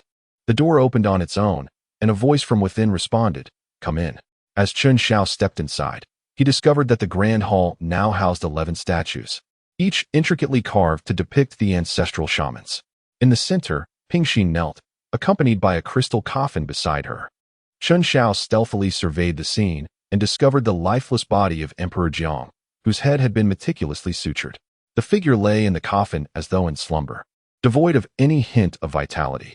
The original battle between the necromancers and the demons had unfolded within the realm of the demon court, where the successive self-detonations of Dijuan and the ancestral witches resulted in utter annihilation. However, due to Qin Zhao's actions, a twist of fate allowed the body of Emperor Jiang to remain. Qin Shao was perplexed. Despite having wreaked such havoc upon the demon clan, they still had not succeeded in forging the Slaughter Witch sword. How could it lead to a scene of mutual destruction? Ultimately, he could only attribute it to the momentum of the narrative. This also filled him with trepidation regarding the future tribulations of the gods, particularly the fate of humanity and the. As Qin Shao was about to take a few steps forward to offer comfort, Hotu interjected, "You should remain where you are. What purpose does your approach serve?" Feeling dismissed once more, he resolved to avoid that place in the future.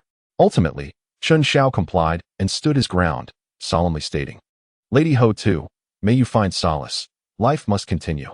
A moment of silence enveloped the scene before Hotu slowly spoke. "Qin Shao, tell me. I preside over the 6 paths of reincarnation, capable of guiding countless beings through the cycles of life and death, yet I find myself unable to aid my own siblings. Is this not a profound irony?" Qin Shao remained silent. The ancestral shaman, lacking a primordial spirit, was akin to having no soul. Without a soul, how could one be reborn? At that moment, Hotu turned to Qin Shao, her eyes brimming with anticipation, causing him to feel a shiver run down his spine. "Do you possess a way to resurrect my brothers?" Qin Shao felt rather bewildered. If she, a master of the 6 realms, was unable to assist, how could he possibly do so? Subsequently, Hotu offered an explanation. "I observe that you seem to possess some precognitive ability. Could it be that you foresee a means for the ancestor witch's resurrection?" This was the reason behind Hotu's inquiry. She hoped for a glimmer of surprise from Qin Shao, yet this time, he could only disappoint her. To revive someone, one must at least have a soul, right? The ancestor witch, let alone having a soul, has been reduced to mere ashes, with not a single strand remaining. "Do you possess any hair?" "Not a single one." "Oh. Aside from Di Jiang, who has a complete corpse, yet without a primordial spirit, everything is in vain." Thus, Qin Shao could only helplessly respond, "I do know a little, but the ancestor which lacks a primordial spirit, making their resurrection utterly impossible." At that moment, Hotu's gaze dimmed, and she waved her hand, saying, "You may leave. I wish to be alone for a while." Noticing Hotu's sudden despondency, Qin Shao wisely retreated. In Nuwa Palace, Nuwa was troubled by how to revive her elder brother. While she could forsake the demon clan, she could not neglect Fushi. Allowing him to be reincarnated was problematic, as Hotu would then oversee the cycle of reincarnation. Given her relationship with Hotu, it was likely that, like Tiangong, she would end up casting Fushi into a lowly form, which was utterly unacceptable. At that moment, a beam of golden light descended before Nuwa, followed by a figure kneeling before her. "Empress Nuwa." Nuwa gazed down at the figure and sighed. "Luya? Have you encountered difficulties in your cultivation?" The visitor was none other than Luya, now renamed Luya. After being rescued by the Western Church, he had remained there to recuperate, utilizing many precious healing resources. However, just before the Witch and Demon War, Shihi located Luya through bloodline tracing. After the war concluded, Shihi sought out Nuwa, pleading for her to bring Luya back. Given her amicable relationship with Shihi, Nuwa consented. After conveying her message, Shihi vanished without a trace. Soon after, a being named Chang'e appeared on the moon star, accompanied by Wu Gang, who tirelessly chopped down the moon-hanging trees. It was then that Nuwa realized where Shihi had gone, eventually traveling westward to rescue him. At that time, she was unaware that the conflict was instigated by Jijian and Zhuani. She merely believed it was a fortunate coincidence that she saved him. Thus, she expended considerable heavenly materials and innate treasures to bring Luya back.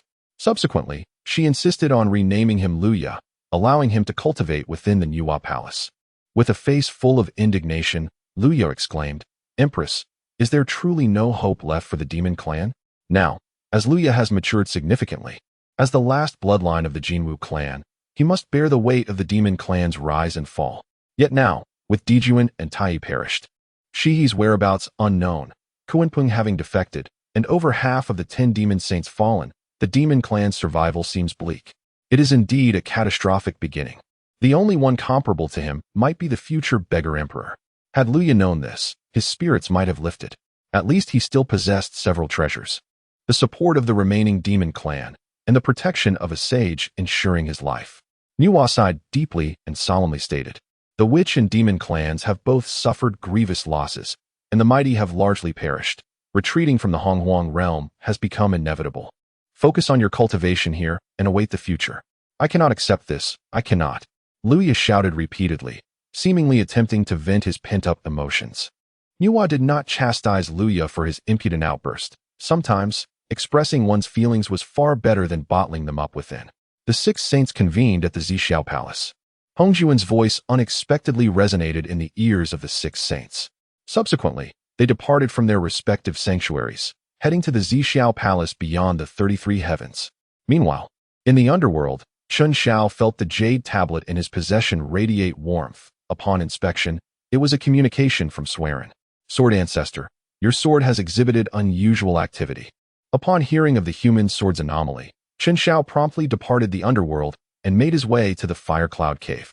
This matter was critical for the future development of humanity, and he could not afford to treat it lightly.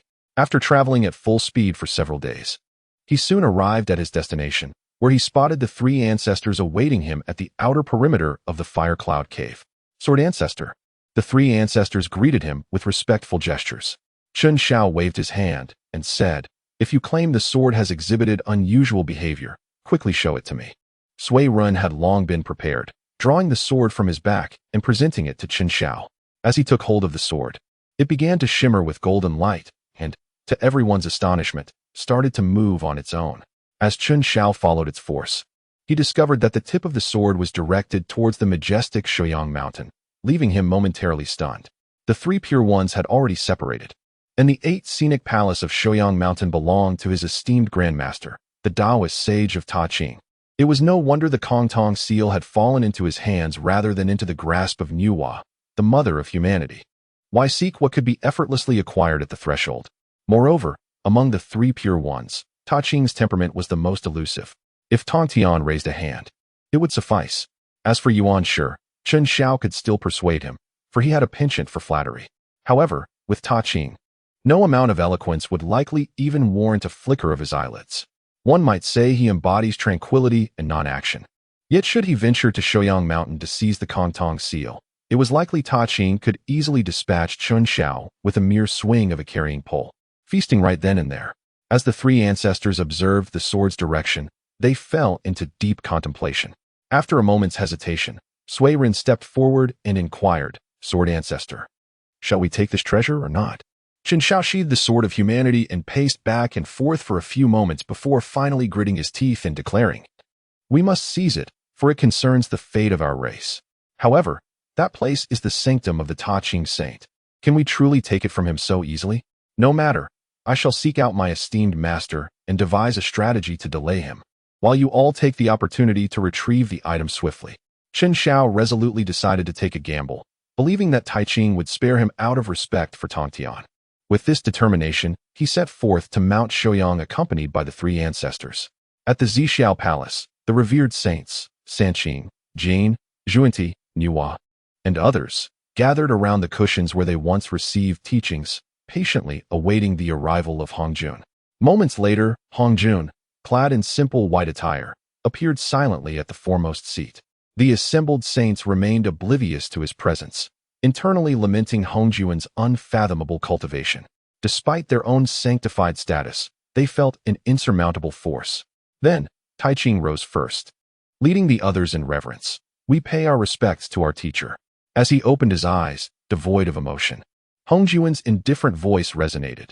During the War of the Wu and the Yao, both clans engaged in wanton slaughter, nearly causing the primordial realm to revert to chaos.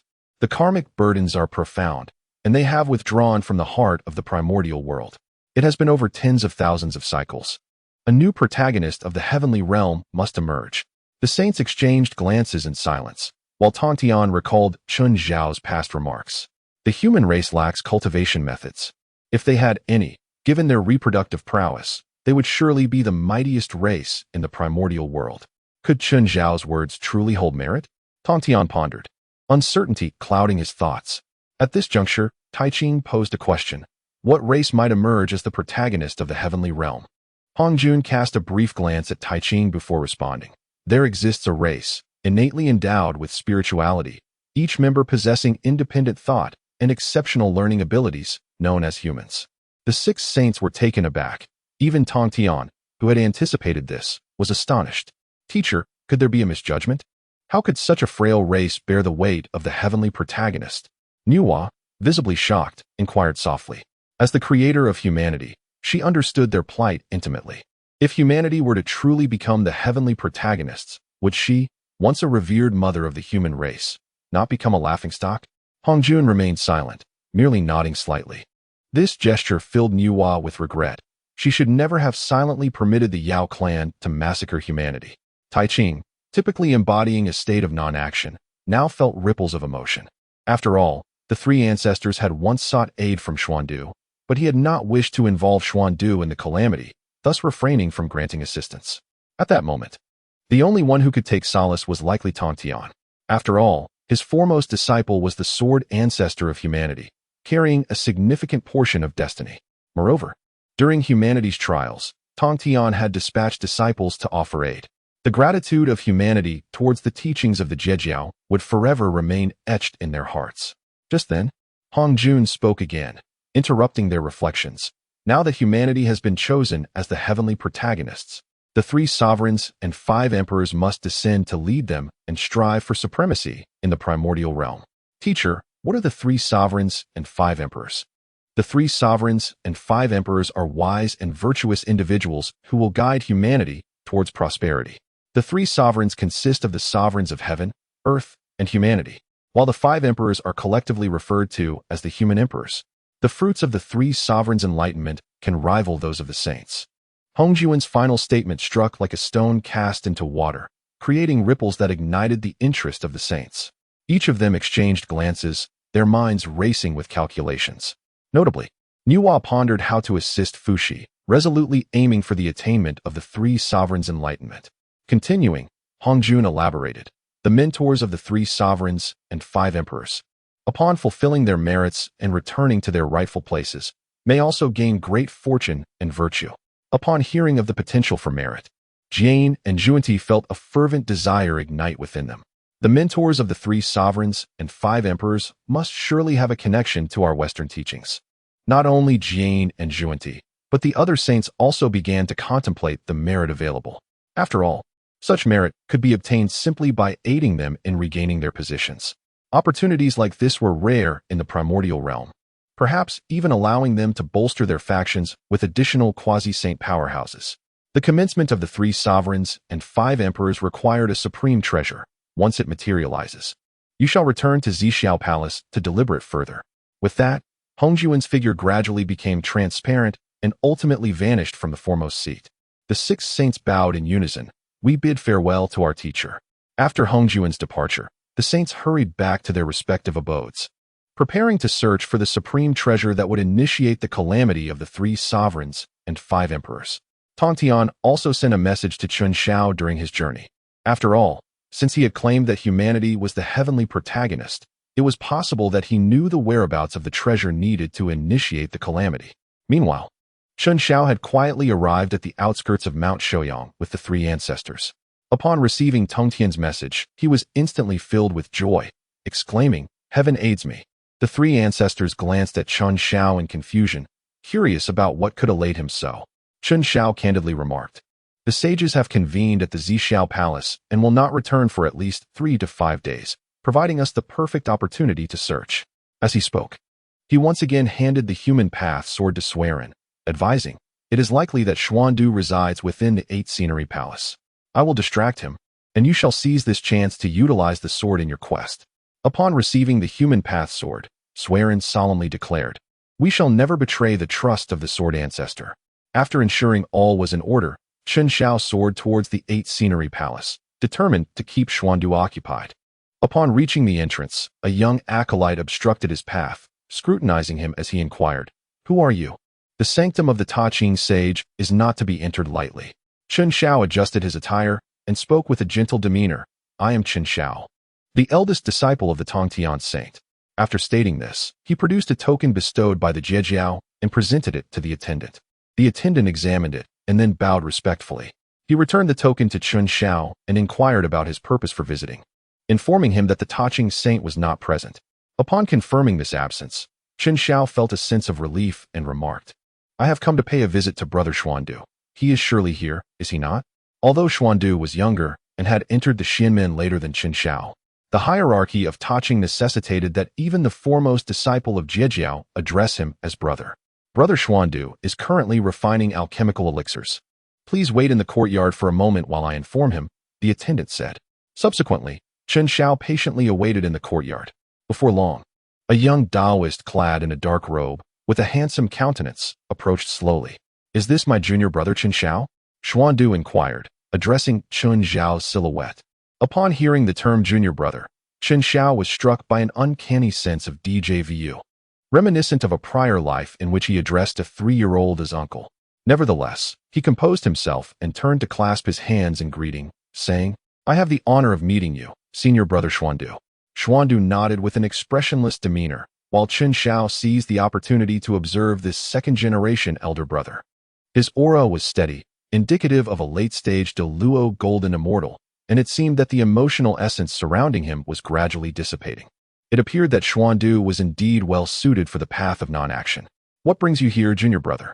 Xuandu inquired, interrupting Chen Xiao's contemplations. Chen Xiao regained his composure and slowly spoke.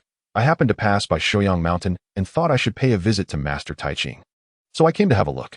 Alas, my teacher has departed long ago. Perhaps my junior brother could stay and wait, and we might engage in a discourse together," Xiandu suggested. Chen Xiao pondered for a moment and nodded.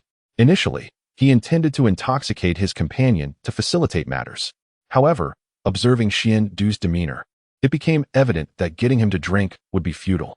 The two then sat facing each other. Xiandu's gaze remained tranquil as he spoke first. "The Tao that can be spoken is not the eternal Tao. The name that can be named is not the eternal name. The nameless is the origin of all things. The named is the mother of all things. Hence, the constant is the way." As the verses of the Tao Te Ching flowed from Xiandu's lips, an aura of the Tao began to envelop him. In response, Chen Xiao was unwilling to be outdone and followed suit.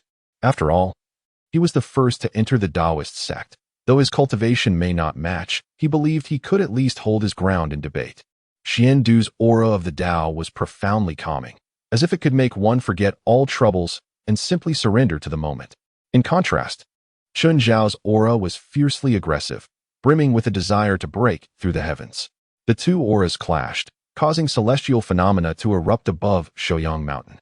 Their eyes remained resolute, neither yielding an inch, resulting in a stalemate. Just as they were locked in this impasse, a series of intricate formations suddenly appeared in the sky, swiftly enveloping Shouyang Mountain. Observing this, Xiandu immediately ceased his discourse and gazed towards the horizon, a hint of astonishment in his eyes as he remarked, "How audacious of someone to intrude upon the 8 Scenery Palace." Upon hearing this, Chen Xiao inwardly lamented his oversight, realizing that this was indeed the sacred grounds of the saint. It was undoubtedly protected by formidable arrays. The Swearin clan must have inadvertently triggered some forbidden mechanism, prompting the activation of the grand formation surrounding Shouyang Mountain. Xiandu immediately prepared to head towards the site of the disturbance, but Chen Xiao swiftly positioned himself in front of him. Xiandu furrowed his brow and inquired, "Junior brother, what is the meaning of this? Why do you obstruct my path?" Chen Xiao chuckled softly, saying, "We haven't concluded our discussion yet. Abandoning it midway is not a good habit, my senior." Xuandu's gaze fixated intently on Chen Xiao, questioning, "Are you in league with the intruders?" Chen Xiao said, somewhat nervously, "There is no such group. We are all of the human race, one family. They are merely taking a stroll. Let us continue our discourse. The sanctum of the sage should not be entered at will. I kindly ask you to step aside." Chen Xiao sighed softly, withdrew the Levection sword, and summoned the magical energy within him. He spoke calmly, "Since our earlier discussion yielded no clear victor, let us determine the outcome through our actions." It was impossible to retreat now. The arrow was knocked, and it must be released. "Will you truly not yield?" Xiandu warned again upon seeing Chen Xiao brandish his sword. In response, Chen Xiao unleashed a wave of sword energy. Xiandu scoffed, and a diagram materialized above his head. The image depicted the dual forces of yin and yang, which began to move autonomously, transforming from a two-dimensional plane into a three-dimensional form, with the yin-yang fish spiraling endlessly. The sword energy unleashed by Chen Xiao struck the surface, vanishing in an instant. The Tai Chi diagram? How could the esteemed Master Tai Ching have entrusted such a relic to you? As Chen Xiao gazed upon the diagram, a heaviness settled in his heart. The Tai Chi diagram possesses the ability to neutralize all forms of assault, disregarding any defenses, presenting a significant predicament for Chen Xiao. "I shall reiterate, step aside." "I cannot," Chen Xiao replied, resolutely advancing with his sword drawn. Several streams of sword energy shielded him as he closed the distance to Xuandu, delivering a powerful punch. Xuandu instinctively raised his hand to block, only to forget that the Tai Chi diagram could nullify all attacks. In that moment of distraction, his line of sight was also obstructed. Seizing the opportunity, Chen Xiao sealed his five senses and retrieved the soul-bewitching pearl he had previously used against Guang Qingzi, shattering it. A crimson mist enveloped both individuals instantaneously. While the Tai Chi diagram could counter physical assaults, it was powerless against the effects of the hallucinogenic gas. Xuandu, caught off guard and lacking experience, inhaled a substantial amount of the vapor, rendering him disoriented. Observing Xuandu's magical energy faltering, Chen Xiao exploited the fleeting moments of the Tai Chi diagram's flickering, delivering a decisive punch that sent Xuandu crashing into the ground. For countless millennia, Chen Xiao's cultivation had remained stagnant, primarily due to the extensive time dedicated to mastering the 9 transformations of profound arts. He has now attained the 6th transformation, with his physical strength vastly surpassing that of an ordinary Great Luo Golden Immortal.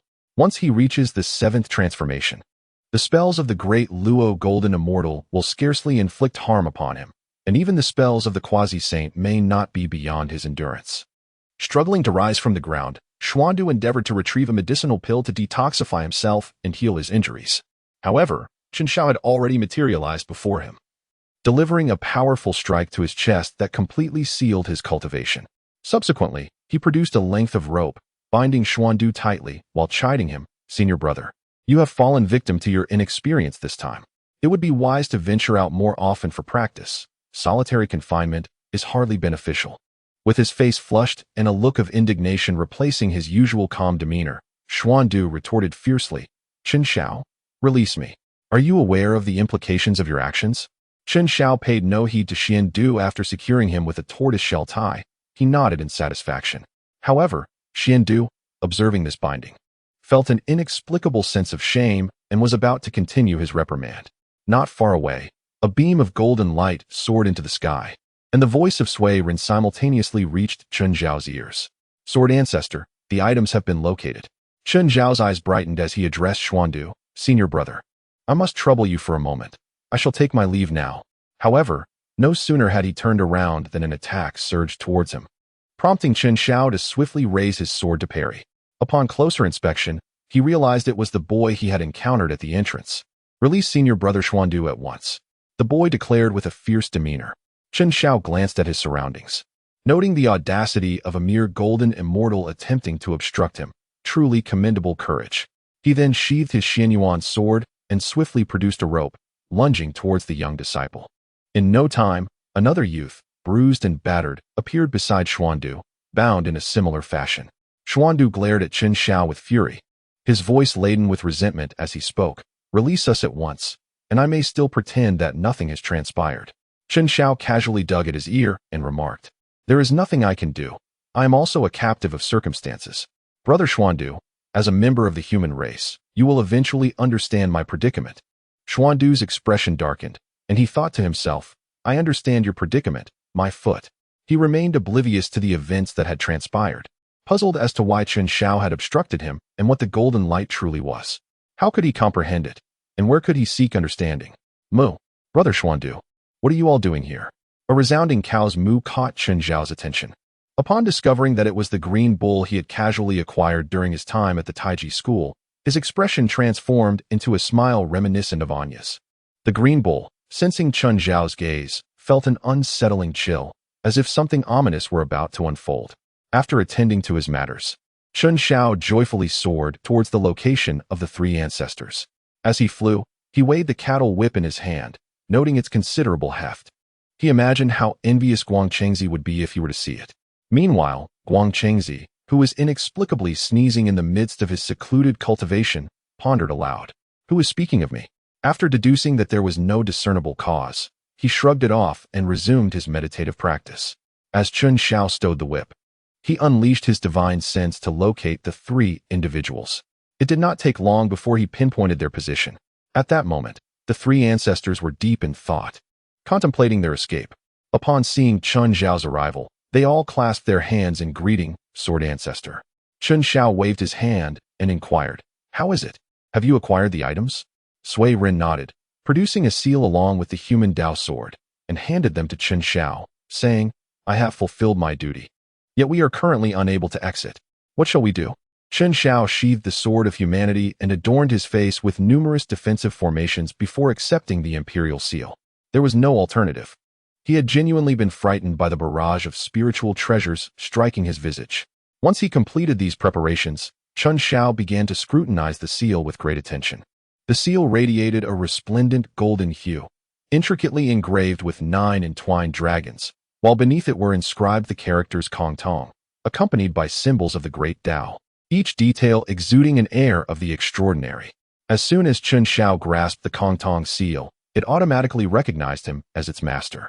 After securing the seal, Chen Xiao rose on his toes and gently patted Sui Ren's shoulder, saying, You have done well. Now it is time for me to take charge. With that, he approached the formation to observe closely. As a disciple of the heavenly path, he could not afford to neglect the art of formations. Although this array had been laid out by Tai Ching, dedicating some time to study it might allow him to find a significant breach for escape. A day later, amidst countless array patterns, Chen Xiao discovered a subtle flaw. Pooling the strength of the four, they successfully opened a gap the size of a dog hole. Chen Xiao led the three ancestors through the passage before hastening towards the fire cloud cave. Along the way, he sent a message to Tong Tian, urging him to come quickly for protection. Otherwise, once Tai Ching returned and discovered the situation, he would likely come after them swiftly. Upon returning to the 8 Scenery Palace, Tai Ching was momentarily stunned by the sight before him. Xian Du and the boy were bound together in a peculiar manner, while the azure ox hung nearby, resembling a roasted whole cow, with a look of utter despair. Bloodstains below hinted at the suffering it had recently endured. At the sight of Tai Ching, a tear involuntarily escaped the corner of the azure ox's eye. Oh master, you have finally returned, the azure ox mooed. Tai Ching's lips twitched slightly as he waved his sleeve, freeing Xian Du, the boy, and the azure ox from their restraints, simultaneously lifting their seals. What transpired? Why are you all in such a state? Tai Ching inquired, his expression impassive. Before Xian Du could respond, the azure ox began to sob. Master, you must stand up for me. That disciple of Lord Tong Tian is utterly inhumane. The moment I encountered him, I was knocked unconscious and hung up. Tai Ching interjected. Witnessing the azure ox's heart-wrenching tears, he sighed and offered it a pill. In an instant, golden light enveloped the azure ox, and its wounds healed, even regrowing the missing parts. Turning to Xian Du, Tai Ching asked, Xian Du, please recount the events.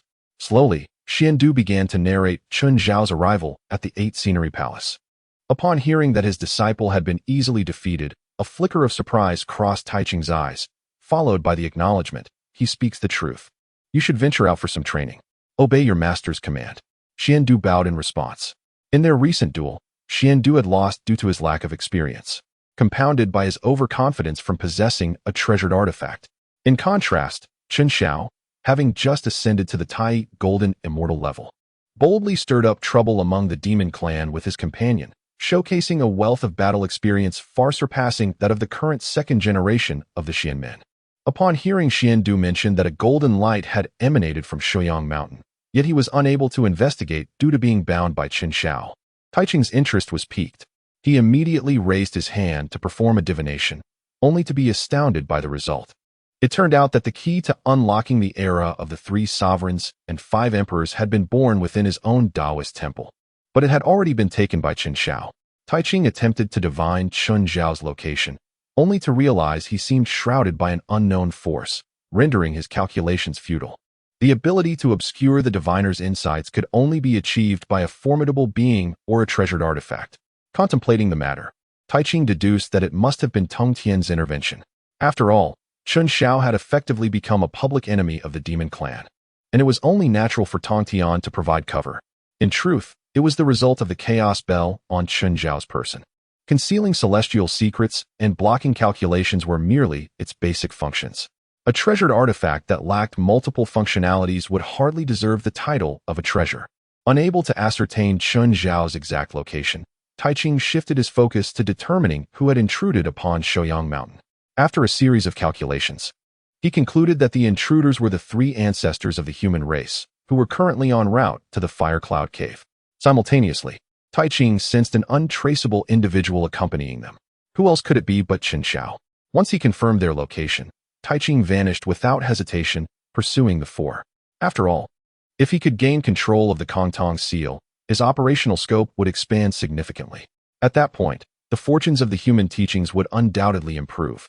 After reaching the Sage Realm, the matters that concerned them dwindled considerably. Luck, being the most critical factor, was closely tied to their cultivation speed. Therefore, Taiching was determined to acquire the Kongtong seal. Meanwhile, Tong Tian also received a message from Qin Shao. Upon hearing that Qin Shao had found the key to unlocking the era of the 3 sovereigns and 5 emperors, Tong Tian felt a profound sense of relief. Truly, my disciple Qin Shao is remarkable. He has resolved this matter so swiftly. However, the next words nearly incited Tong Tian to expel this troublesome disciple from the Jie sect. Master, I obtained the item from Shuoyang Mountain, and I have captured Xiandu, the boy, and a cow. Please hurry to rescue me. Taking several deep breaths to steady himself, Tong Tian then made his way towards the Fire Cloud Cave. After all, Qin Shao was his disciple. When trouble arose, it was only natural for him, as the teacher, to assist in cleaning up the mess. Upon their return to the Fire Cloud Cave, the 4 adjusted their breaths. Qin Shao contemplated the idea of leading the 3 ancestors away from the Fire Cloud Cave to seek refuge elsewhere. Sword Ancestor, if we depart, what will become of you? Sui Ren inquired with concern. Qin Shao waved his hand, exhibiting a relaxed demeanor as he remarked, I have already informed the teacher. Master Taiching should not resort to extreme measures against me. However, your fates remain uncertain. As he spoke, he urged the 3 individuals towards the exit, hastening their departure. The trio exchanged glances, bowed respectfully to Qin Shao, and proceeded outside. Shortly after their departure, the sky suddenly filled with expansive, auspicious clouds, shimmering with myriad colors. As a figure gradually emerged above the Fire Cloud Cave, Qin Shao glanced upwards, pondering silently to himself. Is this the grandeur with which saints descend? The one approaching was none other than the Grand Saint of Ta Ching, who had been in hot pursuit. Upon spotting Qin Shao below, Ta Ching's expression remained calm as he spoke, his voice resonating like a mighty bell, echoing throughout the region. Qin Shao, swiftly return the item, and I shall absolve you of your transgressions. As for the nature of those transgressions, those who are aware understand fully. Ah, how perplexing. I have no recollection of possessing any object. I merely engaged in a friendly spar with my senior brother from Xuandu. Perhaps Master Ta Ching should allow my senior brother to venture out for further cultivation. It is quite regrettable that one of such high cultivation could be bested by me. Qin Shao scratched his head in feigned ignorance, subtly shifting the topic to Xuandu. However, Taiching was not easily deceived and replied sternly. Whether Xuandu ventures out to hone his skills is a matter I shall decide. You should hand over the items. The human race is on the brink of prosperity, and as the master of the human teaching, it is my duty to oversee such significant matters. Do not remain obstinately ignorant, my disciple. The implication was clear. This matter was beyond your grasp, and it would be more prudent for him to take control. Yet, Qin Shao was unwilling to comply. Seeing that his ruse had failed, he contemplated retreating into his sanctuary for self-preservation until Tong Tian arrived. However, just as this thought crossed his mind, the surrounding space seemed to solidify, and Chun Xiao found himself frozen in place. Although he could sense his own magical power, he was unable to summon even the slightest bit of it. Tai Ching's voice resonated once more. "Disciple, your thoughts are laid bare before a sage. You should indeed surrender the items." Chun Xiao's lips twitched slightly, inwardly cursing. Isn't this utterly outrageous? Seeing that Tai Ching was impervious to reason, Chun Xiao simply closed his eyes, feigning death, leading to a brief silence enveloping the scene. Tai Ching, appearing somewhat displeased, coldly remarked, "Stubbornness must be punished." Suddenly, the space quivered, and an invisible force struck directly at Chun Xiao's chest. His chest caved in instantly, propelling him several thousand meters away. With a cough, Chun Xiao felt a sweetness in his throat, involuntarily spitting out blood. As he landed, he couldn't help but marvel. Is this the power of a sage? Truly mesmerizing. Yet, upon his descent, he felt no pain. Struggling to rise and inspect his surroundings, he discovered that he was lying beneath the three ancestors. After catching Chun Xiao, the three realized they were utterly powerless to withstand the force, and were consequently sent flying alongside him, blood trickling from the corners of their mouths. "What are you doing here? Didn't I tell you to flee at once?" Chun Xiao looked at them in disarray. Sui Ren stood up to support Chun Xiao, saying, "Sword Ancestor, we truly cannot allow you to face the sage alone. You have done so much for humanity. We, the three ancestors of the human race, cannot stand idly by." He was joined by Wu Chao and Zi, who echoed his sentiments. Chun Xiao felt a surge of emotion, yet he could only manage a wry smile as he replied, "Is this truly the moment to speak of loyalty? Disciple, I grant you one more chance. Relinquish the treasure, and I shall hold no grudges." The voice of Tai Ching echoed once more, and the four of them gazed up at the figure in the sky, a profound sense of helplessness washing over them. A solemn glimmer flickered in Chun Xiao's eyes as he pushed aside Sui Ren and remarked, "Master Uncle, you have compelled me to unleash my ultimate technique." "Oh, what means do you possess? Pray, reveal them," replied Tai Ching, utterly unfazed, as if Chun Xiao were of no consequence. Noticing Tai Ching's inaction, Chun Xiao began to channel his mystical energy, cultivating it within his dantian, while the surrounding spiritual essence converged into his body, forming a vortex of qi around him. The three ancestors gazed at him with eager anticipation, hoping he might conjure a marvel. Tai Ching, intrigued, observed this unusual manipulation of energy, having never witnessed such a phenomenon before. After absorbing sufficient spiritual energy, Chun Xiao concentrated it in his throat and bellowed to the heavens, "Master, save me." Tai Ching was momentarily taken aback. The three ancestors exclaimed, "I have stripped myself bare, and this is what you present to me?"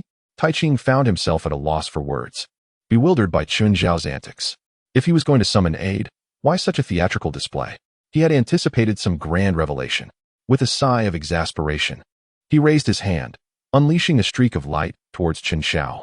Initially, he had exercised restraint, treating him gently due to his youth, but now, seeing Chun Xiao's reluctance, he had no choice but to take action. As the luminous projectile drew closer, Chun Xiao instinctively shut his eyes. After a prolonged moment of stillness, he opened them to behold a towering figure before him. "Brother, why do you torment my disciple?" It was none other than Tong Tian, who, upon hearing Chun Xiao's cry for help, hastened his arrival. Just in time to witness Tai Ching's attempt to capture Chun Xiao, he swiftly intervened. Tai Ching furrowed his brow, about to speak, when Chun Xiao rushed to Tong Tian's side, clinging to his leg and weeping. "Ah, master, you have finally come. Do you have any idea how your precious disciple has been wronged? Look at all this blood. I am utterly miserable." Chun Xiao pointed to his own face, with blood trickling from the corners of his mouth and nose, his eyes bearing bruises, an utterly pitiful sight. To the unknowing observer, it might seem as though he had been the victim of a violent mob assault. Tai Ching also noticed Chun Xiao's visage, perplexed, for he had only struck his chest moments ago. Where then did the bruising around his eyes and the blood on his nose originate? Behind him, the three ancestors shielded their eyes, expressing their inability to witness such a scene. The injuries on Chun Xiao's face were self-inflicted during his confrontation with Tai Ching, intended to evoke sympathy and lodge a complaint in front of Tong Tian. Tong Tian, well aware of Chun Xiao's true character, disdainfully kicked him aside, stating that he would settle the score later. He then soared into the air, locking eyes with Tai Ching. Third brother, this lad seized the treasure from me at Shoyang Mountain. If he returns it, I shall not hold a grudge. Tai Ching spoke first, directly characterizing Chun Zhao's actions. Upon hearing this, Chen Xiao hastily interjected, Master Uncle. That assertion is misplaced. I possess neither the ability nor the audacity to pilfer from your hands. This item is inherently ownerless, naturally. It belongs to the one who is fated to possess it. Seeing this, Tong Tian quickly chimed in, Elder brother, since this object is destined for shower, as an elder, how can you compel him so directly? Tai Ching, who practiced the way of non-action and was not particularly skilled in debate, observed the united front of the master and disciple. And with a sigh conceded, very well, let us leave it at that. After all, it is better in the hands of the three pure ones than in the possession of Nuwa or those shameless bald donkeys. Chen Xiao also let out a sigh of relief, realizing that this ordeal had passed. However, the next moment, Tai Ching spoke up. This matter may be set aside. But this child has castrated my steed. My third brother should provide me with an explanation. Tong Tian. Chen Xiao ex winky face. Tong Tian gazed at Chen Xiao, as if to say, why do you remain so obstinate? Chen Xiao, filled with guilt, whistled nervously, averting his gaze. A glimmer of mockery flickered in Tai Ching's eyes. Since the object could not be retrieved, he would ensure that this young man did not escape unscathed. With a swift motion, Tong Tian struck Chen Xiao on the head, nearly rendering him unconscious, and growled, I shall deal with you later. Afterward, he hastily apologized and ultimately compensated with a piece of innate spiritual treasure and some rare healing materials, before finally departing. The three ancestors sighed in relief. The confrontation between the two great saints was immensely pressure-inducing just to witness. Fortunately, the outcome was relatively favorable. If one excluded the sight of Chen Xiao being ruthlessly trampled by Tong Tian. You wretched disciple, you are a constant source of trouble. And now you've implicated your master uncle. Are you plotting rebellion against me? See if I do not strike you down. The matter of the treasure could be overlooked by Tong Tian. The capture of Xuandu was a consequence of his own inadequacy, and thus forgivable. However, he was genuinely taken aback by the audacity of this young man, who dared to sever the bond with his elder brother's steed. It was nothing short of an affront to the heavens. Chen Xiao yearned to explain, yet he could not shift the blame upon himself. At this moment, upon encountering the demonic beast, his instinctive reaction was to assist in its castration. Moreover, such actions were ostensibly for their benefit, severing ties of affection to fervently pursue the path of enlightenment. After all, women merely serve to hinder their cultivation speed. However, Tong Tian had no desire to entertain his justifications. Filled with disappointment, he wielded the Qing Ping sword, striking Chen Xiao repeatedly. Chen Xiao found himself utterly powerless to resist, resorting only to cries of despair. The three ancestors dared not intervene, for after all, it is a natural order for a parent to discipline a child. And the same principle applies to master and disciple.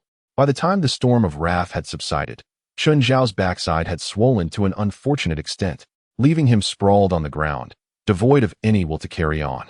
What treasure have you seized? Present it to me for inspection, Tong Tian remarked with evident irritation. Chen Zhao's hands trembled as he withdrew the Kongtong seal and tossed it to Tong Tian. Gazing upon the golden seal in his palm, Tong Tian recognized it instantly. This was the key to awakening the 3 sovereigns and 5 emperors. Returning the seal to Chen Xiao, Tong Tian spoke. The gathering of the 6 sages at the Purple Cloud Palace concerns the destiny of humanity as the protagonists of heaven and earth.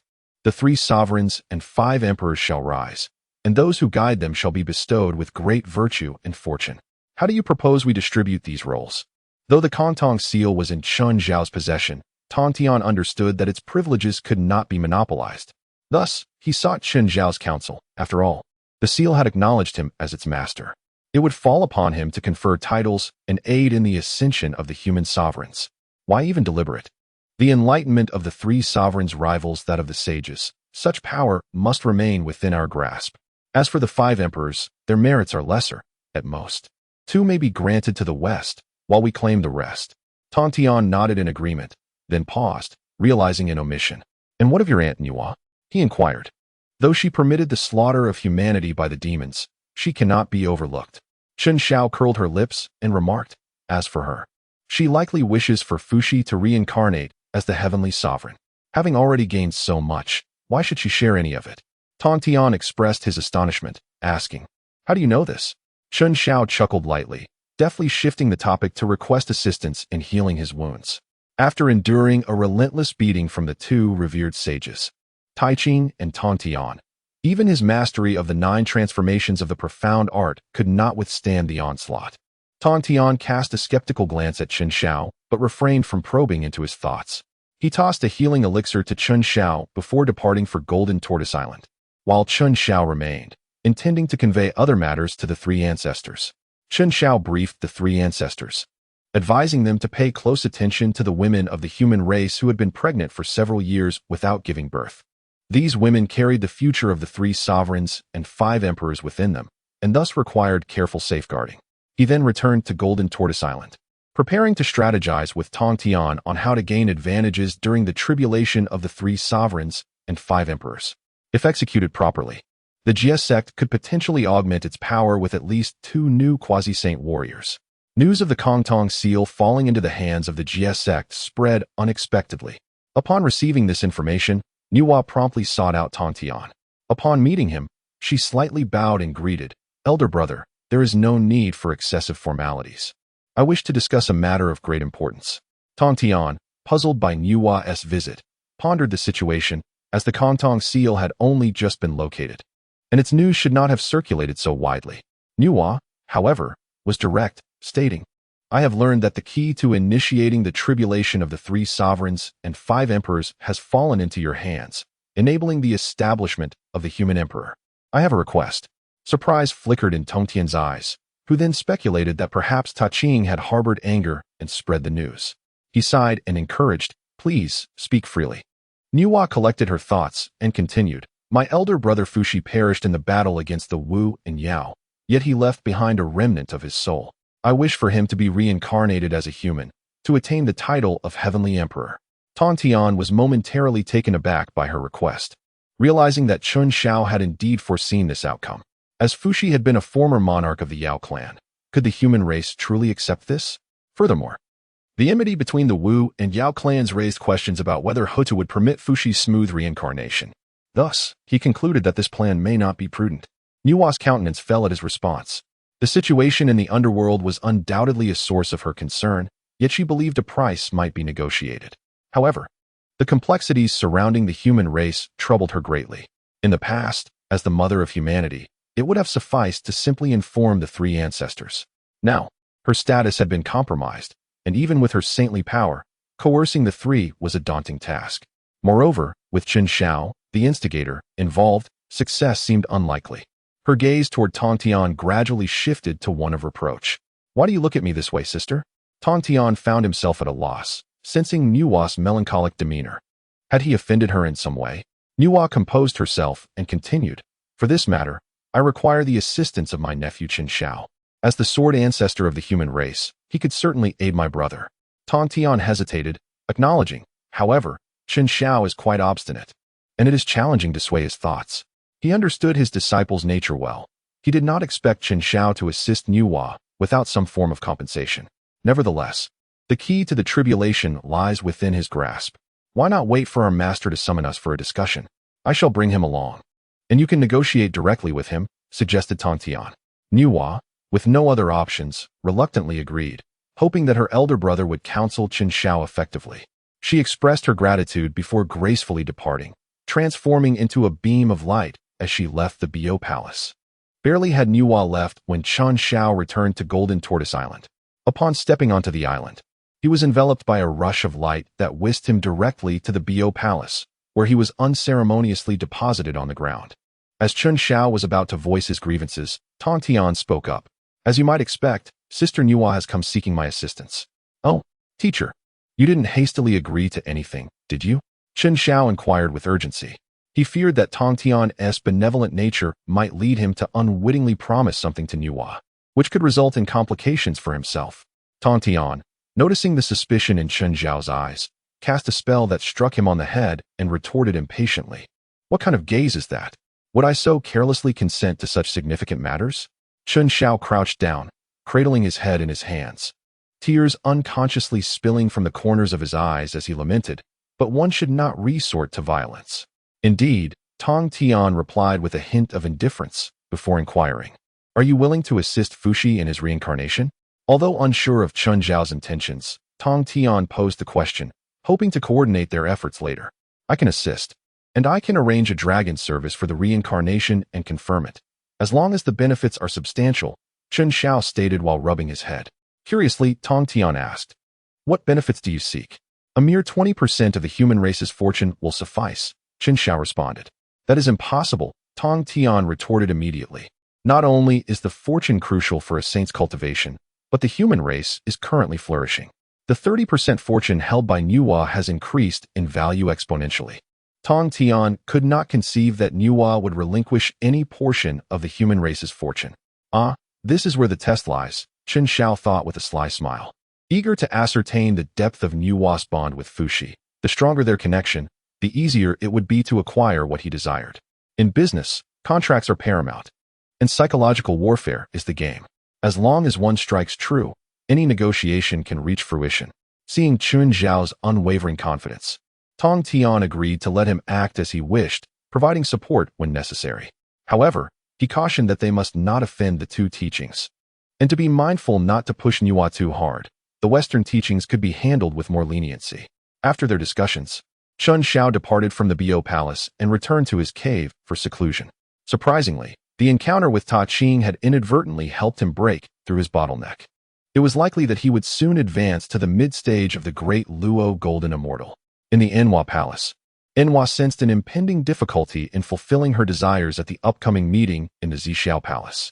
Nevertheless, she reaffirmed her resolve and spoke to the remnants of Fuxi's soul. Brother, I will surely assist you in seizing a glimmer of hope. Sister, why trouble yourself? It is already a miracle that you have survived. Fuxi's lingering spirit sighed as he manifested before her, feeling a pang of guilt seeing her relentless efforts for his revival. Brother, you are my kin. It is only right that I do so, Enhua replied with unwavering determination. Fuxi let out a resigned sigh and fell back into slumber. In his current state, as a remnant soul, he spent most of his time asleep, only awakening to sense Enhua's worries. In the Western teachings, Jane and Juanti felt disheartened upon learning that the Kongtong seal had fallen into the hands of the. After departing from the Zixiao Palace, they did not even return to the west. Instead, they ventured into the east, searching in secret, yet to no avail. Upon receiving the news, they returned to the Western teachings to deliberate on how to become the masters of the 3 sovereigns and 5 emperors. However, after much discussion, no resolution was reached. The East could descend into internal strife, but as soon as they encountered the West, they would unite against a common enemy. Otherwise, they would have long since restored the West. Ultimately, they could only await the next meeting in the Zixiao Palace and act accordingly. A century later, a beam of golden light erupted from Chun Zhao's cave, signaling his successful advancement to the mid-stage of the great Luo Golden Immortal. Simultaneously, the 6 great saints received another summons from Hongjun. The 6 saints convened at the Zixiao Palace, soaring once more beyond the 33 heavens. Just as Chun Xiao was about to receive the congratulations of his junior disciples, Tong Tian silently appeared behind him, seizing him by the nape and ascending into the sky. Throughout the journey, Chun Xiao struggled and protested, Master, I can fly on my own. This is too embarrassing. Tong Tian did not release his grip, but explained, to reach the Zixiao Palace, one must traverse the chaos beyond the 33 heavens. While you possess the great Luo realm to cross, you cannot match my speed. When summoned by the Tao ancestor, we must not dawdle. Allow me to escort you. With that, he quickened their pace. Soon, they arrived at the Zixiao Palace, where the other 5 saints had also descended. At that moment, the grand doors of the Zixiao Palace remained firmly shut, and the saints dared not enter uninvited. Taking advantage of this moment, Chun Xiao began to greet his senior uncles and masters. Tai Ching maintained an impassive demeanor, offering no response to Chun Xiao. After all, the Kongtong seal was taken from his own spiritual abode. Even if he chose to overlook it, he would not extend any goodwill. Yuan Shi acknowledged him with a nod, while Nuwa let out a disdainful snort and turned her head away. After all, it was Chun Xiao who had rendered her position as the Holy Mother obsolete, and her dissatisfaction with him had long been festering. The prospect of discussing Fuxi's reincarnation with him only exacerbated her discontent. Only Jane and Juanti greeted him cheerfully, their gazes towards him filled with warmth and eagerness. With deep karmic ties, it seemed destined that they should be connected with the West.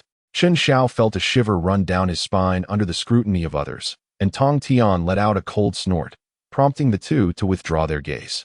However, they had already set their sights on Chen Xiao, vowing to find an opportunity in the future to convert him back to the West. Subsequently, the group awaited the summons of Hong Jun outside the door. In a short while, two acolytes slowly pushed open the grand entrance and bowed, announcing, "Esteemed brothers, the master requests your presence." The sages entered one after another, with Chen Xiao bringing up the rear, casting a lingering glance at the acolytes.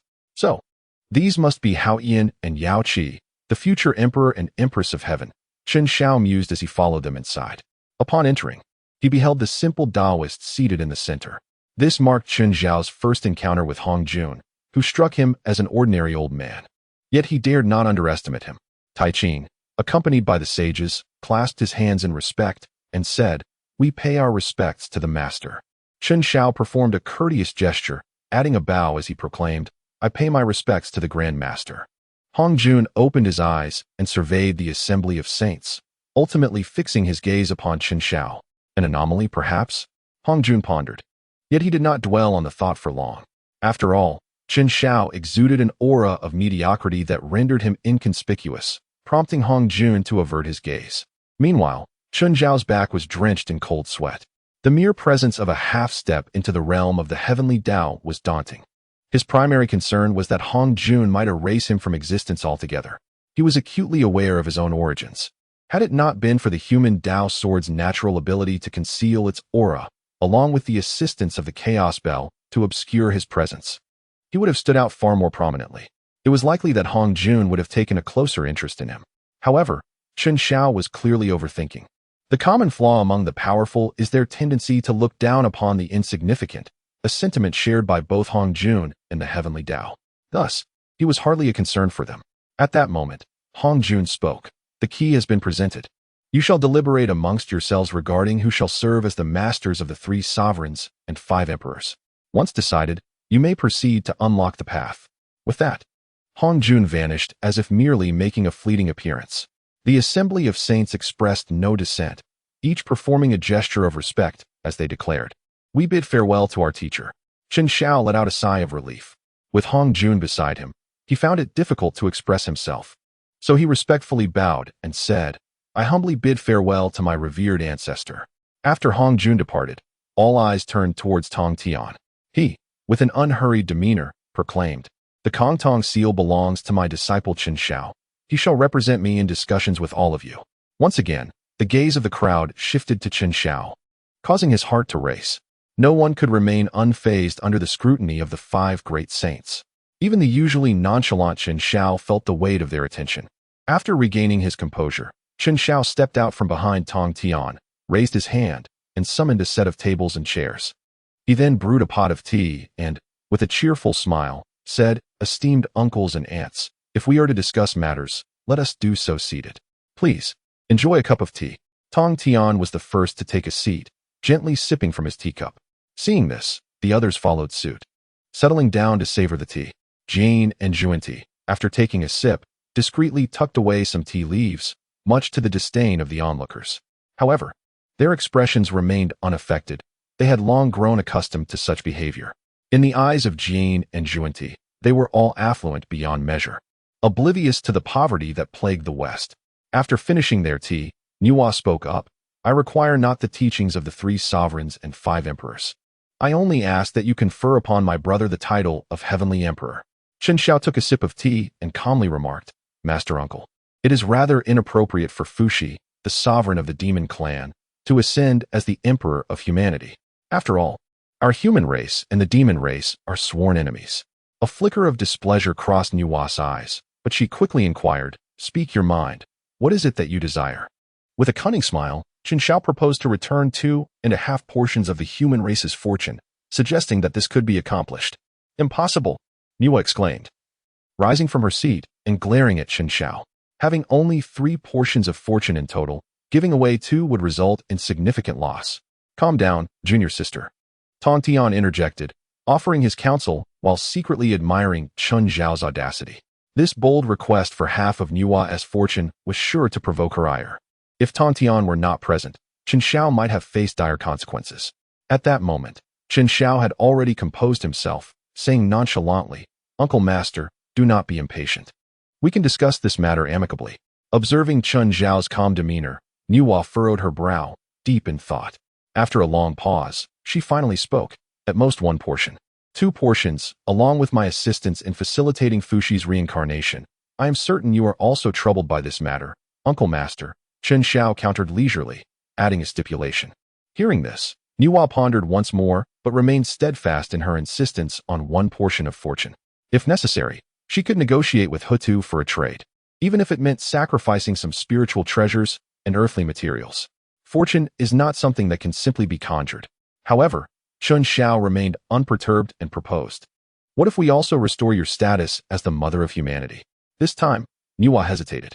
Restoring her status would allow her to continue receiving offerings from the human race, thereby sharing in some of their fortune. As for Chen Xiao's rationale for making the restoration a condition, it stemmed from the significant decline in Nuwa's credibility among humanity. Even if her status were restored, it would not change much. Ultimately, it would just mean constructing more temples, and whether humanity worshipped or believed was beyond his control. Seeing Nuwa's indecision, Jane and Junie did not wait for her to finalize her thoughts and immediately interjected. "The teacher of the 3 sovereigns has a connection with our Western lineage." Yuan Shi, overhearing this, scoffed. "Why not state outright that the teachers of the 3 sovereigns and 5 emperors are all connected to your Western lineage?" Jane and Juntie's eyes gleamed with anticipation as they looked at him. Yuan Shi remained silent, realizing he had underestimated the shamelessness of these two. Tong Tian observed Chen Xiao with curiosity, pondering how the behavior of these two was so reminiscent of his own wayward disciple. "Chen Xiao, teacher, what kind of gaze is that?" "No worries, please continue." Tong Tian waved his hand, redirecting his gaze. Chen Xiao scratched his head and then turned to the figures of Jane and Junti, directly declining. "Do not even think about the 2 masters of the 3 sovereigns." Yuan Shi echoed, "Indeed. It would be quite generous to grant you but a single master of the 5 emperors. Yet, the 2nd master, uncle. I had no intention of bestowing even one upon them. This is a matter of our eastern domain, unrelated to the West." Chen Xiao said with a naive tilt of his head. "What nonsense. To expect to gain a master of the emperor for free, such fortune does not come easily. Am I, Chen Xiao, a mere capitalist, so easily taken advantage of?" Upon hearing this, Yuan Shi burst into hearty laughter, his face alight with admiration as he remarked, "What my nephew says is indeed correct. Our eastern affairs hold no relevance for you in the West." The expressions of Jane and Junti darkened considerably, for they were acutely aware that Chen Xiao sought to gain an advantage. From the very first glance at Chen Xiao, they had discerned the truth. They were of the same ilk. Encountering someone akin to themselves indicated that they could not exploit him. Gritting their teeth, they inquired, "What conditions does the esteemed nephew propose?" Chen Xiao raised 3 fingers and remarked nonchalantly, 3 innate spiritual treasures, or 1 supreme innate spiritual treasure in exchange for a master teacher. He added provocatively, "Why don't you go and seize it then?" Jane and Junti glared at Chen Xiao with fury. It was excessive, even they had never been this unscrupulous. This brat was truly cunning. "Do you have any objections to my disciple?" Tong Tian unsheathed the Qingping sword and addressed the two with an air of indifference, his gaze laced with menace. Yuan Shi also brandished the Panga banner, sneering, "Is my master's nephew someone you may scold?" Seeing that both of the 3 pure ones had drawn their weapons, Jane and Junti instantly wilted. They were simply not a match for them. Subsequently, with a mournful expression, Jane turned to Chen Xiao and lamented, "Nephew, our western lands are barren. We truly cannot produce so many spiritual treasures. Is it my doing that the West is impoverished?" Chen Xiao replied, his face a mask of confusion. Jane was momentarily speechless. Indeed, he had thought too much. They were of the same ilk. Where was the concept of conscience among them? Ultimately, he resigned himself to fate, gritting his teeth as he stated, "I shall exchange for 2 master teachers." "Very well, 8 innate spiritual treasures, or 3 supreme innate spiritual treasures, payment in full, no credit," Chen Xiao said with a cheerful smile while extending his hand. "Has my nephew miscalculated? Was it not 1 for 3? Jane corrected him. Chen Xiao shook his finger and laughed. "The 2 of you just startled me. The extra item is merely compensation for my mental anguish. You damn." The 2 were about to curse when Tong Tian shot them a glance, and they immediately fell silent. It was dark, too dark. Jane lamented, "Nephew, do you not feel a twinge of guilt?" Chen Xiao waved his hand and remarked, "The loss of spiritual treasures can be recuperated, but the loss of one's conscience leads to an even greater detriment." Jane and Juanti remained speechless at this statement. Observing the two in such disarray, Yuanshi and Tong Tian erupted into hearty laughter, for they had never witnessed these two suffer such a significant setback. Even Taiching's eyes glimmered with a hint of amusement. Ultimately, with a heavy heart, Jane had no choice but to reluctantly produce 4 innate spiritual treasures and present them to Chen Xiao. The exchange of 8 items for 2 esteemed masters seemed exceedingly unworthy to them, especially given their limited supply of innate spiritual treasures. They certainly could not resort to trading their own merit golden lotuses. Chen Xiao gleefully accepted the item, but when reaching for the final piece, the guiding hand stubbornly refused to let go. Chen Xiao furrowed his brow and spoke, "Master Uncle, if you do not release your grip, it will result in 5 items." Startled, Jane quickly loosened his hold, a solitary tear escaping from the corner of his eye. The pain was excruciating. Those few spiritual treasures had been obtained by Nuwa in exchange for Luya, and they had not even warmed in his possession before being relinquished once more. Junior brother. Senior brother. Sob, sob, sob. Successfully acquiring 4 spiritual treasures, Chen Xiao reverently presented 2 of them to Yuanshi. It is essential to navigate interpersonal relations skillfully. After all, one must express gratitude for the support received. Yuanshi did not decline, accepting them without hesitation. His gaze towards Chen Xiao brimmed with admiration, while he simultaneously felt a pang of regret for his inability to take him as a disciple. Such fortune and talent ought to be aligned with my teachings. How could they have been bestowed upon the 3rd brother instead? He had always favored those with profound blessings, and among them, Chen Xiao was his utmost satisfaction. With both fortune and aptitude of the highest caliber, he was swiftly becoming the ethereal moonlight in Yuanshi's heart. With a sigh, he inquired, "Nephew, how do you intend to distribute the remaining 3 sovereigns and 4 emperors?" Chen Xiao pondered for a moment before slowly speaking. "As a senior disciple of it is only fitting that we secure 2 emperors and 1 sovereign for our sect. After all, it is my duty to ensure the welfare of my junior brothers and sisters. The remaining emperor and 3 sovereigns can be allocated by you and Master Taiching. What do you think?" Yuanshi furrowed his brow, contemplating the worthiness of those lesser beings, unworthy of the title of imperial teacher. He thought it fortunate to even secure 1 emperor and 1 sovereign. However, recognizing Chen Xiao's keen sense of propriety, he refrained from dismissing his proposal outright and ultimately nodded in agreement. Tong Tian cast a surprised glance at Yuanshi. Unable to comprehend why his elder brother had been so harsh with their peers, yet displayed such leniency towards Chen Xiao. Yuanshi, noticing Tong Tian's gaze, let out a haughty snort. Were it not for Chen Xiao's mediation, he would have been inclined to grant not even a single sovereign to the original narrative had been thus. They had not secured even 1 emperor, let alone 5 sovereigns. It could only be said that Tong Tian's 2 brothers had conspired together to bully him, which was indeed lamentable. At this juncture, Taiching interjected, "I require only 1 sovereign. The rest shall be left to my 2nd brother's discretion." Upon hearing this, Chen Xiao couldn't help but curl his lips. These 2 were indeed in cahoots. Having seized the Kongtong seal, they immediately brandished their blades and pursued him. In the presence of Yuanshi, they displayed an unusual generosity, offering not 1, but 2 emperors as a gesture of goodwill. Truly an extravagant display. Wasn't it said that the 2nd was the least esteemed? Yet, it seemed things were different when it came to Yuanshi. Chen Xiao gazed at Tong Tian with a look of compassion, leaving him somewhat perplexed. In response, he could only raise his hand and deliver a punch to Chen Xiao. "Why do you look at me in such a manner, master?" Chen Xiao crouched down, holding his head and shedding tears, without uttering a word. "Forget it. This teacher is like family. One cannot harbor anger." The child feels wronged, yet remains silent. After a moment's pause, Chen Xiao noticed that the allocation of the imperial master position had concluded and turned to Nuwa, inquiring, "Master Ant, what have you decided?" Nuwa's expression revealed her difficulty in making a choice. Relinquishing 20% of the human race's fortune was something she was loath to do. Observing her hesitation, Chen Xiao resolved to give her a nudge. He rose and approached Nuwa, whispering, "Master Ant Nuwa, you wouldn't want to see Fushi unable to ascend as the heavenly sovereign, would you?" "You?" Nuwa glared at him in anger. How could such words, spoken in good faith, sound so peculiar when they come from this individual? Moreover, what was this inexplicable sense of shame? The three pure ones exchanged glances, equally perplexed by Chen Xiao, while Jane and Junti appeared as if they had gleaned a lesson from this encounter. Indeed, this child is truly destined to have a connection with our Western realm. The more they observed Chen Xiao, the more they appreciated him, wishing they could simply ensnare him in a sack and bring him back to the West. Chen Xiao shrugged innocently.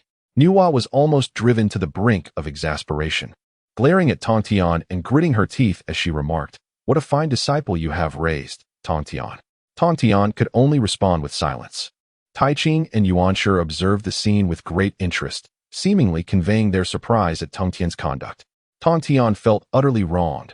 This was not his doing. In truth, the young man was often out and about, leaving him little opportunity to teach. Yet, no one would believe his claims. Thus, he could only silently avert his gaze, pretending not to recognize Chen Xiao. Noticing Tong Tian's silence, Nuwa snorted coldly and directed her attention back to Chen Xiao, stating, "At most, 1.5 parts. Otherwise, I shall cease this matter." "Agreed. It's settled," Chen Xiao replied. Chen Xiao readily consented, for this outcome was nearly within his expectations. Subsequently, the esteemed sages began to select which emperors to appoint. Chen Xiao was the first to speak. "The sect of the intercepting teaching requires the heavenly sovereign, the earthly sovereign, and the last emperor."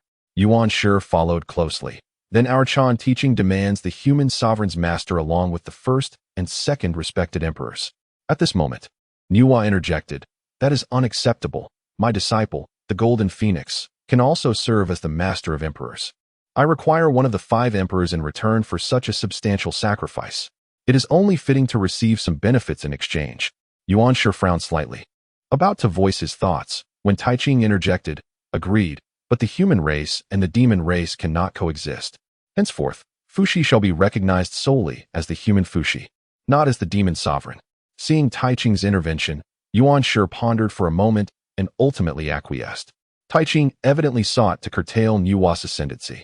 Should Fuxi ascend as the heavenly sovereign while simultaneously occupying the position of the demon sovereign, it would parallel Nuwa's situation, allowing them both to bask in the fortuitous cultivation speeds afforded by the destinies of both the demon and human races.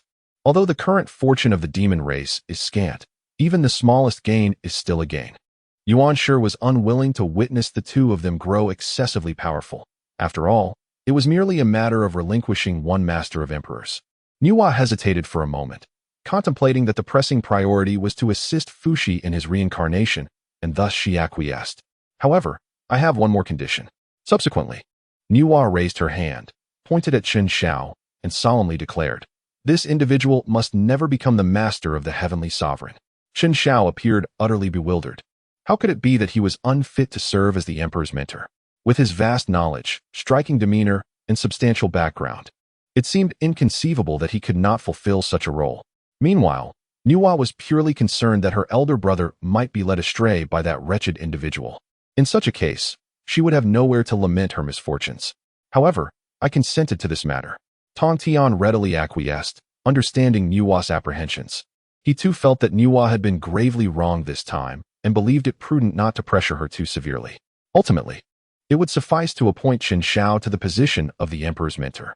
Chen Xiao wore an expression of betrayal, pouting as he muttered, "Not allowing me to become the emperor's divine army is a loss for Fuxi." Enhua suppressed the urge to strike Chen Xiao, letting out a cold snort. In the end, Ta Qing acquired the 3rd esteemed teacher, while Jane and Juni shared the 4th, thus completing the allocation of the masters of the 3 sovereigns and 5 emperors. Chen Xiao took out the Kongtong seal and tossed it into the air.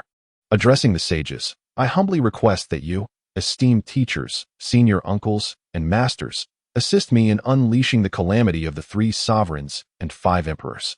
Tong Tian was the first to act, channeling his magical energy into the Kongtong seal, followed closely by the other sages.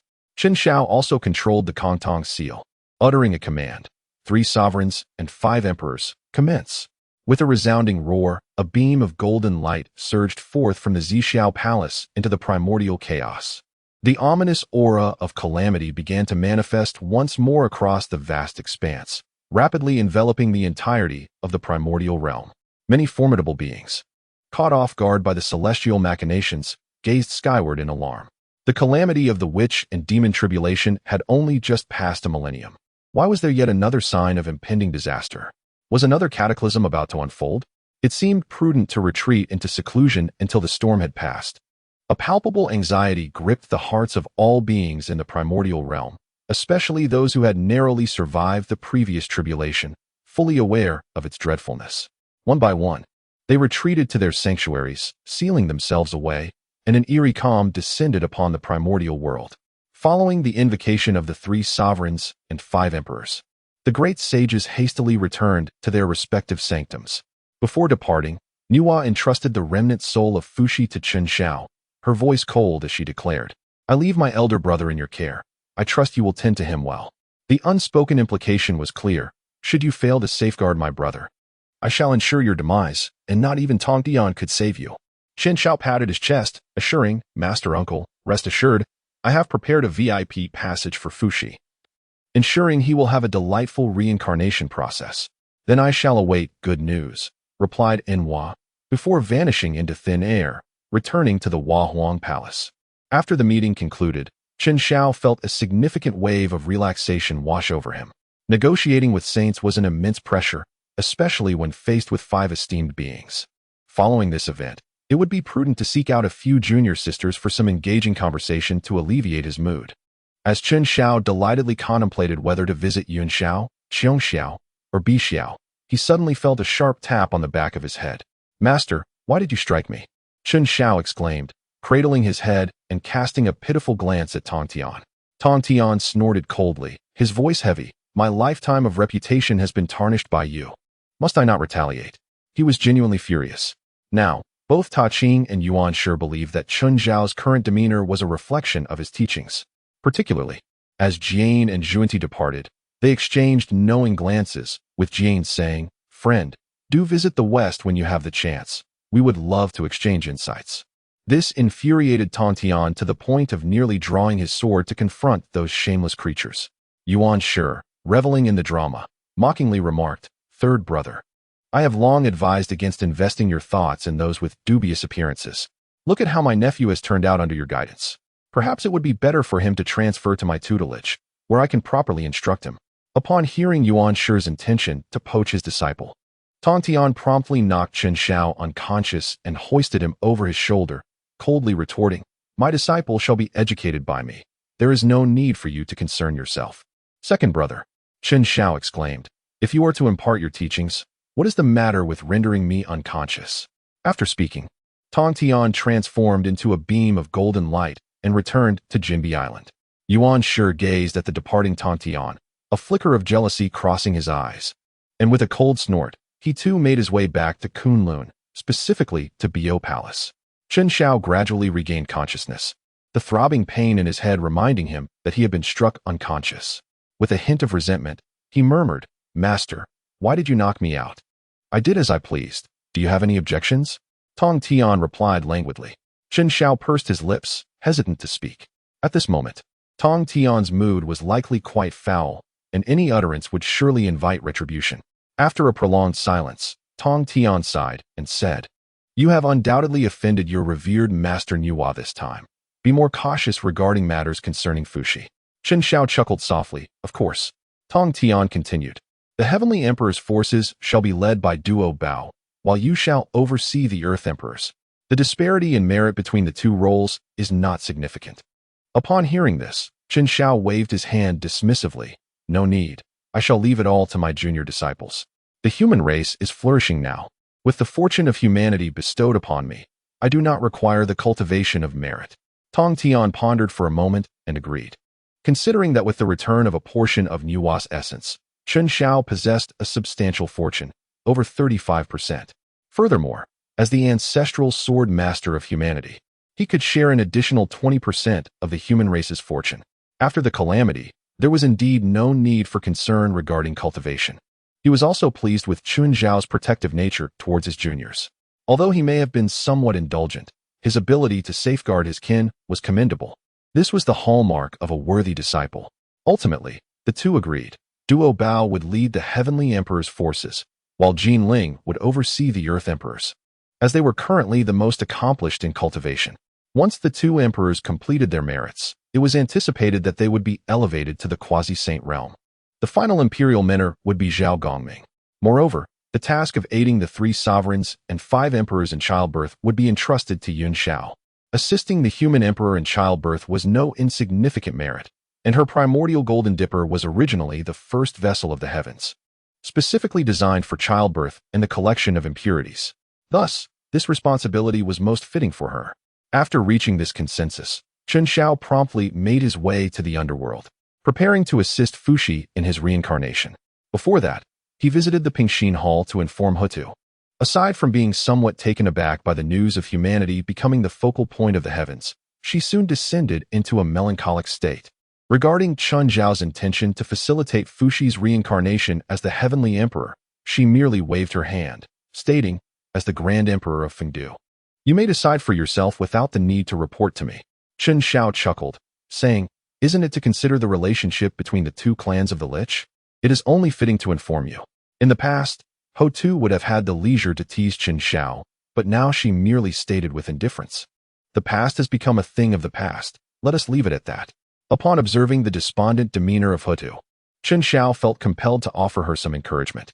"My lady, did not the esteemed Emperor Jiang proclaim in his lifetime that the Wu clan shall henceforth depend upon you? You must find the strength to rise." Ho-Tu gazed silently at the coffin beside her for a considerable time, before finally exhaling a deep sigh and responding, "You may leave for now. I need some time to ponder." Upon witnessing this, Chen Shao bowed respectfully and exited the Hall of Tranquility, making his way towards the 6 paths of reincarnation. The hall was once again enveloped in silence as Ho-Tu raised his hand to caress the coffin. Gazing at the figure of Emperor Jiang within, in a solemn tone, he uttered, "Elder brother, what do you believe I should do?" Before the 6 paths of reincarnation, Chen Shao first assessed the recovery condition of Hong Yun. Finding it satisfactory, he felt a sense of relief, no longer fearing that he would be unable to provide an explanation to Jin Yuanzi. Subsequently, he summoned the powers of the 6 paths of reincarnation to assist in mending Fuxi's soul. Although fragmented, Fuxi's essence was considerably more robust than that of Hong Yun, allowing for a more confident restoration process. However, it took several years for the repair to be completed. Once restored, Fuxi slowly opened his eyes, gazing at Chen Shao before frowning thoughtfully. "Are you the castrated whip beast?" Chen Shao exclaimed, "You insolent fool! Whom do you dare to call a castrating beast?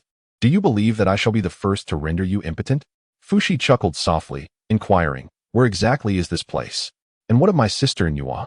Chen Shao curled his lips, initially reluctant to divulge the information.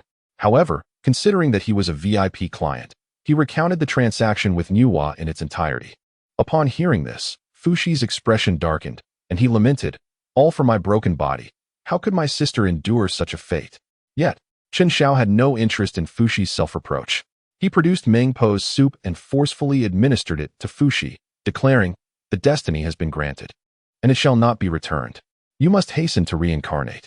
Afterward, Chen Shao kicked Fuxi into the wheel of reincarnation, facilitating his rebirth. Along with him, he also cast the soul of the black tortoise of the Northern Sea into the same cycle.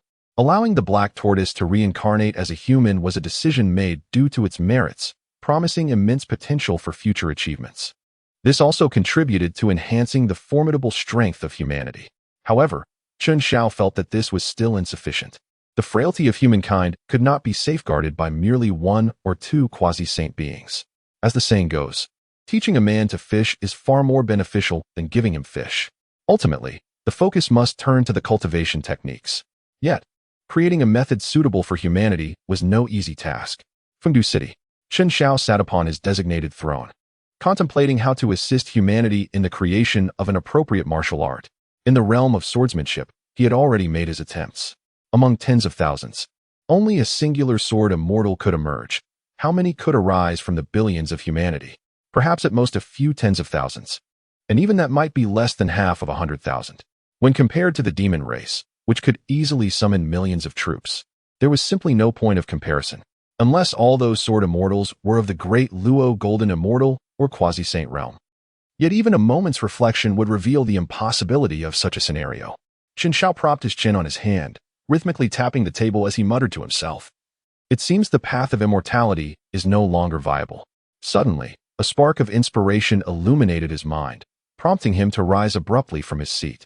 Damn it! If the way of immortals is untenable, then I shall redirect my efforts towards martial arts. The essence of martial arts lies primarily in the refinement of the body, akin to the practices of the witch clan, achieving sanctity through physical prowess.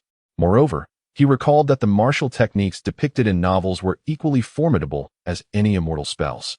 The primordial realm itself resembled an expansive, fantastical narrative, and it was unreasonable to think that such a world could not cultivate powerful arts. With a newfound clarity of purpose, Chen Xiao delved into research on this new path. Meanwhile, in the realm of the underworld, the leader of the Hua clan, Hua Su, returned from a hunting expedition, suddenly feeling an inexplicable pull towards the direction of Leze. His fellow tribesman, puzzled, inquired, "Leader, where are you headed?" Furrowing his brow, Hua Su replied uncertainly, "I sense something ahead calling to me. Could it be the demon clan?" A tall member of the Hua clan remarked, "After all, the demon clan employs myriad methods of deception to ensnare others." After a moment's contemplation, Hua Su shook his head. "It should not be that. Rather, I perceive it as a calling of destiny." The tribe members exchanged glances, then proposed, "Leader, let us accompany you. It would provide mutual protection." Those who could venture out for hunting were generally endowed with some degree of cultivation, with Hua Su holding the highest rank as an earth immortal. The others, while possessing no more than the cultivation of chi transformation, were not entirely devoid of the capacity for resistance. After a brief hesitation, Hua Su nodded. Thus, the group followed his intuition towards Leze. Upon arrival, however, they found nothing extraordinary aside from the trees and a swamp crackling with sporadic lightning. "Leader, there is nothing unusual here, merely the swamp of Leze, which we have long known to be a natural formation," noted one of the tribesmen. Hua Su remained silent, instead moving deliberately toward the swamp. The Hua tribesmen exchanged glances before hastening to keep pace with him. Before long, they reached the edge of the swamp, when suddenly one of the Hua tribesmen exclaimed, "Look, I did not notice this footprint on my last visit."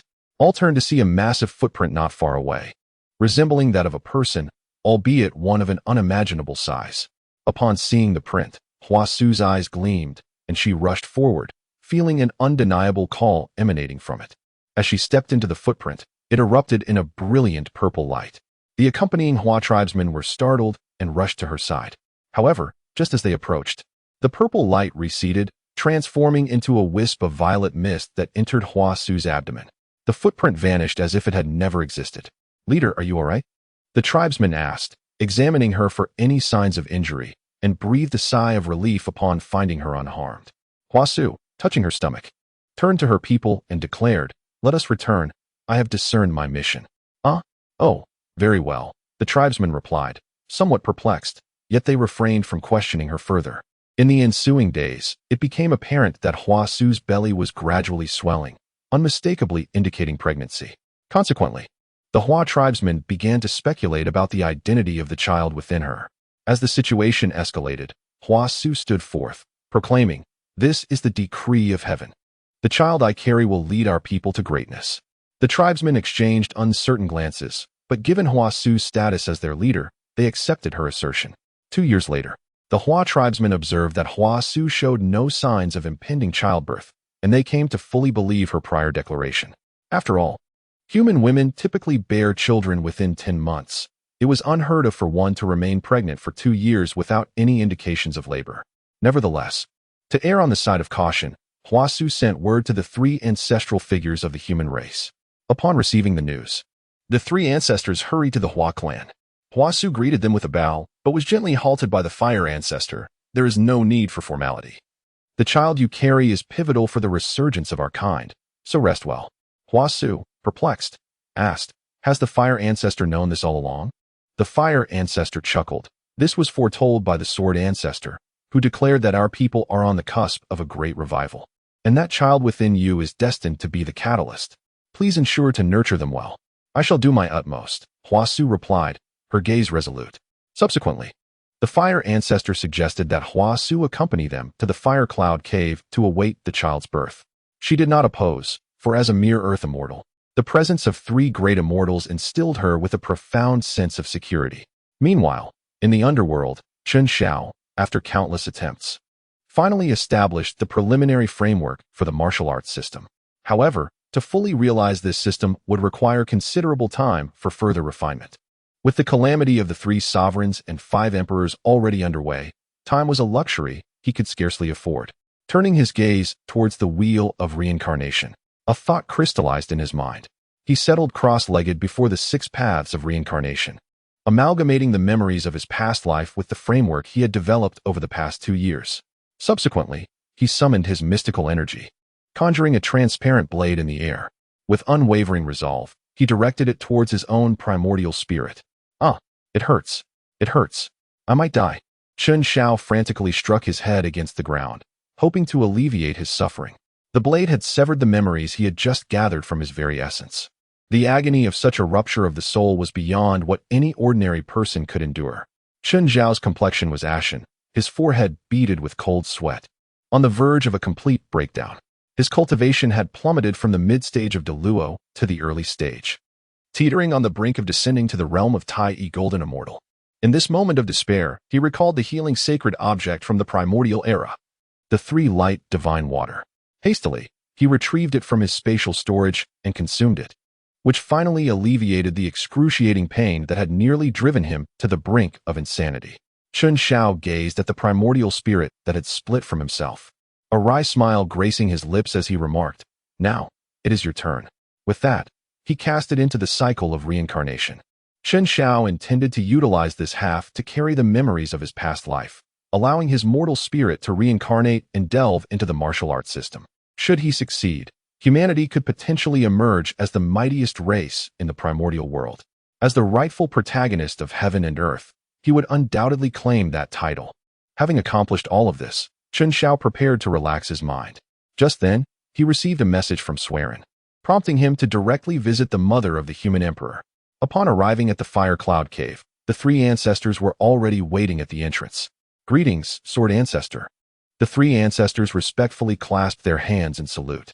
Chen Xiao waved his hand, signaling them to lead him to the site. Sui Ren brought Chen Xiao to the resting place of Hua Su, where he beheld her reclining on a stone bed, nurturing her unborn child. Chen Xiao scrutinized carefully and discovered that Hua Su's appearance was rather pleasing, likely due to her cultivation, as she did not possess the coarse and sallow complexion typical of mortals. After all, at this time, humanity had not yet embraced the notion of personal upkeep, and with an endless array of tasks to attend to, the concept of self-care seemed quite unattainable. Chen Xiao gazed upon her abdomen, enveloped in a mystical aura, unmistakably indicating the presence of Fuxi. As Huashu prepared to rise and pay her respects upon seeing Chen Xiao, he hurriedly halted her. "Oh dear, a pregnant woman ought to rest comfortably. I do not require such formalities." He then surveyed the surroundings, noting the scattered stone artifacts. Without hesitation, he produced an array of beast hides and began to arrange them, covering even the rigid stone bed with the pelts. Were it not for the absence of a proper mattress, he would have ensured a more comfortable setting. This spectacle left Huashu and the 3 ancestors in a state of astonishment. "Sword Ancestor, how could I impose such labor upon you? I am unworthy of such generosity." Huashu interjected, stepping forward to prevent him. Chen Xiao spoke earnestly. "Ah, a pregnant woman deserves to reside in comfort. Only then can the child thrive. Do not shy away from this. Moreover, the one you are nurturing is destined for great trials." Upon hearing this, Huasu ceased her resistance and slightly bowed her head in gratitude towards Chen Xiao. The 3 ancestors promptly stepped forward to assist. How could they allow their venerable ancestor to toil alone while they merely observed? In no time, they had adorned Huasu's dwelling with animal hides, ensuring it was completely safeguarded against any potential harm. Simultaneously, Chen Xiao employed the pure spirit art to nurture Huasu's body, enhancing her constitution beyond its previous state. In such a comfortable environment, Huasu spent another 8 years. One day, outside the Fire Cloud Cave, Chen Xiao, in a state of ennui, idly chewed on a blade of grass while gazing at the sky, muttering, "Damn it, could Fuxi have settled in there without a hint? He has yet to emerge. Brother, the human sovereign is no ordinary mortal. We must exercise patience." A clear voice chimed beside him. The speaker was Yun Xiao, whom Chen Xiao had summoned for the birthing. Yet, the two had remained by Huasu's side for a full 8 years, and still, there was no sign of activity. "Sword Ancestor, might I suggest a visit to the Mother Goddess Temple for a prayer?" A human, carrying fruits, cautiously inquired as he approached Chen Xiao. Upon returning to the Fire Cloud Cave, Chen Xiao had briefed the 3 ancestors regarding his dealings with Nuwa. They had no objections. understanding that Chun Xiao's intentions were to reclaim the fortunes of humanity, and thus agreed to restore Nua's status. They also urged various tribes to reconstruct her statue. Whether humanity chose to honor her was of no concern to them. Most preferred to venerate Chun Xiao, along with the benefactors of humanity such as Duo Bao, Jinling, or Xinyuanzi. Only a handful remained devoted to Nua, and the one who had just spoken was among them. However, Chun Xiao bore no anger. Faith was a personal choice. After all, Huasu carried her elder brother, and true assistance did not hinge upon worship. With a roll of his eyes, he retorted, "What good is praying? If it were of any use, would you dare to demolish her temple? Then I shall refrain," the human replied sheepishly before departing. Yun Xiao scoffed, "Brother, are you not concerned about Nua coming to seek you out again? What is there to fear? It's not as if I haven't faced her before." Chun Xiao lazily replied, turning over. Upon discovering her restored status as the mother goddess, Nua realized that the power of incense offerings was tragically scarce. This was crucial for her ability to harness the fortunes of humanity for her cultivation, prompting her to confront Chun Xiao for accountability. His response was simple: "The temple is there. Whether they choose to worship is their prerogative. I cannot compel them." Infuriated, Nua nearly hurled the red embroidered ball at Chun Xiao's impudent face. Resigned, she resolved to fulfill more wishes for humanity to win their favor, which barely enabled her to manipulate the fortunes of humanity for her cultivation. However, compared to her previous inactivity, this was a mere fraction, deepening her resentment towards Chun Xiao. While Chun Xiao and Yun Xiao engaged in their idle banter, the earlier human returned, his expression still anxious, and said, "Sword Ancestor, Huasu is about to give birth. You must go and see." Chun Xiao's eyes sparkled with excitement, and he inwardly marveled that the moment of childbirth had finally arrived. He promptly took Yun Xiao by the hand and soared towards the fire cloud cave. Yun Xiao, a picture of modesty and grace, felt a wave of shyness as she was led by Chun Xiao, her head spinning with bewilderment. She had always maintained an air of decorum. Yet Chun Xiao's affectionate gestures left her heart in disarray. This, however, could not be entirely attributed to him.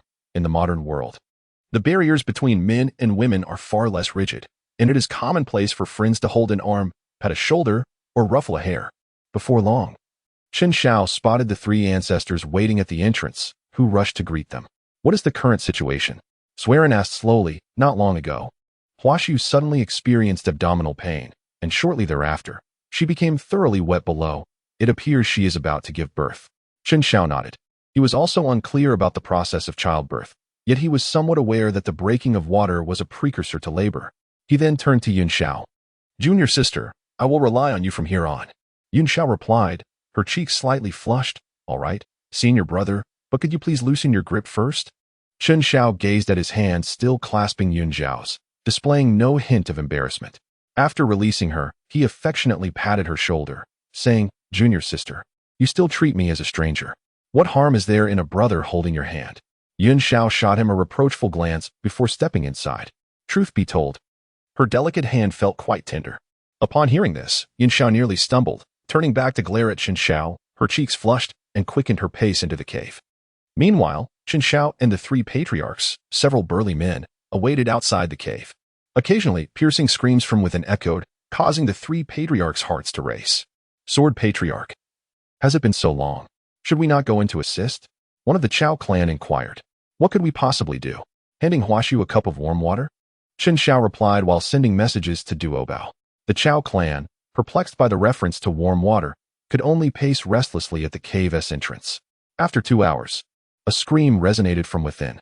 Simultaneously, above the fire cloud cave, purple energy swirled and gathered incessantly. Colorful clouds materialized in the heavens, heralding countless auspicious signs. All these phenomena celebrated the birth of Fuxi. At the moment of his arrival, the fortunes of the human race surged more than twofold. The sages turned their gazes towards the fire cloud cave, eager for details. Nua, with tears of joy brimming in her eyes, breathed a sigh of relief, thinking, "Elder brother, you have finally come into the world." The three patriarchs wore expressions of delight, for the human race was on the brink of a great flourishing.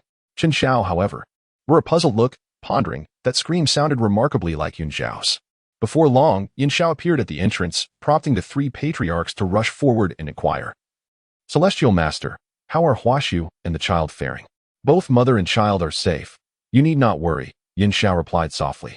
Chen Xiao then asked, Junior sister, that scream just now was yours, was it not? What transpired? It was nothing. It was merely my first time assisting in childbirth. And it was quite astonishing to witness the child emerging on its own. Chen Xiao observed a staggering little figure emerge slowly from behind Yun Xiao, seemingly unaccustomed to walking. Once it steadied itself, a pair of misty, large eyes gazed at Chen Xiao, while its small hands fidgeted with its rear. This sight sent a shiver down Chen Xiao's spine. As he grasped the essence of traditional Chinese horror, the scene was undeniably eerie. After all, what child would emerge from the womb and already be capable of walking? Nevertheless, he understood that as the emperor of humanity, one must certainly be extraordinary. However, Chen Xiao noticed what appeared to be a birthmark on the child's backside, which caught Yin Zhao's attention as well. She remarked, Brother, have you also noticed? This child's birthmark is quite peculiar. It resembles a footprint. Oh, brother, why are you sweating so profusely? With that, Yin Xiao produced a handkerchief and offered it to Chen Xiao, signaling him to wipe his brow. Chen Xiao chuckled awkwardly and took the object. It dawned on him that he was indeed the one who had inadvertently kicked Fuxi into the cycle of reincarnation. He wondered if any remnants of that moment lingered. If Enhua were to discover this, with her brotherly affection, she would undoubtedly give him a sound thrashing. Promptly, he lifted his hand to dress little Fuxi, concealing the birthmark on his posterior. Before long, a golden light descended behind Chen Xiao, and Daobao emerged gracefully from the radiant glow. Elder brother, junior sister Yu Xiao. Daobao greeted with a smile as he approached the two. Yu Xiao slightly bowed in acknowledgement, paying her respects to the second elder brother. Chen Xiao approached and placed his arm around Duo Bao's shoulders. Ah, Bajia, you have arrived just in time. Your disciple is here.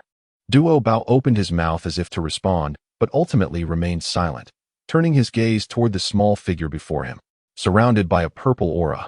With extraordinary roots and exceptional talent, Duo Bao mentally recounted every commendable word he could think of. In summary, he found himself exceedingly pleased with this disciple. Subsequently, Duo Bao took the little hand of Fuxi and approached Hua Su to discuss. Dear friend, I am Duo Bao, the second direct disciple of the Jiejiao. I wish to take this child as my pupil. May I ask for your consent? Hua Su, having met Duo Bao before and with his statue still present in their tribe, readily agreed. Thank you, Master Duo Bao, for your regard. I consent on behalf of my son. In the days that followed, Duo Bao brought young Fu, Shi, and Hua Su back to the Hua clan's tribe, embarking on his journey as a mentor. As Fuxi grew within Hua Su's womb for a decade, he was born capable of walking and speaking within mere days. The members of the Hua clan marveled at this, firmly believing that Fuxi would lead their lineage to prosperity. A year later, Fuxi began to impart the Qing Gongfa to Fuxi. Within 3 years, he had achieved a comprehensive understanding, and in 10 years, he successfully reached the Earth Immortal realm. Observing Fuxi's rapid progress, Duo Bao promptly halted his own cultivation to provide guidance. After all, such swift advancement could lead to an unstable foundation and potential arrogance. As the saying goes, one must first cultivate the heart before the body. Thus, Duo Bao dedicated himself to teaching Fuxi about virtue and character. Disciple, our Jiejiao doctrine aims to seize a glimmer of hope for the beings of the primordial wilderness. You, in turn, are the beacon of hope for the human race's resurgence. Therefore, never should one rely on strength to oppress the weak. Rather, consider how to empower humanity. Fuxi nodded in partial understanding but then pointed towards Chen Xiao in the distance, asking, then, Master, does the sword ancestor's behavior not constitute oppression of the weak? Duo Bao turned in confusion to see Chen Xiao berating Dog Egg, gripping the dog's head and shouting, How dare you cheat? Do you think I cannot handle a blade? Woof woof. You never said I couldn't use magic. Hey, you think you have a point? A member of the Hua clan stepped forward to mediate. Sword ancestor, Dog Egg. Let us resolve this peacefully. However, he was seized by Chen Xiao, who glared at him with a rogue's expression. And you? He is the landlord. Why would you bomb me? Even a dog plays better than you? Are you up to the task? The Hua clan member was on the verge of tears. He had merely been passing by and found himself caught up in a game of landlord. He hadn't even grasped the rules yet. How could he possibly know how to play? Duo Bao frowned slightly and said sternly, Do not heed your master uncle, and certainly do not imitate him. Oh, why can't I learn from you? Bajia, do you have something against me? Chen Zhao's voice rang out from behind Duo Bao. He was leaning close, pinching Duo Bao's cheek and turning his face toward himself. Master brother, I am teaching my disciple. Could you refrain from causing a disturbance? Duo Bao pouted, expressing his helplessness. Chun Xiao cast a glance at Fushi, then released his grip and said, "Very well. I shall show you some courtesy in front of my junior." With that, he transformed into a golden light and vanished, leaving no trace of his whereabouts. 5 years later, Huaxiu passed the leadership of the Huazu tribe to Fushi. Ascending to his new position, Fushi initiated reforms within the tribe. Due to the reemergence of the calamity, the majority of beings in the primordial chaos chose to enter seclusion to weather the storm, allowing humanity a period of proliferation. However, Fushi soon discovered that the birth rate among humans remained persistently low, with many succumbing to early death and others suffering from deformities. He resolved to conduct an investigation but was at a loss as to where to begin, ultimately seeking counsel from Duobao. Yet, Duobao had no expertise in this area either. After a moment's hesitation, he turned to the languid Chun Xiao and inquired, "Senior brother, do you have any insights?" Chun Xiao took a sip of tea and spoke softly. "It's simple. Conduct a population census, tracing back generation by generation, and you will uncover the truth." He had long since identified this situation, but he preferred to refrain from hastening the progress of humanity, lest it attract the attention of the heavenly Tao. This dilemma resembled the classic moral quandary of whether to save one person or 5. He chose the latter. Upon hearing this, Fushi, though uncertain of Chun Xiao's intentions, obediently set about executing the task. After conducting the census, it became apparent that the parents of those children who had died young were predominantly related by blood. Upon making this discovery, Fushi promptly established a marriage system that firmly prohibited consanguinity. He encouraged the Hua clan to intermarry with other tribes, thereby indirectly advancing the integration of multiple clans and altering the phenomenon where children knew only their mothers and not their fathers. Thus, under Fushi's reforms, within a mere 3 decades, the population of humanity surged, multiplying several times over. However, this substantial increase brought about the pressing issue of food shortages. In earlier times, when the tribes were smaller, the hunters among them could easily provide enough sustenance for all. Yet now, even as they wielded their blades to the point of dullness, they struggled to feed their burgeoning families. Seated by the riverbank, Fushi gazed into the crystal-clear waters, deep in contemplation about resolving the food crisis. A sudden bark from a dog caught his attention, and upon closer inspection, he noticed Chun Xiao and Duobao sitting by the river's edge. Each held a pole with a line submerged in the water, while the dog, Daogang, dragged a dead mountain chicken toward Chun Xiao. "Woof! Master, I've caught a chicken. Let us roast it quickly," the dog exclaimed. "Wait, don't scare away my fish," Chun Xiao replied, holding his fishing rod with a calm demeanor. Duobao, somewhat skeptical, inquired, "Elder brother, will this truly catch fish?" Indeed, as if on cue, there was a tug on the line. Before Chun Xiao could finish his sentence, the rod vibrated with life. With a powerful flick, he pulled a hefty 10-pound fish from the water, sending it arcing through the air before landing on the shore. He then proceeded to prepare the chicken and fish, eager to indulge. A delightful aroma wafted through the air, reaching Fushi's nostrils and igniting a spark of inspiration within him. Bowing respectfully to Chun Xiao, he expressed, "Thank you, sword ancestor, for enlightening me. I understand now." With that, he hurried back to the tribe, leaving behind a bewildered dog and its master. What did he comprehend? The dog queried. "I don't know, but we should get cooking. I am famished," came the response. Chun Xiao did not ponder extensively and continued to focus on cooking, while Duobao gazed at Fushi's retreating figure with a sense of satisfaction. "My disciple Fu, she possesses the demeanor of an emperor." Upon returning to the tribe, Fushi began to craft various tools. Inspired by the fishing rod that Chun Xiao used, he contemplated the challenges posed by ferocious beasts that mere mortals could not contend with, and the difficulty in capturing certain flying and terrestrial creatures. Thus, he resolved to rely on tools for hunting. He commenced the creation of fishing rods, but soon deemed this method inefficient. As he pondered this dilemma, he fortuitously observed a spider ensnaring its prey, which sparked a brilliant idea within him. Thus, the fishing net was born. He gathered all the women in the tribe, and with lengths of vine, they wove an abundance of fishing nets, disseminating their usage across various tribes. Recognizing the convenience of tools, Fushi proceeded to devise additional hunting implements, significantly enhancing the efficiency of their hunts, allowing them to temporarily surmount the period of food scarcity. Simultaneously, he drew inspiration from the domesticated dog, seeking out animals amenable to taming, such as dogs, which could assist humanity in their hunts. Other creatures like cattle, sheep, pigs, and chickens were domesticated for farming. ensuring that humans would no longer need to venture out frequently for hunting, thus securing a stable food supply. This innovation effectively addressed the root cause of food shortages. Horses, 2. Transformed the mode of transportation for humanity, facilitating easier travel. Moreover, Fuxi explored methods to channel water sources, promoting agricultural development, and invented techniques for preserving fire, teaching people to cook, thereby enhancing their quality of life. His remarkable contributions captivated numerous tribes, which clamored for unification, and he welcomed them all without hesitation. With food no longer in short supply, the tribe flourished. However, this growth ushered in new challenges. The amalgamation of multiple tribes complicated social relations, leaving many children unaware of whether their companions were indeed their relatives. If this persisted, the specter of consanguinity loomed once more. In search of a solution, Fuxi once again approached Duo Bao. Deep in thought, Duo Bao reflected on the situation, feeling overwhelmed. Damn it, can't anyone ask a reasonable question? I don't usually have to deal with so many issues in my affairs. Chen Xiao gazed at the fidgeting Duo Bao and casually remarked, "Why not assign them a code name?" Code name? Fuxi questioned, a hint of skepticism in his voice. "Just as my future children will undoubtedly bear the name Chun." Indicating that they are my progeny, Chen Xiao elucidated.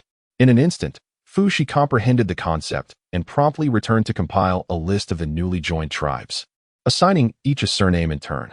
Thus, the issue of population confusion was resolved. Meanwhile, Duo Bao cast a mournful glance at Chen Xiao, lamenting, "Master brother, are you truly my teacher, or am I yours?" Chen Xiao gently patted Duo Bao's shoulder, but received no response. Even if he remained silent, Fuxi would inevitably come to the same conclusion. He had merely expedited the process. Moreover, he could present himself in a profound manner before Duo Bao, thereby establishing an enigmatic persona, truly a dual advantage. The three ancestors observed Fuxi's reforms within the tribe closely. After summoning him for evaluation, they solemnly proclaimed him the sovereign of humanity, entrusting him with comprehensive governance over the human race. Aware of his mission, Fuxi accepted this significant responsibility. Subsequently, he temporarily returned the Huazu tribe to Huaxiu and began traversing the various human tribes of the primordial world. Each time Fuxi arrived at a new tribe, he meticulously studied the local customs and the living conditions of its people. He discovered that some tribes situated near water sources failed to harness their aquatic resources, while others in mountainous regions struggled with arduous cultivation. Thus, Fuxi commenced teaching them appropriate survival skills, imparting fishing techniques, and instructing on the construction of basic dams for irrigation to the tribes by the water, while guiding the mountain tribes in the development of terraced farming and the identification of edible plants in the wild. In this manner, the entirety of humanity acknowledged Fuxi as their sovereign. However, he soon realized that his individual efforts could only extend so far in aiding his kin. Recognizing that his reputation was sufficiently established, he seized the opportunity to unify humanity and create an official system. He selected individuals of exceptional capability and noble character to serve as local officials. Thus, the first dynasty of the human race, the Fuxi dynasty, was founded, with its capital located in Chengdi. Following the establishment of the dynasty, Fuxi pondered incessantly on how to enhance the lives of his people, contributing greatly to their welfare. This, however, necessitated that he periodically utilize his magical powers to regrow a full head of hair. Yet, regardless of his endeavors, he always found himself a step short of achieving complete merit. Fuxi remained patient, but Duo Bao was anxious. The ominous clouds of calamity loomed ever closer. If Fuxi could not achieve complete merit soon, he would face the backlash of humanity's fate. Recalling how Chen Xiao often reminded him, whether intentionally or not, he resolved to seek assistance. However, upon spotting him and Dog Dan lounging on the beach, basking in the sun, he felt a surge of frustration. How could it be that he, toiling relentlessly, found Chen Xiao, the senior disciple, so leisurely? A mix of envy and resentment welled up within him. "Senior brother, I am on the brink of disaster, yet you still find time to sunbathe?" Duo Bao drifted before Chen Xiao, his gaze fixed intently upon him. Chen Xiao was startled by the vacant gaze of Duo Bao and retorted with irritation, "How could this possibly be a great calamity? What do you think? If Fuxi does not complete his meritorious deeds and receive his rightful title soon, I shall be subjected to the backlash of the human race's fortune." Duo Bao clutched Chen Xiao's collar and shook him incessantly. Ever since he began associating with Chen Xiao, Duo Bao's mental state had gradually become increasingly agitated. He was a far cry from his former calm and composed self, appearing almost like a different person altogether. Chen Xiao, feeling dizzy from the swaying, quickly exclaimed, "Please stop. Please stop. Allow me a moment to think, if you will." Upon hearing this, Duo Bao finally came to a halt. Chen Xiao took a moment to collect his thoughts, reminiscing about what Fushi still lacked in order to be conferred. It soon dawned upon him that he had yet to evolve the innate 8 trigrams. However, this endeavor seemingly required the assistance of the river diagram and the Luo book.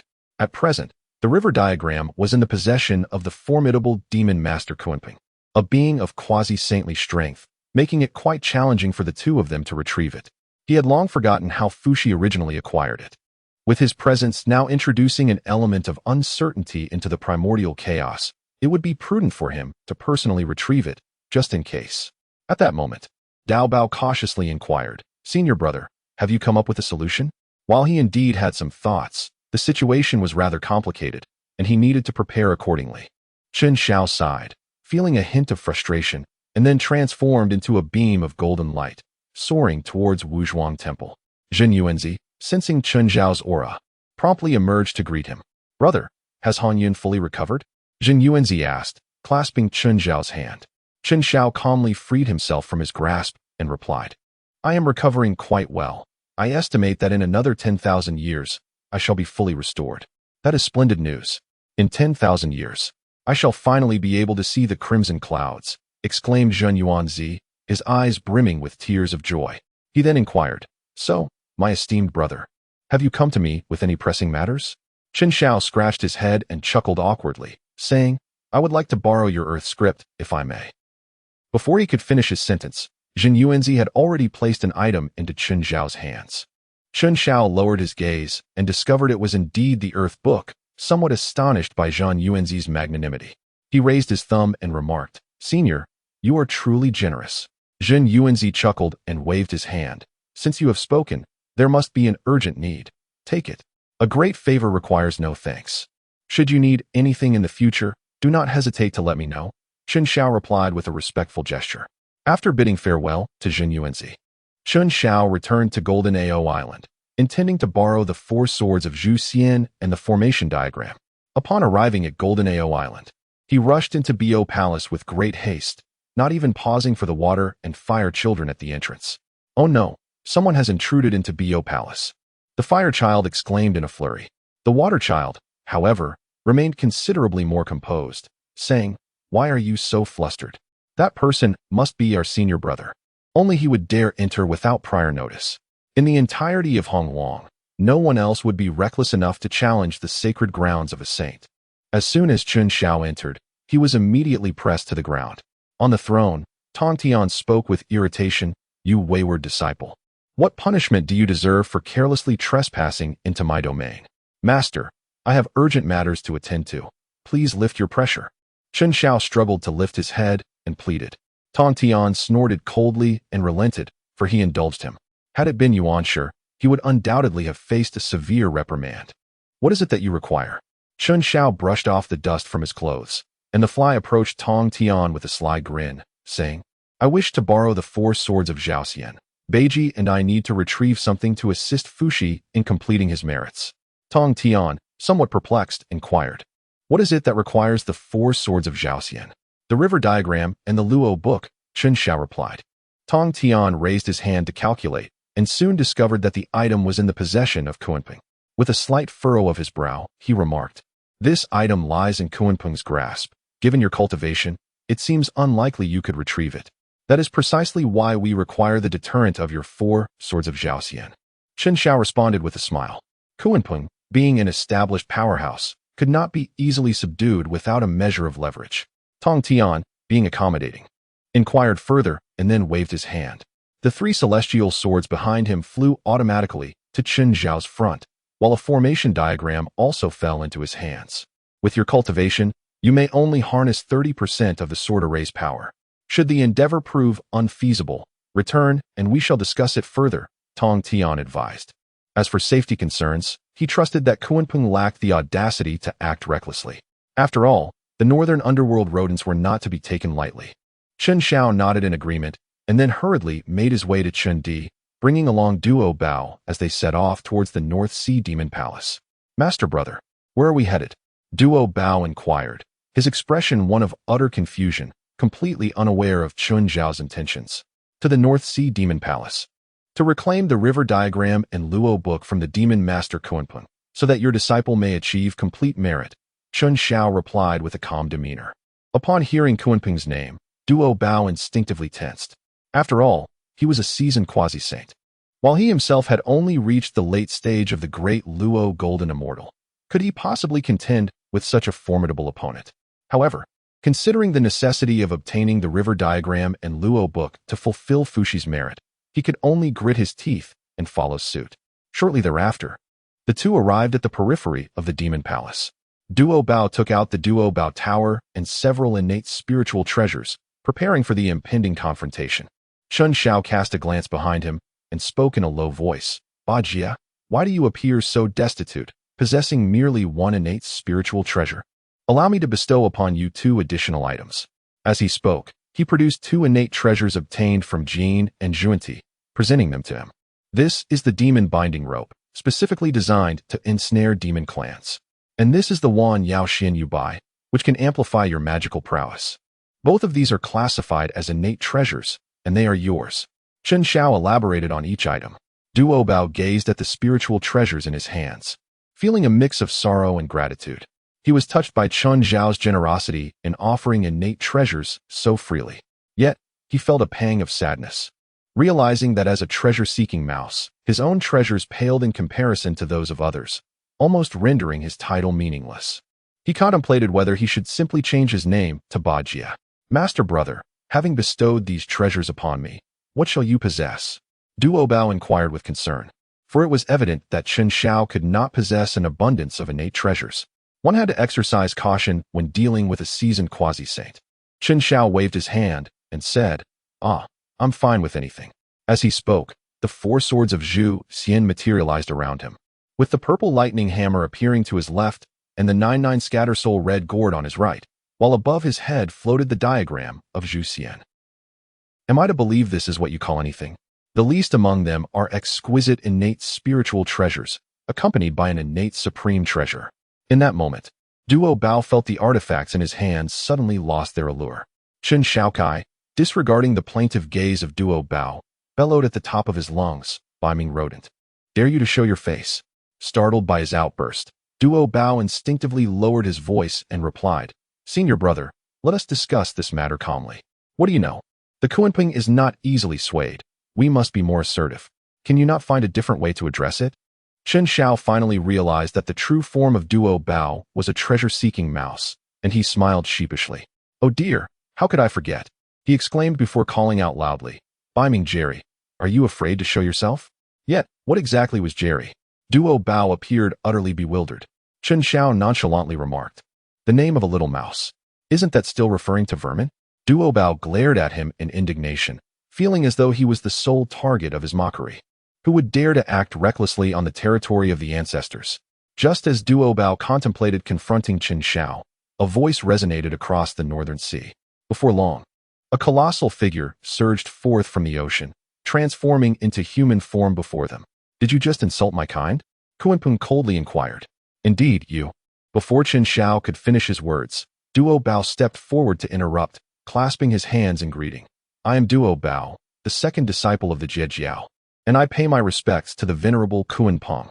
Upon hearing the name of Jiejiao, Kunpeng instantly became cautious, particularly upon noticing the celestial swords that surrounded Chun Xiao.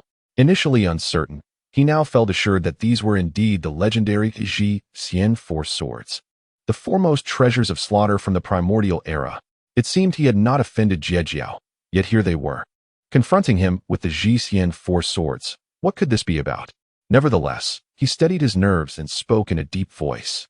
"What is it that you seek from me? Old fellow, hand over the He Tu and Luo Shu without delay," Chun Xiao declared with an audacious grin. Duo Bao covered his face, distressed by his master's reckless demeanor. "What should I do about my master being so wild? I am anxiously awaiting a solution."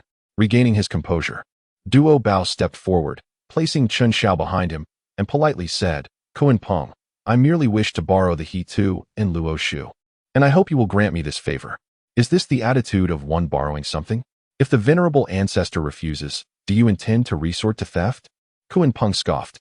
Though wary of Jie Jiao, he was no pushover that anyone could easily intimidate. Why waste breath on him, Ba Jie? This item rightfully belongs to him. We shall simply take it, Chen Xiao retorted. As he spoke, the Jixien formation above his head abruptly expanded, enveloping the three of them. The four Jixien swords flew out in four directions, instantly saturating the space with a palpable aura of menace. Seeing this, Kuan Peng's expression shifted. He had not anticipated that this young man would truly dare to act. With a wave of his hands, countless streams of black energy surged forth, transforming into barriers to defend against the impending assault. Chen Xiao wielded the violet lightning hammer, hurling it towards the Kuan Peng with devastating arcs of purple electricity crackling ominously through the air. The mythical beast pivoted gracefully to evade, countering with a mighty palm strike that collided with Chen Xiao's attack. The tremendous force of their clash sent visible ripples distorting the very fabric of space around them. Chen Xiao was sent flying by the impact. Had he not cultivated the 9 turns profound art, this blow would have severely injured him. Even Kuan Peng's eyes flickered with surprise. He had not anticipated that Chen Xiao's physical form would be so resilient. Meanwhile, Duo Bao was left dumbfounded, unable to comprehend how a confrontation had erupted so suddenly.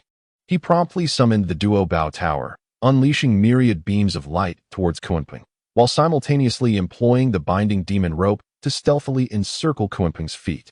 Sensing the impending danger, Kuan Peng transformed into the Great Peng, spreading his massive wings to conjure a tremendous storm that caused Duo Bao to stagger.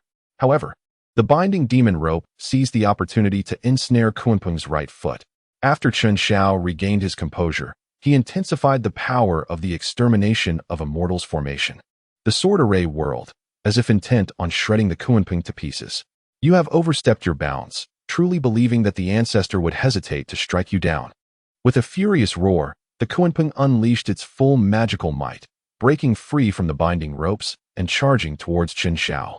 Chen Xiao, unhurried and calm, opened the 9-9 scatter soul red gourd, and a surge of crimson mist rushed forth. Kuan Peng, taken aback, hurriedly retreated and inquired, "How could the red cloud gourd be in your possession?" Chen Xiao chuckled softly, "Guess." Immediately, he activated the red gourd, enveloping the entire space in a dense crimson mist, causing Duo Bao to retreat to a corner, trembling in fear. Was it truly necessary to create such a commotion over merely borrowing a magical artifact? The disturbance in the North Sea sent tremors across the ocean surface, resulting in colossal tsunamis along the coastal regions. In the Qin district, a flustered official hurriedly burst into Fushi's office, exclaiming in distress, "Your Majesty, calamity has struck. A catastrophic tsunami has ravaged the Northern Sea, submerging many nearby tribes." "What? Dispatch aid at once. Rescue as many as we can," Fushi commanded, thumping his desk in urgency. The official, with a troubled expression, responded, "But, Your Majesty, a terrible earthquake has also occurred in the northwest, necessitating assistance there as well. We simply do not have enough manpower." Taken aback, Fushi pondered the convergence of disasters. He then declared, "Issue the command. When one region suffers, all must lend support.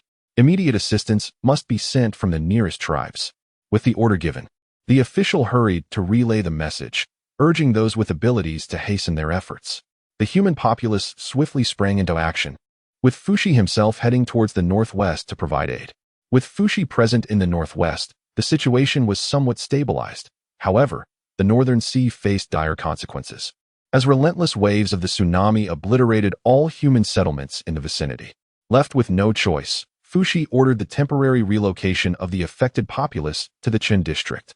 The calamity left millions affected, with the death toll exceeding a staggering 100,000.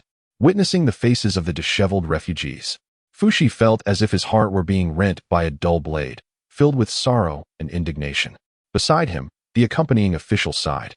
"If only we could foresee such disasters in advance. Even if losses were incurred, as long as lives remained, there would be hope."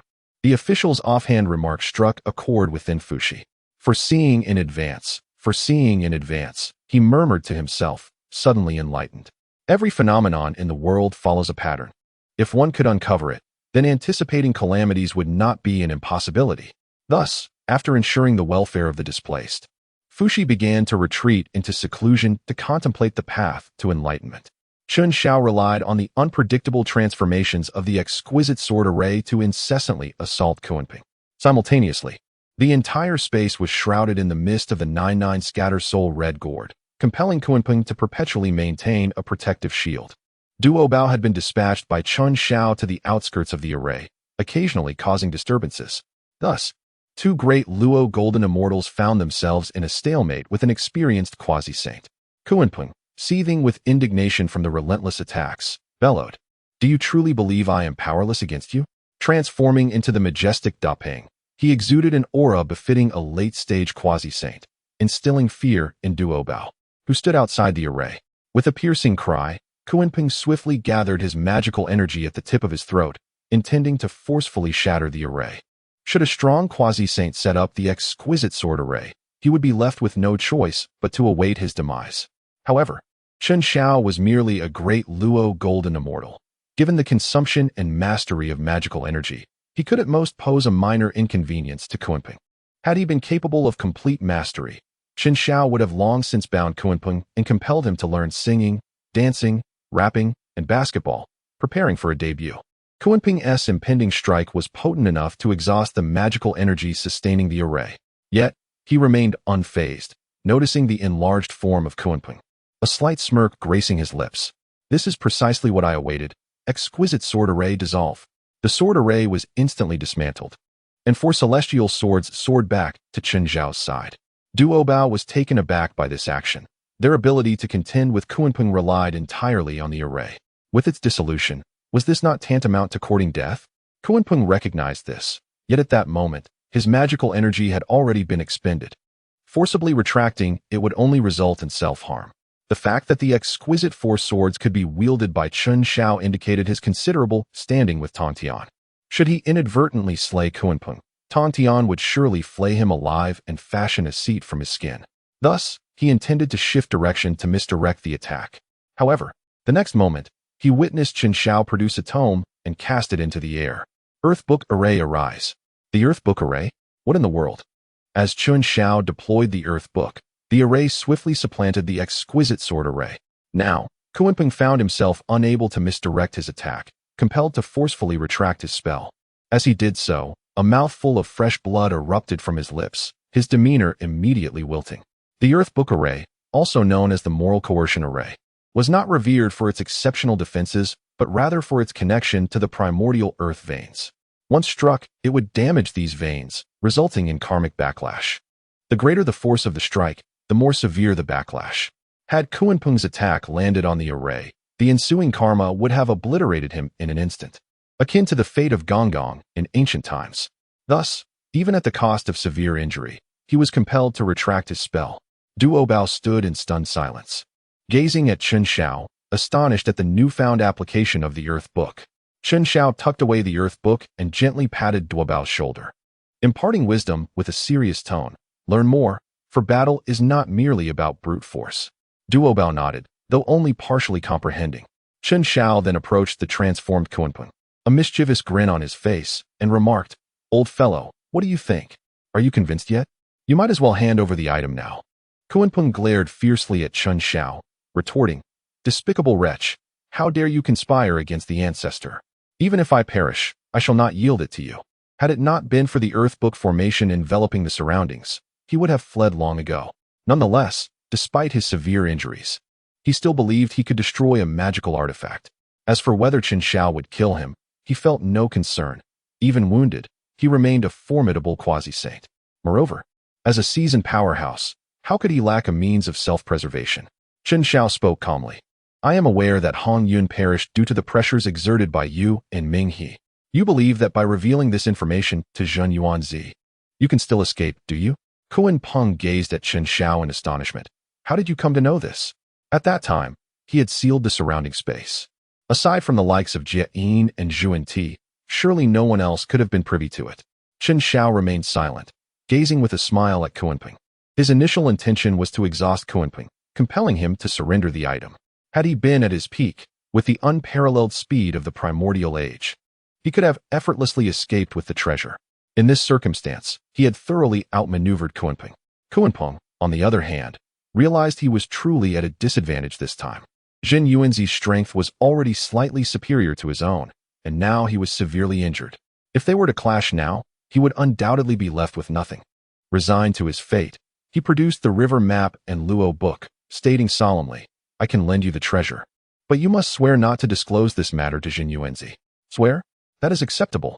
But borrow? I apologize, but I never intended to lend it," Chen Xiao retorted, shaking his finger. "Do you still expect me to escort you? This is something I acquired at the risk of my very life." Kunpeng vented his frustrations towards Chen Xiao. Because of his abrupt retreat, he had taken the river map and Luo book, earning him the scorn of the beings in the primordial world, who labeled him the North Sea rodent. If he could not even safeguard the item, it would be a tremendous loss for him. To be honest, this item is desired by the Saint Nuwa. She is disinclined to pursue the matter of your betrayal of the demon clan. But if you dare to approach her for it, you might as well be inviting your own demise, Chen Xiao mocked.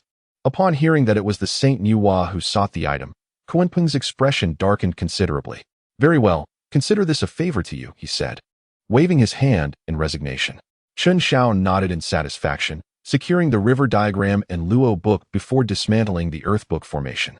Subsequently, under the watchful gaze of Kunpeng, Chen Xiao made a solemn vow, pledging not to disclose the matter of his involvement in the death of Hong Yun to Jin Yuanzi. Kunpeng returned to the demon palace with a furrowed brow, feeling as though he had suffered a significant loss. After watching Kunpeng depart, Duo Bao approached Chen Xiao and inquired, "Senior brother, why did you claim that the river diagram and Luo book were sought after by our esteemed Master Nuwa? What shall we do if he discovers the truth and seeks retribution?" Initially, he merely intended to borrow the items, yet Chen Xiao had outright extorted them. Moreover, invoking Nuwa's name added to his apprehension regarding Chen Xiao's future predicament.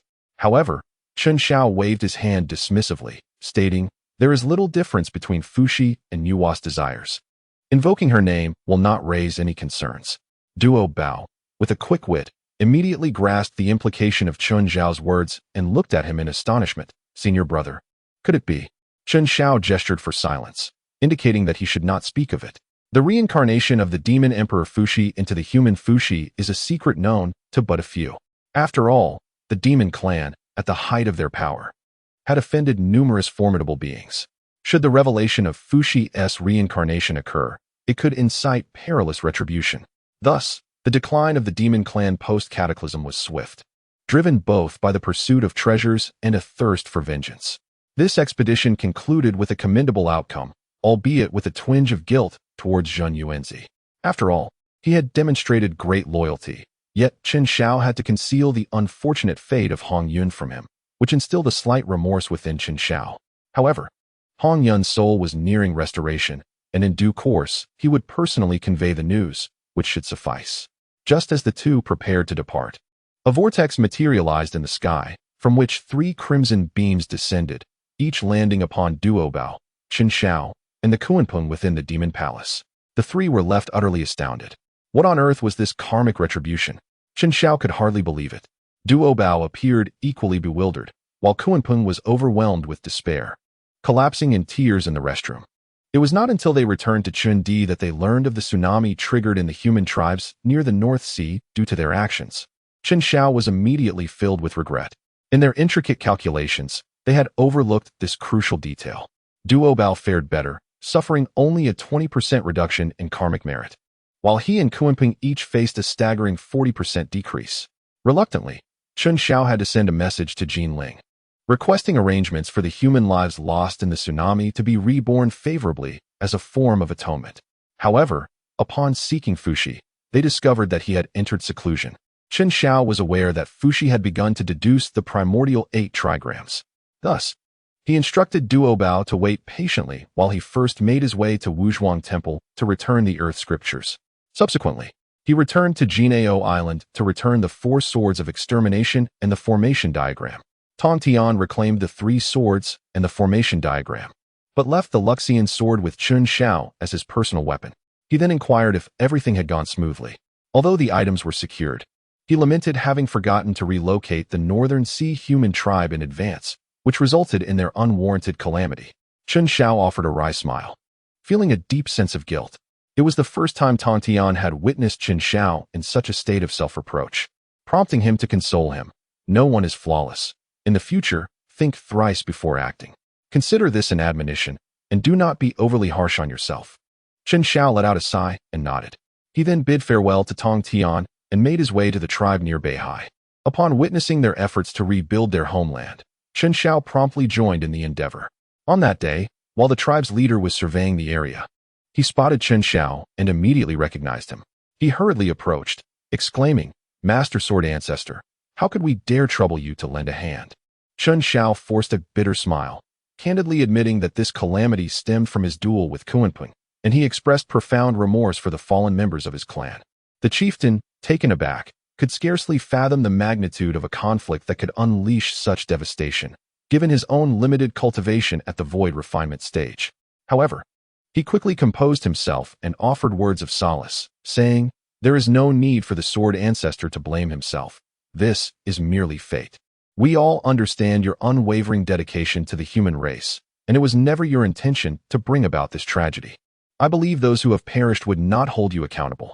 Yet, to dismiss his feelings of guilt was far from simple. "I will assist you in rebuilding our home. Perhaps this will alleviate my conscience," Qin Shao replied, shaking his head. He comprehended the reasoning, but the weight of his negligence, which led to the loss of so many lives, remained a heavy burden on his heart. Observing his distress, the chieftain refrained from further admonitions and joined Qin Shao in labor. A decade later, the tribes that had once been submerged by the tsunami regained their former vitality. In Qin Shao's heart, a sense of solace began to emerge. On that very day, Dao Bao also sent him a message, informing him of Fushi's emergence from seclusion. Upon receiving the news, Qin Shao promptly set forth towards Qin territory. As Qin Shao arrived, he noticed that Duo Bao had been waiting for quite some time. He stepped forward and said, "Elder brother, Fushi has shared with me that his understanding of the methods for humanity to seek fortune and avert misfortune is somewhat lacking. Do you possess any solutions?" Qin Shao chuckled and said, "Otherwise, what purpose do we serve by attempting to seize the river map and Luo book from Kunpeng?" At this moment, Duo Bao's eyes lit up as he recalled the existence of the river map and Luo book. Beyond their remarkable defensive capabilities, these artifacts possess a unique effect that other innate treasures lack. They assist individuals in comprehending the Tao, particularly in the context of Fushi's calculations of the innate 8 trigrams, which necessitate an observation of the celestial constellations. The river map and Luo book document the laws governing the movements of the heavenly bodies, perfectly aligning with his aspirations. Qin Shao presented the river diagram and the Luo book to Fushi, urging him to ponder deeply upon their significance. Fushi, in return, offered a respectful bow before once again retreating into seclusion. Meanwhile, Duo Bao gazed at Qin Shao with admiration and inquired, "Master brother, how did you discern that Fushi required this artifact?" Qin Shao, of course, would not declare his knowledge of the plot. Instead, he waved his hand enigmatically and remarked, "The secrets of heaven must not be divulged." From that moment on, Duo Bao became Qin Zhao's devoted admirer. After acquiring the river map and Luo book, Fushi successfully comprehended their teachings in merely 2 years. He subsequently named his discovery the Primal 8 trigrams. Following this naming, Fushi's eyes sparkled with brilliance, as he sensed that he had achieved a state of complete fulfillment.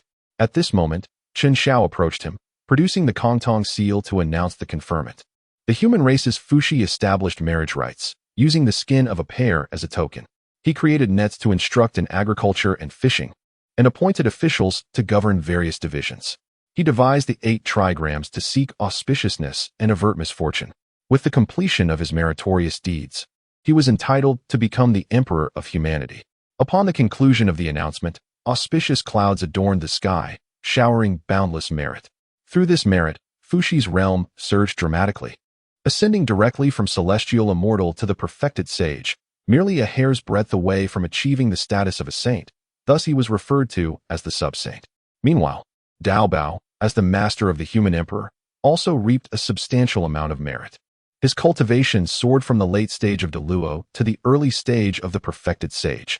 With the aid of a primordial spiritual treasure to sever the first corpse, he could attain the mid-stage of the perfected sage. Furthermore, he became the first disciple among the second generation of the Xianmen to achieve the status of a perfected sage. Ultimately, Qin Shao, having assisted Fushi, also received a portion of merit. After using it to offset his karma, he scattered the remaining merit among the tribes near the North Sea as compensation. Consequently, in the years to come, the human race in the North Sea region flourished, becoming a formidable backbone of humanity. Within the Bo Palace, Tong Tian gazed into the distance, rejoicing at Dao Bao's ascension to the perfected sage and feeling gratified by Chun Zhao's actions. With the ascension of the Heavenly Emperor, the Earth Emperor should soon emerge as well. He then sent a message to Jin Ling in the underworld, instructing her to find Chun Xiao and await the arrival of the Earth Emperor. After Chun Xiao conferred the title of Emperor upon the Celestial Sovereign, Fuxi regained his former memories. Upon first laying eyes on him, Fuxi was momentarily taken aback. He then presented the He Tu and Luo Shu to Chun Xiao, expressing his gratitude. "Thank you. Oh no, thank you for your assistance, esteemed master." Chun Xiao shot him a disapproving glance, then waved his hand and said, "I hereby bestow upon you the river map and the Luo book. From this moment forth, you shall be regarded as the Fuxi of the human race, and your ties with the demon tribe shall be severed. Henceforth, you must prioritize the interests of humanity." "I understand," Fuxi replied softly. At that moment, auspicious clouds once again appeared at the horizon, and a rainbow bridge descended gracefully before the three of them. A figure slowly descended from the bridge, and it was none other than Enhua. Chun Xiao and Duo Bao were the first to respectfully bow and say, "We have met with the esteemed Master Nuwa." Nuwa nodded slightly, then turned her gaze to the side at Fuxi, nervously uttering, "Brother?" Fuxi sighed at her words, and alongside Chun Xiao and Duo Bao, he performed the customary greeting, paying his respects to their ancestral master. This gesture left Nuwa momentarily stunned, as it signified Fuxi's resolve. Henceforth, there would be only the celestial sovereign Fuxi, and no other Shihuang of the demon race. Nuwa let out a wry smile and raised her hand to return Fuxi's companion spirit treasure, the Fuxi Qin, before vanishing from sight. Though the bond of brother and sister could never be rekindled, Nuwa found solace in the fact that Fuxi was still alive. By the banks of the Weishui River, there flowed a stream known as Jiangshui. The human tribe residing beside Jiangshui was called the Jiang clan. One of the women in the Jiang clan was named Rinci. On this day, as on any other, she ventured to the riverbank to check the traps she had set for any catch. Suddenly, a crimson light shot forth from the depths of the azure waters. Rinci quickly lifted her head and beheld a red-bearded divine dragon ascending into the air, its eyes radiating divine light that met her gaze. In that fleeting moment of connection, Rinci felt a stir in her heart, as if sensing something profound. She rubbed her eyes and steadied herself, looking again, only to find the water surface returning to its usual placidity. With a self-deprecating smile, she dismissed the incident as mere fatigue causing her to see things. After all, what divine dragon could there be, appearing without a trace? Rinci then returned to the tribe, her catch of fish abundant. However, 3 months later, she was suddenly beset by waves of nausea and persistent fatigue. Experienced women in the tribe immediately recognized the signs. Rinci was with child. This revelation sent the youthful Rinci into a state of panic. How could she be pregnant without ever having been with a man?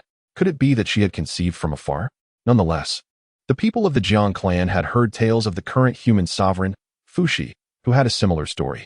After much deliberation, they decided to report the news upward. At the same time, Jin Ling happened upon Chun Xiao.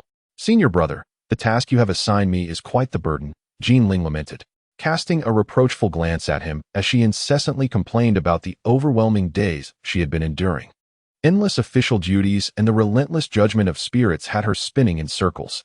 The only consolation was that merits continued to be bestowed upon her. Otherwise, she feared she would soon be driven to madness. Chun Xiao asserted with unwavering confidence, "Junior sister, how long have you been cultivating? This is merely a test I have devised for you.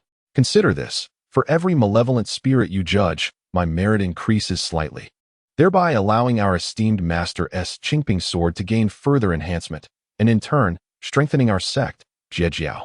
Hence, your arduous efforts contribute significantly to the advancement of Jiejiao, and you should feel a sense of pride in that."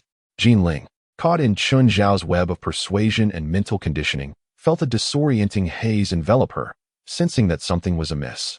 Yet, given her current state of mind, she found herself unable to articulate her doubts. Moreover, upon hearing that her efforts were for the benefit of Jiejiao, she was instantly reinvigorated. Although the disciples of Jie Jiao were diverse and varied, they shared a singular characteristic, an unwavering commitment to the sect, willing to sacrifice for its glory. Thus, Jinling soon embraced Chun Xiao's perspective, informing him that Tong Tian had sent her to seek him out. Chen Xiao was aware that Tong Tian was preparing for Di Huang. He promptly dispatched someone to inquire about any women who might have conceived from a distance. Within a few days, Chen Di received news sent by the Jiangshui tribe. The message indicated that Ren Si was indeed in such a situation, prompting him to immediately set off with Jin Ling to investigate. The Jiang clan. The arrival of Chen Xiao and Jin Ling captured the attention of the entire tribe. Honorable Sword Ancestor, we humbly request your esteemed presence. We have prepared a feast, and we hope it meets your approval. The tribal leader warmly welcomed them. Chen Xiao waved his hand with a smile and said, "Thank you for your hospitality, but let us first pay a visit to Ren Si." The leader readily acquiesced, guiding the two to Ren Si's residence. As they approached, a middle-aged woman emerged from the entrance. Upon seeing the leader accompanied by two guests, she promptly stepped forward to greet them. After acknowledging the leader, she inquired, "Who might these two be?" The leader introduced Chen Xiao and Jin Ling, and the middle-aged woman's expression transformed into one of astonishment as she hurriedly bowed, exclaiming, "I am honored to meet you, Sword Ancestor, Immortal Jin Ling. Please forgive my previous rudeness." This middle-aged woman was none other than Ren Si's mother. Ever since Fuxi reformed the marriage system, instances of children being unaware of their paternal lineage had become exceedingly rare. However, there remained a handful of scoundrels who deceived young women, evading their responsibilities.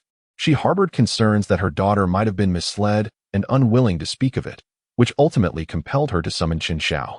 In such a scenario, their transgressions would be grave indeed. Chen Xiao sensed the unease of the middle-aged woman and gently reassured her, "There is no need to be so anxious. I have merely come to inquire about your daughter's well-being." Upon hearing Chen Xiao's kind words, the woman's tension eased considerably. "It is a privilege for you, esteemed Sword Ancestor, to visit my little girl. Please, follow me." After enduring 2 rounds of formal greetings, Chen Xiao finally beheld Ren Si in person, who appeared to be merely 18 or 19 years of age. At that moment, she looked at them with a hint of apprehension, while both Chen Xiao and Jin Ling noticed the faint purplish aura surrounding her, confirming their suspicion that she was indeed the incarnation of the Earth Sovereign. Chen Xiao smiled gently and reassured her, "There is no need to fear. The child you carry within you is destined to be the next sovereign of the human race. Just think, you will be the mother of the sovereign. Should this not bring you joy?" "Wu Wu is the future sovereign?" Ren Si asked, her voice tinged with uncertainty. "Indeed, that is correct," Chen Xiao affirmed. At this, both Ren Si and the middle-aged woman exhaled in relief. Chen Xiao then gestured towards Jin Ling, saying, "This is my junior sister, Jin Ling. During your pregnancy, she will take care of you and will also be responsible for the child's education." Jin Ling stepped forward, smiling warmly. "I wish to take the child in your womb as my disciple. Would you be agreeable to this, dear sister?" "As the junior sister of the Sword Ancestor, I naturally consent," Ren Si replied without hesitation. After all, Chen Xiao held immense prestige among the human race, and there was no reason for Ren Si to refuse his junior sister's request. Thus, Jin Ling settled in the Jiang clan during Ren Si's pregnancy. During this time, she also imparted some cultivation methods to Ren Si, helping to stabilize her physical form. This continued until the birth of the Earth Sovereign. Like Fuxi, the gestation period of the Earth Sovereign lasted a full decade. Thanks to Jin Ling's guidance and the nurturing provided by celestial materials, Ren Si maintained the appearance of a young woman in her late teens. Meanwhile, Yun Xiao had arrived at the Jiang clan a year in advance. As soon as Ren Si showed signs of labor, Yun Xiao swiftly took her back to her dwelling to assist in the delivery. 2 hours later, auspicious clouds appeared in the sky, accompanied by a descent of purple mist. However, Chen Xiao noted that this celestial phenomenon seemed even grander than the one that had occurred at the birth of Fuxi. Soon after, Yun Xiao emerged from the room, holding a wobbly child in her arms. The people of the Jiang clan were astonished, marveling at the fact that the newborn was already able to walk. Chen Xiao and Yun Xiao had long grown accustomed to such wonders. Yet, at the moment the child stepped outside, an unusual stirring occurred within the turtle shell belonging to Chen Xiao that he had placed in the northern sea. This compelled him to scrutinize the child more closely. "No wonder I could not locate the birth of the Xian turtle.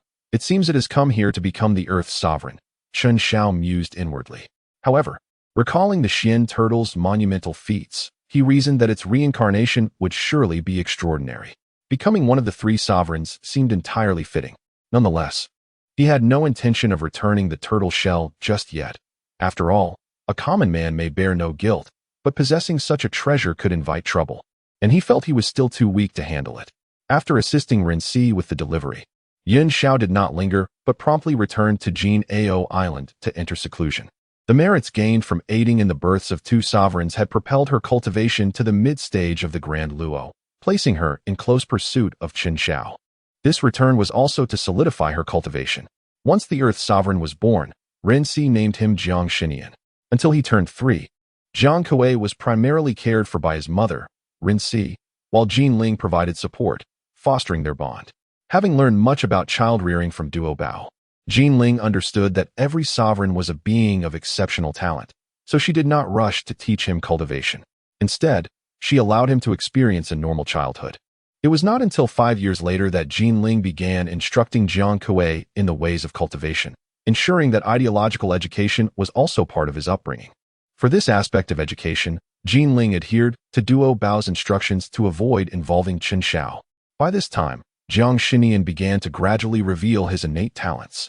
As his cultivation soared, he also developed a keen interest in researching various herbs and poisons, even testing them on himself. Had it not been for the protection of merit, Jin Ling would have had to rush to save him on numerous occasions.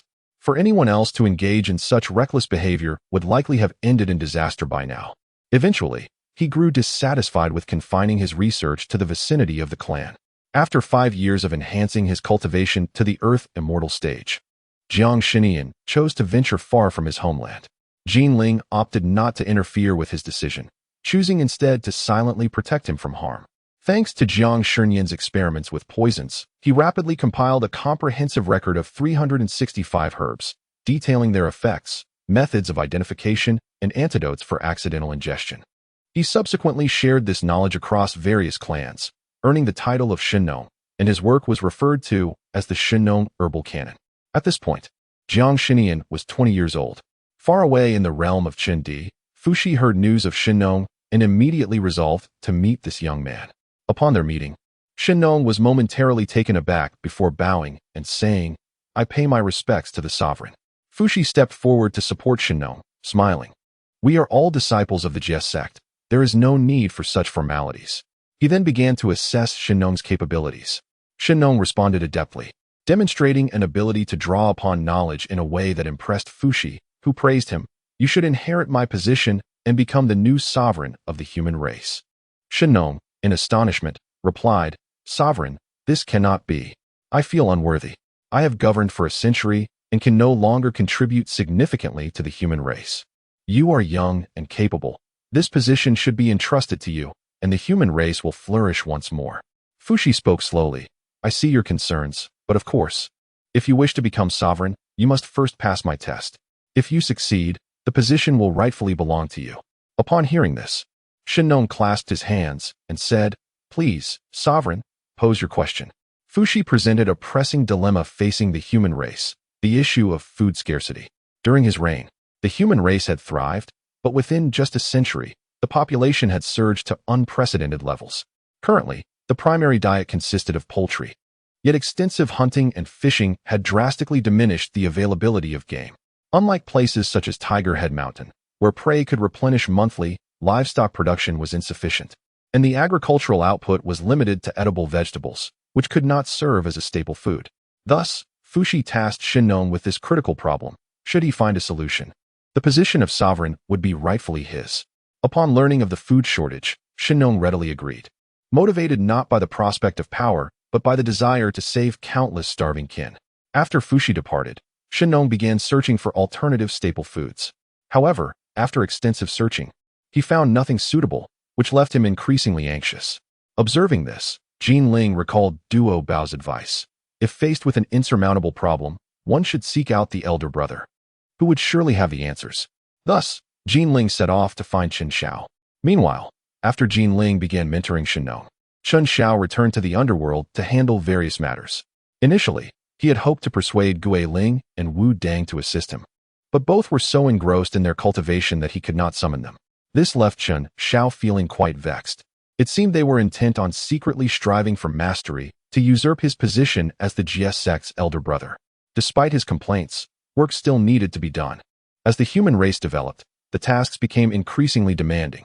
Mortals without cultivation often lived less than a century, leading to a surge in reincarnation requests. Fortunately, Ho-Tu had arranged for 5 kings of the Witch clan to assume their roles. Otherwise, relying solely on him would be an exhausting endeavor to manage such a multitude of tasks. While he was attending to his official duties, a radiant beam of golden light descended before him, swiftly transforming into a human figure. The visitor was none other than the Golden Spirit. Upon gazing at her, Chen Xiao was instantly overcome with tears. "Junior sister, have you come to assist your elder brother?" Jin Ling was taken aback by the sight of Chen Xiao, who appeared utterly drained, and promptly replied, "Elder brother, it is young Jiang Xinian who has encountered a dilemma. I have come to seek your counsel." Upon hearing these words, Chen Xiao felt instantly deflated, yet he could not disregard the matter at hand. With a sense of helplessness, he uttered, "Please, go ahead." After listening to Jin Ling's account, Chen Xiao began to reminisce. He recalled a seemingly avian creature that had cast the colorful 9-ear grain before Fuxi, ultimately leading him to cultivate the 5 grains. As for the 9-ear grain, it appeared to be the essence of the wood element, akin to what is now known as the ginseng fruit tree that has come to fruition. Chen Xiao sighed, acutely aware that he was about to impose upon Zhen Yuanzi once more. Despite his thick skin, he felt a twinge of reluctance to continually trouble someone. However, confronted with the towering pile of official documents, he resolved to seek assistance. Principles could be cast aside for the moment. "Junior sister, I have a solution for this matter. Please cover for me while I take care of it," he declared, and in an instant, Chen Xiao vanished without a trace, leaving Jin Ling to stand bewildered before the mountain of paperwork. Elder brother, having successfully extricated himself from the burdensome duties, Chen Xiao soared once more towards Wuzhuang Temple. Upon sensing his arrival, Zhen Yuanzi promptly emerged to greet him. "My dear brother, do you require my assistance with urgent matters this time?" Zhen Yuanzi inquired, his smile warm and inviting. Upon hearing this, Chen Xiao's face flushed with embarrassment, realizing that he had inadvertently provided someone with experience. After scratching his head, he shyly confessed, "I do have a matter I wish to trouble you with, esteemed elder." "Speak freely, dear brother. I am entirely at your service," responded Zhen Yuanzi with a magnanimous demeanor. "I require the assistance of the ginseng fruit tree to help cultivate a multicolored 9-spike grain to address the food crisis facing humanity. I wonder if you might assist me in this endeavor." "That is a simple task." Zhen Yuanzi waved his hand dismissively, then turned to the ginseng fruit tree and admonished, "Why are you standing there idle? Hurry and produce it. Can't you see my brother is in urgent need?" The ginseng fruit tree, feeling somewhat dejected, thought, "So, love can indeed fade away." Yet it had no choice, as it was bound to Zhen Yuanzi as his accompanying spiritual root, and thus complied obediently. Subsequently, the ginseng fruit tree gently trembled, emitting a verdant glow that transformed into a kaleidoscope of colors coalescing in front of it, manifesting as a 9-spiked grain. Zhen Yuanzi effortlessly summoned it to him and presented it to Chen Xiao. After the ginseng fruit tree had completed the task, it appeared somewhat wilted, clearly exhausted from expending its essence. This made Chen Xiao feel a twinge of guilt in accepting it. "Perhaps, esteemed elder, you might desire something in return? Accepting this feels somewhat inappropriate. Are we truly so formal with one another? Quickly accept it and go aid humanity," Zhen Yuanzi insisted, pressing the 9-spike grain into Chen Xiao's hands and giving his shoulder a reassuring pat. The ginseng fruit tree observed this scene with a heavy heart, contemplating, "Thus, love may not vanish, but it can indeed shift." Chen Xiao cast a remorseful glance at the ginseng fruit tree, expressing his intent to bring some fertilizer next time to provide it with nourishment. He then bid farewell to Zhen Yuanzi and departed from Wuzhuang Temple.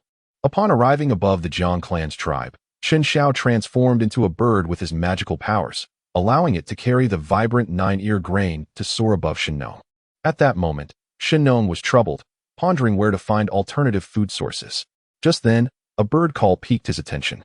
As he looked up, a stalk of 9-ear grain gently descended before him. Shinnong reached out to catch it, and the grain immediately split into 5 varieties: rice, millet, broomcorn, wheat, and beans. Curiously tasting a morsel, Shinnong's eyes sparkled with delight. Full and slightly sweet, this was indeed the perfect substitute. Shinnong promptly designated the 9-ear grain as seeds and experimented with various methods to cultivate them. After a year of diligent effort, he discerned the appropriate seeds for different soil and climate conditions, successfully yielding a vast expanse of crops. He named these 5 grains the 5 staples and distributed them among the tribes. Within just a year, the food crisis was resolved. Seeing this, Fushi felt immense satisfaction and approached Shinnong, indicating that he had passed the test and had decided to confer the position of co-lord upon him 1 year later atop Mount Tai. This time, Shinnong did not decline but accepted the honor directly. Thus, a year later, at the summit of Mount Tai, the two bathed in incense, set up an altar for worship, and prayed to heaven and earth. Below, the leaders and officials of various human tribes gazed up at the two figures with expressions of excitement. Shinnong, known as Jiang Shinian, authored the Shinnong Benchao Jing to alleviate the suffering of the masses and discovered the 5 staples to resolve the human food shortage, his merits boundless. Thus deemed the next co-lord. Fushi solemnly proclaimed this and entrusted Shinnong with the jade seal symbolizing co-lordship, completing the handover. Afterwards, Fushi relocated to Huiyun Cave to watch over humanity alongside the 3 ancestors, while Shinnong embarked on a new phase of reform.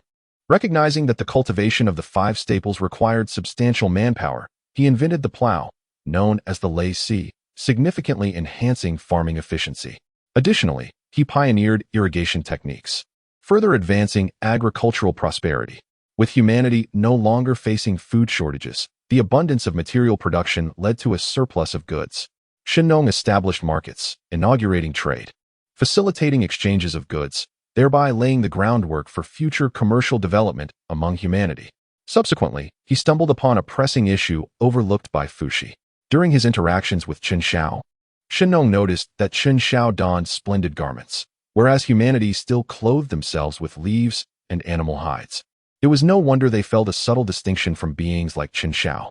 Upon realizing this, Shinnong taught the people to cultivate mulberry for fabric, thus providing them with proper clothing. This marked a significant step for humanity from a primitive society towards a civilized one. Thanks to Shinnong's series of initiatives, the fortune of humanity surged once more. Jane and Juanti, observing the flourishing human race, could not help but shed tears of envy. Brother, I believe we should turn our attention to humanity. If we can successfully propagate our teachings here, the flourishing of the Western lands will not be far off, Juanti proposed. I share your sentiment. We can seize this opportunity to promote the teachings of the West during this calamity, Jane agreed.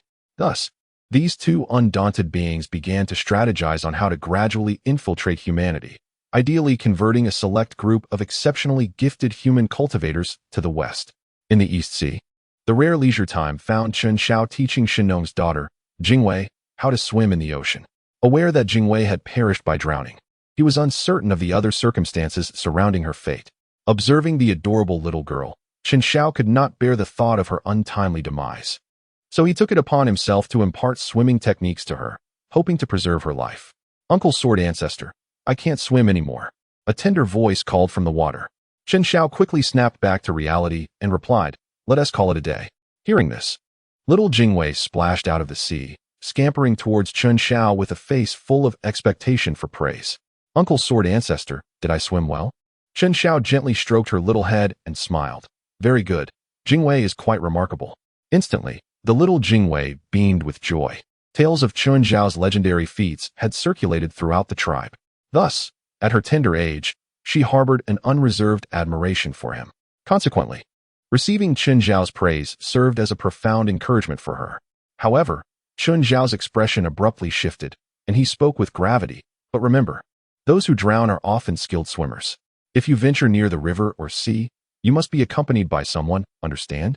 The little Jingwei nodded in acknowledgement. Just as they were about to depart, a massive whirlpool suddenly surged to the surface of the sea. A creature emerged, its head flattened and resembling a dragon. Yet it bore closer resemblance to a beast, akin to a lion. It sported a pair of horns atop its head, and its body, legs, and tail were adorned with dragon scales. As it broke through the surface, a small tsunami was generated in its wake. Chen Xiao immediately shielded Jingwei behind him, channeling his mystical energy to thwart the advancing waves. After securing Jingwei in a safe location, he soared into the sky, brandishing his sword and bellowing. What manner of creature are you? How dare you stir chaos upon the territory of humankind? as if mankind possesses no cultivators. It is hardly surprising that Chen Xiao was filled with rage. He had once caused a tsunami himself, leading to the demise of numerous kin. Encountering such a calamity once more, and knowing it was artificially instigated, ignited a fierce indignation within him. He surmised that Jingwei must have perished in this very tsunami. Thus, from any perspective, this creature could not be spared today. The enigmatic being regarded Chen Xiao with disdain, its eyes brimming with arrogance. What of it if I incite storms? I am of the noble dragon lineage. The death of a few is of no consequence. Chen Xiao stood momentarily stunned, then erupted into laughter. Ha ha! You claim to be of the dragon clan? With that appearance, neither dragon nor demon, you must surely be a mongrel. The unknown creature, incensed by his words, roared, Human! You seek death. It then unleashed a torrent of high-pressure water. Chen Xiao, anticipating this, swiftly altered his footing, evading the onslaught like a wraith. The water crashed against a massive boulder behind him, shattering it to pieces. Oh, little mongrel, your aim is quite poor, Chen Xiao continued to taunt. The creature, now thoroughly enraged, lunged at him with its colossal form. Yet, Chen Xiao remained unperturbed, swiftly forming hand seals, summoning a golden light shield before him. The creature collided with the shield, rebounding violently. Golden immortal ant, not even a husky, yet you dare to act so brazenly before me. Your audacity is impressive.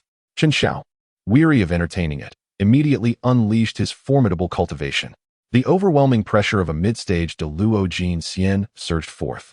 The unknown creature was taken aback. Moments earlier, Chen Xiao had not revealed his prowess, and considering that, aside from the three ancestors and Fu Shi, the human race had no other Tai Jin Xian. It instinctively assumed that its opponent was merely a local or celestial immortal. Where did this de Luo Jin Xian emerge from? Realizing the gravity of the situation, it felt as though it had encountered an insurmountable obstacle. Thus, it attempted to flee into the depths of the sea. However, having offended the master, it was naive to think it could escape. Chen Xiao would not allow such an indulgence. Swiftly drawing the El Xian sword, he unleashed a blade of energy that severed its tail. The creature howled in agony, feeling the excruciating pain of its severed appendage, compounded by the relentless sword energy wreaking havoc within its body. It promptly lost its combat capability and plummeted into the ocean. When it regained consciousness, it was met with a horrifying sight that would haunt it for a lifetime. Before it stood Chen Xiao and Jingwei, huddled around a fire, fanning the flames. Suspended above the fire was none other than its own severed tail. Uncle Sword Ancestor, is it ready yet? I am famished, Jingwei inquired. Her eyes fixated on the cooking tail, her lips glistening with drool as she wiped them eagerly. Almost there, almost there. Such a substantial piece requires a bit more time to roast thoroughly. Chen Xiao leisurely waved the fan in his hand, while adding the prepared seasonings to the meat. Before long, a tantalizing aroma wafted across the entire beach, making it impossible for the nearby Jingwei to contain her drool. After Chen Xiao sliced off a piece of meat and offered it to the gluttonous creature, he noticed that the mysterious being had awakened. He then cut another piece and approached it with a sinister grin, saying, Oh, the little mongrel is awake. Do not worry, I shall not kill you just yet. After all, your size makes you prone to spoilage if you perish. I will wait until the time is right to slice off another piece for roasting. The creature's pupils widened, filled with sheer terror. Was this truly the language of humans? Hadn't it been said that the human race was compassionate, that any human would feel pity or sympathy when taking a life, even halting their assault? Yet, this individual seemed to possess a cruelty surpassing that of the fiercest beasts. You cannot kill me. I am the son of the Dragon King of the East Sea. Should you take my life, you would be declaring war on the entire dragon clan. The mysterious being trembled as it spoke. Chen Xiao raised an eyebrow. Although I have never encountered the son of the Dragon King of the East Sea, I am aware that he is indeed a dragon. Who, then, are you? A flicker of resentment flashed in the eyes of the mysterious creature, and with a hint of melancholy, it replied, My mother is a toad. Hence my bloodline is not pure. A toad? Isn't that akin to a crocodile? What do you call yourself? Chen Xiao suddenly recalled a saying, speaking with uncertainty. My name is Gongfu. The creature answered candidly. Upon hearing the name Gongfu, Chen Xiao felt a sense of certainty. Besides the Prince of the East Sea, Ao Guang had sired other dragon offspring with various beings. It is said that a dragon begets 9 offspring, each distinct from the others. Gongfu is one of these 9. Known for its affinity for water, also referred to as the water-avoiding beast. Its likeness is often carved into stone statues placed along riverbanks, believed to pacify the waters and prevent floods from ravaging the land. Chen Xiao stroked his chin and coldly inquired, "Why did you conjure a tsunami upon the sea? What is your intention?" The serpent spirit stammered softly, "I delight in playing with water. This place is usually devoid of human presence. I was unaware that a celestial being graced this location today. I humbly beseech you to spare my life." Chen Xiao stroked his chin, realizing it was indeed an unexpected turn of events. However, having apprehended his target, it was uncharacteristic of him to simply let it go. He promptly declared, "I may spare your life, but while the death penalty can be evaded, the punishment of living cannot be escaped. Henceforth, you shall remain within the human realm, overseeing the various rivers and safeguarding our kind." Upon hearing this, the creature's spirit deflated instantly. Being inherently restless, the notion of guarding rivers was a torment to him.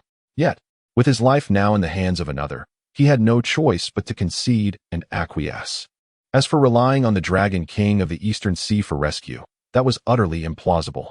He had once yearned to return to his ancestral roots, but was turned away due to issues of appearance and lineage. His earlier intention was merely to invoke the Dragon King's name, to instill fear in Chen Xiao. Chen Xiao was well aware of the thoughts of Gong Fu, and he promptly responded, "Do not feel wronged. The human race is destined to be the primary protagonist of the heavenly land in the future, and the duty of safeguarding humanity is not a privilege bestowed upon just anyone. Moreover, I am the foremost disciple of the Jie sect.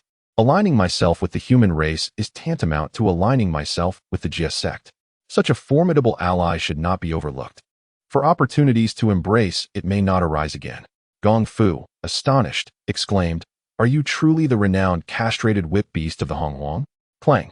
Chen Xiao replied, "I am Chen Xiao, the sword ancestor of the human race. As for the castrated whip beast, today I shall administer a small punishment as a warning." Chen Xiao slowly wiped the blood from his sword and spoke with a calm demeanor. Gong Fu, overwhelmed with emotion, shed tears. Lamenting the irony of the term small punishment, this title was not of his choosing. He had merely heard of it. After Chen Xiao released Gong Fu and tended to his injuries, the latter immediately dove into the river of the human tribe, surveying the waters. After all, Chen Xiao spoke the truth. Associating with the human race not only offers merit, but also the support of the Jie sect. Previously, due to his identity and image, he had been ridiculed by other dragons. Now, Gong Fu was determined to see if they dared to laugh in his presence again. With Gong Fu guarding the river, incidents of drowning among the human race significantly diminished. Upon learning of this, Shenong ordered the tribes along the riverbanks and coasts to erect statues of Gong Fu, allowing him to bask in the incense of the human race. From that moment on, whenever the humans went fishing or gathered at the seaside, they would perform ceremonies in his honor. Gong Fu wholeheartedly safeguarded the human race, and in turn, he enjoyed their merits and shared in their fortune, leading to a remarkable surge in his cultivation, as he directly broke through to the Tai Golden Immortal level, rivaling the Prince of the East Sea. In no time, he felt nothing but gratitude towards Chen Xiao. After all, it was merely a severed tail and a whip. Gong Fu humorously suggested that if Chen Xiao desired, he could deliver a whip to him daily, even more devotedly than a loyal hound. The scene of Gong Fu pledging allegiance to the human race and being subdued by Chen Xiao did not escape the notice of the Yiksha patrolling the seas, who hurried back to the East Sea Dragon Palace to report the events. In the East Sea Dragon Palace, the East Sea Dragon King Ao Guang sat in his seat of authority, his expression grave as he inquired, "You say Gong Fu has allied with the human race?" The Yiksha knelt, bowing his head as he affirmed, "Yes, I witnessed it with my own eyes." At that moment, the third prince of the East Sea, Ao Bing, stepped forward and said, "Father, Gong Fu's alliance with the human race tarnishes our Dragon Clan's reputation. I request permission to retrieve him." "Absolutely not, my king. This is a matter we must not pursue," interjected the Turtle Prime Minister, alarmed. Ao Bing, dissatisfied, retorted, "What is wrong with that? Gong Fu possesses dragon blood. Aligning himself with such a weak race only invites mockery from the other dragon clans." Ao Guang questioned, "What Ao Bing says bears some truth. Do you have anything to add?" The Turtle Prime Minister quickly knelt, stating, "My king, though Gong Fu's actions may damage the Dragon Clan's dignity, he is the foremost disciple of the Jie sect. If we attempt to capture him, what will happen when the Jie sect comes knocking?" After a moment of silence, Ao Bing replied, This is a matter concerning our dragon clan. The heavenly saint is reasonable and should not pose a threat. The turtle prime minister sighed. While the heavenly saint may be reasonable, the GSX's elder brother is not. I have heard that when the demon race pursued him for merely a month after his birth, he turned their entire race upside down. Then, the turtle prime minister looked at Ao Bing with a weighty expression and said, "Your Highness, you wouldn't want to be wielding a whip when you step out in the future, would you?" Ao Guang murmured. Ao Bing replied, "Very well, let this matter rest. No race shall trouble Gong Fu. If anyone disobeys, they will be expelled from the Dragon Clan," declared Ao Guang. The Dragon Clan had already faced considerable hardship due to the calamities of the Dragon Han, leading to deep karmic debts and their fall from grace in the heavenly land, making their survival exceedingly difficult. Offending the Jie sect or the heavenly saint could still be addressed with apologies, but offending Chen Xiao, this harbinger of disaster, could lead to dire consequences. If one day Chen Xiao were to ascend to quasi-sainthood, even the Dragon King might find himself begging for mercy. Suddenly, Ao Guang had a thought and spoke. "Turtle Prime Minister, go to the human race and inform Gong Fu that I shall restore his dragon identity, and he shall receive offerings equivalent to that of the prince each year." Upon hearing this, Ao Bing immediately protested, "Father, what merits does Gong Fu possess to receive offerings equal to mine? He is but a hybrid. What do you know? If we can connect with the Jie sect through Gong Fu, it will all be worthwhile," Ao Guang replied coldly. Since the Dragon Clan had withdrawn from their prominent position, they had often been bullied, especially by the shameless saints of the West, who stealthily converted 8 true dragons into the 8 heavenly dragons of the Western sect. The true dragon bloodline is exceptionally pure. Even if not utilized, it could contribute to the clan by serving as a breeding dragon. Losing 8 dragons was a severe blow to the clan, yet they dared not voice their anger. After all, remaining unascended left them as mere ants, and ultimately, they had to swallow their grievances. Reflecting on the glory of the Dragon Clan in the past, they now found themselves in a dismal situation, easily bullied by others. To escape this predicament, they required a powerful ally, and the Jie sect was the optimal choice. The egalitarian principles of the sect attracted numerous beings across the Hongwang, prompting many to join its ranks. The Chan sect was not an option. They would likely be expelled upon stepping foot on Kunlun Mountain, as Yuan sure abhorred creatures adorned with fur and horns. The subsequent Huang Long was only accepted due to his immense merit in assisting Yu the Great with flood control. However, should the Dragon Clan join the Jie sect, they would merely become one of the many outer disciples, failing to gain the attention of Tongtian.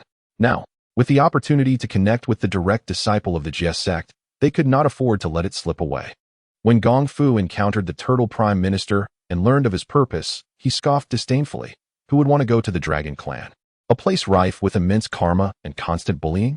I'd rather patrol among the humans, where I can earn merit and find solid support. Off you go. I need to check on the Earth Sovereign's enfeefment. The Turtle Prime Minister, in a difficult position, said, "Your Highness, I understand your anger, but you are, after all, a member of the Dragon Clan." "Who says I am of the Dragon Clan? Ao Bing constantly calls me a hybrid, unworthy of the title dragon," Gong Fu retorted indignantly. This was also why he was quick to anger when Chen Xiao referred to him as Little Hybrid. His experiences in the ocean had evidently been quite stifling. Without further regard for the Turtle Prime Minister, he shot out of the river and soared towards Mount Tai. The Turtle Prime Minister watched Gong Fu disappear into the distance and sighed before returning to the Dragon Palace to report. On Mount Tai, Shinnong knelt before the altar, solemnly regarding Chen Xiao and Jinling. Since the onset of his governance, Shinnong's Divine Farmer's Herbal Classic had disseminated throughout the human race, extending their average lifespan. Coupled with various reforms, he laid a solid foundation for humanity's transition from primitive to civilized society, soon achieving complete merit. It must be said that the reincarnation of the Black Tortoise from the North Sea was indeed blessed, as everything he undertook proceeded smoothly. Far simpler than the endeavors of Fuxi in the past. At that moment, Chen Xiao, holding the Kongtong seal, floated gently into the air and addressed Shinnong. "Shinnong Jiang Shinian, creator of the plow and hoe, cultivator of the 5 grains, alleviator of the human race's food crisis. You established markets and promoted tribal development, transforming hemp into fabric for the people's garments. Crafting pottery enhances life. Tasting myriad herbs extends the lifespan of humanity. Now, as the merits are fully realized, one shall ascend to become the Earth Emperor. The The Kongtong seal radiates a brilliant golden light, illuminating the figure of Shenong. Celestial clouds appear in the sky, showering boundless merits upon him. In that fleeting moment, Shenong's cultivation swiftly ascends to the level of a lesser saint, while Jinling follows suit, advancing to the threshold of sanctity. A resounding dragon's roar reverberates through the heavens, prompting all to gaze upwards. They behold the majestic Zhong Miao spiraling through the air, exhaling a mist that gradually forms into a rainbow, a tribute to honor Shenong's ascent to the Earth Emperor. At Kunlun Mountain, within the Jade Void Palace, Yuan Shi observes the enthronement ceremony atop Mount Tai and speaks slowly. The Earth Emperor has been conferred. Now the human emperor must emerge. Guang Qingzi, disciple, is present. Guang Qingzi steps forward, clasping his hands in respect. At this moment, Guang Qingzi has shed the shadows of his past abduction, radiating vitality and vigor. Remarkably, due to an elevation in his mindset, he has successfully broken through to the late stage of Deluo. Should Chun Shao become aware of this, he would undoubtedly seek some benefits, for abduction is indeed a skilled endeavor. Without his intervention, could Guang Qingzi have ascended to the late stage of Deluo so early? Seated in the foremost position, Yuan Shi gazes at Guang Qingzi, his eyes brimming with satisfaction. Truly, he is Yuan Shi's disciple, blessed with profound fortune, each one a true immortal of virtue. He then speaks gently. You shall serve as the master of the human emperor. Nurture him well. When he completes his merits, you shall surely ascend to the ranks of the quasi-saints. Guang Qingzi kneels in gratitude, saying, Thank you, master, for your immense favor. I shall not disappoint.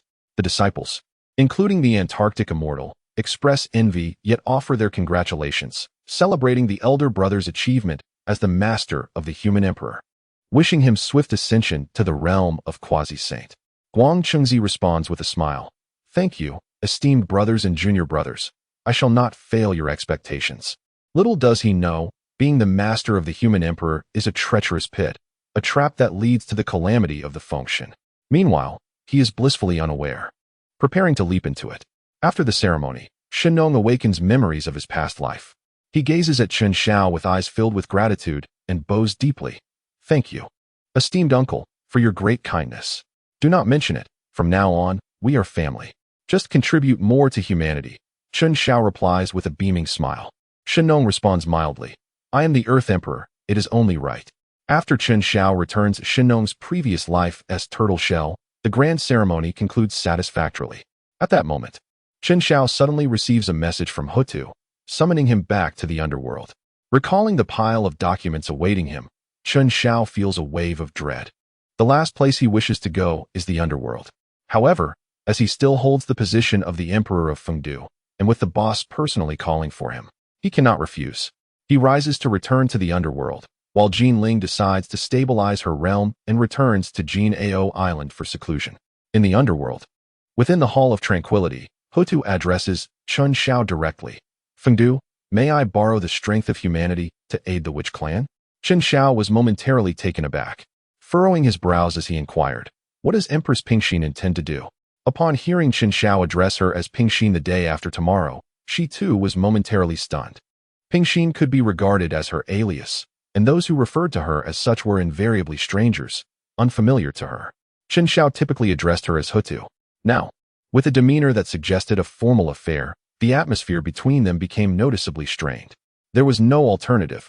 Observing Hutu's expression, it was evident she intended to devise a scheme concerning humanity, compelling him to exercise caution.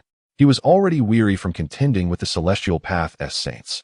If he were to contend with an earthly path saint as well, he would have to contemplate the dire possibility of leading humanity to annihilate the primordial chaos, ensuring that none would thrive. Chun Zhao's thoughts were completely perceived by Hutu, who sighed and said, There is no need for such apprehension. I merely wish for the Wu clan to return to the primordial world, not to scheme against the fate of humanity. Upon hearing this, Chun Shao exhaled in relief and casually replied, Goddess Hutu, could we not speak in one go? You have my heart racing uncontrollably. Hutu shot him a glance and responded slowly. Pray tell, can the Wu clan indeed rely on the strength of humanity to return to the primordial world? Yes, they can reincarnate as humans. Humanity is a remarkably inclusive race. I recall a tribe named Jiuli, which emerged from the intermarriage between the Wu clan and humanity during their time in the primordial world. We can arrange for the Wu clan members to reincarnate as members of the Jiuli tribe, Chen Xiao stated nonchalantly. Hotu nodded and solemnly remarked, I share your thoughts, yet I also desire for one among the Wu clan to achieve the status of a human emperor, akin to Fu Shi. This would provide the utmost assurance for the Wu clan, but the consequence of that would be the extinction of the Jiuli tribe, leaving the Wu clan with no chance of returning to the primordial world. Chen Xiao replied with calm deliberation. What did you say? Hotu was taken aback by Chen Xiao's words, astonished that Fu Shi, once the emperor of the Yao clan, could attain the rank of human emperor, while the Wu clan could not. Chen Xiao slowly began to elucidate. The heavenly principles do not permit it. Thus, the third human emperor's reign of slaughter has compelled the various tribes of humanity toward a preliminary unification. This necessitates a target to facilitate the advancement, and the Jiuli tribe serves as this sacrificial pawn. Therefore, the human emperor could never manifest in Jiuli. The Battle of the Deer, a fierce struggle between the two great human emperors, has rendered the Jiuli tribe nearly desolate, with only 1 in 10 households remaining. The Jiuli people, bearing the bloodline of the Witch clan, have been nearly exterminated. Apart from their name, they bear little connection to the Witch clan any longer. Why does the heavenly principle treat the Witch clan with such disdain? Hotu exclaimed with indignation. Chen Xiao sat cross-legged, resting his chin in a nonchalant manner as he remarked, Because it is meant for you, Lady Hotu. Me? Chen Xiao nodded earnestly and remarked, The ultimate purpose of the heavenly Tao is to seize dominion over the entirety of the primordial realm, of which you are the predetermined saint of the earth. During the calamity of the witch and demon, it could have suppressed you and usurped a significant portion of the authority. However, your premature awakening of the earthly Tao has momentarily halted its advance. It was only in the underworld that Chen Xiao dared to speak so freely. Uttering such words outside would have resulted in immediate annihilation by the divine thunder of Zixiao. Are you suggesting that the calamity of the witch and demon was instigated by the heavenly Tao? Hotu inquired, astonished. Chen Xiaoye reclined more audaciously, even lying sideways on the ground, languidly remarking, The calamity of the ages is inevitable. However, it need not result in the complete annihilation of both clans, at most. It will lead to mutual destruction. Have you not noticed that your authority over the primordial world has significantly waned? Although Hotu awakened the underground passage prematurely, since the demise of the 11 ancestor witches, there has been a pervasive melancholy, rendering them disinterested in contention. This has allowed the heavenly Tao to seize the opportunity to vie for dominion over the primordial world. Thus, it is a calculated scheme, merely a matter of how much one can gain. The conclusion of the calamity between the witches and the demons is ultimately aimed at undermining Hotu's resolve. Why did you not inform me sooner? Hotu glared at Chen Xiaoye with discontent. Chen Xiao felt extremely wronged at that moment. He straightened his posture and said with indignation, I do wish to speak, yet each time I enter, you desire silence, and I am not the one calling for tranquility. The corners of Hotu's mouth slightly twitched as she took a deep breath and inquired, Do you have a solution?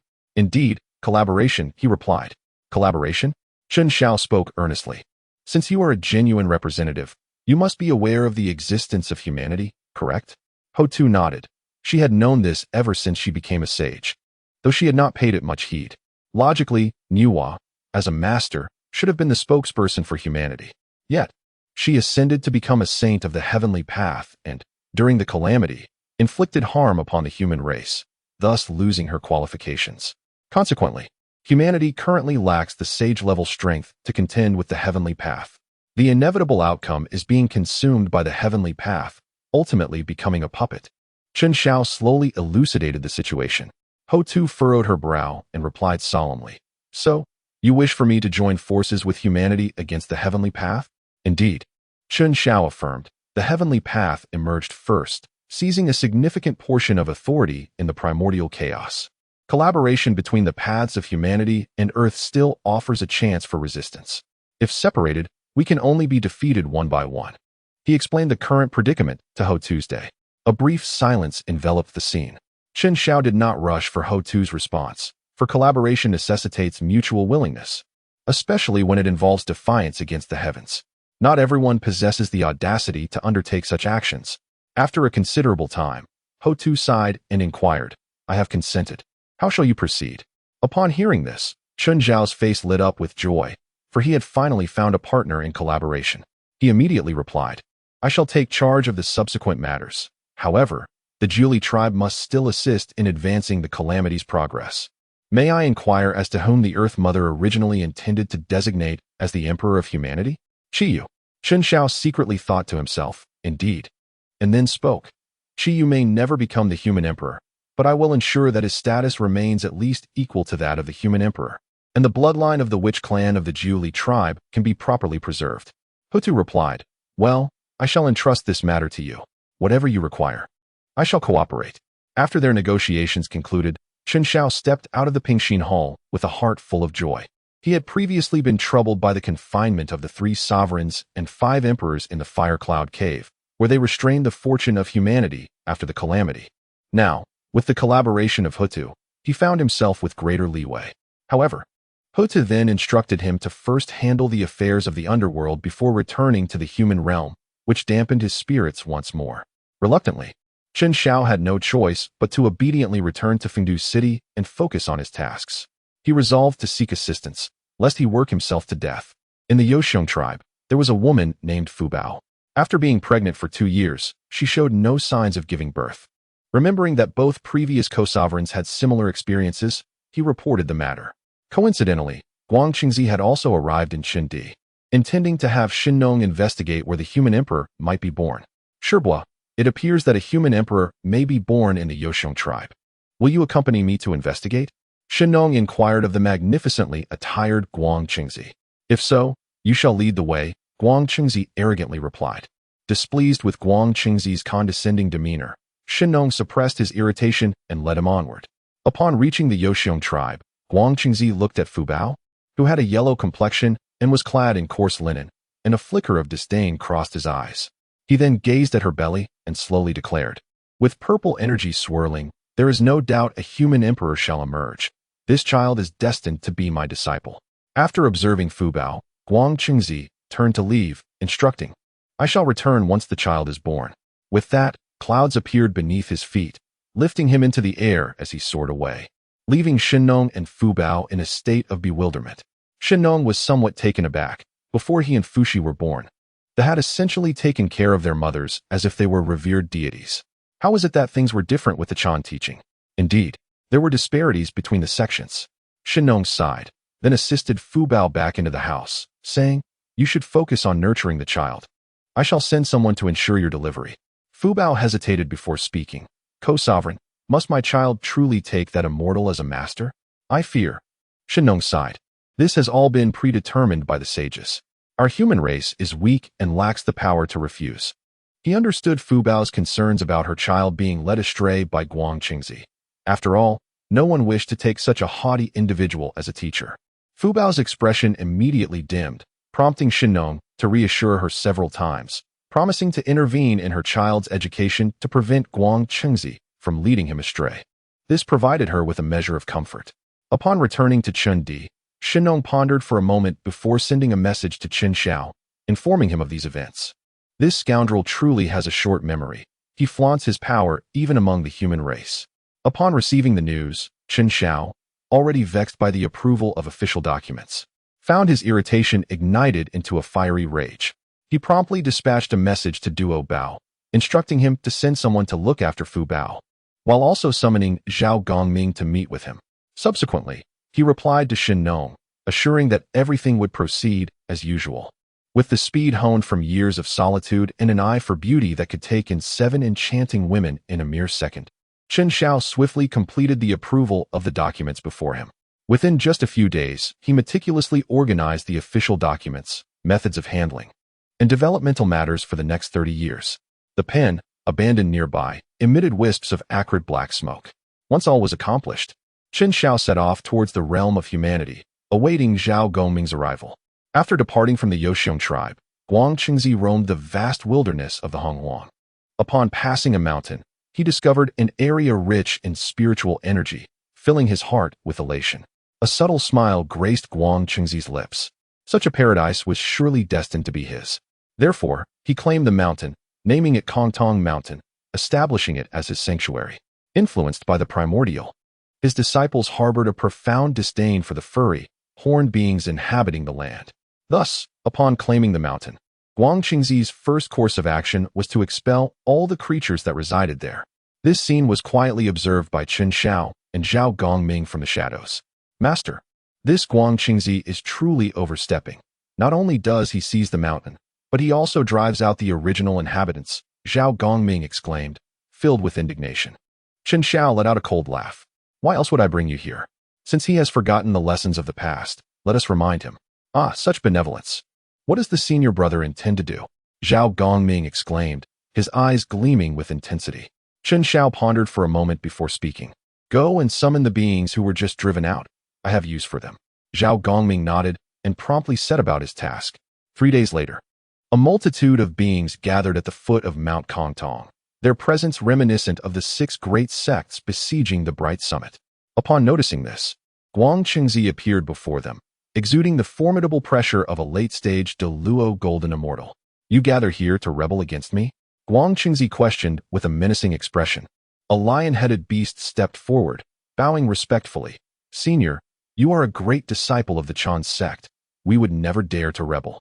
At these words, Guang Qingzi's demeanor softened slightly, his vigilance easing.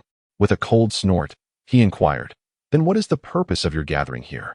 We seek to request the senior to allow us to settle under your revered domain, and we present this treasure as a token, the lion demon said, holding a box and approaching Guang Qingzi with a demeanor of utmost humility. What is this? Guang Qingzi asked. We do not know what it is, only that it is an innate spiritual treasure. We wish to exchange it for a place to reside. We hope the senior will grant our request.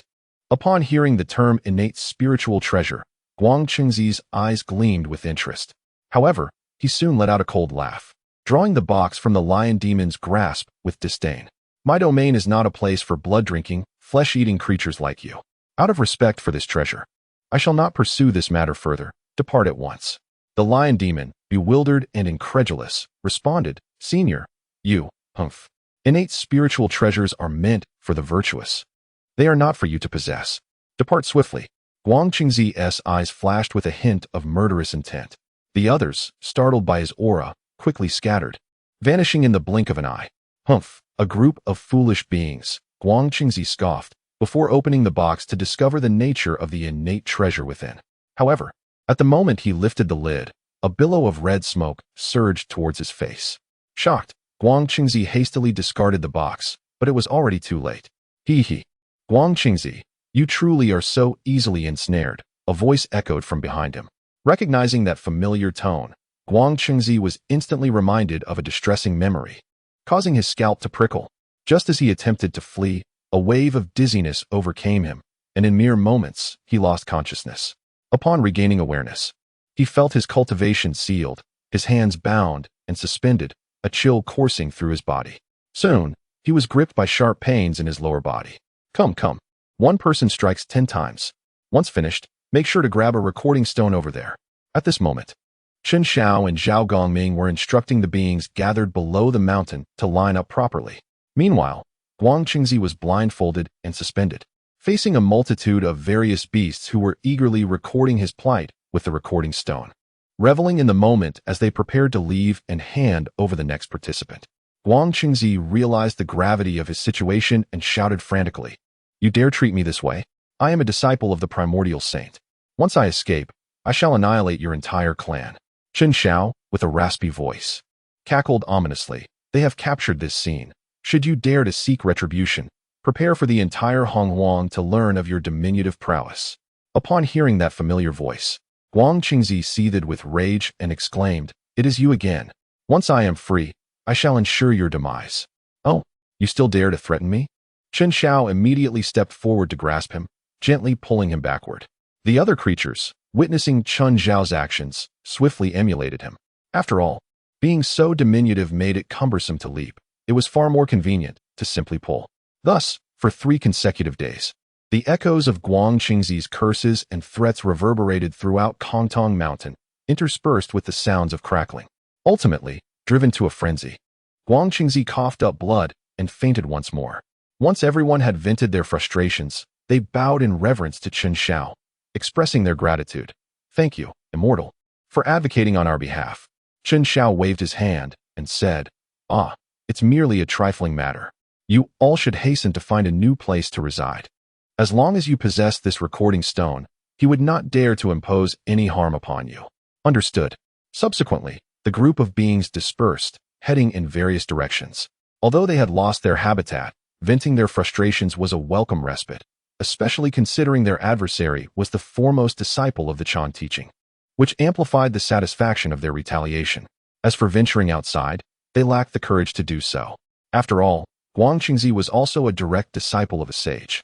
Leaving behind evidence, as Chen Xiao articulated, was merely a means of ensuring their survival. In the primordial realm, reputation took precedence over all else. Possessing such leverage allowed them to continue their existence with a clear conscience. Moreover, Chen Xiao crafted soul tokens for them, ensuring that in times of peril, word would spread far and wide, significantly safeguarding their lives.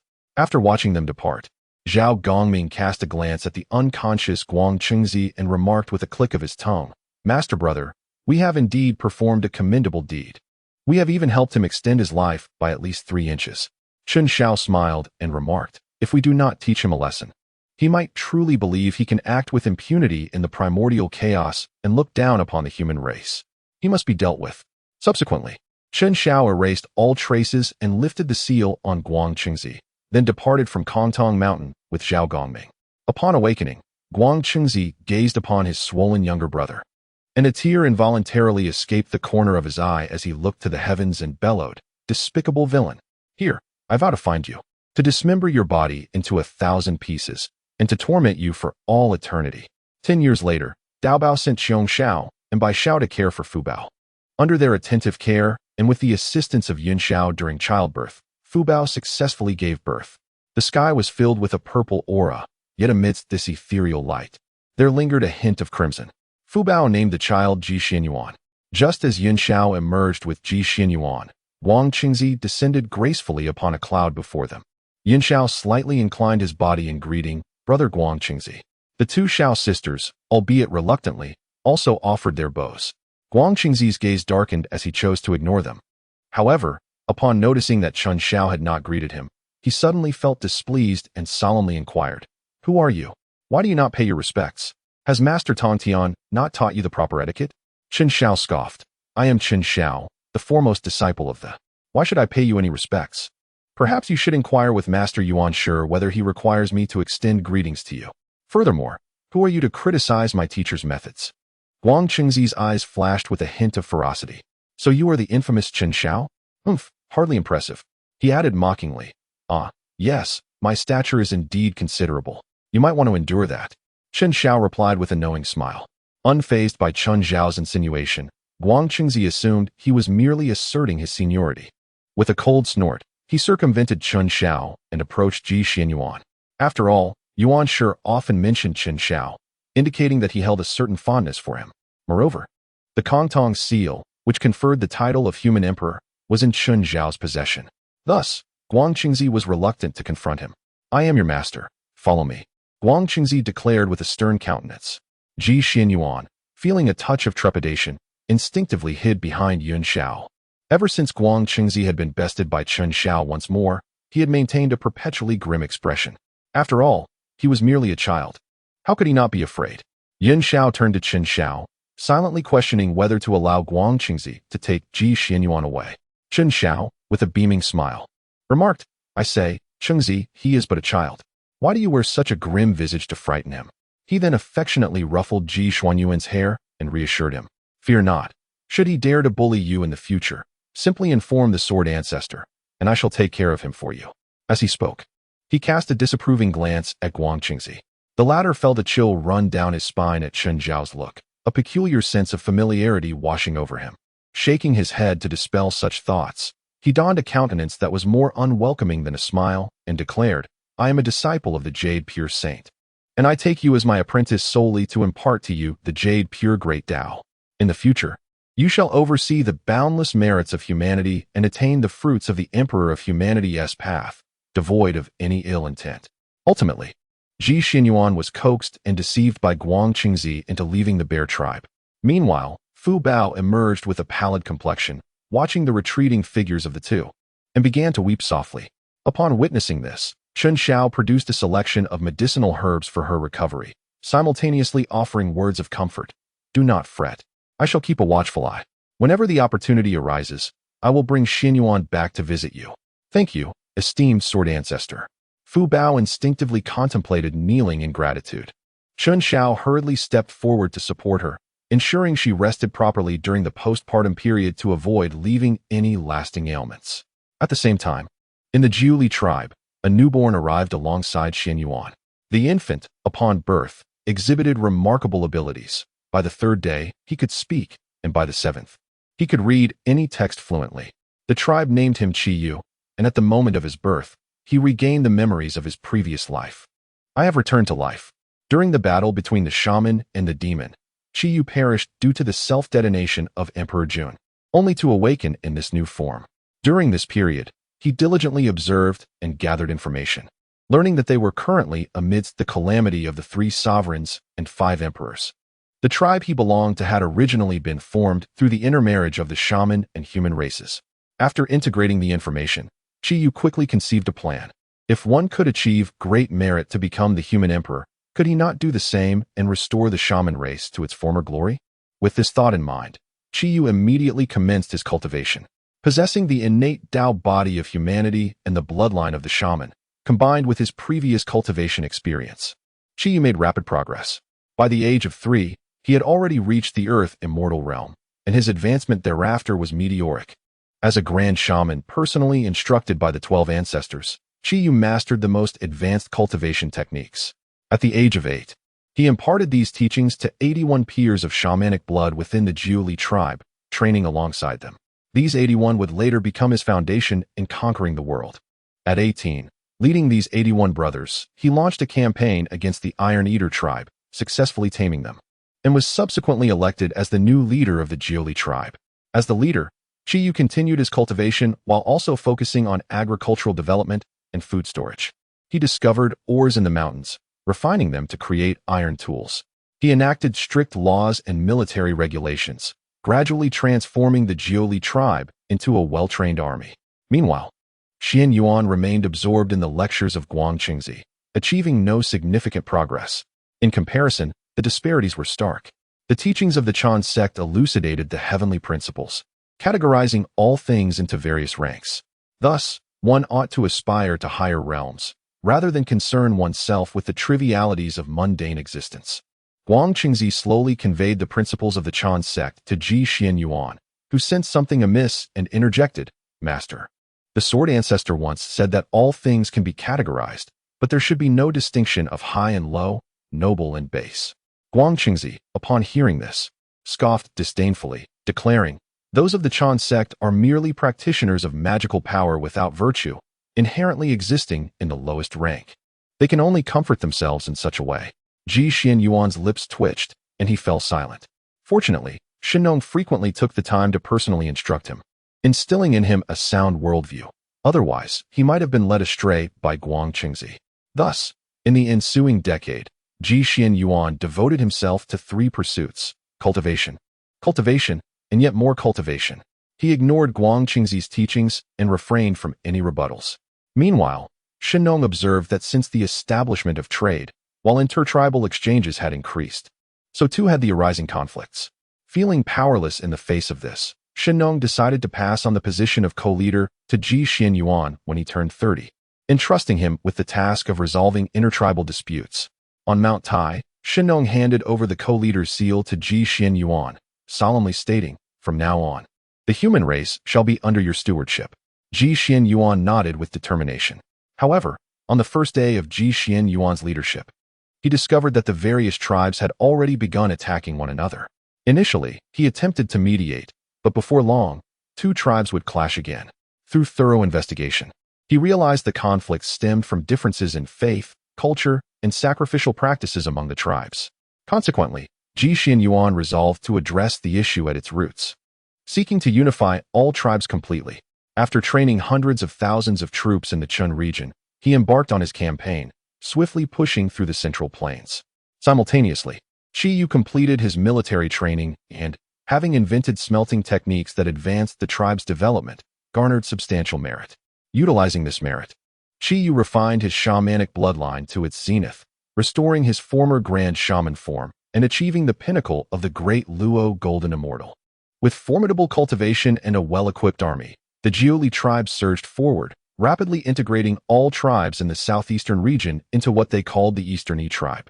This integration occurred at a pace several times faster than that of Xian Yuan. While he was still engaged in the conquest of the Central Plains, Qi was already preparing to march into the region. Upon learning this news, Xian Yuan immediately sought out Guang Qingzi for counsel on how to address the situation. Master, Qi Yu of the Eastern Yi leads an army of 800,000, poised to invade the Central Plains.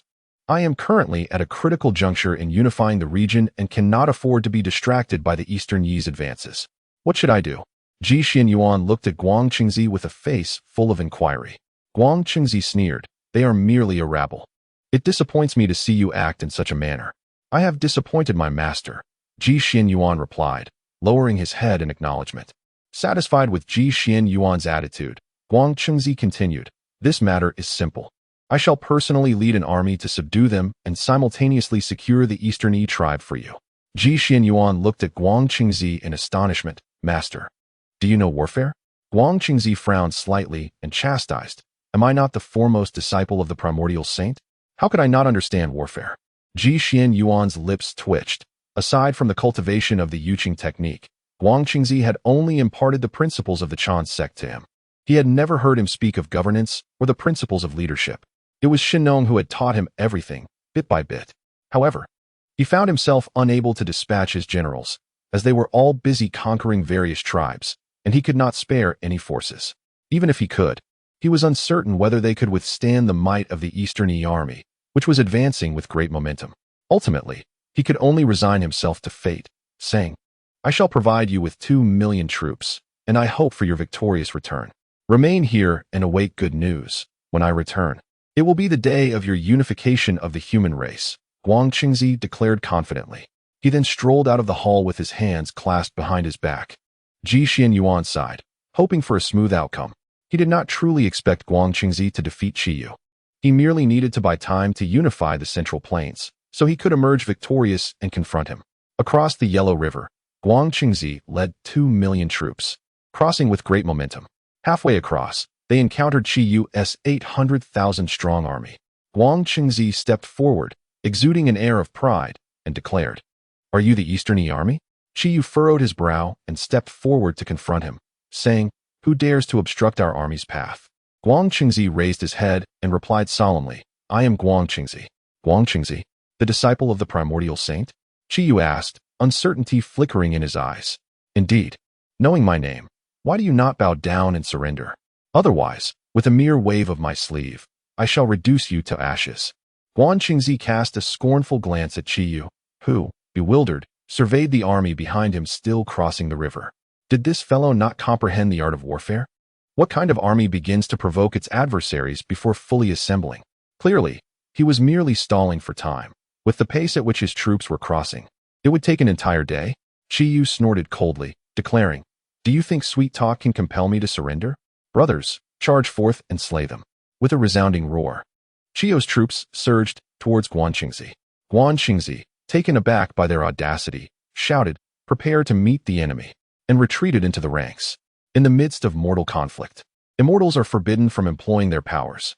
Guang Qingzi held disdain for such a brutal melee, likening it to the behavior of beasts. Unable to wield magic, he opted instead to command from the center.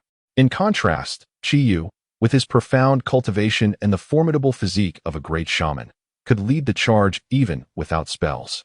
Thus, in every major battle, he would mount his iron-eating beast and be the first to plunge into the enemy ranks. As the two forces clashed, Qi Yu descended upon the battlefield like a god of war, leaving a trail of blood in his wake.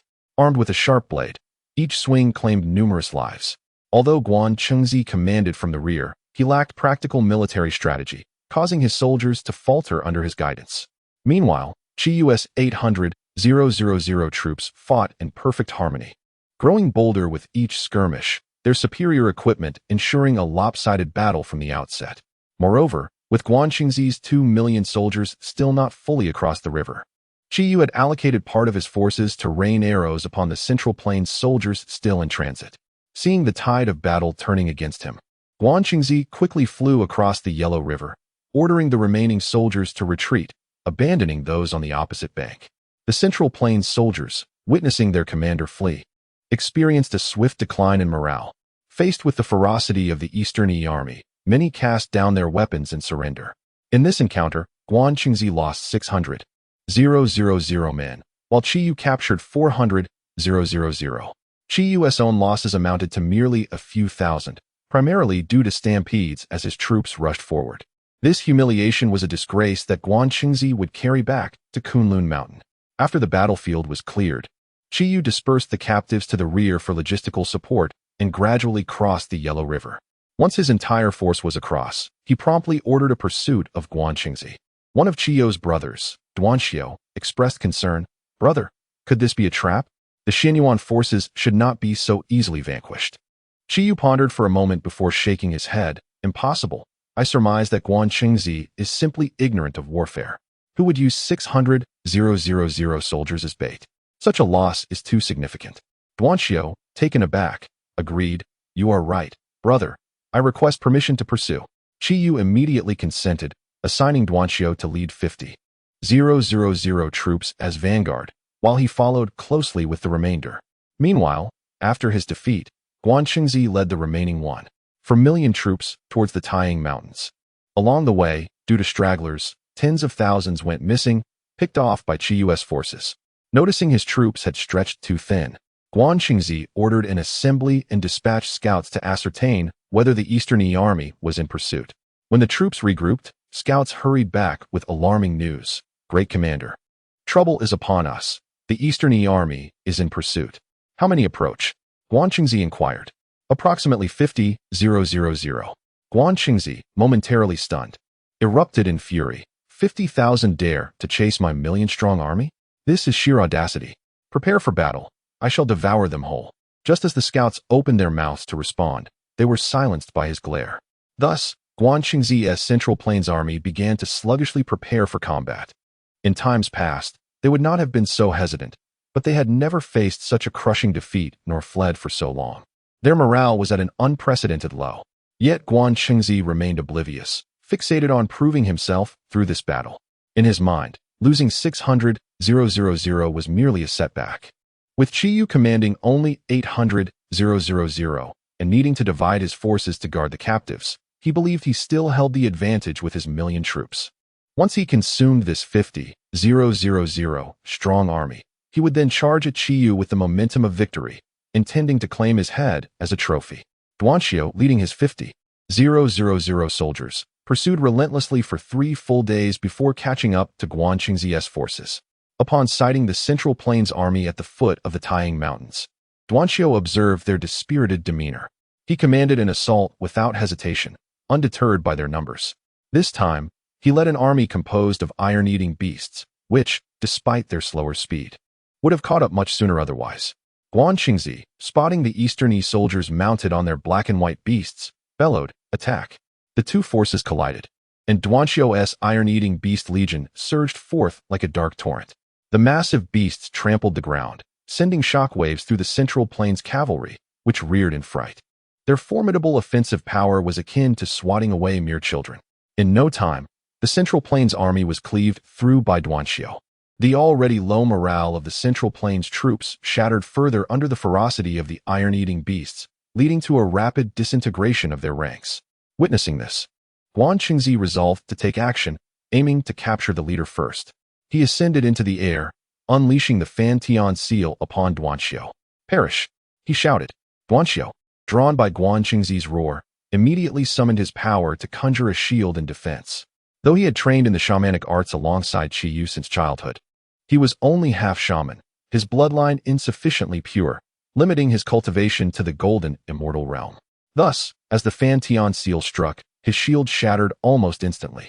Just as Duanxiu seemed destined to meet his end, a sudden tiger's roar echoed behind him. Following closely was a knife flying through the air, which deflected the Fan Tian seal. The seal veered off course, crushing a significant number of both Central Plains and Eastern soldiers, while Duanxiu narrowly escaped death. Guan Qingzi retracted the seal, unaware that a hint of crimson calamity had seeped into his brow. As he surveyed the scene ahead, He found the vast Eastern army had arrived. Chi Yu, atop his iron-eating beast, caught the knife he had just thrown, coldly remarking, "The disciples of the Chan sect are only adept at ambush." Guan Qingzi, undeterred, retorted with confidence, "You are merely unworthy souls. To perish beneath my seal is a privilege you should cherish." Confronted with the provocation from Guan Qingzi, Chi Yu immediately brandished his blade and advanced. Simultaneously, the Eastern army surged toward the Central Plains forces. Chi Yu swung his sword toward Guan Qingzi, who, upon seeing this, swiftly retreated 1,000 miles. This was, in fact, Chi Yu's intention, to draw their confrontation away from the main forces. Although Guan Qingzi did not lament the fate of his own troops, he felt a pang of concern. With his objective achieved, Chi Yu hastened to pursue him. The Central Plains army, lacking a commanding leader, descended into chaos. In stark contrast, the Eastern forces, led by Chi Yu's 81 brothers, transformed into a relentless human meat grinder, advancing unimpeded. Above the Taiying Mountains, Chi Yu and Guan Qingzi clashed fiercely in midair for several rounds. Despite Guan Qingzi possessing the Fantian seal technique refined by Yuan Shi, it proved utterly ineffective against Chi Yu, who had fully restored his formidable form as a great shaman. Chi Yu grew ever more vigorous in battle, each strike imbued with tremendous power. Guan Qingzi, astonished, realized that Chi Yu was far mightier than he had anticipated, and his cultivation level exceeded his own. While fending off Chi Yu's attacks, he observed the state of the Central Plains army, discovering to his dismay that those he had brought were either dead or had surrendered, leading to a complete rout. "A bunch of worthless fools," Guan Qingzi cursed under his breath, gathering his strength to repel Chi Yu before turning his back and fleeing over the Taiying Mountains. "Humph, cowardly vermin." Chi Yu refrained from pursuing, muttering a curse at his retreating figure before returning to his troops. Duan Xiao, upon seeing Chi Yu's return, immediately inquired with concern, "Brother, are you unharmed?" Chi Yu waved his hand dismissively, replying, "Among the three teachings, were Chun Shao or Duo Bao to come, I would exercise caution." Guan Qingzi, it speaks for itself. Seeing Chi Yu was unscathed, Duan Xiao asked, "Brother, shall we march directly across the Taiying Mountains into the Central Plains?" Chi Yu contemplated for a moment, gazing at the mountains before shaking his head. "The Taiying Mountains stretch for tens of thousands of miles, hindering our march, and our forces are not adept in mountainous warfare." "Then where shall we advance?" Duan Xiao queried. Chi Yu produced a simple map and stated, "We shall head north to Zhuolu, from where we can invade the Central Plains. Zhuolu is a vast plain, perfectly suited for our operations." Thereafter, Chi Yu ordered the army to proceed cautiously while persuading the Central Plains troops to surrender. Aside from those who had perished or fled in disarray, they captured a staggering 50,000 soldiers, despite their formidable equipment and combat prowess. The persistent issue of insufficient manpower prompted Chi Yu to seek to integrate these surrendered troops into his ranks. The captured Central Plains soldiers, witnessing Chi Yu's mercy and personal concern for their welfare, chose to join the Eastern army, contrasting sharply with their treatment under Guan Qingzi. This swiftly bolstered Chi Yu's forces, adding to the previously captured 40,000 as they surged toward Zhuolu. As Chi Yu advanced toward Zhuolu, Ji Xianyuan received news of Guan Qingzi's initial defeat. Losing 60,000 troops in a single day was utterly unfathomable, even if they were pigs. It would take Chi Yu days to capture that many. Ji Xianyuan stared at the battle report, disbelief etched on his face. An official beside him offered reassurance. "There is no need for concern, Sovereign. Master Guan Qingzi must have been caught off guard. He is a disciple of the great teaching and will surely turn the tide soon." Ji Xianyuan sighed, hoping no worse news would follow. However, it wasn't long before a guard rushed in, exclaiming, "Not good. Master Guan Qingzi has suffered a defeat in the Taiyang, with 140,000 troops lost." The officials fell silent, and Ji Xianyuan exclaimed, "What the hell?" The room descended into an eerie quiet. Ji Xianyuan took a deep breath, suppressing his urge to curse Guan Qingzi, and inquired whether Chi Yu had entered the Taiying Mountains. If so, he would prepare to send troops to counter him. But the guard's response disappointed him. The Eastern army had turned northward, presumably heading for Zhuolu.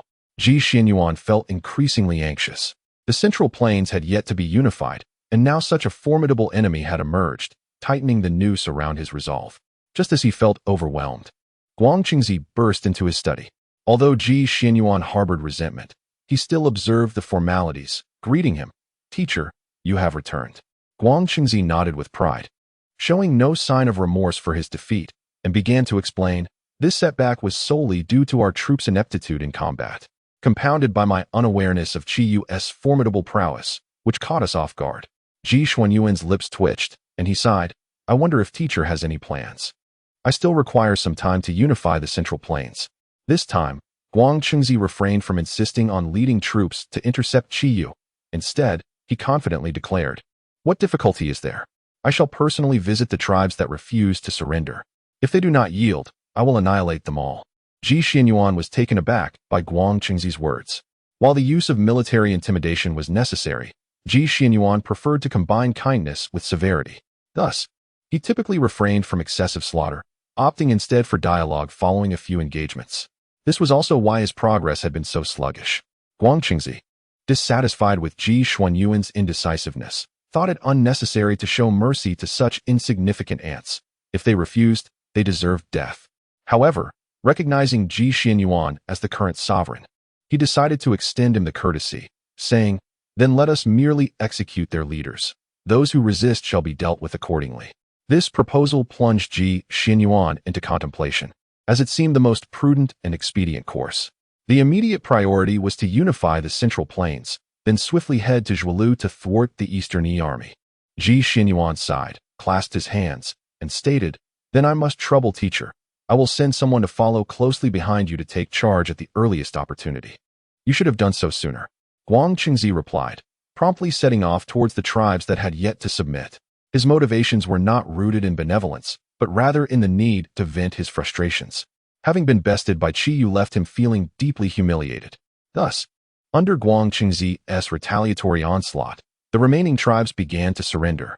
Meanwhile, his record of bloodshed continued to mount, though he remained blissfully unaware of its implications. With Guang Qingzi's assistance, Ji Xianyuan successfully subdued the remaining tribes. Once everything was settled, he swiftly assembled an army of 10 million, setting forth towards Zhuolu. In the underworld, at Fengdu Hall, after the birth of Ji Xianyuan, Chen Xiao refrained from excessive intervention and returned to his cultivation. After all, the third human emperor's reign was fraught with peril, where a single misstep could lead to catastrophic consequences. Thus, he chose to return to the underworld to enhance his strength, having not earnestly practiced for quite some time. With the fortuitous blessings of the human race, Chen Xiao's cultivation progressed at an astonishing pace. His 9 turns mysterious art had already reached the 6th turn, rendering him nearly impervious to harm from those at the Great Luo Golden Immortal level. Concurrently, as the 9 turns mysterious art advanced, his cultivation also surged, propelling him into the late stage of the Great Luo Golden Immortal realm. Upon concluding his practice, as he rose, his body emitted a series of crackling sounds. He marveled at the fact that with the support of human fortune, his cultivation speed indeed surpassed that of his solitary endeavors. It was no wonder the sages placed such great importance on fortune. Had he adhered to the conventional, methodical approach without any serendipitous opportunities, a breakthrough would have required at least several millennia. After all, his techniques were among the most exceptional in this world. Though his combat prowess was formidable, the time required for advancement was several times that of others. Chen Xiao relaxed his body and glanced at the information relayed by Swearin, only to be taken aback. An army of 200,000 was utterly annihilated in less than 2 days. Even Sun Quan could not have achieved such a disastrous outcome so effortlessly. It is often said that an incompetent general can exhaust his troops. But Guo Chengzi has elevated this concept to an entirely new level, leading to their demise. The title of the god of battle at Zhuolu is indeed well-deserved. To ensure that Guo Chengzi does not lead his forces to ruin and leave the human race in a state of desolation, he must take action. Chen Xiao ultimately decided to return to the human realm for a covert observation. As the sword ancestor, he treaded carefully upon a precarious path. At Zhuolu, by the time Ji Xianyuan led his army to the scene, Qi Yu had already established a presence there for some time. During this period of warfare, strategies were paramount. Battles commenced only with proper notification or through the formation of arrays awaiting the enemy's breach. The notion of an unannounced assault would not emerge until the advent of Sun Wu. Furthermore, Qi Yu needed to achieve a decisive victory over Ji Xianyuan to unify the human race and ascend as the human emperor. Once both armies were in position, Qi Yu and Ji Xianyuan approached the battlefield. Ji Xianyuan spoke first, Brother Qiyu, as fellow members of the human race, we ought not to resort to arms. Surrender to me, and I shall lead our people to glory. Qiyu sneered, Xianyuan, I too am worthy of contending for the position of ruler. Why not relinquish it to me? And I shall also guide our kin to prosperity? Ji Xianyuan shook his head with a sigh. Your actions would only bring suffering upon the living. Even if you were to seize control, how could you command respect? Qiyu tightened his grip on his weapon, declaring, Let us cease the words and determine the victor today for the throne of supremacy. Realizing that Qiyu was unyielding, Ji Xianyuan sighed deeply, his gaze resolute. Then let our blades reveal the truth. With that, both sides retreated to their respective ranks. Ji Xianyuan drew his sword, pointing it towards Qiyu's forces, and commanded, Let the battle commence. Qiyu raised his tiger blade and roared, Warriors, follow me into the fray. The leaders issued their orders. And the Central Plains army clashed with the Eastern forces, reigniting the Battle of Zhuolu. As the armies collided, numerous lives were extinguished in an instant. War is a colossal meat grinder, with fallen soldiers scarcely receiving a moment's consideration. Once downed, the outcome was sealed, trampled into oblivion, leaving no trace of their existence. In the chaos, it was primarily the Central Plains soldiers who fell. Their iron weapons easily cleaved through the beast's armor, while the stone arms of the Eastern forces proved ineffective, often requiring a dozen men to fell a single opponent. Particularly, Qiyu led the charge like a bulldozer, leaving a trail of Central Plains corpses in his wake, which significantly bolstered the morale of the Eastern troops, who fought fearlessly. Ji Xianyuan soon noticed this alarming trend and promptly advanced with his sword. When their weapons clashed, Ji Xuanyuan's sword shattered upon contact with Qiyu's tiger blade. In that instant of shock, Qiyu seized the opportunity to strike down. Fortunately, Ji Xianyuan, possessing considerable skill, managed to leap from his steed at the last moment. However, being at the pinnacle of the Golden Immortal realm, he was still outpaced by Qiyu, a great Luo Golden Immortal and a formidable warlock. The tiger blade grazed his arm, nearly severing it entirely. To have evaded my strike, you are commendable, Qiyu remarked, though he had held back much of his strength. A typical Golden Immortal would have been dispatched. Clutching his wounded arm and witnessing his troops fall one after another, despair enveloped Ji Xianyuan. Historically, an army would falter if its casualties exceeded 30%, often collapsing even before reaching that threshold. Given the current circumstances, the Central Plains forces could only endure for 2 more hours before a complete rout. Off in the distance, Guang Qingzi observed this scene with disdain. The human race appeared so feeble, he could scarcely comprehend how they had become the protagonists of the celestial realm. Nevertheless, Guang Qingzi recognized the necessity of aiding Ji Xianyuan in unifying humanity to fulfill his own destiny. Should Ji Xianyuan fall, he too would suffer the repercussions of karmic retribution, his cultivation diminished, or worse, facing immediate death. Thus, Guang Qingzi soared into the air, summoning the Fantian seal to strike down upon the Eastern forces. With a thunderous crash, the seal descended, annihilating a significant portion of the unsuspecting Eastern army. Threads of crimson karma surged into Guang Qingzi's consciousness. Upon realizing this, Qiyu's rage erupted as he bellowed, Despicable scoundrel! Ignoring the wounded Ji Xianyuan, he ascended to confront Guang Qingzi's actions. Ji Xianyuan, meanwhile, was shielded by his subordinates, gradually retreating to the central command. As Qiyu soared into the skies, wielding his tiger blade with formidable force, Guang Qingzi quickly summoned the Fantian seal to counter the strike. However, he was thrust backward, landing atop the Central Plains soldiers. Qiyu roared, Cunning coward, if you possess the courage, face me in battle. He scoffed, Last time, you merely caught me off guard. Do you truly think I fear you? With that, the two clashed once more, their weapons colliding with explosive force. Guang Qingzi, equipped with numerous treasures, skillfully wielded the Fantian seal to restrain Qiyu while simultaneously drawing the dual swords to pierce at him. In a furious roar, Qiyu unleashed a torrent of malevolent energy, transforming into his great witch form. Guang Qingzi, astonished, beheld Qiyu's monstrous visage, head of a bull, wings sprouting from his back, 3 heads, and 6 arms, each grasping a weapon. You are of the witch clan? Qiyu offered no reply, instead attacking with a blade, spear, sword, halberd, and axe, relentlessly assaulting Guang Qingzi. The great witch's physical defenses rivaled that of innate spiritual treasures, and as a combatant trained by the ancestral witches, Qiyu had also endured the witch and demon war. No mere cultivator like Guang Qingzi, who remained isolated in his studies, could compare. Within moments, despite his arsenal of treasures, Guang Qingzi found himself retreating under Qiu's relentless offense. His garment, the sweeping cloud robe, flickered ominously, on the verge of collapse. With a powerful swing of his axe, Qiu rendered the sweeping cloud robe devoid of its brilliance, merging it with Guang Qingzi's being. Seizing this opportunity, Qiu raised his tiger blade, poised to behead Guang Qingzi. Just as the blade neared its target, it was suddenly halted by a radiant golden light. Upon closer inspection, Qiu discerned that the luminous aura emanated from within Guang Qingzi. A clear manifestation of the jade clear power, an evident contingency left by Yuan Shi Tianzun to safeguard Guang Qingzi. Watching from the shadows, Chen Xiao felt a pang of frustration, lamenting, "Why did my master not leave a safeguard within me as well? This spell surpasses even the life-preserving space by several magnitudes." After all, his realm, once confronted by a formidable power, would find time frozen or his cultivation sealed, rendering it utterly useless. If he possessed such an artifact, he could frolic freely, save for the saints. However, it is not that Tantian was unwilling to bestow upon Chen Xiao such a boon. The truth lies in the fact that Chen Xiao spent most of his time indulging in frivolities. Furthermore, each time they met, Tantian was exasperated by Chen Xiao's antics, so preoccupied with reprimanding him that he forgot this matter entirely. Although this golden light successfully safeguarded Guang Qingzi's life, he himself was propelled away by Qiu's strike. Witnessing this, Ji Xianyuan, stationed in the central army, immediately ordered a retreat. This battle had resulted in a complete defeat for them.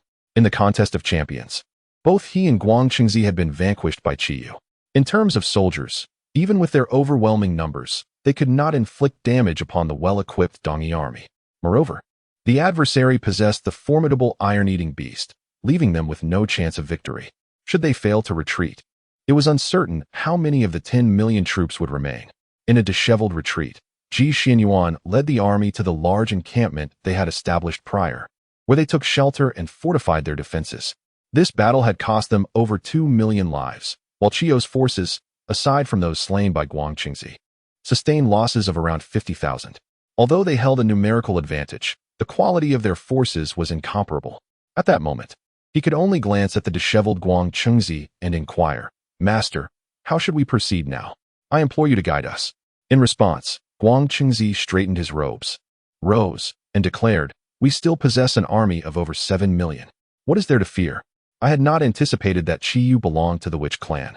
The corporeal form of the witch clan rivals that of innate spiritual treasures, rendering them nearly invincible at the same level. Once I return to summon my fellow disciples, I shall personally lead the troops to annihilate the Dongyi. Ji Xianyuan opened his mouth, eager to suggest that while summoning reinforcements was feasible, he hoped Guang Qingzi would refrain from leading the troops. Given his track record of losing 100,000 in a single day, it seemed likely he would squander their forces within a week.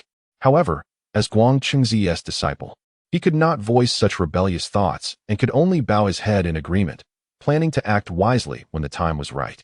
At Kunlun Mountain, within the Jade Void Palace, Yuan Shi gazed at Guang Qingzi with dissatisfaction. What of the seemingly witch clan Qiu? Your master's disciple, Chen Xiao, dared to infiltrate the demon clan during his Tai phase and, in his De Luo phase, brazenly seized the river map and Luo book from the Kunping, escaping unscathed. How is it that when faced with a mere De Luo witch, you find yourself in such disarray? Yuan Shi scolded, frustrated by his failure. The deeds of Chen Xiao are widely known among the Yuan Shi. Although the course of events may seem disheartening, upon closer reflection, one cannot overlook the fact that each encounter was fraught with peril and risk, often involving adversaries of a higher caliber. Moreover, in the Grand Hall of Zhixiao Palace, he managed to outsmart the shameless Western figures to such an extent that they nearly found themselves stripped of their dignity, compelling Nuwa to concede the fate of humanity. Given these accounts, it is no exaggeration to assert that if Chen Xiao desired to switch allegiances, Yuan Shi would readily displace Guang Qingzi from his position as the foremost disciple to elevate Chen Xiao instead. The absence of comparison renders one oblivious to the harm of such a notion. Hearing his master extol Chen Xiao in such glowing terms, Guang Qingzi felt a pang of envy, yet he humbly bowed his head in apology, acknowledging his shortcomings. Yuan Shi responded with a derisive grunt, then turned to the others, instructing, "Nanji, Sihong, Wenshu, you shall assist Guang Qingzi henceforth. Despite his dissatisfaction with Guang Qingzi's dire predicament, as his disciple, it was his duty to extend support. Understood, Nanji. Sihong and Wenshu replied with delight, eager to assist the Emperor of Humanity, as such opportunities for merit were rare. After their departure, Yuanshi sighed as he gazed into the distance. How splendid it would have been had I encountered you earlier. Guang Qingzi, accompanied by Nanji and the others, entered the camp of Ji Xianyuan with a countenance darkened by displeasure. Ji Xianyuan promptly approached with his soldiers to pay their respects. Greetings, master and uncle. Salutations, immortal. Guang Qingzi waved his hand dismissively and commanded, Xianyuan, assemble the troops at once. I shall personally lead them to quell the Eastern Yi. His anger was palpable.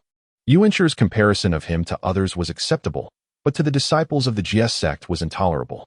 This time, he was determined to prove that he could match Qin Zhao's prowess. Ji Xianyuan hesitated, suggesting, Master, perhaps I should command the army instead, allowing you to concentrate on dealing with Qiyu. Do you doubt my military acumen? Guang Qingzi shot a glare at Ji Xianyuan. Disciple would never presume. It's just. Ji Xianyuan faltered, but Guang Qingzi would not grant him the opportunity to continue. With a wave of his hand, he insisted, immediately summon the forces. Stepping outside the main tent, he observed Ji Xuanyuan's bewilderment. Commander, what? His aide inquired. Ji Xianyuan sighed, instructing, inform all commanders that if the situation becomes dire, we shall retreat. Understood. The aide responded with a bow before departing to relay the orders. Bound by his master's commands, Ji Xianyuan could only act to mitigate losses as best as he could. Ultimately, Guang Qingzi led the remaining army of over 7 million directly at Qiyou's easterny forces. Pleased by the proactive engagement of the Central Plains army after days of siege, Qiyu rallied his troops for an offensive. Observing this, Guang Qingzi refrained from idle banter and addressed his fellow disciples. Brothers, let us vanquish Qiyu together. Agreed. Nanji, Sihong, and Wenshu chorused in unison, charging towards Qiyu. Qiyu mockingly exclaimed, So, you have come to summon reinforcements. He soared into the air, while the Eastern Yi warriors roared with fervor, advancing with unyielding momentum against the Central Plains army. Guang Qingzi summoned the dual swords in his hands, their brilliance illuminating the battlefield as they streaked towards Qiyu like a meteor. Yet, Qiyu remained unfazed, effortlessly parrying with his tiger blade. A sense of despair washed over Guang Qingzi as he unleashed the Fantian seal upon Qiyu. Qiyu, sneering, swung his massive blade, shattering Guang Qingzi's seal with sheer force. At that moment, Nanji, Sihong, and Wenshu launched their assault from the flanks, employing an array of magical artifacts and spells. Qiyu, sensing the onslaught, allowed his malevolent energy to swell, transforming into his formidable Wu form.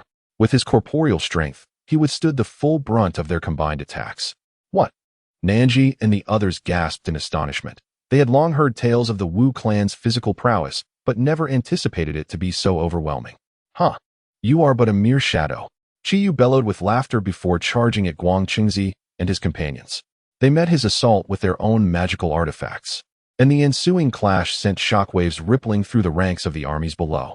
The ominous atmosphere thickened, red strands of calamity seeping into their beings. The Central Plains forces were forced to defend against both the Eastern Yi army and the perilous spells raining down from above. In contrast, the Eastern Yi soldiers pressed on fearlessly, undeterred by the impending doom. As time wore on, the Central Plains suffered devastating losses. Meanwhile, Guang Qingzi realized that Qiyu was growing increasingly fierce, exhibiting signs of a potential breakthrough. The Wu clan possessed the ability to absorb malevolent energy during battle, enhancing their capabilities. Should Qiyu reach the threshold of a quasi-saint, even the great Luo Golden Immortals would be no match for him. Filled with reluctance, yet acutely aware of the stakes, Guang Qingzi called out to his fellow disciples, Brothers, we must retreat. With that, he transformed into a golden light and fled the battlefield. Nanji and the others hesitated momentarily before also attempting to withdraw. However, Qiyu would not allow their escape. He unleashed his weapons, blade, spear, sword, halberd, and axe, infused with crimson malevolence. Striking down upon them, the oppressive aura of malevolence surged towards them, prompting Nanji to hastily summon his artifacts for defense. With his late-stage great Luo Golden Immortal strength, he barely withstood the onslaught, while Sihong and Wenshu, both mid-stage golden immortals, were overwhelmed, spewing blood as their vitality waned significantly. Yet, they seized upon the momentum of Chiyo's attack to hastily flee the battlefield, not daring to look back. Below, Ji Xinyuan stood in stunned disbelief. Not only had the four failed to subdue Chiyu, but they had also departed without a word. Thus, Ji Xinyuan quickly commanded a retreat. Meanwhile, Chiyu, exuding malevolent energy, roared with exhilaration. Men, the central plains lie ahead. Charge. Emboldened, the easterny forces surged into Ji Xuanyuan's fortified encampment. Realizing the tide had turned against them, Ji Xinyuan led his troops back to the stronghold at the edge of Zhuolu, their final bastion. Should it fall, Chiyu would invade the central plains, claiming all tribes as his own. In the aftermath of the battle, Ji Xinyuan accounted for his troops, discovering a staggering loss of over 300,000 lives. Furthermore, nearly 1 million had been affected by the fallout of Guang Qingzi's magical confrontations. Such devastation led to suspicions that Guang Qingzi might be a spy sent to undermine them, targeting his own. The only solace was that Chiyu had temporarily ceased his advance, refraining from further pursuit. Commander, we can no longer allow Guang Qingzi to lead the troops. Otherwise, we shall face total annihilation, lamented one of the tribal generals. Guang Qingzi's leadership had been lackluster, aside from his initial rallying cry. He had offered no further strategic guidance. In contrast, Chiyu meticulously coordinated his 81 brothers before each engagement, ensuring they advanced with purpose. Were it not for Ji Xuanyuan's command over the central forces, they would have faced complete obliteration. This defeat rests squarely on my shoulders. I shall send word to the Sword Ancestor, requesting his assistance forthwith. When Shinnong relinquished the position of sovereign to Ji Xinyuan, he imparted a crucial message. Should Guang Qingzi prove unhelpful, Ji Xinyuan was to send word to Chen Xiao for assistance. Having suffered a significant setback this time, Ji Xinyuan could no longer rely on Guang Qingzi and chose instead to heed Shinnong's counsel. Just as he was about to send a message, the voice of Chen Xiao resonated from outside the tent. A wave of joy surged through Ji Xinyuan as he beheld Chen Xiao, silhouetted against the sun, accompanied by the loyal Dog Dan, appearing before them like a savior. We pay our respects to the Sword Master and Lord Dog Dan. The soldiers within the tent knelt on one knee in reverence, their eyes brimming with admiration. Chen Xiao's contributions to the human race are deeply respected by all. Even in many human tribes, there stands a statue of Go Dan. Initially, Sui Ren wished to designate Go Dan as the totem of humanity, but Chen Xiao intervened. Had future generations learned that a dog had become the totem of humankind, he would likely have faced scathing criticism from keyboard warriors. After all, its image is far from imposing. Now, I shall dispense with the formalities and discuss the state of the battle. Ji Xinyuan recounted the recent skirmishes in detail, leaving Chen Xiao overwhelmed. He had not anticipated such significant losses. Ji Xinyuan cautiously inquired, Sword Ancestor, do you have a solution? There is a way, but you must follow my commands, Chen Xiao sighed. Upon hearing this, Ji Xuanyuan's eyes gleamed with hope. We shall follow your lead, Sword Ancestor. Please guide us. Chen Xiao nodded. Just as he was about to speak, another voice resonated from outside. What does my teaching have to do with your sect? The speaker was none other than Guang Qingzi and his companions, who had just fled moments ago. Upon witnessing the scene, Chen Xiao approached Guang Qingzi, twisting his neck playfully, and exclaimed, Ah, is that not our esteemed Guang Million? How come you are in such a disheveled state? Guang Qingzi, perturbed by Chen Xiao's affected tone, was struck with a shiver and inquired, I am known as Guang Qingzi. What do you mean by referring to me as Guang Million? Chen Xiao, with a flick of his delicate fingers, playfully remarked, I believe this name suits you well, after all. Delivering 100,000 soldiers in a day is no ordinary feat, even if one were to send a dog to command troops. It wouldn't come to this. Woof woof, I concur. You. Upon hearing Chen Xiao's explanation, Guang Qingzi's face flushed crimson. The others, including Nanji, wished fervently for a hole to hide in. Utterly embarrassed, Guang Qingzi clenched his fists, yearning to strike Chen Xiao squarely in the face. Yet he restrained himself, replying in a low voice, even so. Xinyuan is my disciple. There is no need for you to devise strategies here. Teacher. Ji Xinyuan, feeling anxious, interjected, as Chen Xiao's absence of strategy left him at a loss. If he were to take charge, surrender would be a more viable option. Silence. Guang Qingzi glared at Ji Xinyuan, silencing him.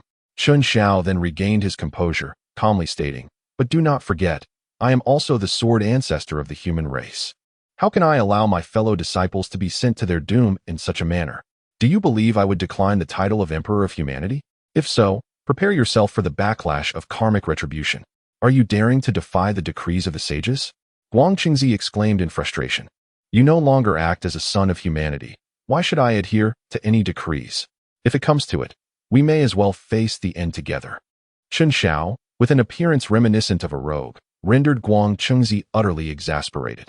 The crux of the matter was that he truly had no recourse against Chen Xiao. Finally, he sighed. What are your conditions? Since you wish for me to refrain from involvement, so be it.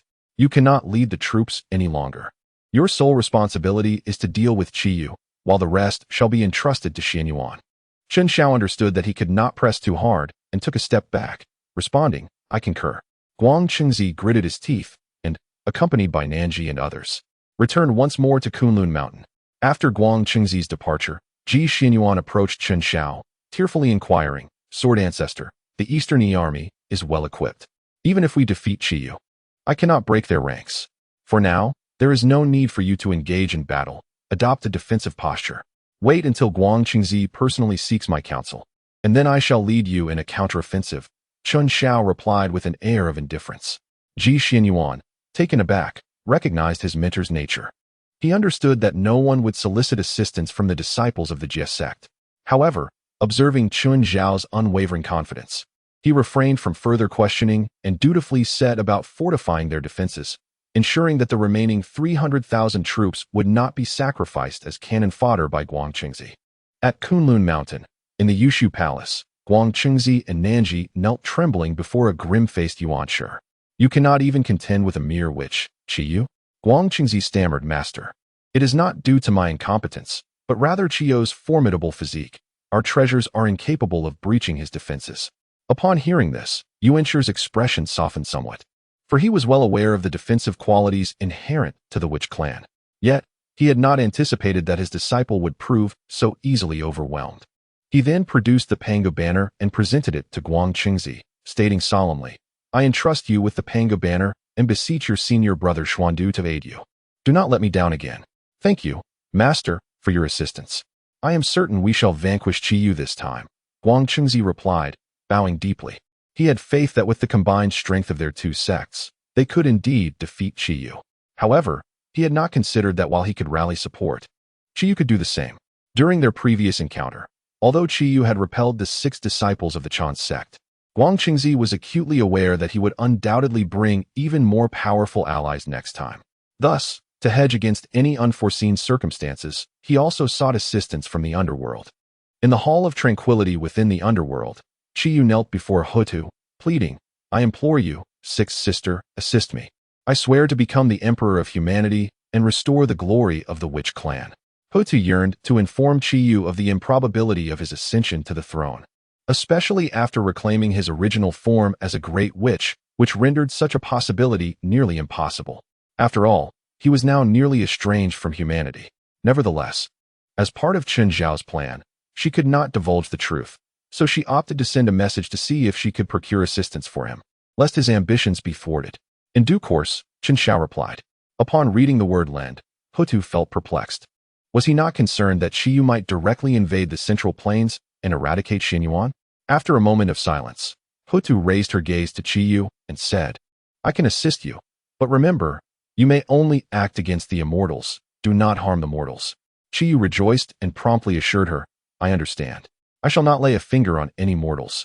After all, he aspired to become the Emperor of Humanity, and henceforth, the human race would be akin to his kin. How could he possibly turn against his own? Return for now. I shall dispatch Jiu Feng and Xing Tian to aid you, Hutu stated calmly.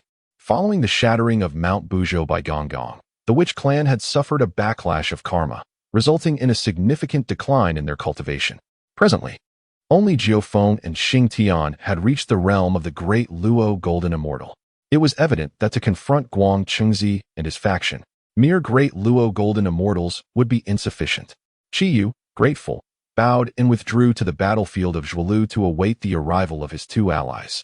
After bidding Qiyu farewell, Hutu sent a message regarding her dispatched aides to Chen Xiao, enabling him to prepare accordingly.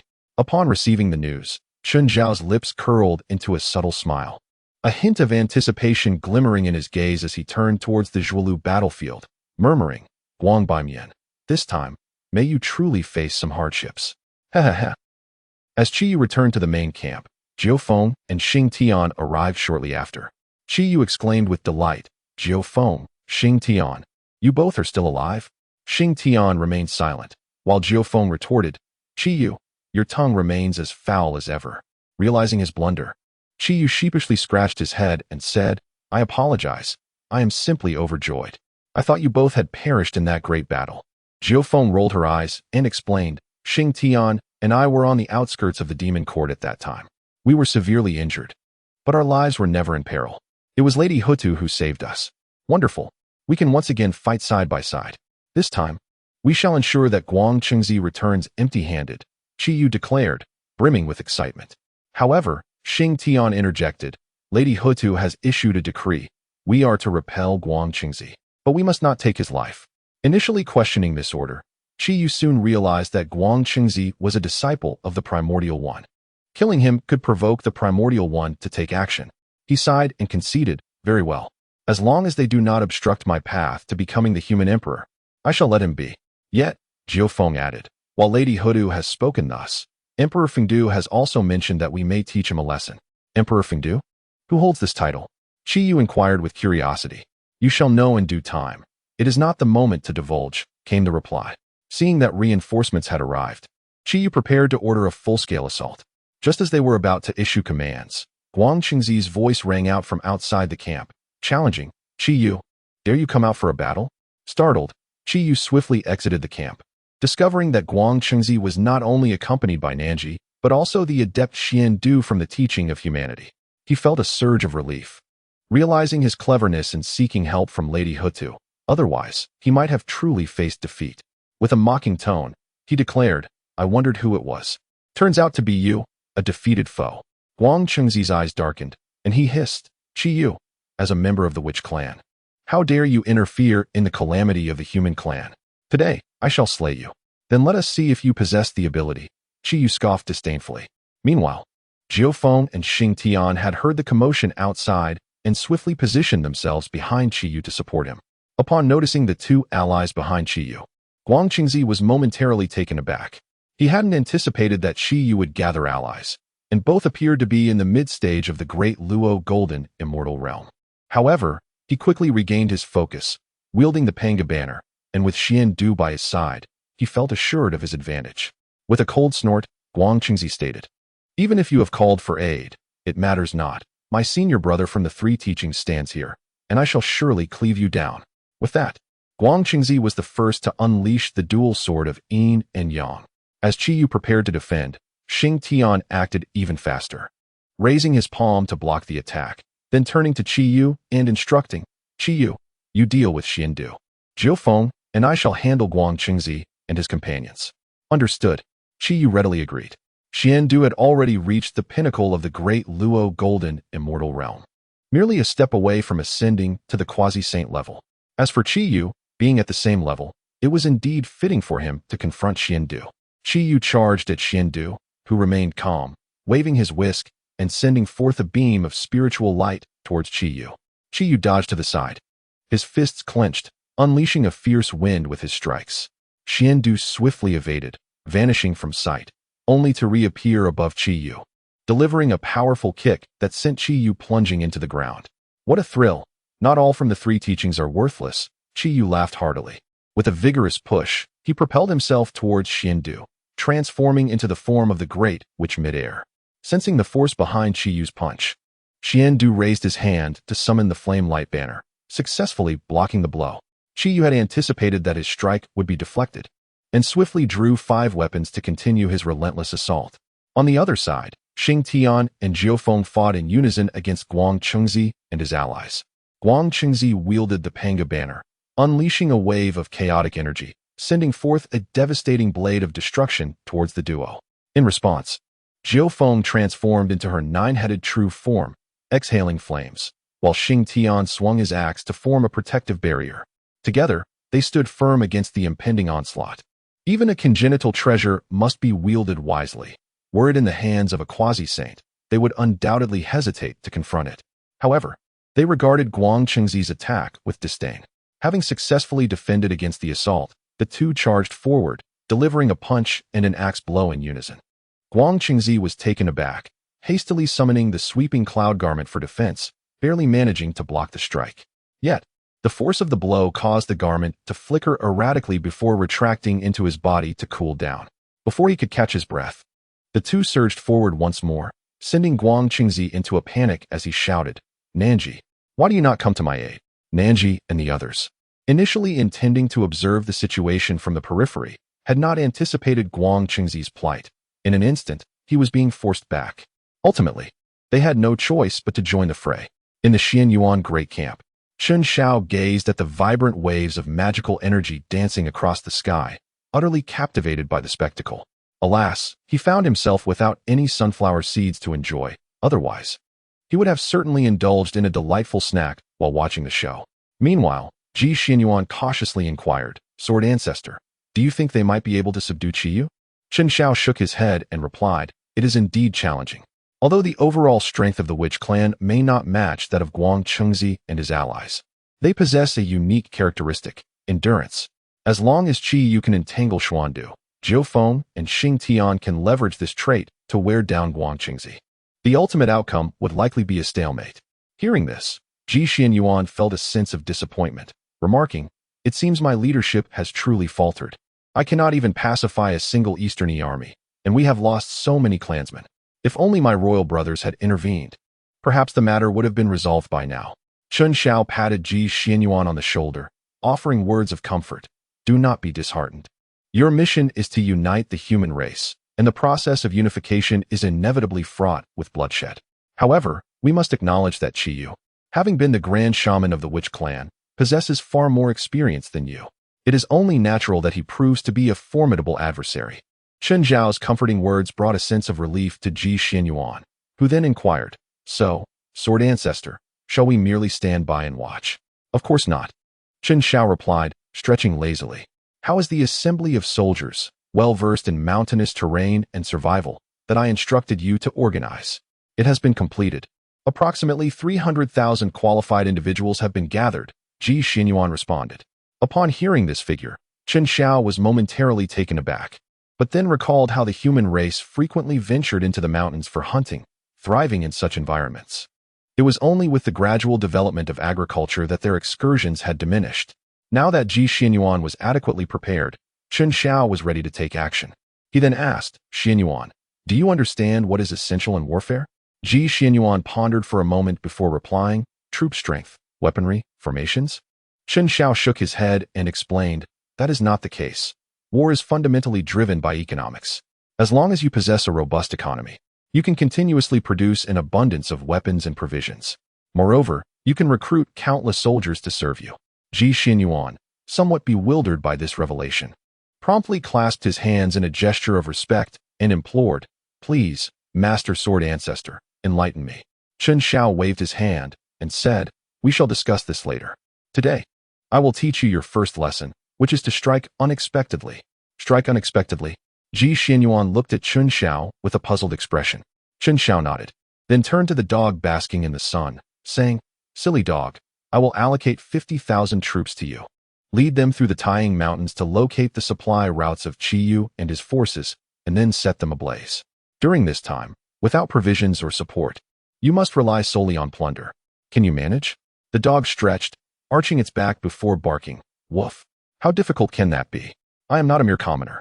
Ji Xianyuan hesitated and remarked, "Isn't this somewhat contrary to the principles of martial ethics?" "Martial ethics? The battlefield is a matter of life and death. Rife with schemes and treachery, what relevance does martial ethics hold?" Chen Xiao retorted, rolling his eyes. It seemed this child had not inherited any semblance of dignity from Guang Qingzi, truly a disappointment. Moreover, unless divine beings intervened against mortals, victory would be an impossibility. Strategically, the Eastern Yi's advance from Zhuolu into the Central Plains was sound, for their territory primarily consists of plains, where they are ill-equipped for mountainous warfare. However, advancing from Zhuolu would inevitably stretch their lines, posing significant challenges for food transportation. Hence, The Central Plains army captured by Qiyu was primarily dispatched to assist with the logistics of food supply. Chen Xiao instructed Dog Dan to lead a group in setting fire to the grain supplies, which would undoubtedly disrupt Qiyu's forces. An army devoid of provisions would ultimately have no choice but to retreat. After a moment's hesitation, Ji Xinyuan presented his token to Dog Dan, permitting him to mobilize the troops. Grasping the token, Dog Dan set off without delay. Soon, 50,000 soldiers followed in the wake of a single dog, each one entering the Taiying Mountains. As Dog Dan disappeared from sight, Chen Xiao continued. As for the remaining 250,000, assign a reliable general to lead them into hiding within the Taiying Mountains. When Dog Dan incites chaos behind Qiyu's lines, he will undoubtedly be compelled to send reinforcements. At that moment, our 250,000 can intercept them midway. While we do not seek total annihilation, our goal is to ensure he cannot provide support. Like Dog Dan, they will be left to fend for themselves in the mountains, with neither reinforcements nor provisions. Ji Xinyuan nodded and turned to the person beside him, saying, Li Mu, you have heard the words of the Sword Ancestor, have you not? I wish for you to personally lead the troops in ambush. Are you willing? I shall not disappoint the trust placed in me by the Sovereign and the Sword Ancestor, Li Mu replied, clasping his hands in respect. Li Mu was the most capable general in Xuanyuan's ranks, possessing the cultivation of a terrestrial immortal. Entrusting this task to him brought Xianyuan considerable reassurance. However, Li Mu did not set off immediately. He planned to enter under the cover of darkness to avoid detection by Qiyu, as a large number of troops might raise suspicion.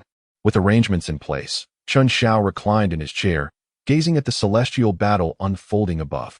Yet Ji Xianyuan remained tense. Chen Xiao understood the source of his anxiety. After all, he was nearing a point of desperation. He sought to comfort him, saying, Rest assured, as long as Dog Dan can incinerate Qiyu's grain supplies, an opportunity will present itself. That will be our moment to counterattack. Ji Xianyuan replied with a hint of resignation. Though this strategy may repel the Eastern Yi, our weaponry and equipment are utterly inadequate in comparison. Merely repelling them will make it exceedingly difficult for me to unify the human race. Chen Xiao spoke with some exasperation. Is there any situation in which we wouldn't seize an opportunity? Just now, I communicated with Go Dan. This time, in addition to incinerating their provisions, we must locate their armory and stockpile. Take everything we can and destroy what we cannot. Ji Xianyuan cast a surprised glance at him, not anticipating that Chen Xiao had meticulously arranged everything.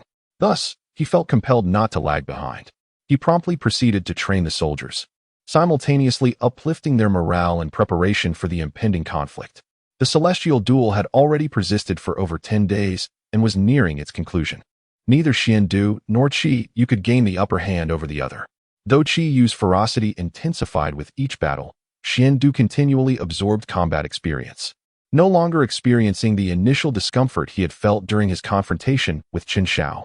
In stark contrast, the likes of Chan Jiao began to exhibit signs of retreat. Nan Ji and his companions lacked the protection of innate treasures and could only provide support, which placed considerable strain on Guang Qingzi, especially as Jiao Feng and Xing Tian relentlessly targeted him. Were it not for the Pango banner, he would have long been overwhelmed by the two.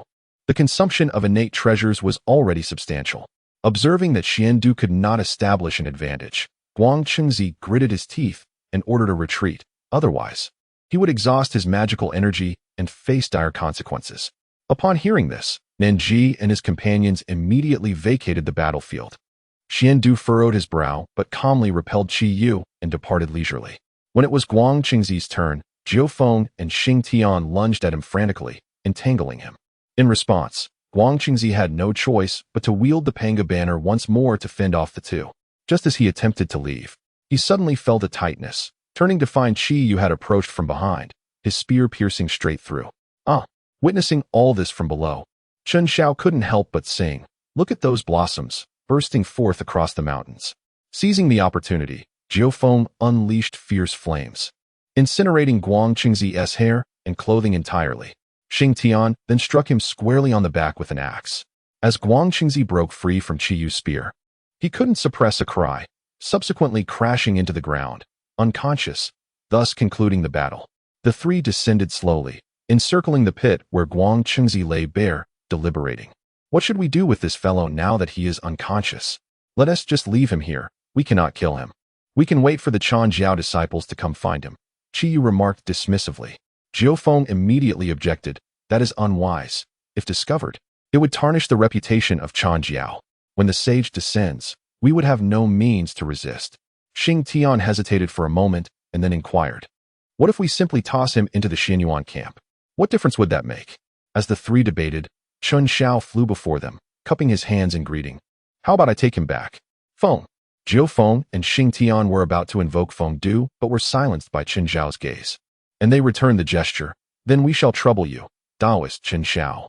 Qi Yu, observing the respectful demeanor of Jiao Feng and Xing Tian towards Qin Xiao, felt somewhat perplexed but followed suit, bowing slightly. After all, he needed Qin Zhao's assistance to confer the title of human sovereign, and it was prudent not to antagonize him. Qin Xiao smiled and nodded, but did not immediately take Guang Qingzi away. Instead, he produced a recording stone and meticulously documented the scene surrounding Guang Qingzi before leisurely carrying him back to the Xianyuan camp. Qi Yu and the others also made their way home. However, upon entering the main camp, Duan Xiu hurriedly approached Qi Yu, exclaiming, "Not good, brother. Our provisions have been severed." Qi Yu's eyes widened in disbelief. "What do you mean?" Duan Xiu grimaced as he explained, "I just received news that 3 days ago, a dog led 50,000 troops from the Central Plains, emerging from who knows where, and seized a large quantity of our grain. Everything they couldn't take was set ablaze." Qi Yu was momentarily stunned. "A dog? Are you jesting?" Duan Xiu felt a twinge of embarrassment. After all, it was quite humiliating to admit they were robbed by a dog. "Indeed, brother, that dog was exceedingly swift. Our men had no time to react before it struck." Qi Yu's lips twitched as he inquired, "How long can our provisions sustain us?" After pondering, Duan Xiu replied, "At most, 10 days. Upon hearing this, Qi Yu began to contemplate. 10 days' worth of rations could not be transported in time from the Eastern Yi. As their front lines advanced, the supply lines had stretched too far. If Xianyuan seized the moment they ran out of food to launch an attack, a famished army would certainly lack combat effectiveness. Reluctantly, Qi Yu issued orders, relay the command for the entire army to retreat to the edge of Zhuolu, and dispatch 100,000 cavalry to escort the supplies. "Brother, does this not negate the advantage we previously gained?" Duan Xiu lamented as he saw Qi Yu's intention to retreat. Qi Yu offered an explanation. "Our supply lines have been stretched too thin. We cannot await provisions for 10 days. We must simultaneously pull back to consolidate our supply lines, while sending a large force to transport more grain. In the next battle, we must decisively breach Zhuolu." Recognizing the gravity of the situation, Duan Xiu complied with the orders. Qi Yu then gazed at the distant Xianyuan camp, muttering with reluctance, "Xianyuan, consider this your victory." As Qi Yu began to withdraw, Qin Xiao, situated in the Xianyuan camp, observed the scene and smirked slightly, instructing Xianyuan beside him, "Xianyuan, lead the men immediately into an assault. Pursue but do not engage in prolonged combat." "Wouldn't that be a breach of martial ethics?" Xianyuan hesitated, questioning. Qin Xiao clutched his head, pondering why people of this era so readily resorted to the notion of martial virtue. It seemed this fellow had taken it upon himself to lead. He then remarked, "This is to bolster morale, without an uplift in spirit. How shall we engage in the decisive battle to come?" Upon hearing this, Xianyuan hesitated for a moment, but ultimately chose to comply, for at the very least, Qin Xiao would not betray his own. He promptly assembled the troops and led a swift advance. The army of Qi Yu, in the midst of retreat, exhibited signs of disorder at their rear. Xuanyuan's forces charged forward, engaging in fierce combat, and as per Qin Zhao's counsel, they did not linger on the battlefield. After claiming a number of enemy lives, they withdrew, yet maintained a steady pursuit, ensuring the enemy could not retreat in peace. Qi Yu, upon learning of the ambush from behind, was consumed with rage. It appeared as though Ji Xianyuan had transformed, employing such treacherous tactics in warfare, starkly contrasting his previous strategies. At that moment, Duan Xiu advised, "Brother, it is clear that this young Xianyuan has discerned our intentions to retreat and is deliberately harassing us. We must expedite our withdrawal to the outskirts of Zhuolu." Qi Yu had no choice but to suppress his fury and hasten the retreat. Meanwhile, within the great encampment of Xianyuan, the assembly gathered around Qin Xiao. One among them inquired, "Sword Ancestor, why do we not seize this opportunity for a grand confrontation? This is indeed an opportune moment." Qin Xiao shook his head and remarked, "Qi Yu still has provisions within the army. This retreat is merely to shorten the supply lines. The troops still possess combat capability, and engaging them now would yield little chance of victory. Upon hearing this, the others nodded in agreement, and Xian Yuan gazed at Chun Xiao with admiration. Subsequently, Xian Yuan dispatched personnel to reclaim the previous stronghold. Before leaving, Qi Yu refrained from setting the camp ablaze, likely considering the possibility of reclaiming it in the future. This, however, proved advantageous for Xian Yuan, saving considerable manpower. Meanwhile, Dog Egg successfully incinerated Qi Yu's supplies and captured the leading Dongi soldier. The Central Plains soldiers intended to extract information from him regarding the location of their equipment. However, the Dongi captive resolutely declared, "I shall never betray my leader. You shall not learn of the hiding place from my lips." Lacking any sophisticated means of coercion, they resorted to mere physical intimidation, thus failing to elicit any useful information. In desperation, they sought Dog Egg's counsel on how to proceed. "Lord Dog Egg, this fellow is too stubborn. We cannot pry open his mouth." Dog Egg, with a confident demeanor, approached the captive and barked at the guards, "Woof woof. Strip him of his trousers." The Dongi captive, startled, inquired, "What do you intend to do?" "Woof woof. Do not panic. I shall not kill you. I merely wish to enhance your brother's appearance." With that, he instructed one of the bystanders to take a knife and slice open the captive's trousers. Upon hearing this, the Dongi captive erupted in outrage, shouting, "You scoundrel! You are inhumane." Dog Egg retorted, "I was never human to begin with." Moments later, as two soldiers from the Central Plains prepared to act, the captive cried out in a pleading tone, "I will speak. Stop, you fiends." After all, while death was a possibility, social death was intolerable. To be subjected to such humiliation would render his existence meaningless, even in death, as a subject of ridicule. Witnessing his eventual capitulation, the onlookers raised their thumbs in approval of Dog Egg. Truly, Lord Dog Egg is worthy of the legacy of the sword ancestor. Enough idle chatter. Let us hasten to the Wind God tribe. Dog Egg commanded, leading his men forth with great fervor. Leaving behind a portion of the captives to transport supplies to the Taikong Mountains under the supervision of Li Mu. He also sent word to Li Mu to find a strategic hiding place. After securing the equipment, he intended to use himself as bait to lure all of Qi Yu's reinforcements into a trap. Upon receiving the message, Li Mu promptly led his men to a gorge, arranging two large stones at both ends to block the reinforcements' retreat once Dog Egg lured them in. The Wind God tribe was one of the 81 tribes under Qi Yu, led by Fei Lian, who was highly skilled in wind magic and had disseminated this knowledge throughout his tribe, earning them the name Wind God. Qi Yu had anticipated that every member of the Wind God tribe could wield wind magic. Thus, if attacked, they could summon a fierce wind for defense while awaiting support from other tribes, which is why the equipment was stored there. As Dog Egg's army approached, they were spotted by patrolling guards, who immediately raised the alarm, "Enemy attack! Enemy attack!" Members of the Wind God tribe with martial prowess swiftly emerged, forming ranks and casting spells. A tempest swept through, impeding the advance of the Central Plains forces. An elder from the Wind God tribe instructed his companions, "Quickly, seek aid from the other tribes. We can hold out here for a while." However, just as the elder finished speaking, a small white dog, braving the wind, slowly approached, revealing a looming shadow behind it. "Woof, think you can outblow me? Let us see who prevails." With that proclamation, the shadow opened its mouth, unleashing a terrifying gust that overpowered the winds summoned by the Wind God tribe, sending them all tumbling through the air.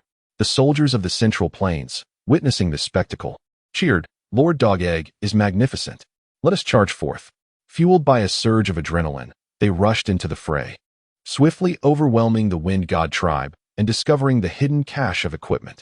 After locating the supplies, Dog Egg instructed his soldiers to don the captured armor and weapons, then organized oxen and horses for transport.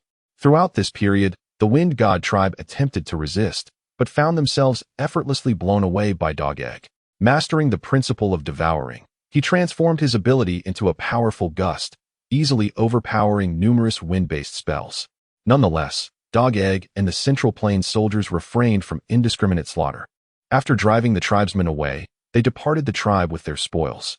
The elder who had previously attempted to block their path urgently called over a young man, "Quickly, find the leader and summon reinforcements to halt their advance. Those weapons must not fall into enemy hands." The young man, possessing some martial skills, surveyed the path taken by Dog Egg and immediately set off toward Zhuolu. as he hurriedly flew onward. He fortuitously encountered the supply convoy led by the capable San Gang and Lu Mu, who were dispatched by Qi Yu himself due to the critical nature of the supplies. Lu Mu, there is someone approaching. San Gang was the first to notice the young man. Lu Mu followed San Gang's gaze and ordered everyone to stand at attention, then called out, "Who approaches?" The young man, upon hearing Lu Mu's inquiry, swiftly landed and bowed. "Great Lord, I am from the Wind God tribe. Our tribe has been attacked. They have stolen our weapons and armor. I implore you to pursue them immediately." Upon learning that their stronghold had been breached, San Gang and Lu Mu were momentarily taken aback. San Gang swiftly rallied his men. "Follow me. We shall pursue." However, Lu Mu urgently restrained him. "Our frontline soldiers are still awaiting supplies. We cannot afford to waste time. Shall we merely stand by and watch as they escape with our belongings?" San Gang retorted, his anger palpable. Hearing this, Lu Mu fell silent, grappling with an excruciating dilemma. On one hand, equipment was being pilfered, and failing to recover it would complicate future battles. On the other hand, without provisions, they could not engage in combat at all. Taking a deep breath, Lu Mu finally said, "Here is the plan. You shall take 50,000 men to pursue them, while I will lead the remaining forces to transport the supplies. We shall regroup later. Remember, do not force the chase if the situation proves untenable." San Gang acquiesced, promptly instructing the young man from the Wind God tribe to lead the way with the 50,000 soldiers in pursuit. The remainder hastened back to the tribe to gather supplies. Unbeknownst to them, their movements were keenly observed by scouts from the Central Plains, who quickly reported back. As Dog Egg's forces roamed about, San Gang found it challenging to locate them. Following the trail left by Dog Egg, the scouts soon found their target and urgently relayed, "Lord Dog Egg, the Dongi army, is in pursuit." Upon hearing this, Dog Egg immediately commanded the 2,000 troops to depart with all their equipment. Meanwhile, he prepared several vehicles laden with stones, covered them with burlap, and set off with 30,000 men to lure the remnants of the enemy. In the great encampment of Xianyuan, Guang Chengzi gradually awoke, surveying the surrounding meager environment. It felt as though he had been possessed by something unclean, prompting him to rise and incessantly brush off his attire. However, after just a couple of attempts, he realized that his garments were tattered in various places, and he particularly felt a chilling draft on his backside. Just as he was about to change into a fresh set of clothes, Chun Xiao abruptly burst in, wearing a mischievous grin as he exclaimed, "Oh, our Guang Baiwan's behind is quite fair, isn't it?" Guang Qingzi, taken aback, swiftly turned to cover himself, retorting angrily, "Chun Xiao, what business do you have here? Wow, how heartless of you. After all, I was the one who saved you. Is this how you treat your savior?" Chun Xiao feigned sorrow, speaking with a tone of mock lamentation. Yet, he was acutely aware that Chun Xiao's words were merely a veiled taunt. Gritting his teeth, Guang Chengzi replied, "Thank you, but I would appreciate it if you could step outside while I change my clothes." "What is there to change? I've recorded everything," Chun Xiao declared, producing a recording stone and tossing it playfully in his hand, a teasing glint in his eyes. Guang Chengzi was momentarily dumbfounded, before erupting in fury. "What exactly are you trying to achieve?" "Nothing much, just wanted to discuss matters. Since you seem unable to handle Qi Yu, how about you follow my lead from now on? Shall we?" Chun Xiao originally had no intention of consulting Guang Chengzi, yet the latter's position as Xuan Yuan's teacher compelled him to reconsider. While he could dismiss Guang Chengzi's reputation, he still had to mind the face of Yuan Shi. After all, their current relationship was quite amicable. However, Guang Chengzi remained oblivious to the fact that Chun Xiao approached him for Yuan Shi's sake. Consulting with someone while presenting one's own nude portrait was utterly unfathomable. In an instant, Chun Xiao was filled with indignation, trembling with rage, having forgotten to change his clothes. "I am a disciple under Yuan Shi. How dare you behave in such a manner?" Chun Xiao disdainfully remarked. "Who isn't a cherished pupil of their own teacher? Just a single statement, will it suffice?" Guang Chengzi's cheeks flushed with indignation, leaving him at a loss for a rebuttal. Observing his reaction, Chun Xiao stepped closer, whispering, "Guang Million, you surely wouldn't want your naked image to be disseminated throughout the vast wilderness, would you?" "You." Guang Chengzi stumbled back a couple of steps. His trembling finger pointed accusatorily at Chun Xiao, his expression one of utter embarrassment. It must be said that the rhetoric employed by the young man proved quite effective at times. Consequently, Guang Chengzi begrudgingly acquiesced to Chun Xiao's suggestion. Although sharing the merits with others meant a division of rewards, It was certainly preferable to facing the wrath of Yuanshi upon returning. Should things go awry, he could easily place the blame solely on Qin Shao. With this thought, Guang Chengzi's expression softened slightly, and he extended his hand, saying, "Since I have agreed, let us destroy the image stone. I do not trust you." Qin Shao curled his lips and casually tossed it to Guang Chengzi. After all, he had plenty of these in his space and was not worried about being unable to handle it. Before departing, Qin Shao playfully slapped Guang Chengzi on the backside, infuriating him to the point of contemplating a one-on-one duel with Qin Shao. However, recalling his own injuries, he doubted he could compete with Qin Shao and ultimately abandoned the thought, casting a fierce glare in his direction instead. He then promptly changed into a fresh set of clothes. Meanwhile, as Qin Shao joyfully exited the tent, a soldier approached him and bowed, saying, "Master Sword Ancestor, Lord Dogdan has sent word that the supplies have been incinerated and all items have been secured, with the equipment capable of supporting an army of approximately 200,000. After pondering for a moment, Qin Shao instructed the soldier, "Send a message, procure 100,000 sets, and reserve the remaining 100,000 for its use. Ensure that the rear of Qiyu is thrown into chaos." Watching the soldier depart, Qin Shao proceeded to the central tent, preparing to alert Xianyuan to make early arrangements. Once the equipment arrived, Qiyu would retreat. Xianyuan would then lead the army to flank the enemy, coordinating with Dogdan to launch an offensive. With this strategy, the war would soon reach its conclusion. Meanwhile, Dogdan, accompanied by 30,000 troops from the Central Plains, left scattered traces along the way to lure the remnants of the enemy. If the traces were too conspicuous, they might attract the attention of the seasoned warriors of the enemy. After 3 days of pursuit and evasion, they finally encountered each other near a canyon. As the saying goes, a foe's appearance ignites fierce emotions. Seeing Dogdan at the forefront, the remnants of the enemy, led by Zhang Ong, were immediately enraged. "You wretched dog, I have sought you long and hard. Today, I shall stew you." The supplies and equipment had been burned by Dogdan's forces. If it had been another, he could have accepted it, but to be humiliated by a mere dog was intolerable. The fact that Dogdan succeeded only fueled their desire for retribution. Zhang Ong, seething with rage, commanded, "Listen up, charge at the Central Plains army, and head straight for that damn dog." The Eastern E troops surged forward like a horde fueled by adrenaline. However, Dogdan had no intention of engaging. He pivoted and abandoned the cart, leading his men straight into the canyon. Had Zhang Ong been in a more composed state, he might have questioned their direction. However, in his current state of fervor, he dismissed any notion that a dog could devise a clever plan. Thus, he neglected to inspect what the cart carried, fixated only on pursuing them. Above in the canyon, Limu observed Dogdan's forces and exhaled in relief. He had been lying in wait for several days, worried something might have gone awry.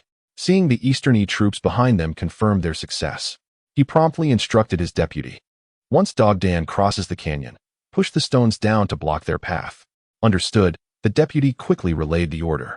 Dogdan's troops moved swiftly, quickly crossing the canyon. Meanwhile, the Eastern E forces, now realizing their predicament, hastily sought to halt their advance. "My lord, why have we suddenly stopped?" a soldier queried, puzzled. Zhang Ong, furrowing his brow, replied somberly, "The canyon is flanked by dense forests. An ambush here could annihilate our entire army." He then turned to issue orders. "Rear troops become the front. Slowly withdraw." Upon seeing Zhang Ong's intention to retreat, Limu commanded, "Push. This is bad. There is indeed an ambush. Retreat." Limu's voice caught Zhang Ong's attention, prompting him to issue orders. But it was too late. Their forces had already advanced halfway, and stones were falling from either side of the canyon. What followed was a torrential downpour of arrows, instantly claiming numerous lives among the Eastern E troops. Those outside were frantic, unsure of how to proceed, desperately attempting to clear the stones blocking their escape. However, the human cultivators were few, and this time Zhang Ong's forces were mostly composed of mortals. Without the strength to move the boulders, they found themselves trapped. Inside, Zhang Ong witnessed his soldiers falling one by one, their blood igniting his fury. He charged through the rain of arrows, reaching the boulder, and with tremendous strength, he cracked it open with a final blow. "Brothers, retreat." The surviving Eastern E troops scrambled to flee, while Limu's arrows had run out, and he quickly gathered his forces to pursue. Just as the Eastern E troops thought they had escaped, another army appeared in the distance. "Ha ha ha, Eastern E, don't run. I'm coming for you." Leading the charge was Dogdan, tongue lolling like a ravenous wolf, racing towards them. Zhang Ang gritted his teeth at the sight. But with their heavy losses, they were in no position to fight back and could only attempt to break through the encirclement. At that moment, Limu had already led his men down to surround them. Besides those protecting supplies and transporting captives, Limu's forces, together with Dogdan, numbered over 100,000, including 50,000 fully armed soldiers. They quickly overwhelmed Zhang Ang's forces, leaving only 1,000 captives. Zhang Ang himself was captured, struck down by Dogdan's tail. Observing Zhang Ang bound and helpless, Limu remarked, "Dogdan, this binding method seems peculiar." Dogdan replied, "You know nothing. This is the technique taught to me by my master, designed to inflict psychological torment on the enemy. This binding method, known as the turtle shell bind, was imparted by Chen Xiao. Anyone ensnared felt an overwhelming sense of shame." Limu, intrigued, immediately instructed his men to observe closely, intending to adopt this method for binding captives in the future. Zhang Ang was treated like a spectacle, surrounded by onlookers, bellowing, "You despicable scoundrels! A soldier may be killed, but not humiliated. If you dare, release me for a fair duel." Dogdan's eyes brightened at this, eager to respond. But Limu intervened. "Dogdan, I understand. The sword ancestor has taught me this." He then called to his soldiers, "Brothers, grant him his wish." With that, the surrounding soldiers surged forward, each delivering kicks to Zhang Ang. Fortunately, Zhang Ang had some cultivation. Otherwise, he would have been reduced to pulp by the Central Plains army. At that moment, the soldier sent to deliver the message arrived, informing Dogdan of Chen Zhao's orders.